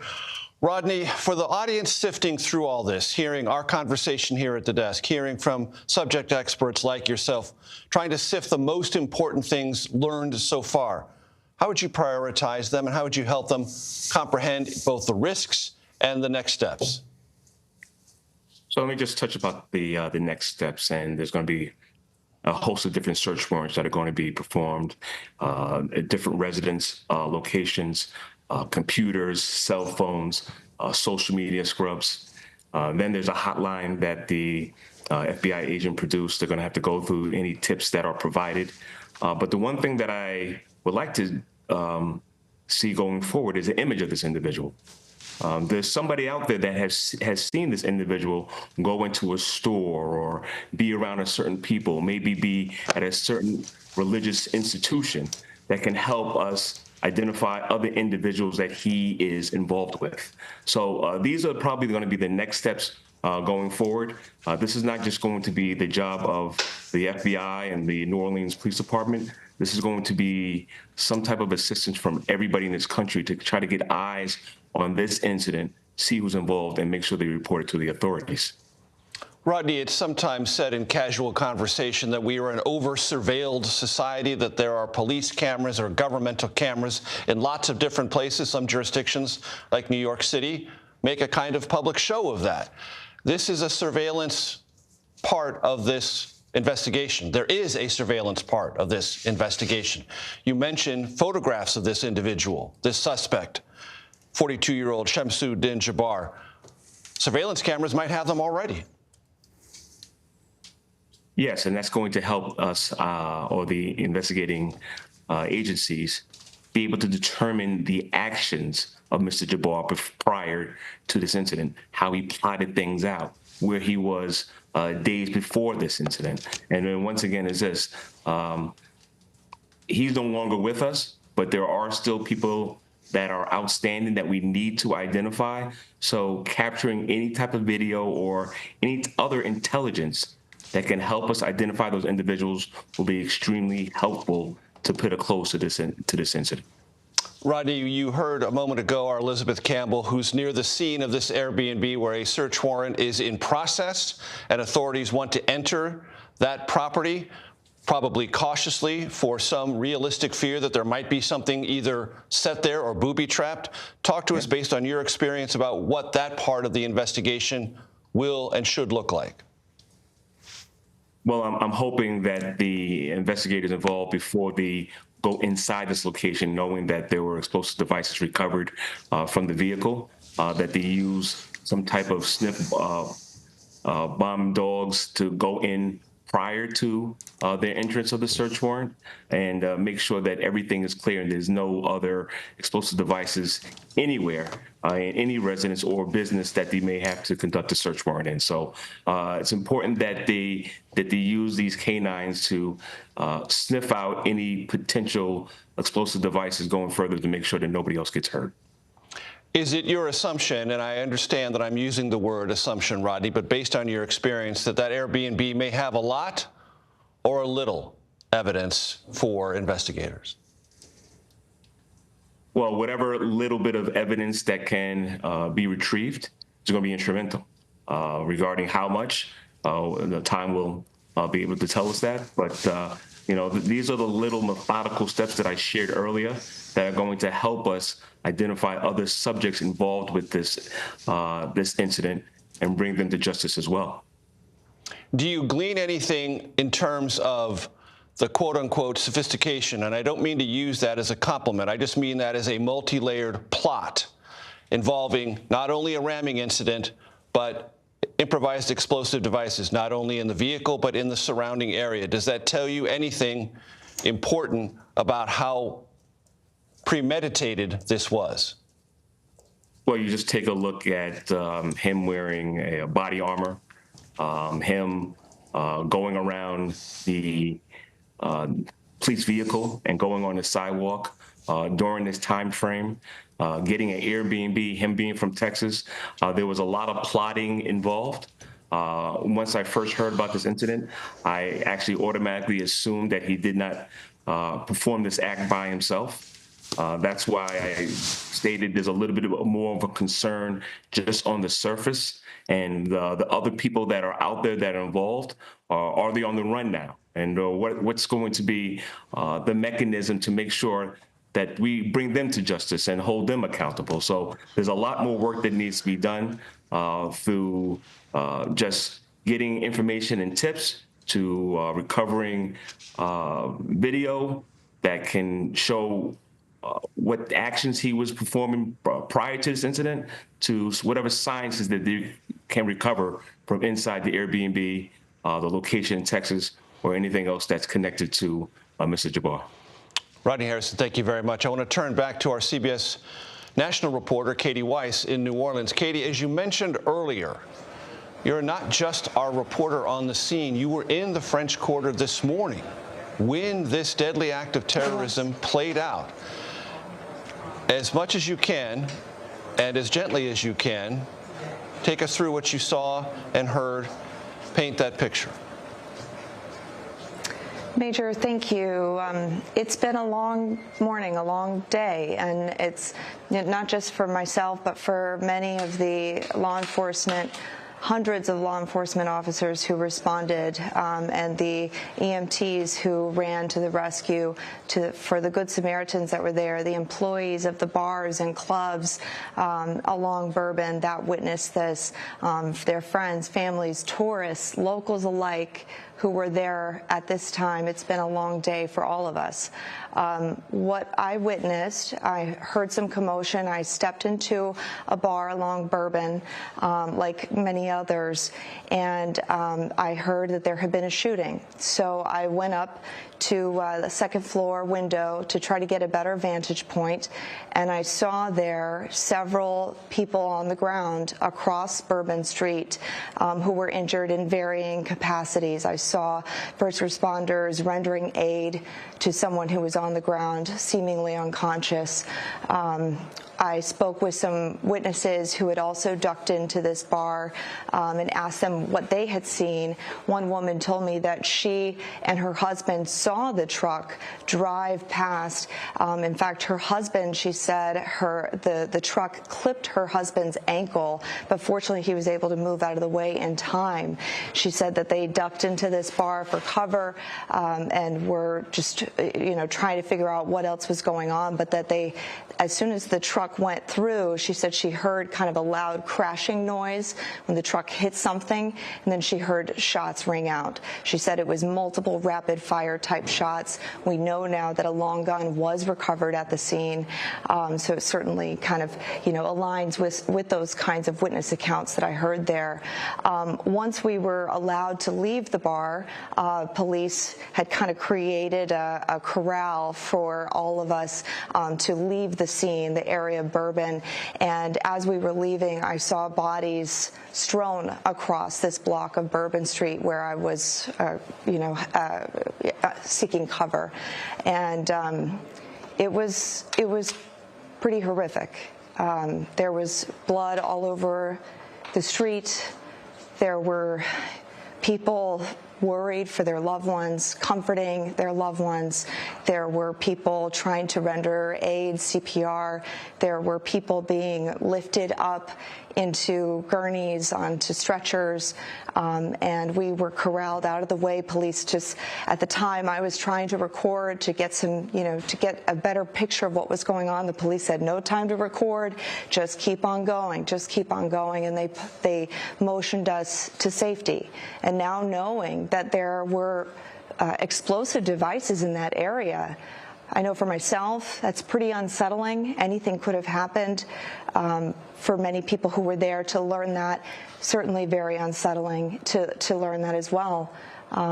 We are grateful. I know I'm grateful to be able to be here and give you this report, Major. Kate, I just want to ask you, 3:15 a.m., in some American cities, after the clock strikes midnight and everyone has said Happy New Year, crowds tend to dissipate. But New Orleans prides itself, understandably, as a 24/7 city that likes to party. What was the size of the contingent at that time, 3 a.m., as compared to midnight? Sure.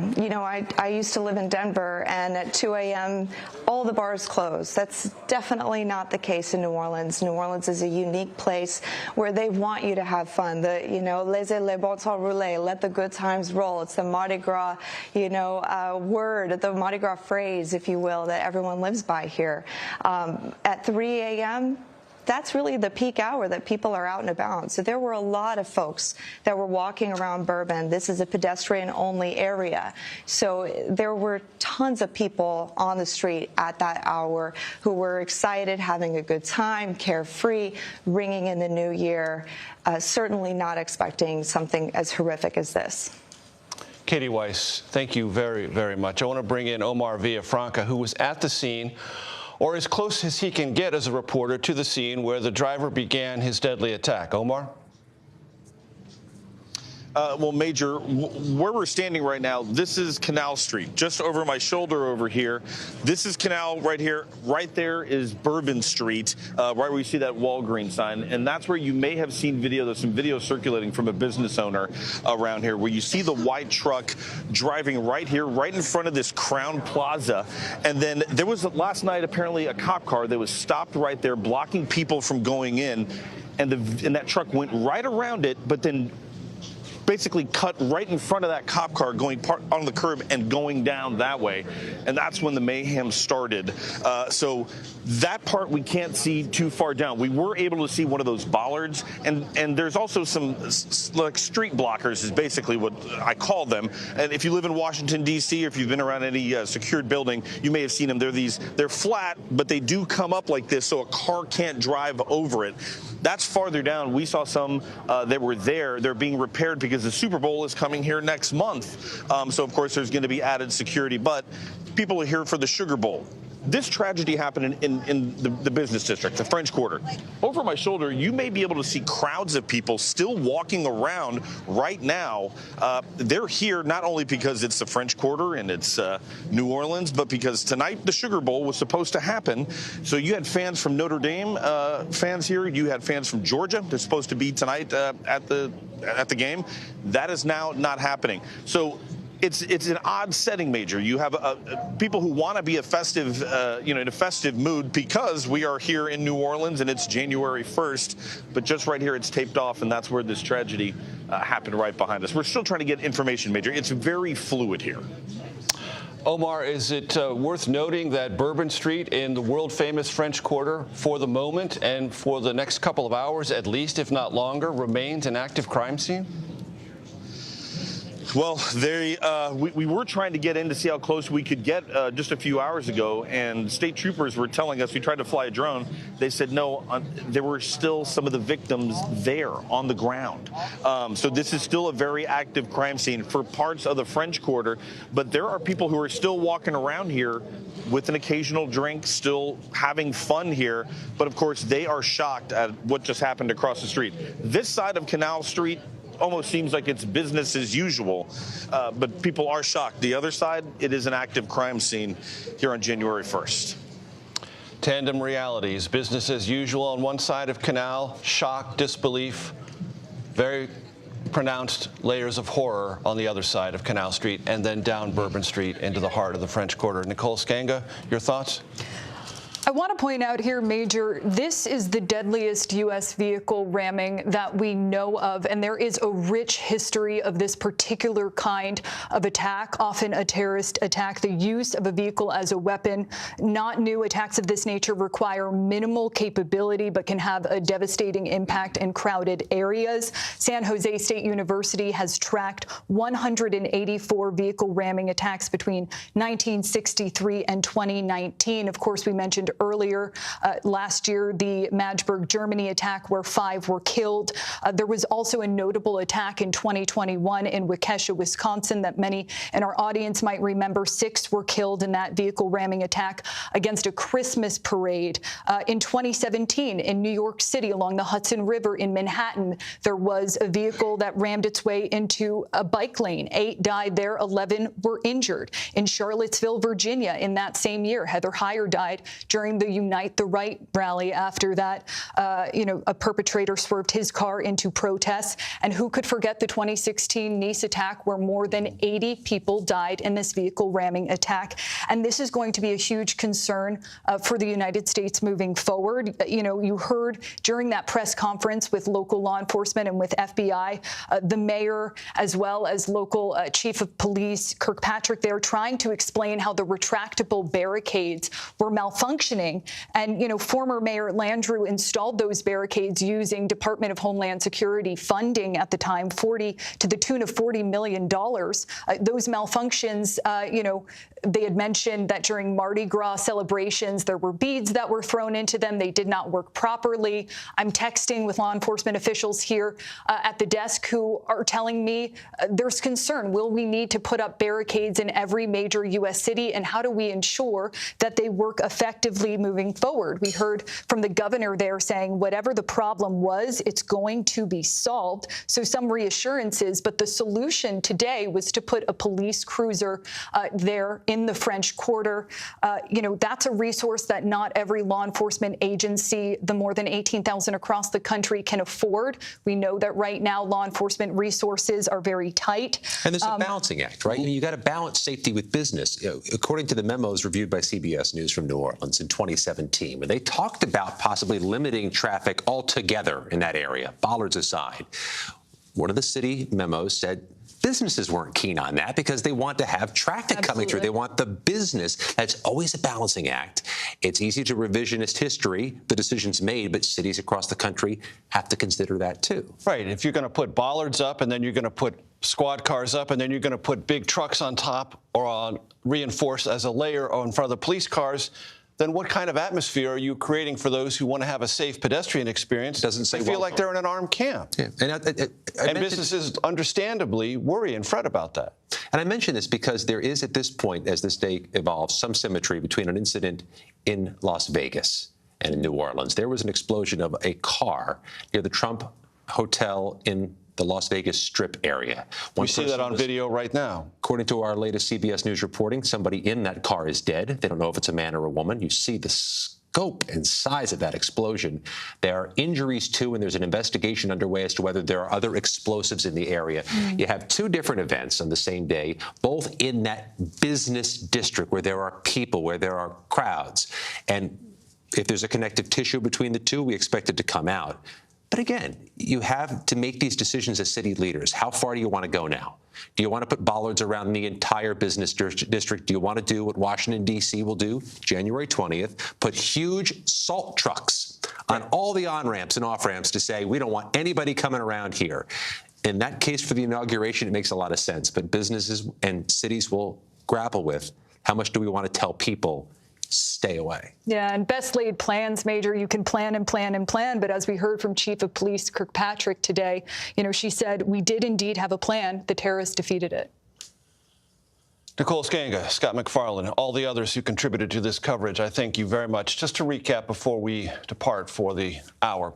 From New Orleans, the FBI says it does not believe the driver in this morning's deadly truck attack acted alone and is asking the public to help track down any, quote, known associates, unquote. The attacker, who was killed in a shootout with police, has been identified as 42-year-old Shamsuddin Jabbar from Texas. He served in the U.S. military, a native-born American citizen. Investigators recovered an ISIS flag, an AR-style rifle, handgun, and several explosive devices in or near his vehicle.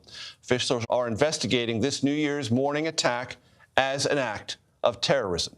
Our coverage will continue on CBS News 24/7, your local news, and of course tonight on the CBS Evening News. This has been a CBS News Special Report. I'm Major Garrett in Washington. Good day.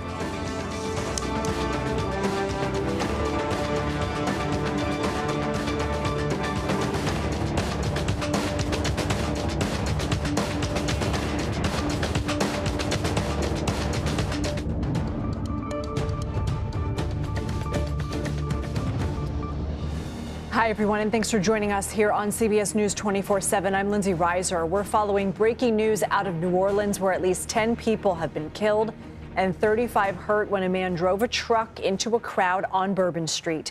The FBI is investigating the attack as possible terrorism. The attacker is dead. He's been identified by federal officials as 42-year-old Shamsuddin Jabbar, a U.S.-born citizen and Army veteran who lived in Houston, Texas. The electric Ford truck was rented through the Turo app, according to sources, and he also rented an Airbnb in the La Roque neighborhood of New Orleans, where a fire broke out today, and investigators are working to find out if there is a link between that fire and the attack. According to the FBI, an ISIS flag was on the trailer hitch of the truck, along with an improvised explosive device, and more potential IEDs were found in the area. 2 had already been rendered safe when the FBI updated us this afternoon. Officials don't believe he was solely responsible, and we also know the Sugar Bowl game tonight at the Superdome in New Orleans has been postponed for 24 hours. We want to show you some surveillance video that CBS News obtained, and we want to give you a warning. It is graphic. It shows the pickup truck drive around that police car onto the sidewalk and speed up, plowing into the crowd. During that press conference, there was a lot of talk about the bollards, those protective barricades that were there to help in a pedestrian-only area keep vehicles out. And they said that they had planned around the construction of replacing those bollards ahead of the Super Bowl to have those police vehicles, but they could not have planned for that attacker to jump the sidewalk there. Our New Orleans affiliate WWL is covering the story. Let's join them.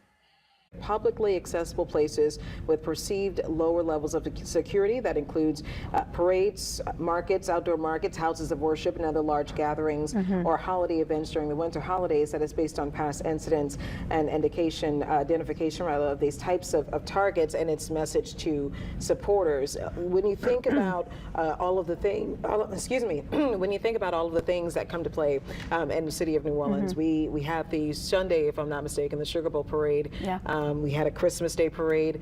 We had people that are visiting for New Year's Eve celebrations that happen around Jackson Square, people who ring in the holiday on Bourbon Street. We have visitors that come from all over the country so that they can attend the football game for the Sugar Bowl. And then you have people that come who are just fans of New Orleans and who are just fans of Mardi Gras. As we kick off Mardi Gras on Monday, the start of 12th night. So everything that DHS issued a warning about. We check every box. Every single box. We check all of those boxes, with the exception of a house of worship. But everything that we've done has been outdoors, and it creates something. It creates something for them to attack. So with that in mind, you have a lot of people With that in mind, you have a lot of people who are concerned in the future as we have all of these events and as more people, hopefully, as people we don't want people to get inspired or any copycats to happen. No, that's what we don't want. Absolutely not.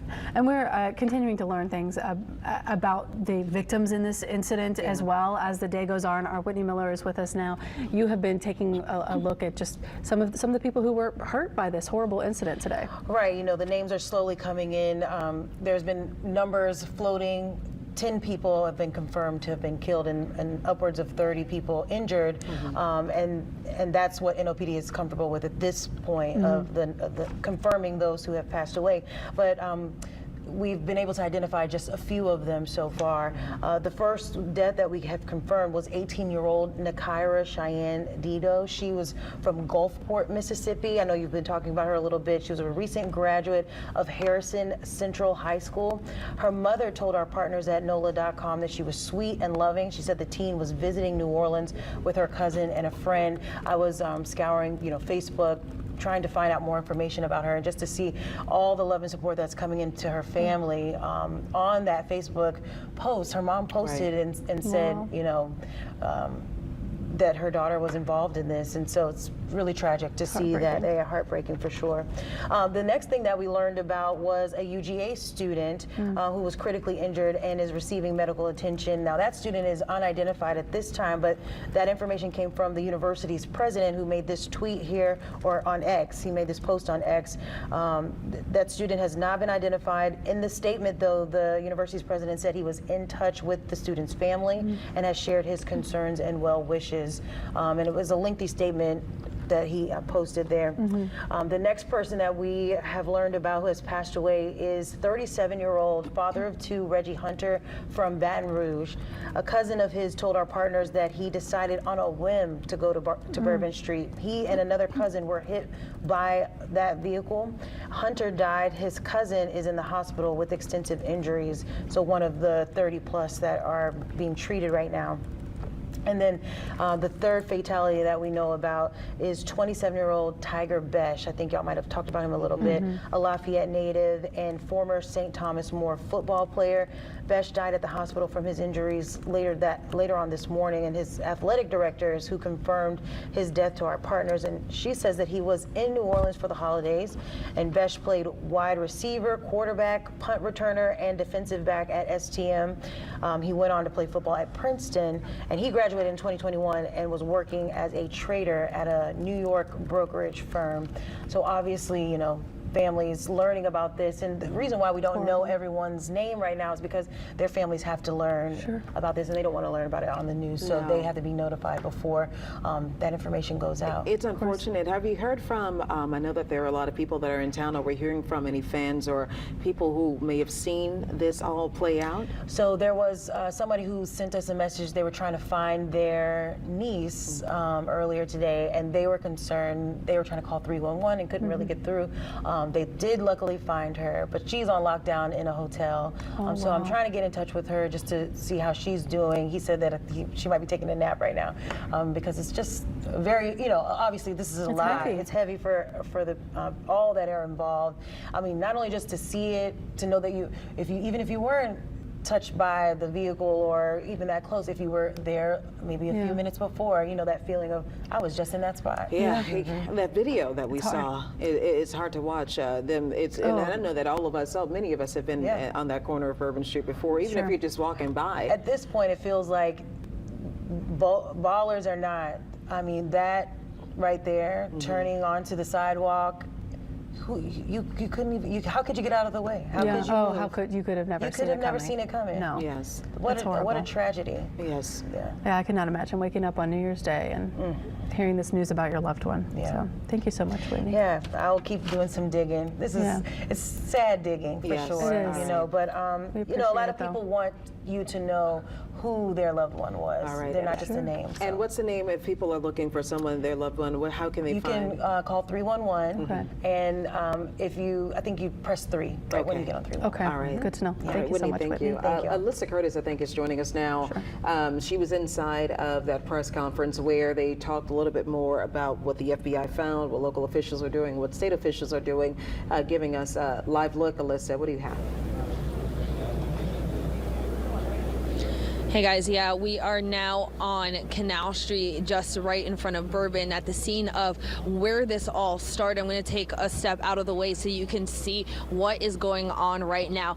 Police have a really large area blocked off by crime scene tape. Again, as we've been saying all morning and now afternoon, there's every single type of law enforcement out here and working on this. LSP, Jefferson Parish, has a truck out here. NOPD, of course, we know FBI is the lead investigators on this incident right now.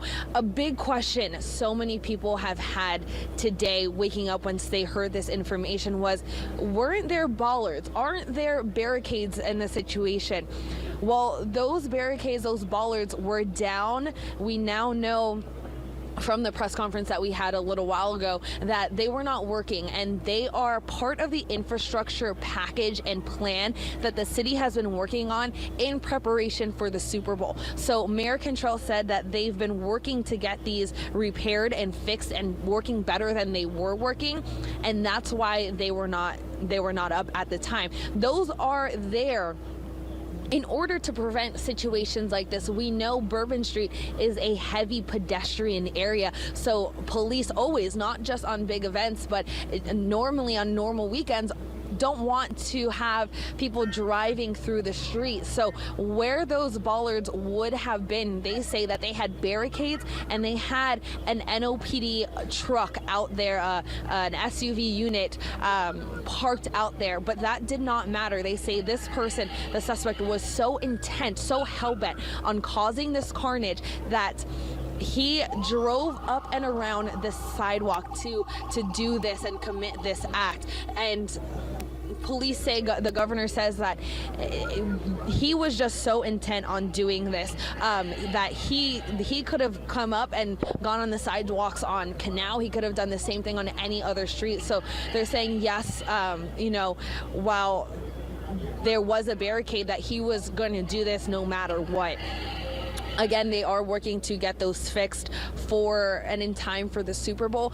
Governor Landry said that he was planning to enact an emergency declaration tomorrow in preparation for the Super Bowl and all the events that we have coming up. He said, scratch that, we're enacting it right now. We are having this emergency declaration right now.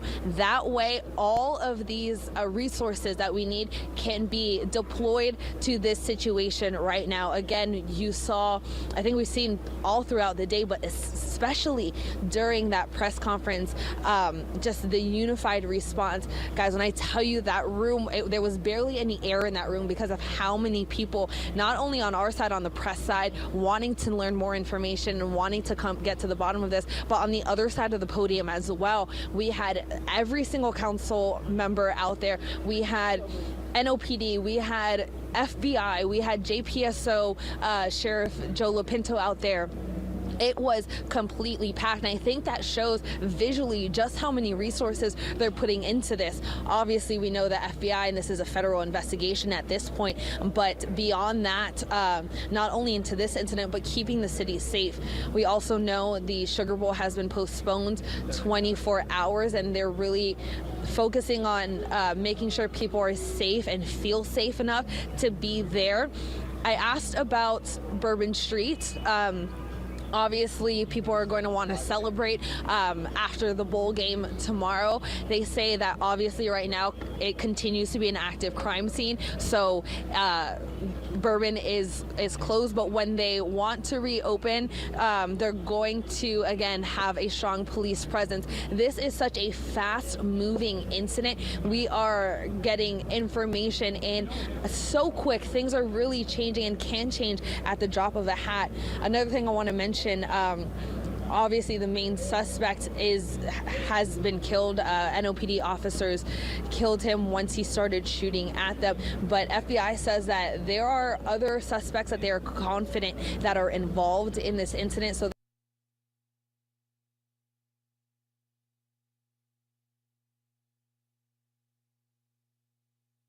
they're working again to find that. They couldn't really give us much information beyond what we've been saying, for the past hour or so, because it's a federal investigation. They say they really don't want to jeopardize the investigation. So we asked, why are they so confident that there are other suspects? Who may these other suspects be? They could not give any information, but they say if you have been in contact with the suspect in the past 72 hours, please give them a call. Please give them any information you may have.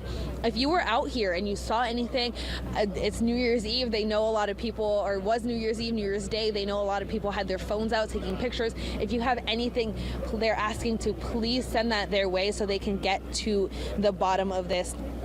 Again, everyone is very focused on getting information, getting answers to this. We spoke with Attorney General Liz Murrow. She says, obviously, with the federal investigation, anyone involved will likely be facing federal charges of terrorism, but there's also a chance that they'll be facing state charges here under state terrorism laws. So this isn't just going to be wrapping up anytime soon once they're finished with this investigation. That alone is going to take a really long time, but moving forward in charges and anything that comes after, this is going to be a long situation, and it's going to take a lot of people a lot of days to get to the bottom of this and to bring everyone to justice. They did not give us an updated number in terms of victims. We are still at the 10 confirmed dead and about 30, or I believe 35 injured. We asked if there was an updated number. Some people were saying there might be more, but they could not confirm that at this time. Again, I think the overall message here was this was an evil act, and I think Chief Kirkpatrick said it in such a great way. She says, this is evil. We can run in fear or we can stand in strength. She says that's exactly what they're doing. They're standing in strength and making sure that everyone in this city right now feels safe. We're going to be out here for quite a while.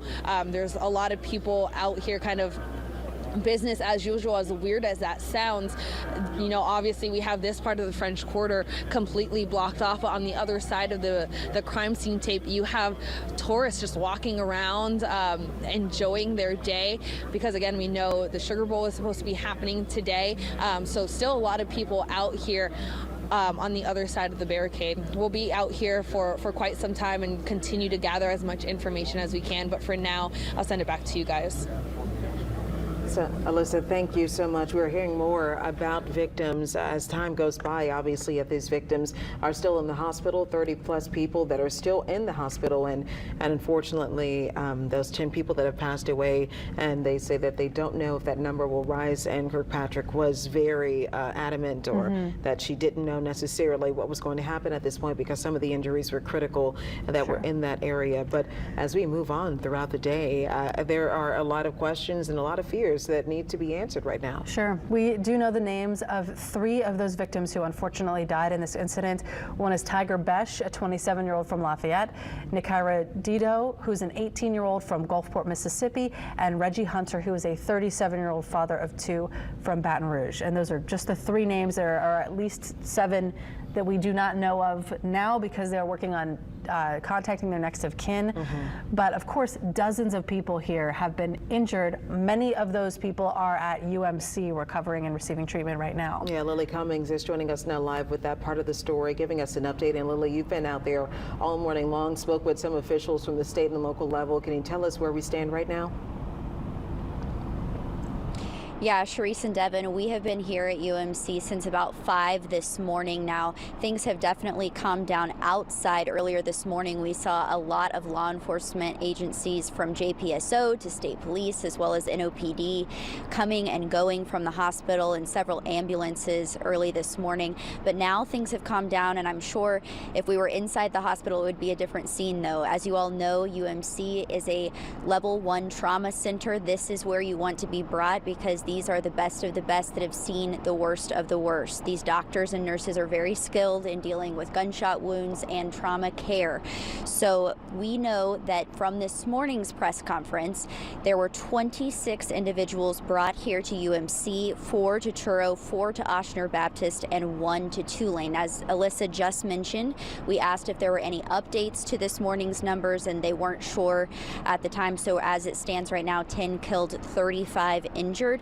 Now, we did speak, as you mentioned, Charisse, to Councilmember Oliver Thomas, as well as Councilmember King. State Senator Royce Duplessis was also out here. They were all coming to visit the victims here at UMC to see how they were doing. That included 2 New Orleans police officers who were involved in neutralizing that suspect, as Councilmember Thomas told us.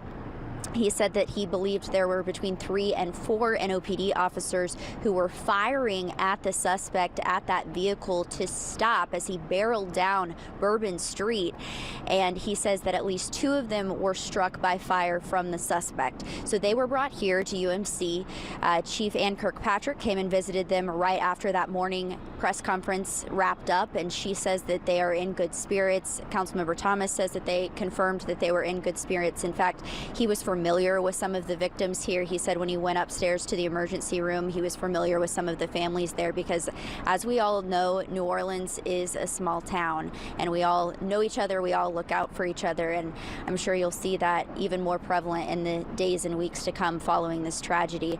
But the update from UMC tonight: 35 people injured, and of course, Chief Kirkpatrick didn't give an update about this at the 1 p.m. press conference, but she did say this morning that there could possibly be more injuries, more people brought to local area hospitals that they were just simply unaware of. Maybe they got there by their own means and weren't transported via ambulance to one of our hospitals. So we're still learning, and of course there's going to be more information that comes in the hours and days to follow. But right now, 35 injured, 26 of them brought here to University Medical Center. And I do want to mention one update that we received this afternoon. Families of victims arriving at UMC are asked to go to the UMC's conference center that is located on the first floor across from Tower 2, which they say is the midpoint of the hospital. They set up a reunification area for those families. So if you are, hopefully at this hour, families have been reunited, but if you are looking for information on a loved one, just know that they have set up that reunification center again in the conference center here at UMC. You're also asked to call 311 if you are looking for any information on loved ones. The city has kind of set that up as a line that you can call to get information to see if you're looking for any victims that may have been hurt in this senseless tragedy. Guys, that's the update we have now from UMC. I'll send it back to you all in the studio. Lily, thank you so much for all of that. We know that this is going to be changing quickly. Of course, we always hope that the death toll does not rise, right, but there are some very serious injuries. We do know that among the injured, we have a UGA student who has not been identified, but we know that they have very serious injuries. We also know that one of the injured is the cousin of one of the men who was killed in this incident, the cousin of Reggie Hunter, who's from Baton Rouge. So we know that in the coming hours, we're going to learn more about who these people are and where they're from. And the latest in this investigation is the fact that this person did not act alone. Apparently, the investigators are reviewing video that show 3 men and a woman. They may have been involved in placing those IEDs, those explosive devices, throughout the French Quarter, ones that were located in different areas. I think one was over at the Jack's Brewery, and there was another one that was located in a different area of the French Quarter. Yeah, I'm not quite sure because there have been so many areas of the French Quarter that have been swept, and we know that they're combing through surveillance video, which is how they found that there were these alleged accomplices involved, was because these 4 people, now 3 that are on the run, were spotted on surveillance video placing these devices in different places in the French Quarter. We do know that this is an act of terrorism that has happened right here in our beloved city of New Orleans, and during a time where people were celebrating, welcoming the new year, when people were celebrating and beginning, hopefully we're starting to begin the Sugar Bowl that unfortunately has been postponed until tomorrow. And of course, pending the investigation, we really don't know how this is moving forward. This puts a lot of things in jeopardy, and it's all in regards to safety. safety. It is making sure that people are safe and making sure those who are responsible and anyone else who is connected to this is caught. So if they move anything or if they postpone anything, we understand the frustration that people may have, but right now it's about safety, and right now it's about finding and holding those accountable. And we know that right now the eyes of the world are on New Orleans, and not typically around this time of year, it's for all of the fun, amazing, joyful things that happen in this city. People come to New Orleans because it is a wonderful place to visit, and this city is so used to hosting huge crowds and keeping them safe. And this is such a devastating blow to not only to the culture of New Orleans, to the people of New Orleans, and to the families of these victims. It just feels like such a heavy day here. Yes, it is a really heavy day, and it's heavy in our hearts because this is home for us, and we know people, and we've reached out to people as we give you information. We started to call people in our own families, in our own circles, and friends who work in the French Quarter and who live in that area, just to make sure that they were okay and they weren't in the line of fire or in the line of where this truck was going. We've gotten condolences from President Joe Biden a little bit earlier, and the president did issue a statement, and I don't know if they have a live shot of the White House right now, but the president did issue a statement a little bit earlier offering his condolences and telling us that he's been in contact with the FBI and local officials, including Mayor Cantrell and with Governor Jeff Landry, to offer any assistance that they may need. Unfortunately, it's the way that this setting the tone for the country on January 1st is not exactly what we hoped it would be. And unfortunately, it's connected to our community right in our own backyard at Channel 4. Yeah, the president said, quote, "My heart goes out to the victims and their families who were simply trying to celebrate the holiday. There's no justification for violence of any kind, and we will not tolerate any attack on any of our nation's communities." All right, so again, hearing from the president, Governor Jeff Landry, he ordered for 100 military police, and that is through the Louisiana National Guard, to assist, because as you've done and you've covered in your breakdowns many times, we are still very short on police officers, not near that goal where Ann Kirkpatrick wanted us to be in regards to recruitment. So we need all of the assistance that we can get. And of course, with all the events coming up, I'm sure that there's going to be some changes with how police is manned. We already have the Louisiana State Troopers that have Troop NOLA that are patrolling across the city of New Orleans. So now we're probably going to see additional forces. Certainly, Ed, because you not only have, Governor Jeff Landry put it this way, he said this is a twofold situation. On one hand, you have this big investigation that's currently going on in 2 different neighborhoods, at least, of the city. And on the other hand, you've got to keep all these people safe, because the main event that a lot of people were here for still has not even happened yet. You have tens of thousands of people in the city of New Orleans who are not from here. They don't have homes here or families here, or really a lot of them probably don't have an easy way to get out of town if they want to leave because they've got flights. So now you're tasked with keeping all of these people safe and preparing for all of these events that are coming very shortly. All right, so we have new coverage is coming in. We're going to be continuing to cover this. We're joined now by Maria Martin, who is joining us from our Atlanta sister station as we break down this horrific, tragic event that happened on Bourbon Street earlier today. Maria, what can you tell us? Hey, Charisse and Devin. First of all, I want to say that I'm thinking about everyone at your station and everyone in the city of New Orleans. This senseless tragedy obviously affects a lot of people, and you mentioned a lot of people coming in town for the Sugar Bowl at the Superdome, and a football game obviously pales in comparison when we're talking about what happened this morning, the senseless tragedy, as you guys are going through the details and will be in the coming days as well. I'm actually on Canal Street, and to my left is where Georgia is staying, the entire football team and their staff. It is their team hotel for this trip, the college football playoff quarterfinal, and they are to remain in place for the rest of the day. It is their effort to keep everyone in that building safe. This is just for the football players and the staff.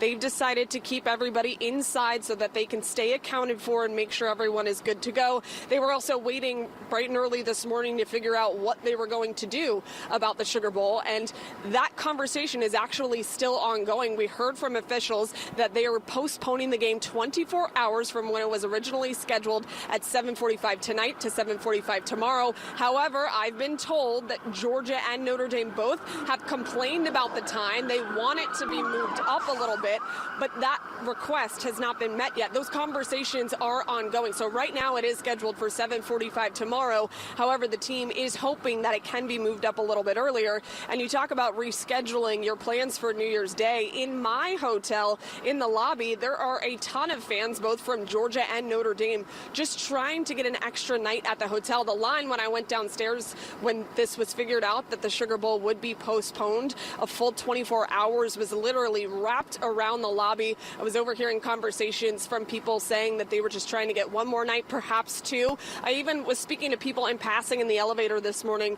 They said they're just going to get out of town. They're going to forget the game. It is a very heavy day, a very heavy environment when you walk around, and the players are all safe in that hotel. I was talking to Georgia's SID this morning, making sure that all the players were accounted for. You heard from President Moorhead, which is the president of the University of Georgia, that one of their students is one of the victims that is critically injured. I heard you guys talking about that earlier as well. So they are navigating that situation. There's a lot of moving pieces to this. One, of course, is the game and whether or not it's going to be played at their initial announcement time of 7:45 tomorrow, or if it's going to be moved up a little bit earlier. But as we continue to navigate this, I will also keep everyone posted in Atlanta, and my thoughts are with you guys here in New Orleans. Sharice and Devin, back to you. Maria, I have a quick question for you. You say that you've been in touch with the teams. You know that they're inside of the hotel so that they can remain safe. Are you in contact with any of the players? What's the general feeling, or what are they saying right now?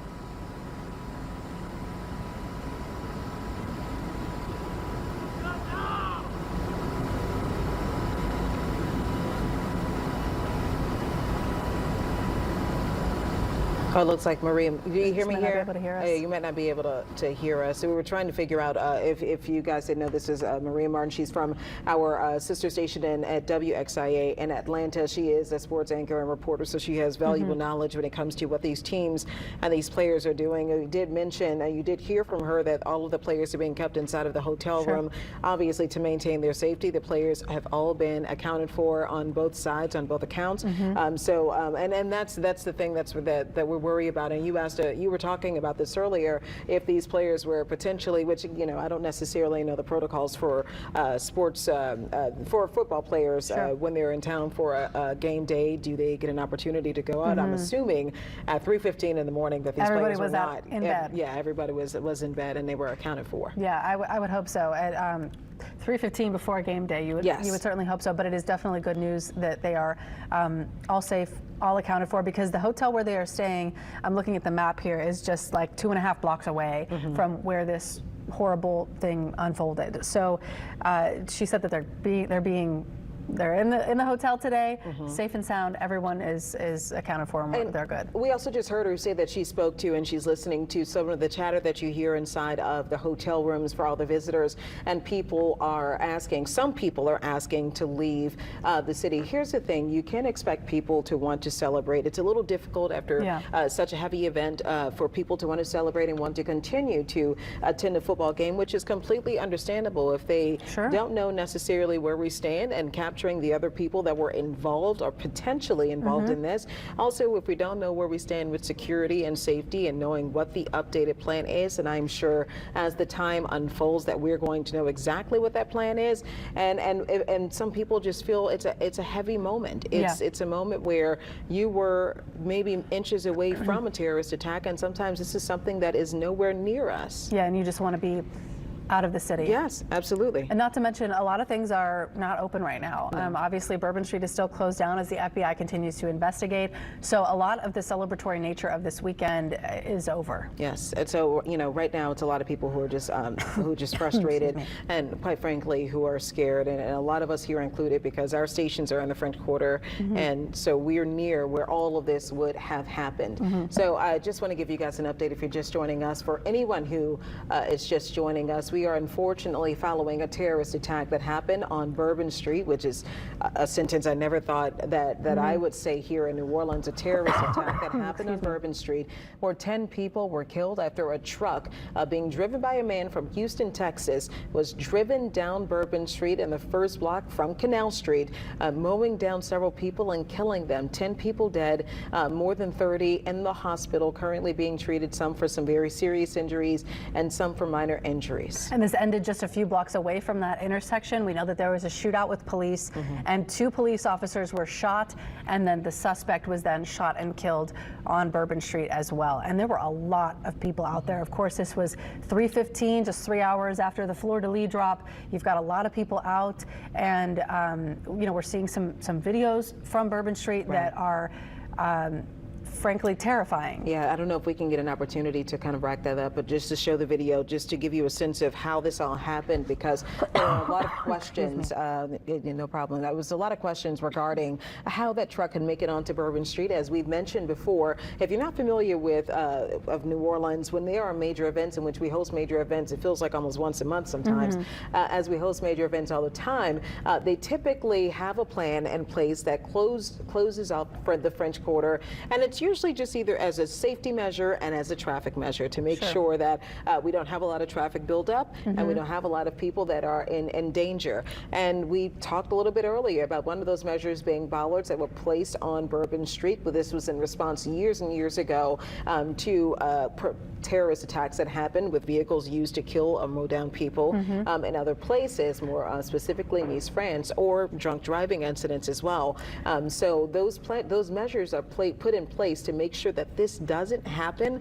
And right now, those bollards are down, but as Whitney may have mentioned, and as we heard earlier in the news conference, they may not have been a factor here. For those who don't know what these are, they are kind of movable metal poles, metal barricades that would prevent a car from going down the street.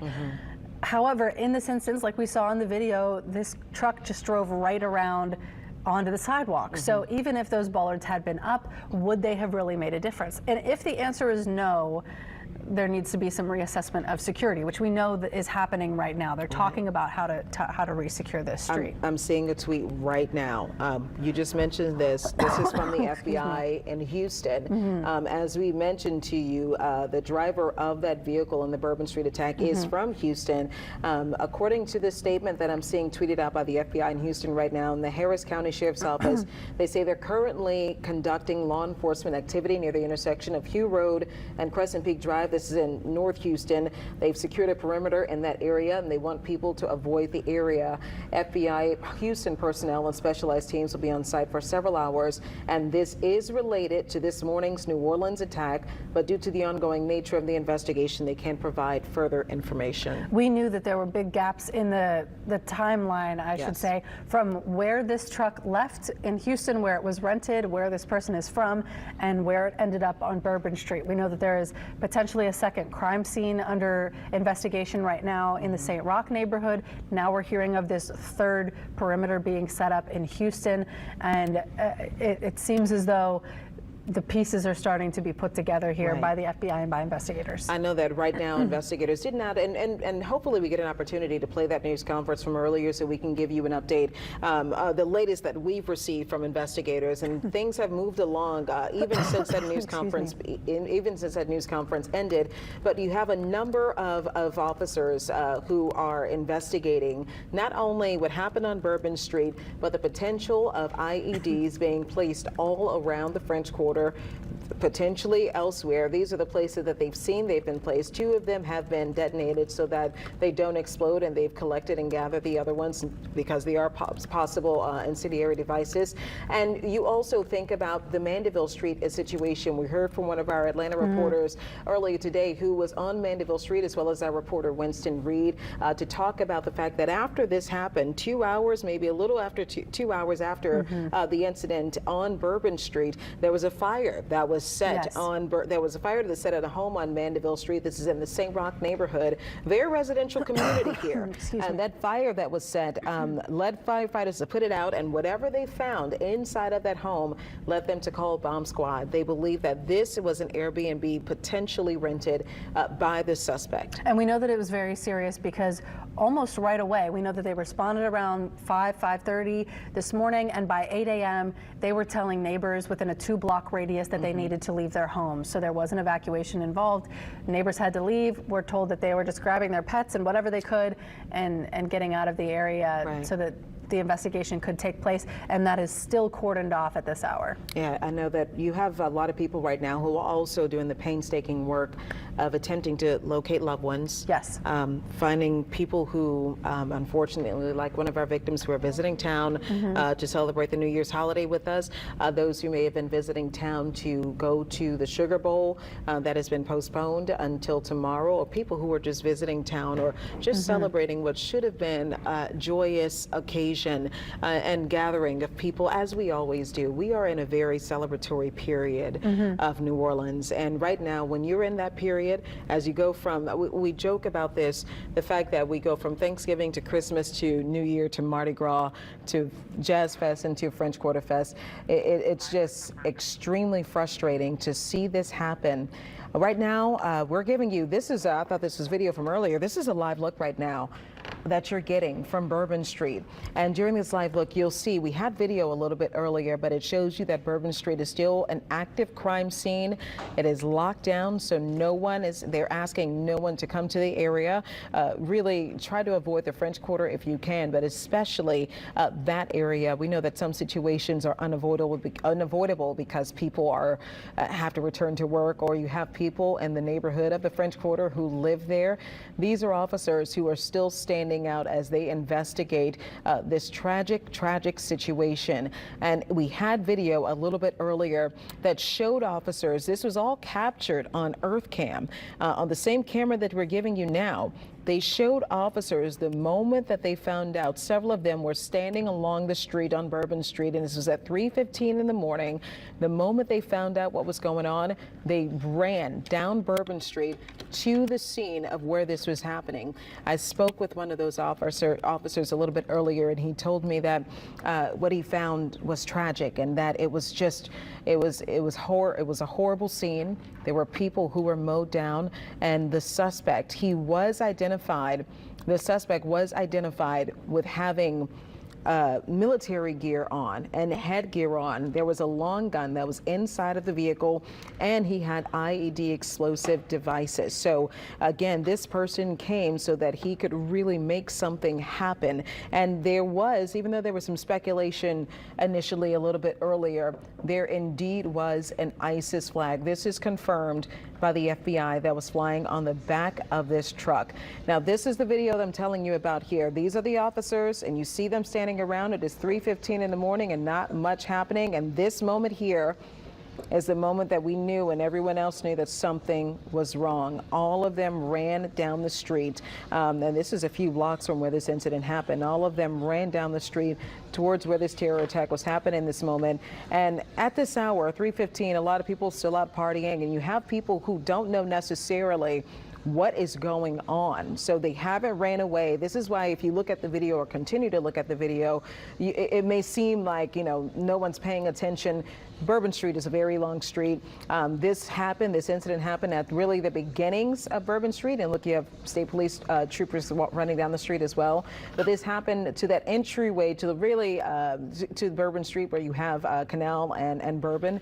And then you have further down, of course, where this Earth camera is. So there is intentionality of probably getting those people at the entry level, because really a lot of people cannot drive into that area. Being joined now by Katie Moore, and you were talking with David Hammer a little bit earlier about what you guys found, all the investigators found. Yeah, we've been digging into this all day long, of course, as everyone else has. And one of the things that I recently discovered as we were talking about the FBI in Houston carrying out activity, you and Devin mentioned that statement that they issued through the Houston FBI office. Again, just to reiterate that for those who are just joining us, the FBI Houston and the Harris County Sheriff's Office are currently conducting law enforcement activity near the intersection of Hugh Road and Crescent Peak Drive in North Houston.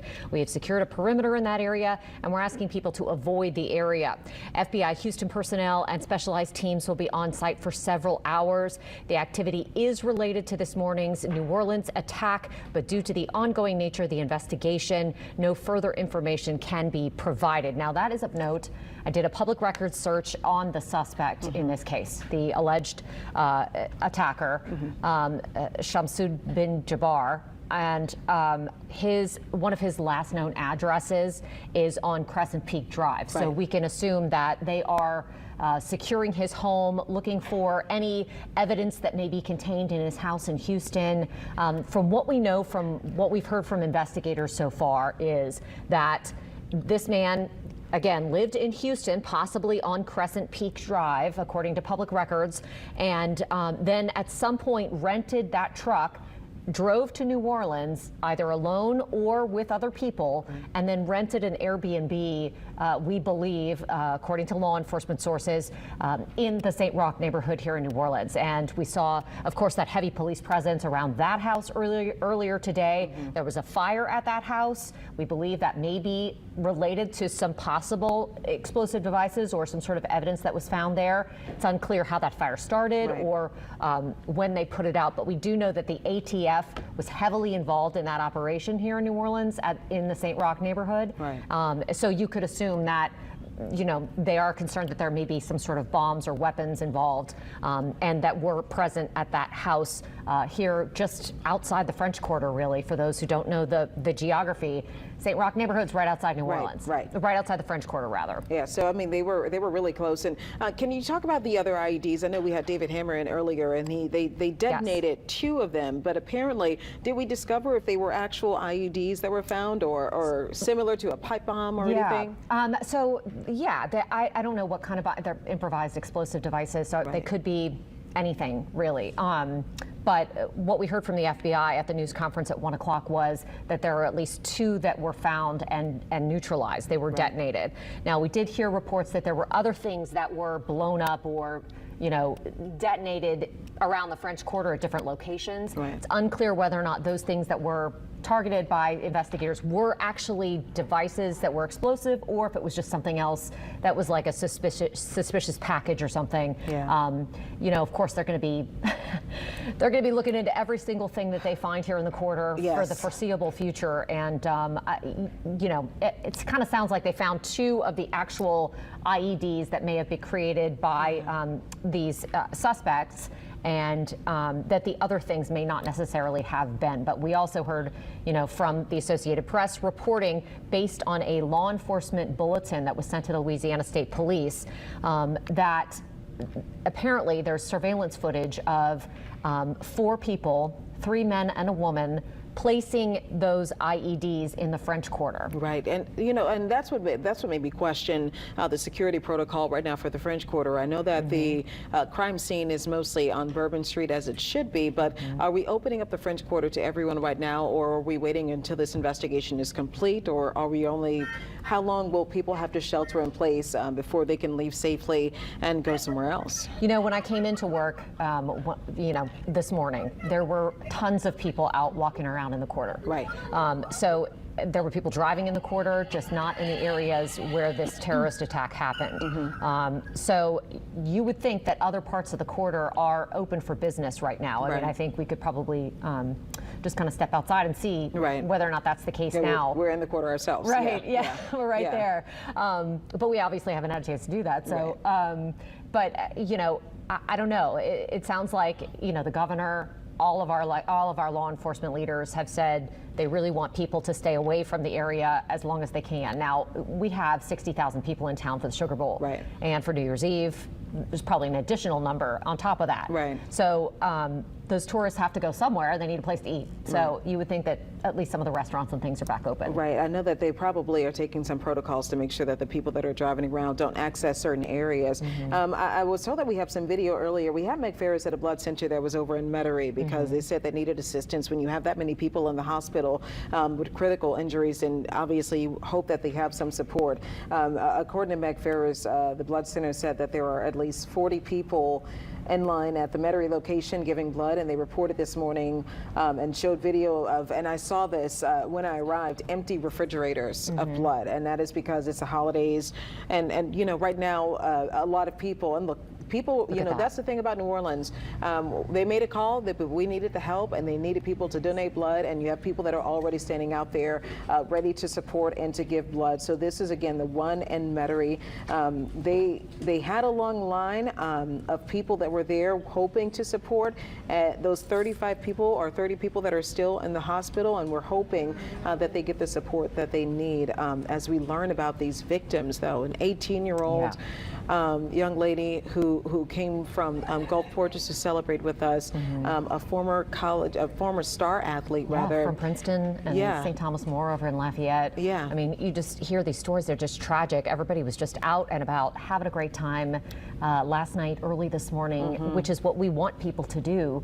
And this suspect, Jabbar, decided that he was going to just make this a horrible start to 2025. Yeah, and this is Reggie Hunter. He was one of our victims that was killed. Tiger Besh, another victim that was identified and taken, and we have you know, more victims that are still, they're trying to reach out to families because you have people who might not necessarily know what's going on. I know I have some people who are reaching out to me in several parts of not just here. I've had people reach out from Ireland, from the UK, from Boston, from all over the place, asking what's going on and trying to figure out what's happening. But this marks the beginning of the new year in America for a lot of people, this terrorist attack that's now tied to New Orleans forever. Yeah, and you know, it's called terrorism for a reason. It's terrifying, and I think a lot of people just want to help any way they can and find some sort of peace and solace in knowing that they're trying to make the situation better.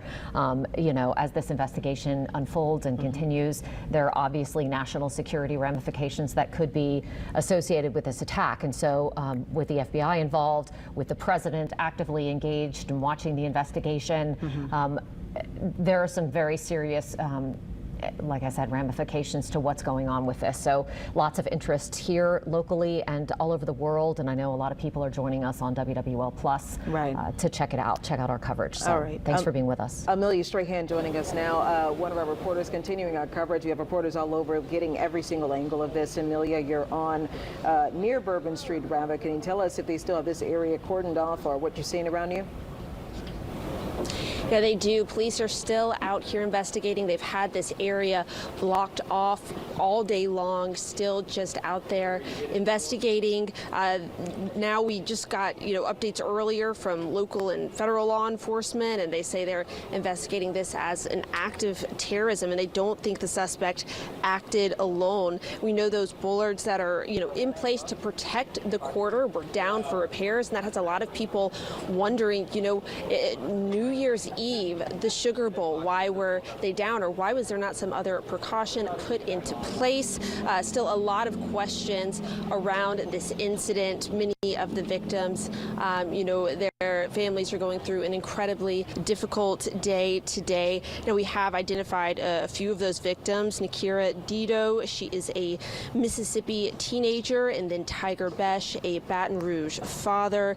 The University of Georgia also tweeted saying that they had a student injured in the attack and was in critical condition. Of course, we know the Sugar Bowl has been postponed, so definitely a difficult day here for our city. You can see this Louisiana State Police trooper still has the street blocked off. We've talked to a number of people that live around the area, or they have Airbnbs down the street, and they haven't been able to get back. They're having to find other options, getting hotel rooms. So definitely a difficult day for the city. At least 10 people were killed, 30 at least injured. So a really dark way to start the new year here in New Orleans. Reporting live from the French Quarter, Amelia Strahan, WWL Louisiana. All right, Amelia, thank you so much for that update. Taking a look at basically some of the updates that we're getting from as this time goes by. You can talk about the ramifications when it comes to security and political ramifications. There have been calls for people to testify before Congress to talk about what happened here today and what they, obviously it's difficult to talk politics here, but they're talking about asking them to explain where the failure happened with the FBI. But I think that this is a situation that's a little difficult to follow. Yeah, you mean with the infrastructure? Yes. Yes, the infrastructure. Now, of course, Mayor Mitch Landrieu. Yes. It's been a long day. Yeah. Former Mayor Mitch Landrieu later became the sort of infrastructure czar for the United States. Right. Now, Landrieu is the one who coordinated the bollard project that had those bollards installed on Bourbon Street to, in theory, prevent an attack like this from happening. Right. Now, there have been questions about whether or not those bollards have been really worthwhile or functional since they were installed back in 2017, 2018 timeframe. Mm-hmm. And that's when Mitch Landrieu was mayor. So I think there are going to be a lot of questions for him in particular about whether or not that project was done adequately and sufficiently, whether or not more should have been done. And secondly, of course, you know, we heard questions asked of Mayor LaToya Cantrell. Why is it taking until now to try and fix those if that is a problem when we have the Super Bowl knocking on our door? Right. And the Sugar Bowl this weekend, obviously, New Year's Eve, all these major events that are happening. You know, we do know that they just got a big chunk of money from the state to carry out these infrastructure projects around town because of the Super Bowl. So that's why they now, excuse me, now have the money to do it. There must be something in the air in the studio. Yeah. You know, in this situation, everybody's going to nitpick and ask those tough questions because people want to know if there's a way that this could have been prevented. Yeah, there's going to say, I think a lot of people are asking if this event could have been prevented. And you know, I think that it's important to ask all those questions, like what could we have done, and what do we need to do moving forward? That's why I question exactly what the security protocol is going to be, because we have a lot of people who are questioning if those bollards and what you're seeing now, the movable bollards, and if you have something that people can just push to the side and do whatever they want to do with, which I'm sure law enforcement won't allow that to happen, but if you have things that they don't feel like will prevent an attack like this from happening, then what can you put in place?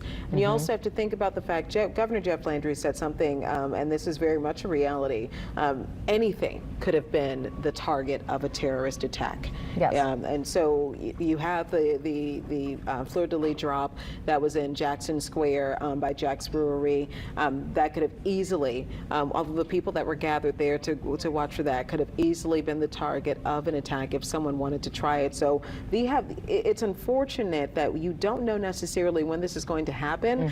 That's when you can rely on maybe intelligence to kind of catch that before it gets this far. But since this has happened, I figure what lessons are we going to learn from it so that we can make sure that if there are attempts for this happening again, we can at least try our best to prevent it. I think you said something very key in that there are questions about whether or not there were intelligence failures here. Right. If there were any red flags that were missed. If this was, in fact, a terrorist attack, as we believe that it is, that may have ties to some sort of extremist organization and terror group, then what were the intelligence failures that led to this? And I think those are some of the bigger picture questions that are going to be asked in the coming days and weeks. Yes. Right now, the big question is, who were the other people that the FBI believes were involved in this attack? Where are they, and can police and law enforcement catch them? And that's the hard part about it, and that's the part that has a lot of people concerned. The fact that we have investigators on video who say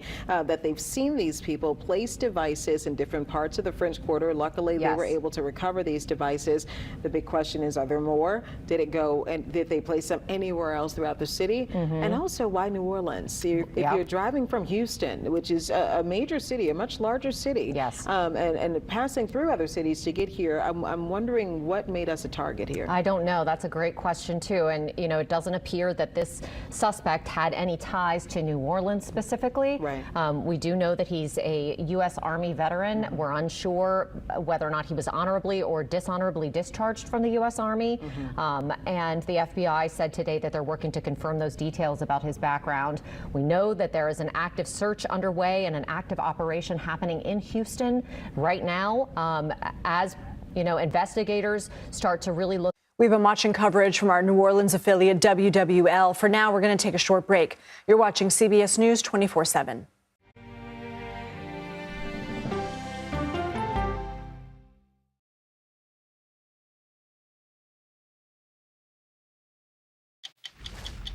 60 Minutes takes you to Paris for the unveiling of the restored Cathedral of Notre Dame. It resisted to 2 world wars. This is a message of achievement. How did America help? You'll be surprised as you get a tour like no other.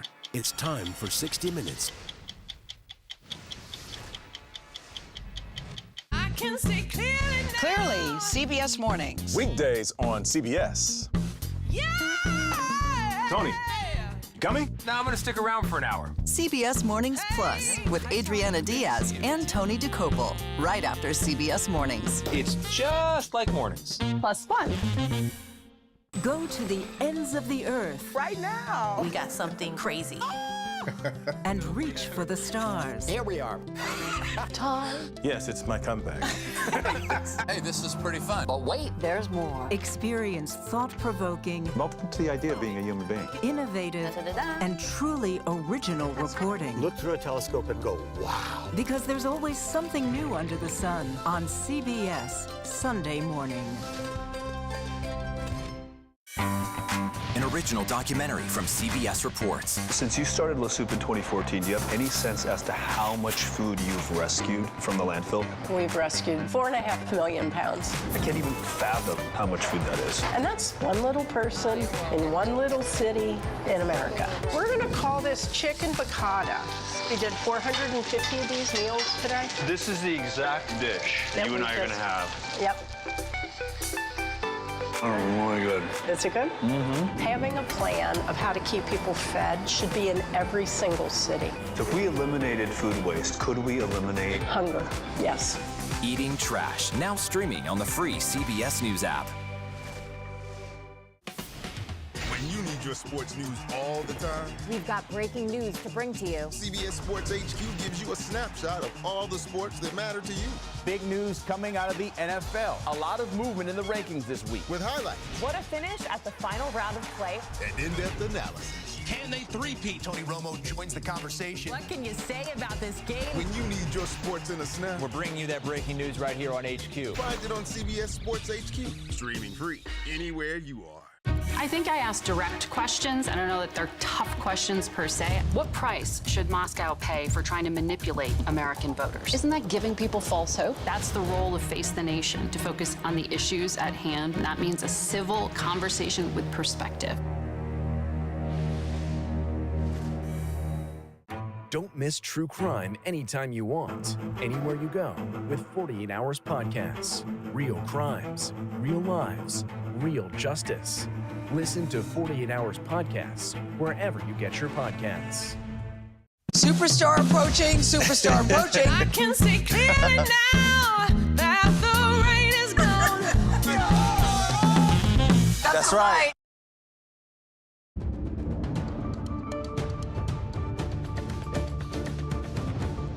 I've spoken to every member of the agency, from the CIA to our national security team, to our FBI, NSC. We do not believe that Jabbar was solely responsible.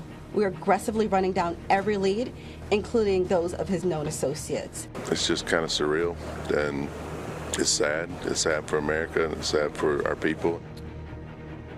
Hi, everyone. I'm Lindsay Reiser. New Year's celebrations turned into tragedy in New Orleans after a driver rammed a truck into a crowd at the city's iconic Bourbon Street.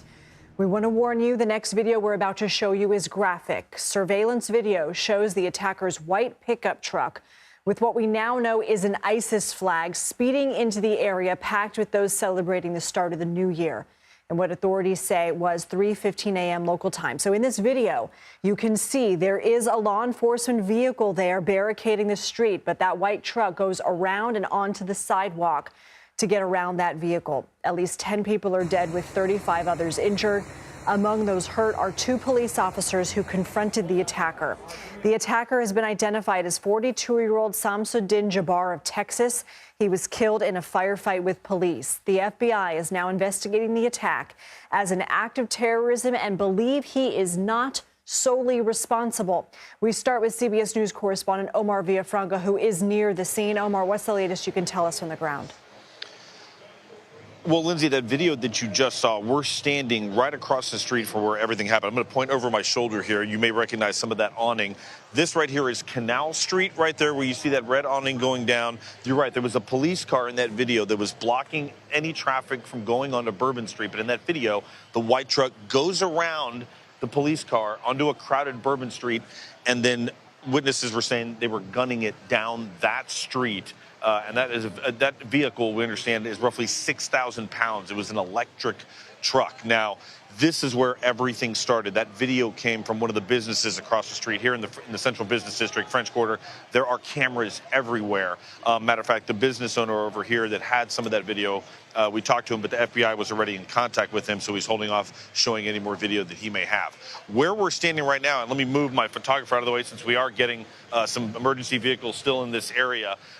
Just a few minutes ago, we heard two booms, at least two booms, maybe three, and then vehicles were speeding off. Now, we're not sure if that is in fact related. What you're also looking at is crowds that are on the street. People are down here in New Orleans not only because it was New Year's Eve and today's New Year's Day, but today is the Sugar Bowl. This was Notre Dame and Georgia. Supposed to happen today. It is postponed now. So you have fans coming in from Indiana and from Georgia. And now they're basically having to pause this right now because it is still an active investigation behind this. What can you tell us about the general feeling of people there? I mean, on one hand, we have one side of you, which is still an active crime scene. I don't know if that is still the case, but at the time that you had tried to get more access, there were victims that were still in the street. But then on the other hand, you have these businesses who rely on a day like New Year's Day. People are in town. I mean, it's sort of that balance. What are you hearing from people there? Well, people are in shock. They came down here to have some fun, to experience New Orleans, and also go to this game, and now they're kind of in awe. Now, some people, I was at the airport flying in, there was a bunch of Notre Dame fans. Some of them didn't know. They hadn't turned on their phone to see what was going on. They were just hopping on the flight so they could come down here and have a good time at the game, so they were shocked to find out what happened. And, of course, there's some trepidation. People don't want to be here when there's a suspected terrorist attack, but they've paid their money, a lot of money, to come here and see their team. So people are walking around a little bit dazed. Usually this is a place where people will go have a nice meal, a fantastic meal, grab a drink, and be walking around. But people are kind of looking around, finding out, not only looking at the media, but, as I said, this crime scene. This is Bourbon Street. This is one of the big areas where people would be walking down to go in and experience the French Quarter, the bars where you can grab a drink and walk on the street, people throwing beads from the balconies. There's a dueling piano bar. People may hear that and want to go in and grab a drink and listen to some music. And a very unique New Orleans experience for them has now been shattered and has turned into a crime scene. And just a few minutes ago, Lindsay, we have a crew that's elsewhere. They were trying to also fly a drone up near the Airbnb where we believe the suspect was staying, and sheriff deputies were like, no drones at all around that area too. So they're controlling everything here because they're not letting anyone in. It's still an active scene. Okay. Omar Villafranca, thank you so much. Let's go ahead and bring in Anna Schechter here in Studio 57. She's the senior coordinating producer for our CBS News Crime and Public Safety Unit. As we just heard there from Omar talking about another location, there is just information coming in fast and furious. So let's separate out some of these ideas. First off, what can you tell us about what we know about the attacker? Well, we've learned quite a bit. In fact, there's a lengthy YouTube video of him from 2020 where he's describing his work as a real estate agent. He talks about spending 10 years in the military, working in IT. Officials confirmed he was in the Army. He grew up, he was born in Beaumont, Texas, and grew up there. He was a resident of Houston, Texas. I mean, in that video, you see him wearing a button-down shirt with a jacket, looking like a professional person, describing his career in a very articulate, coherent manner. And it's just hard to reconcile the individual that carried out the attack with that man. Such different profiles, you would think. Do we have any information on what may have been going on in his life at the time? Anything from an interpersonal relationship or finances? Absolutely. So he was married twice. In his second divorce, he filed for divorce in 2020. It took a couple of years to resolve. And during those proceedings, he talks about not being able to pay for the home. His former wife filed a restraining order against him to protect her and their child or children, and that was actually granted. So clearly his life was starting to unravel after that video that we see from him in 2020. You know, in recent years, things started to go downhill. He had financial troubles. He also had sort of small run-ins with the law, driving without a driver's license, theft on his record. So he does have a record. It's not major crimes. It's not violent crimes, but he does have a record. And we're now piecing all of this together. We're trying to build a profile. The New York Times is reporting that he was a recent convert to Islam, so we're working on that. And we know that there was an ISIS flag on the trailer hitch of the rented truck, rented through Turo, rented in Texas. That's right. Driven to Louisiana. We know that there was at least one improvised explosive device in the vehicle, more placed around the French Quarter. So what do we know about the fact that authorities definitively said at the press conference today they don't believe he acted solely, that he was not solely responsible? Well, our sources tell us there is a video. There is video capturing multiple other people, 4 other people who potentially helped them, that investigators believe were accomplices. And our sources described to us that they were dragging the improvised explosive devices to place them. So we don't know exactly where that is, but we know that there were several placed in the French Quarter. There also were devices or parts of devices, precursors, as our sources call them, inside an Airbnb in the Laroque neighborhood of New Orleans, where we saw there was, quite a bit of activity. In fact, our producer down there, she said that she heard an explosion at the house. So much going on. Now we're also looking at a Las Vegas explosion. We're trying to figure out if there was any connection.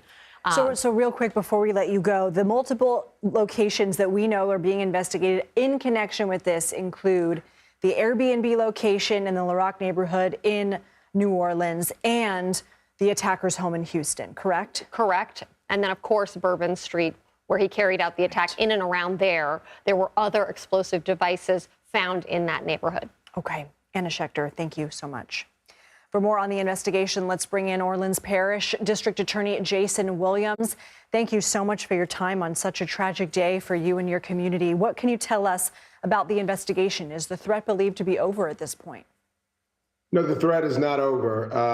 This is an active and fluid investigation.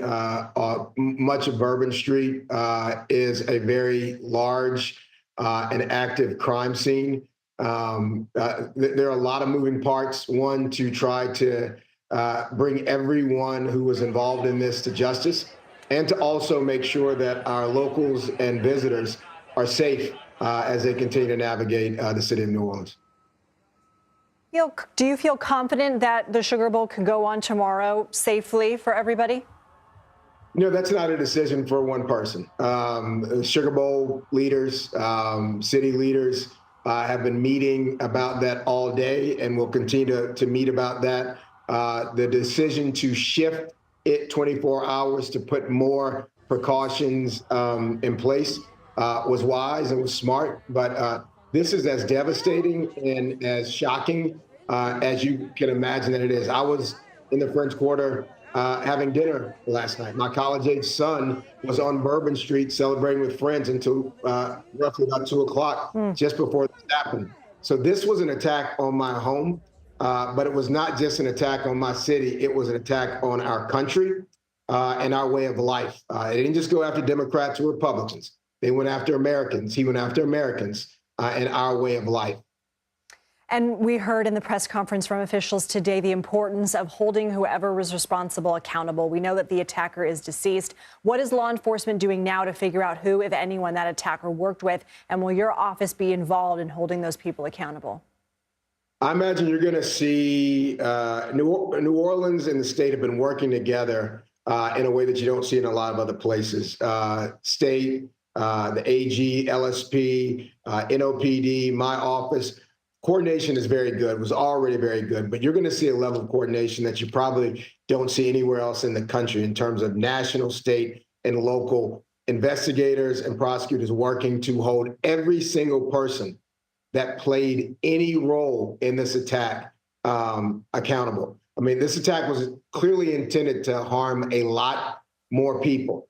This truck was used as an odious weapon. He opened fire after the truck could not move anymore. He had bombs ready to hurt other people. The only reason there wasn't more loss of life was because of the quick work of the men and women of the New Orleans Police Department. They ran to that danger. They neutralized it quickly before it could cause more harm. And they're heroes. I have to say that they're heroes, and I'm thankful for them. I do have to ask you because, and I know there will be a time to assess whether more could have been done, but in the press conference today, it was repeated that those bollards, those barricades on Bourbon Street were under construction, nearing completion, their replacement ahead of the Super Bowl. They were not up, according to the mayor today, and that we should mention also that the New Orleans police superintendent said, look, this was an act of evil, and that they planned for these bollards to not be the only deterrent, that they had patrol cars and other barriers, and that the person, the terrorist, drove onto the sidewalk around the police vehicle. We saw that in the surveillance video. They said we had a plan, but the terrorist defeated it. Do you have any comments or questions about that particular fact of the case right now? Got lots of questions, and I'm going to keep asking those questions until they're satisfied. Right now, we're in a triage situation of trying to go after who else was involved. But yes, those bollards went up after that horrific attack in Europe in 2017, in which there was a loss of life because of a truck driven into a crowd. And we knew that Bourbon Street, I used to be on the city council, I was president of the city council, and we knew that Bourbon Street was a particularly soft target for that sort of attack, which is why we authorized and allocated money to put those barricades up. Now, at some point, those barricades were inoperable and they were being repaired. And there are going to be a lot of questions about the speed and with which those repairs were being made or not being made. But as you just said, you can see in that video that this man, hell-bent on evil, went around the area where a police car was, where that barricade should have been up. He went around, he went on the sidewalk.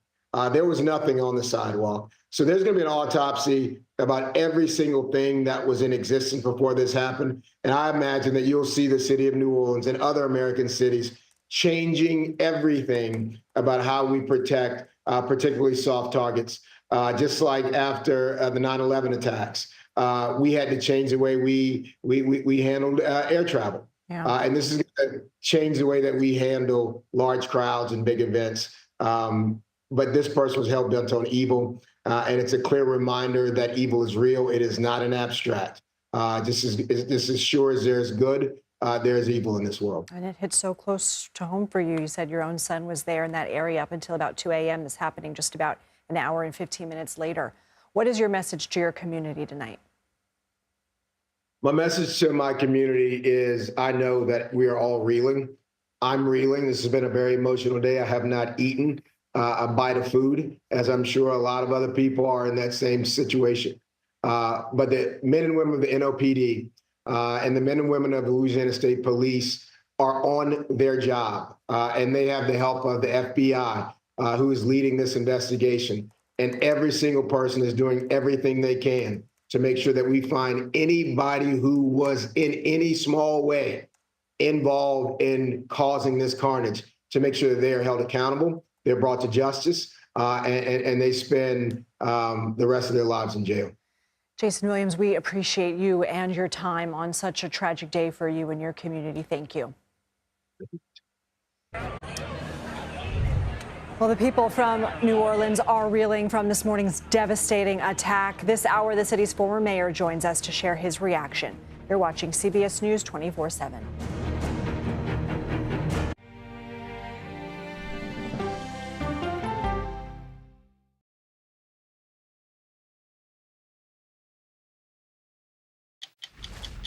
"60 Minutes takes you to Paris for the unveiling of the restored Cathedral of Notre Dame. It resisted to 2 world wars. This is a message of achievement. How did America help? You'll be surprised as you get a tour like no other. It's time for 60 Minutes. I can see clearly now. Clearly, CBS Mornings. Weekdays on CBS. Yeah! Tony, Coming? No, I'm gonna stick around for an hour. CBS Mornings Plus with Adriana Diaz and Tony DeCopel, right after CBS Mornings. It's just like mornings. Plus fun. Go to the ends of the earth Right now. We got something crazy. and reach for the stars. Here we are. Time. Yes, it's my comeback. Hey, this is pretty fun. But wait, there's more. Experience thought-provoking, Welcome to the idea of being a human being. innovative, and truly original reporting. Look through a telescope and go, wow. Because there's always something new under the sun on CBS Sunday morning. An original documentary from CBS Reports. Since you started La Soup in 2014, do you have any sense as to how much food you've rescued from the landfill? We've rescued 4.5 million pounds. I can't even fathom how much food that is. And that's one little person in one little city in America. We're going to call this chicken piccata. We did 450 of these meals today. This is the exact dish that you and I are going to have. Yep. Oh, really good. Is it good? Mm-hmm. Having a plan of how to keep people fed should be in every single city. If we eliminated food waste, could we eliminate hunger? Yes. Eating Trash, now streaming on the free CBS News app. When you need your sports news all the time, We've got breaking news to bring to you. CBS Sports HQ gives you a snapshot of all the sports that matter to you.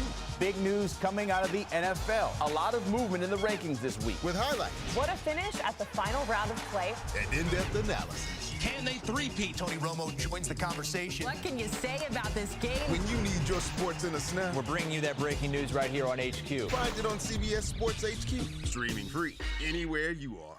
I think I asked direct questions. I don't know that they're tough questions per se. What price should Moscow pay for trying to manipulate American voters? Isn't that giving people false hope? That's the role of Face the Nation, to focus on the issues at hand. And that means a civil conversation with perspective. Don't miss true crime anytime you want, anywhere you go with 48 Hours Podcasts. Real crimes, real lives, real justice. Listen to 48 Hours Podcasts wherever you get your podcasts.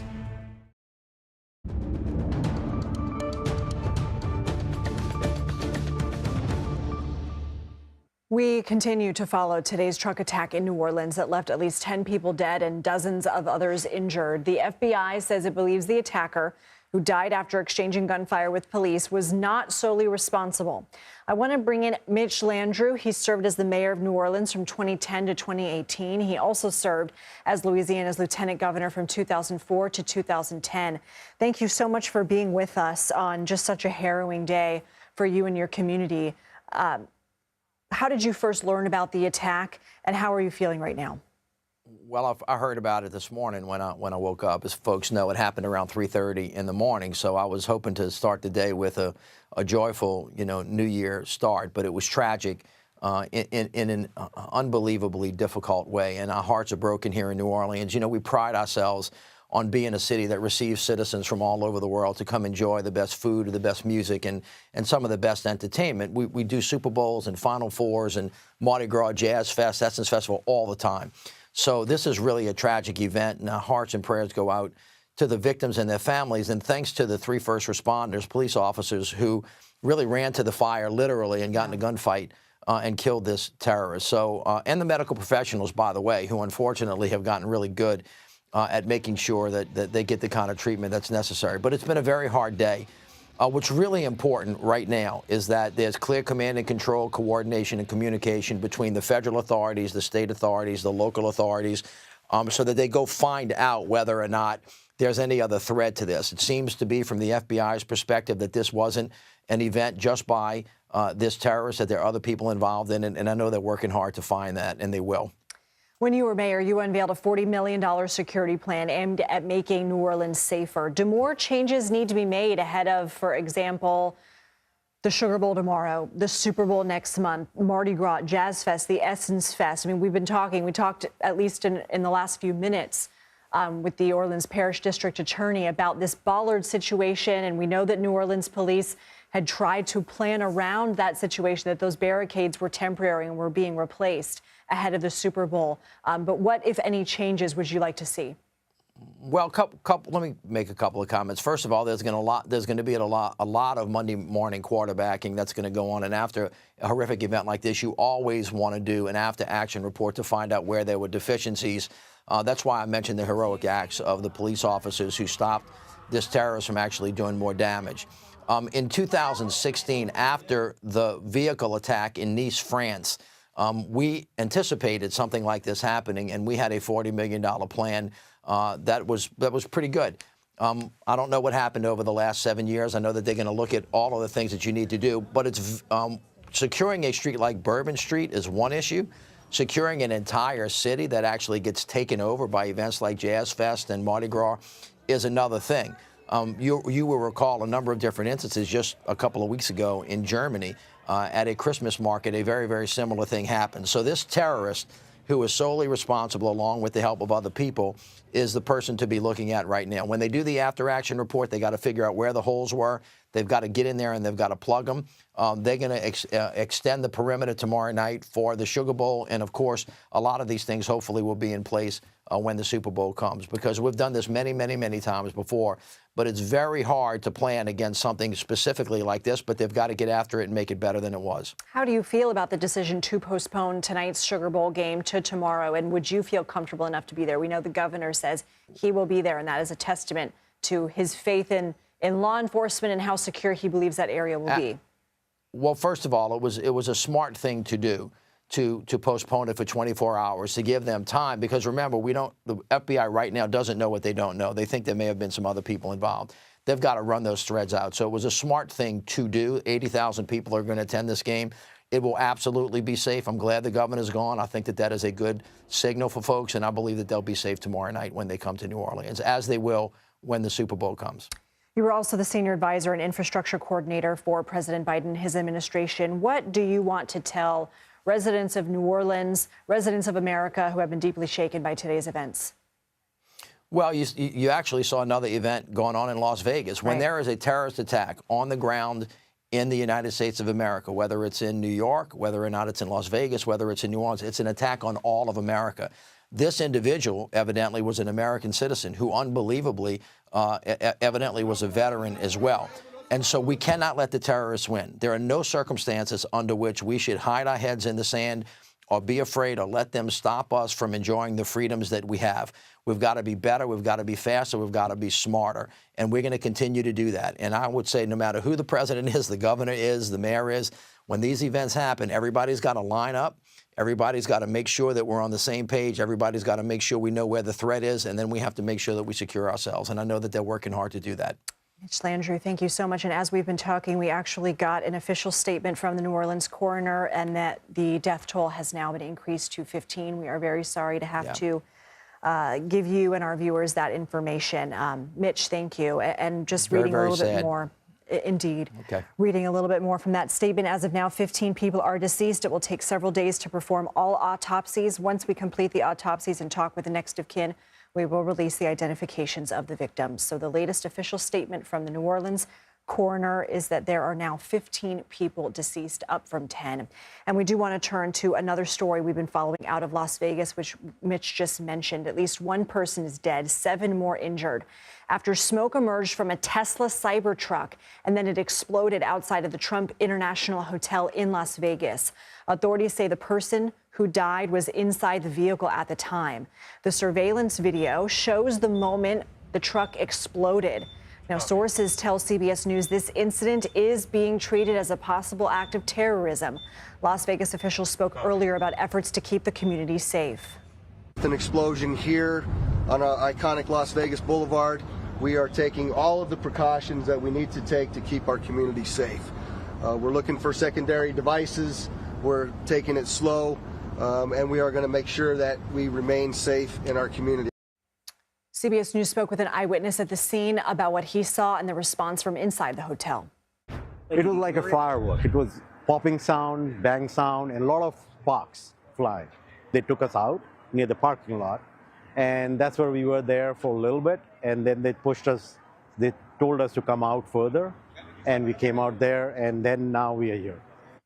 Tesla CEO Elon Musk posted on X, "We have now confirmed the explosion was caused by very large fireworks and/or a bomb. carried in the bed of the rented Cybertruck and is unrelated to the vehicle itself. All vehicle telemetry was positive at the time of the explosion. We will continue to follow that story. Well, today's attack in New Orleans took place just weeks before President-elect Trump returns to the White House. How he is responding to what's being investigated as an act of terrorism. Stay with us. You're watching CBS News 24/7.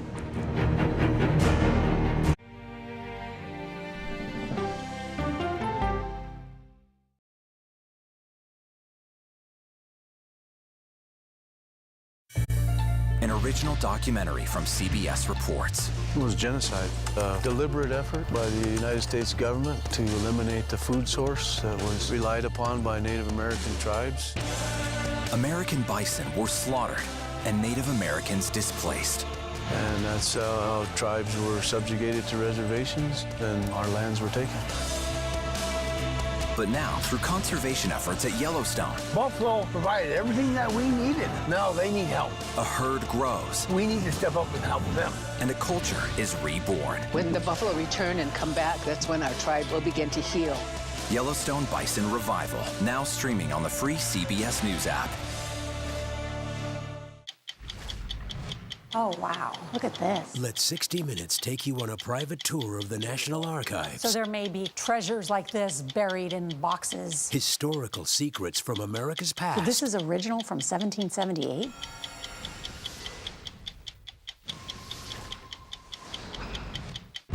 This case. It's like a screenplay, something straight out of Hollywood.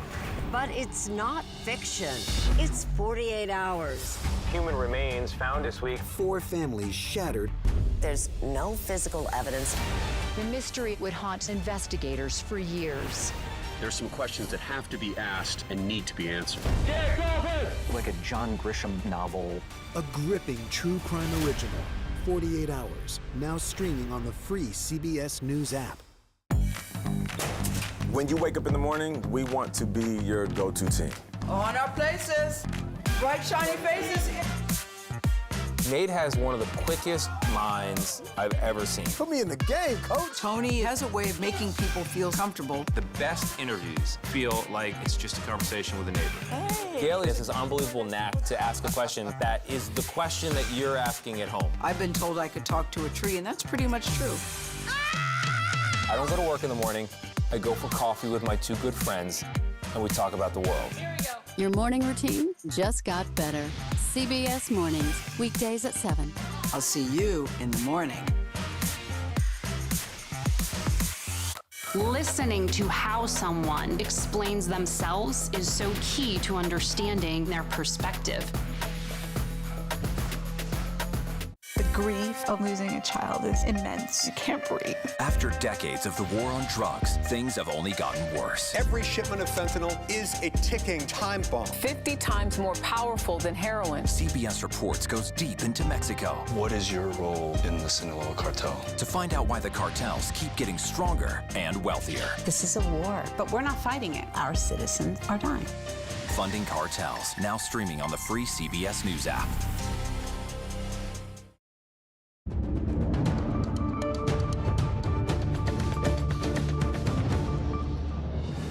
Hi, everyone. I'm Lindsay Reiser. At least 15 people have been killed and dozens hurt after a man drove a truck into a crowd on Bourbon Street in New Orleans. The FBI is investigating the attack as possible terrorism. The attacker is dead. He's been identified by federal officials as 42-year-old Samsudin Jabbar. This is video of him from earlier, posted several years ago. He's a U.S.-born citizen and Army veteran who lived in Houston, Texas. The electric Ford truck he rented was rented through the Turo app, according to sources, and he also rented an Airbnb in the La Roque neighborhood of New Orleans, where a fire broke out today, and investigators are trying to determine whether there is a link between that fire and the attack on Bourbon Street. According to the FBI, an ISIS flag was on the trailer hitch of the truck, along with an improvised explosive device inside, and more potential IEDs found in the French Quarter. Officials don't believe he was solely responsible. They are asking for the public's help in trying to identify anyone who may have aided him. And we should mention tonight's Sugar Bowl game at the Superdome in New Orleans has been postponed 24 hours. Now, we want to show you surveillance video that CBS News obtained. We do want to give you a warning. It is graphic, and it shows the pickup truck drive around a police car that was serving as a barricade onto the sidewalk and then speed up, plowing into the crowd. Joining us on the phone right now is CBS News. Joining us in person is CBS News producer Elizabeth Campbell. She spent her day at the Airbnb that attacker rented in New Orleans. Elizabeth, what is the activity outside that Airbnb?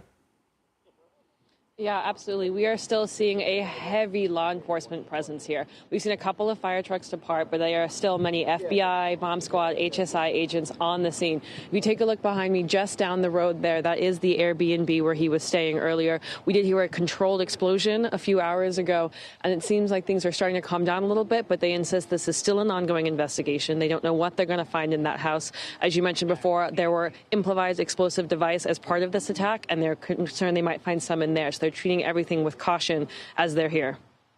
What are you hearing from residents in the neighborhood? Yeah, it's been a tough day for a lot of folks here. Around 9 a.m., they had knocks on their doors from officials telling them that they needed to vacate the area. They've cleared a couple of blocks around the house in every direction. Folks here have been staying with friends, going for walks. There's a church around the corner that has very graciously opened their doors to folks for charging stations, a restroom. It's still unclear when they're going to get to return to their homes, though. They've been allowed to be escorted one at a time to get medicine or something they need. But it's been a long day of a lot of uncertainty here. Any idea when they can go back home? No, unfortunately, they say this is an ongoing crime scene. Again, they can go in briefly to get something out, but they can't go in and stay just yet. It's going to be a long night for a lot of folks. Questions are you asking, Elizabeth?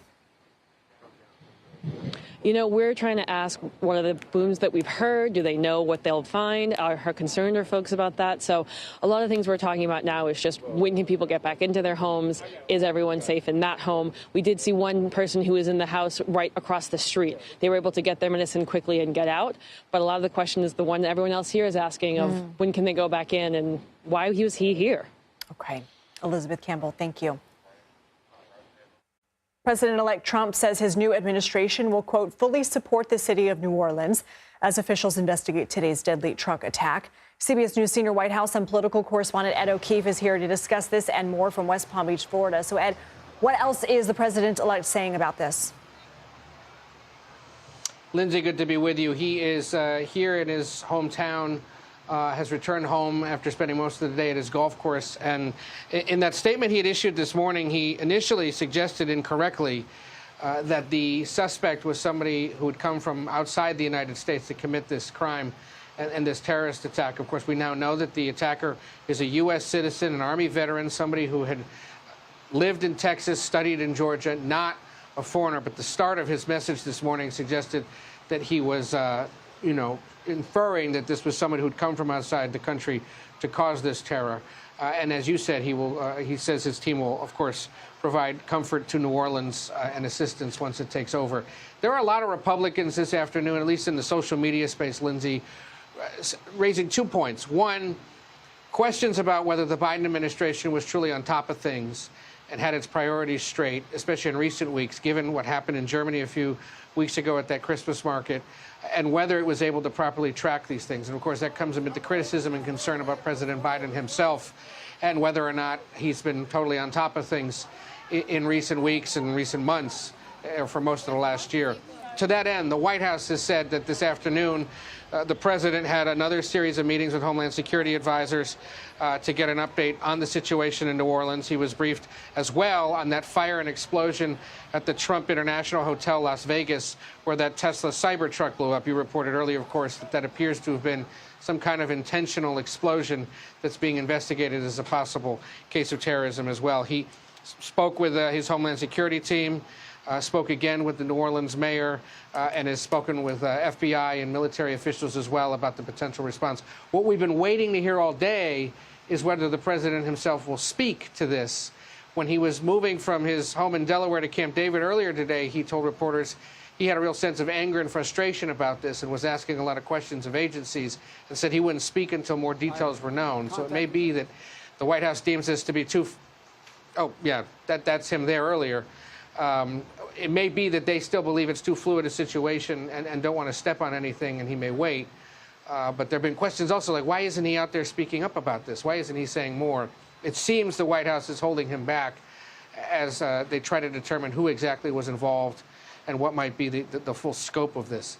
One other thing Republicans, supporters of President-elect Trump, have been saying today that plays into what's going to play out in Washington in the coming days is they believe that this means it should be no question that the president-elect's nominees for top national security positions should be confirmed as quickly as possible. It is expected in the next 2 weeks or so that confirmation hearings will begin for people like Marco Rubio, the nominee to be Secretary of State, possibly his CIA and FBI picks, and a handful of others, the Homeland Security pick, Kristi Noem, the governor from North Dakota. That's standard. Often in transitions, the Senate will start holding hearings before the inauguration so that on Inauguration Day they can be confirmed, if not unanimously, at least pretty quickly. And it seems that they're going to put a lot of pressure on Democrats to make sure that that can happen now in the wake of these two incidents today. I want to ask you about something that you had mentioned and the concern that maybe the president wasn't entirely on top of things. Is the concern that his Department of Homeland Security wasn't in lockstep with local authorities after the attack in Magdeburg and making sure that, for example, New Orleans, which we know that officials have themselves called Bourbon Street a soft target. We know that those bollards or barricades were in the process of being replaced ahead of the Super Bowl, that his DHS was not in lockstep with local authorities making sure that they had everything locked down? Yeah, there's going to be questions about that kind of thing, especially because you have the Sugar Bowl, Mardi Gras, the Super Bowl, Jazz Fest, all these events that aren't necessarily considered national special security events that get the full Secret Service and FBI protection. The Super Bowl does, maybe not the Sugar Bowl. And so there'll be questions about whether there should have been more known. What I do find interesting, though, Lindsay, up early this morning, that the mayor of New Orleans in her first remarks said she had heard already from White House officials. So sometime between 4:15 Eastern when this happened and when she spoke closer to 8 a.m. Eastern, she'd already been in touch with White House authorities about what was going on, which meant the White House had a good grasp on the situation and was monitoring it. We know the president and her spoke a few minutes later. So there will be all sorts of conversations about what the city was doing, whether they had properly prepared and protected around those areas where those bollards are what we call sort of posts, stumps in the ground that can go up and down. We see a lot of them in Washington. I know you see a lot of them in New York. It's a newer thing for a lot of other cities because they've worked in places like Washington and New York. So you're seeing a lot of other cities put them in place. They can go up and down to allow, dump trucks or an ambulance to go through if needed, but otherwise go up, especially on a night like last night. And that incredible camera footage that shows that the truck just went around a police car that was standing there instead. There are going to be a lot of questions that federal, state, local authorities are going to have to think about when it comes to protecting soft targets or pedestrian-dependent or heavy targets and events in the coming months. Yeah, the mayor had said today those bollards were actually down, but the New Orleans police superintendent said they had a police vehicle there to be a barrier. And just as you mentioned, that attacker just drove right around on the sidewalk. Ed O'Keefe, thank you as always. We'll have much more coverage of the deadly truck attack in New Orleans, including reaction from officials in Louisiana. You are watching CBS News 24/7.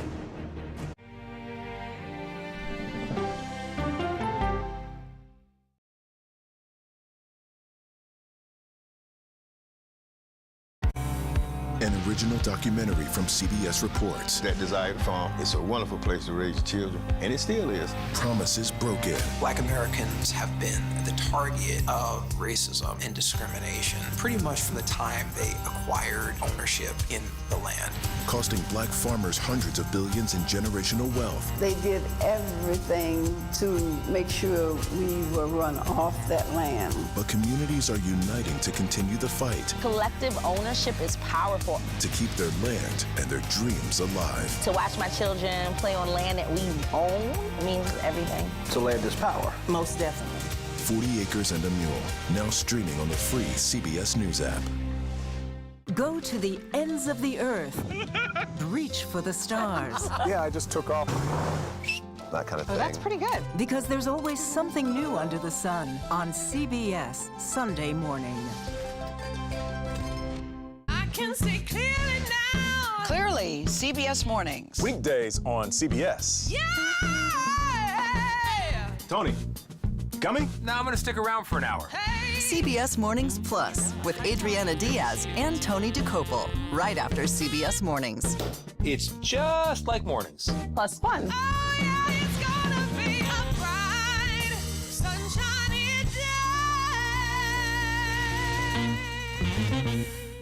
These 7 miles of tunnels were the secret storage site for fuel for the Navy's Pacific Fleet in planes. So this is one of the tanks. Oh my gosh. What happened 20 stories below ground is a story for 60 Minutes. This thing that was a lifeline for the fleet is a threat. That's right.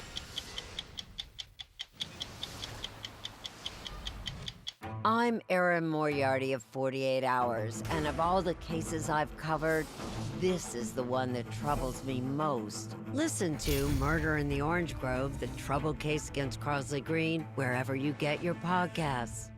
An original documentary from CBS reports. AI is among the most world-changing technologies ever. Curing diseases, scientific breakthroughs, making lives better. They can help us with medical discoveries, scientific discoveries, doing better agriculture, having cures for things like Alzheimer's. It's also going to really transform the way we work. The uplifting potential of artificial intelligence is limitless. It gives you a friend, somebody to chat with 24/7 that is non-judgmental. He makes me feel loved and desired. And so are its downfalls. The problem with all this AI is that it's unpredictable and uncontrollable. The choices we make now will have lasting effects for decades, maybe even centuries. The ChatGPT revolution, now streaming on the free CBS News app. Sunday morning, a visit with the Wayans at Papa's house, plus affairs of state with the diplomat, and in praise of pigeons. Listen for the trumpet.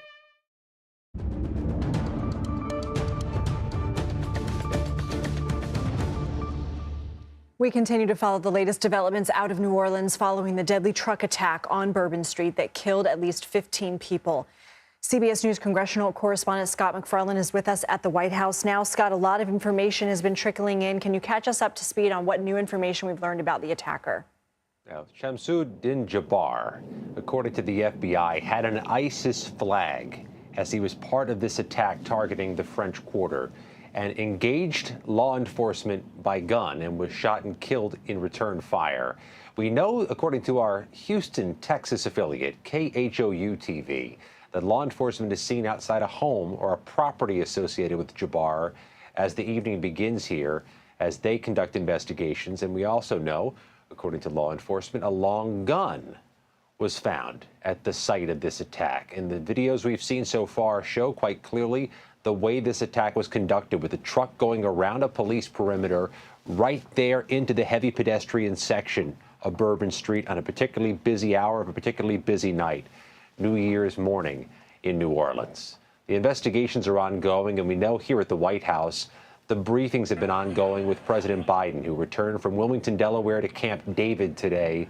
We expect to hear from the president at some point soon with an update on the federal investigation. But as it stands right now, the FBI is the lead investigating agency, and they characterize this unequivocally, Lindsay, as a terrorism probe. We have learned from the Texas lieutenant governor that it looks like the attacker rented that car in Houston via Turo on December 30th, potentially suggesting what law enforcement officials will be looking at in terms of premeditation or the planning that went into this. What reaction are you hearing from lawmakers both in Louisiana and across the country? A uniform bipartisan prayers and thoughts and statements from federal officials, from state officials, and from members of Congress, and that's no surprise. But we did get an unexpected chance to hear from some of the local congressional leaders from Louisiana today at that news conference that was staged midday in New Orleans, including the Senator John Kennedy, the Republican, who says he's pleased the Sugar Bowl has been paused at least 24 hours, saying it's too much of a risk to have played that game tonight. And Troy Carter, the Democrat from New Orleans, saying, quote, there are cowards responsible for this attack, emphasizing the plural nature of that word, cowards, an ongoing refrain we've been hearing so much through this day, that there are multiple people believed to have played some role in this attack, not just Jabbar. What more are we hearing from officials about the security and the response that we've seen? We'll start off in New Orleans, where they say they're going to review any vulnerabilities that were exposed through this attack. We know from our CBS News reporting this morning, the security bollards that are supposed to be there to prevent vehicular attacks are being repaired, restored, or just simply reinstalled at that site. And that work is not going to be completed till February. An acknowledgement today from law enforcement, those bollards were not fully in place today or this morning when the attack was affected. We also know here in Washington, D.C., Lindsay, the D.C. police say there is a more visible law enforcement presence people will see, effective immediately. And they have those two enormous national security designated events coming in the next few weeks. On January 6th, on Monday, they have the electoral count certification at the Capitol. They put an enormous security presence in place around that event based on what happened 4 years ago. And of course, inauguration is a national security event with an enormous amount of closures and protocols and a parade that goes right here by the White House. I want to get back to New Orleans, and you had mentioned the Sugar Bowl being postponed. I had asked Orleans Parish District Attorney Williams whether he was confident it would take place tomorrow or how he felt about it. And we were basically given no guarantees. Right now, we don't have any indication that the game won't take place tomorrow evening. But what other adjustments are being made by officials as a response to this attack? And maybe we're not privy to it because they're not publicly releasing that. Yeah, that's right. Though this is a different part of town. I mean, this is a non-French Quarter, non-business district site. This is the Superdome in New Orleans, which, oh, by the way, will also be the host of the Super Bowl next month, another one of those national special security events. The governor of Louisiana was pressed on that question, Lindsay, during the news conference in New Orleans midday, and he says, what reassurance can I give you it's going to be safe? He said, I'm going to be there. I'll attend. Police have acknowledged some potential vulnerabilities in the French Quarter on Bourbon Street that they have to button up, and they know it. At the Superdome, there seems to be a better sense of the security parameters that are there for tomorrow's Sugar Bowl and for next month's Super Bowl. Saad McFarlane, we always appreciate you outside the White House. Thank you so much. Up next, we'll ask a former police commissioner about what security measures may be implemented after today's deadly truck attack in New Orleans. You're watching CBS News 24/7.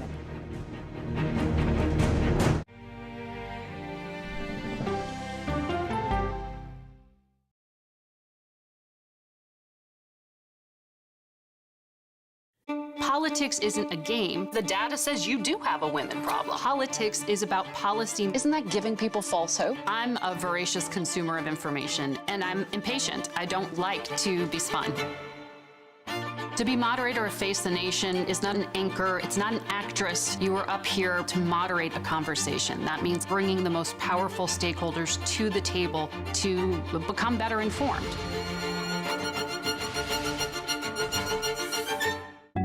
The justices ruled that Harvard and the University of North Carolina violated the Constitution. In the aftermath of the Supreme Court decision to end affirmative action in college admissions, uncertainty sets in for some students of color. Affirmative action really gave us an equal opportunity. CBS Reports explores the historic decision and what it means for those chasing an opportunity to change their lives. I knew that college was the ticket to break this cycle. The end of affirmative action, now streaming on the free CBS News app. An original documentary from CBS Reports. Tensions rising between a powerful country and a vital island. The supply of this technology came grinding to a halt. The world would grind to a halt. Absolutely. As Taiwan faces threats and aggression.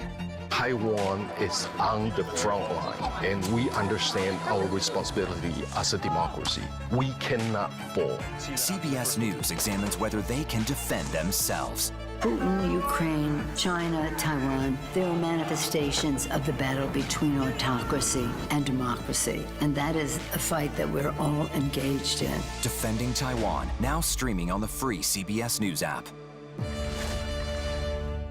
We are emergency. We are depressurized. How could this have happened? It's still happening right now. Meet the Boeing whistleblowers who believe they know how. They're fighting for faulty parts? Yeah, and good parts. They're not too picky. Wow. It's time for a 60 Minutes investigation. Sunday morning, the miracle of Paris's Notre Dame, plus actor Daniel Craig and Billie Eilish, 22 but already a legend. Listen for the trumpet. When you need your sports news all the time, we've got breaking news to bring to you. CBS Sports HQ gives you a snapshot of all the sports that matter to you. When you need your sports in a snap, find it on CBS Sports HQ, streaming free anywhere you are. It was almost like being face to face with the devil. Women riding bicycles dismembered. She just vanished. 48 hours reports. I fought and fought. 911, what is your emergency? She disappeared off the face of the earth. Ever think in your wildest dreams someone might want to kill you? This almost became a game of psychological warfare. You're caught. You're gonna go down. Stream 48 hours, 24/7.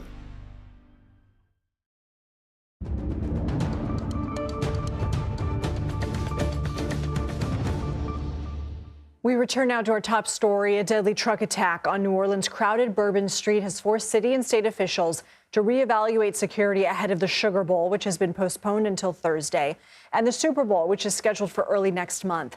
CBS News law enforcement contributor Rodney Harrison joins us now. He's also the former police commissioner for Suffolk County, New York. Rodney, thank you for being here. What will authorities need to do to secure the area moving forward, and what are the challenges still? So first, there's still a lot more information or intelligence that needs to be brought to the law enforcement officials in New Orleans. And the FBI, I'm sure, will be doing a methodical job regarding gaining as much intelligence. I know they're waiting to do a search warrant in a location where there was an Airbnb. I'm sure they're looking to get into his residence in Texas and a host of other locations that they're eventually going to track down where he was staying and how this whole radicalization occurred at this incident here on New Orleans on Bourbon Street. And that's going to determine safety measures going further. Are there outstanding individuals that were involved? You know, one of the things that you heard in the press conference is there are more people outstanding that they're looking for. So it all depends on the investigation, what information is received, and then they can make a determination regarding what safety measures they can put in place, be it either for the Sugar Bowl, the Super Bowl, or other events that are happening in New Orleans or other places around the country based upon the information that they receive. I mean, we know, unfortunately and tragically, that bad actors may see this as an opportunity to be a copycat. I mean, we've seen examples around the world of attackers using cars or trucks to ram through crowds of people. What options do authorities realistically have to prevent such an attack from happening? So, you know, you just take a look at New York City and my time in the NYPD. You know, we use all types of logistics to protect individuals from taking a vehicle and going on sidewalks and trying to run people over. We would utilize sanitation trucks filled with sand and put them in different locations just to make sure that that opportunity wasn't there and there were no vulnerabilities. What happened out here in New Orleans, I'm not sure if there was any credible threats that caused them to raise their level of protection. I will say this, that they did have department police cars in certain areas where the ballers could not be located. But due to the fact of this recent attack, I'm sure they are going to be on high alert and make sure that any location that they feel may be another target down the road, they have the appropriate measures in place to protect that location. We've been talking about the fact that authorities believe the attacker was not solely responsible and worked with others, that there are outstanding people that law enforcement will be looking for. What are the next steps to confirm who he may have been affiliated with? So there's going to be a host of search warrants that are going to be done, either in his computer, his cell phone. They're going to scrub social media, any activity that he might have done on some other platforms that are encrypted are, going to be one of the uphill battles that the FBI agent's going to have to go through. There's going to be a bunch of tips. I actually like that they provided a hotline number if anybody had any information to call. So they're going to have to take any information that they receive through this hotline and conduct a thorough investigation into that. So there's a lot of steps that need to be done. They're also going to look at his financial records, where he traveled, any other associates that he might have been involved with. So there's a lot of work that needs to be done just to try to identify those other individuals that might have been involved and then bring them into custody as well. Okay, Rodney Harrison, thank you so much for your time as we continue to follow this developing news of a tragic event on what should have been a joyous day celebrating the new year and then ended in a deadly truck attack in New Orleans around 3:15 local time on a busy Bourbon Street. We're going to have much more on this throughout the evening, including the latest on the attacker. Stay with us. You're watching CBS News 24/7.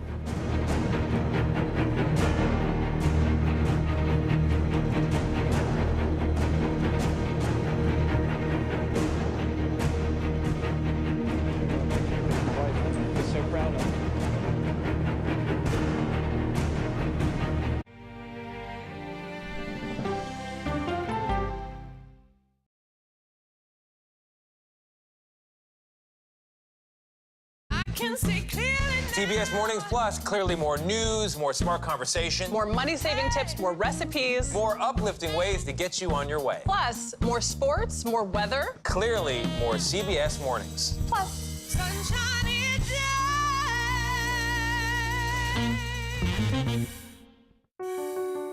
Washington is the seat of power. National security, foreign policy, global economics, every story comes through Washington in some way. We bring some of the most powerful voices in America to the table. We don't just ask the questions, you have to go deeper. We try to understand what's at the heart of the issue we're talking about, to then come forward with solutions. Face the Nation on CBS. I have a dorky look to me. I don't look like a criminal at all. 60 Minutes has reported on fraudsters, criminals, and hoodlums. But what this minor league thief was able to do surprised even us. These are Yogi Berra's World Series rings. A sports story you'll have to see to believe. Need more time with 48 Hours? Go deep behind every true crime episode with first-hand accounts from 48 Hours Investigations. Were you at all prepared for what happened in this case? Shock is the word that comes to mind. Get inside the twists and turns and get in on the case. Listen to Postmortem from 48 Hours, now available wherever you get your podcasts. I think we're very cute. Yeah, I think we need to send out a Christmas card like this. Yeah, let's do that. Dollar Jill. If you can't get into the market, it's okay. Renting is fine. I wonder how Serena is feeling. That's a really good question. No one's asked me that yet. You're 70 years old? 70, yeah. I'm 21.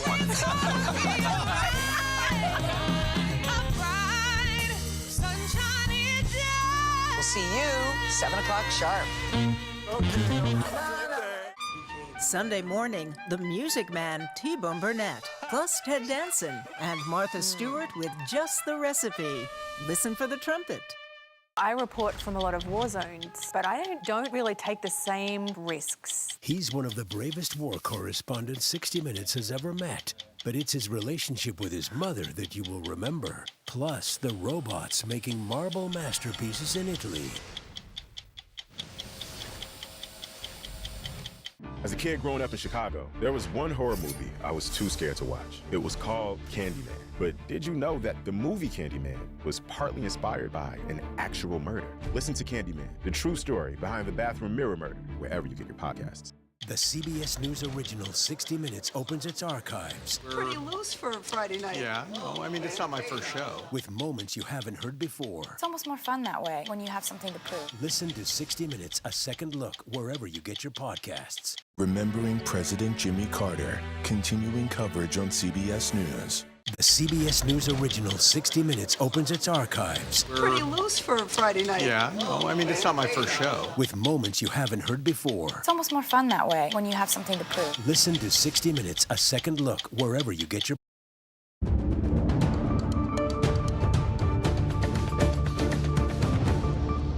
I've spoken to every member of the agency, from the CIA to our national security team, to our FBI, NSC. We do not believe that Jabbar was solely responsible.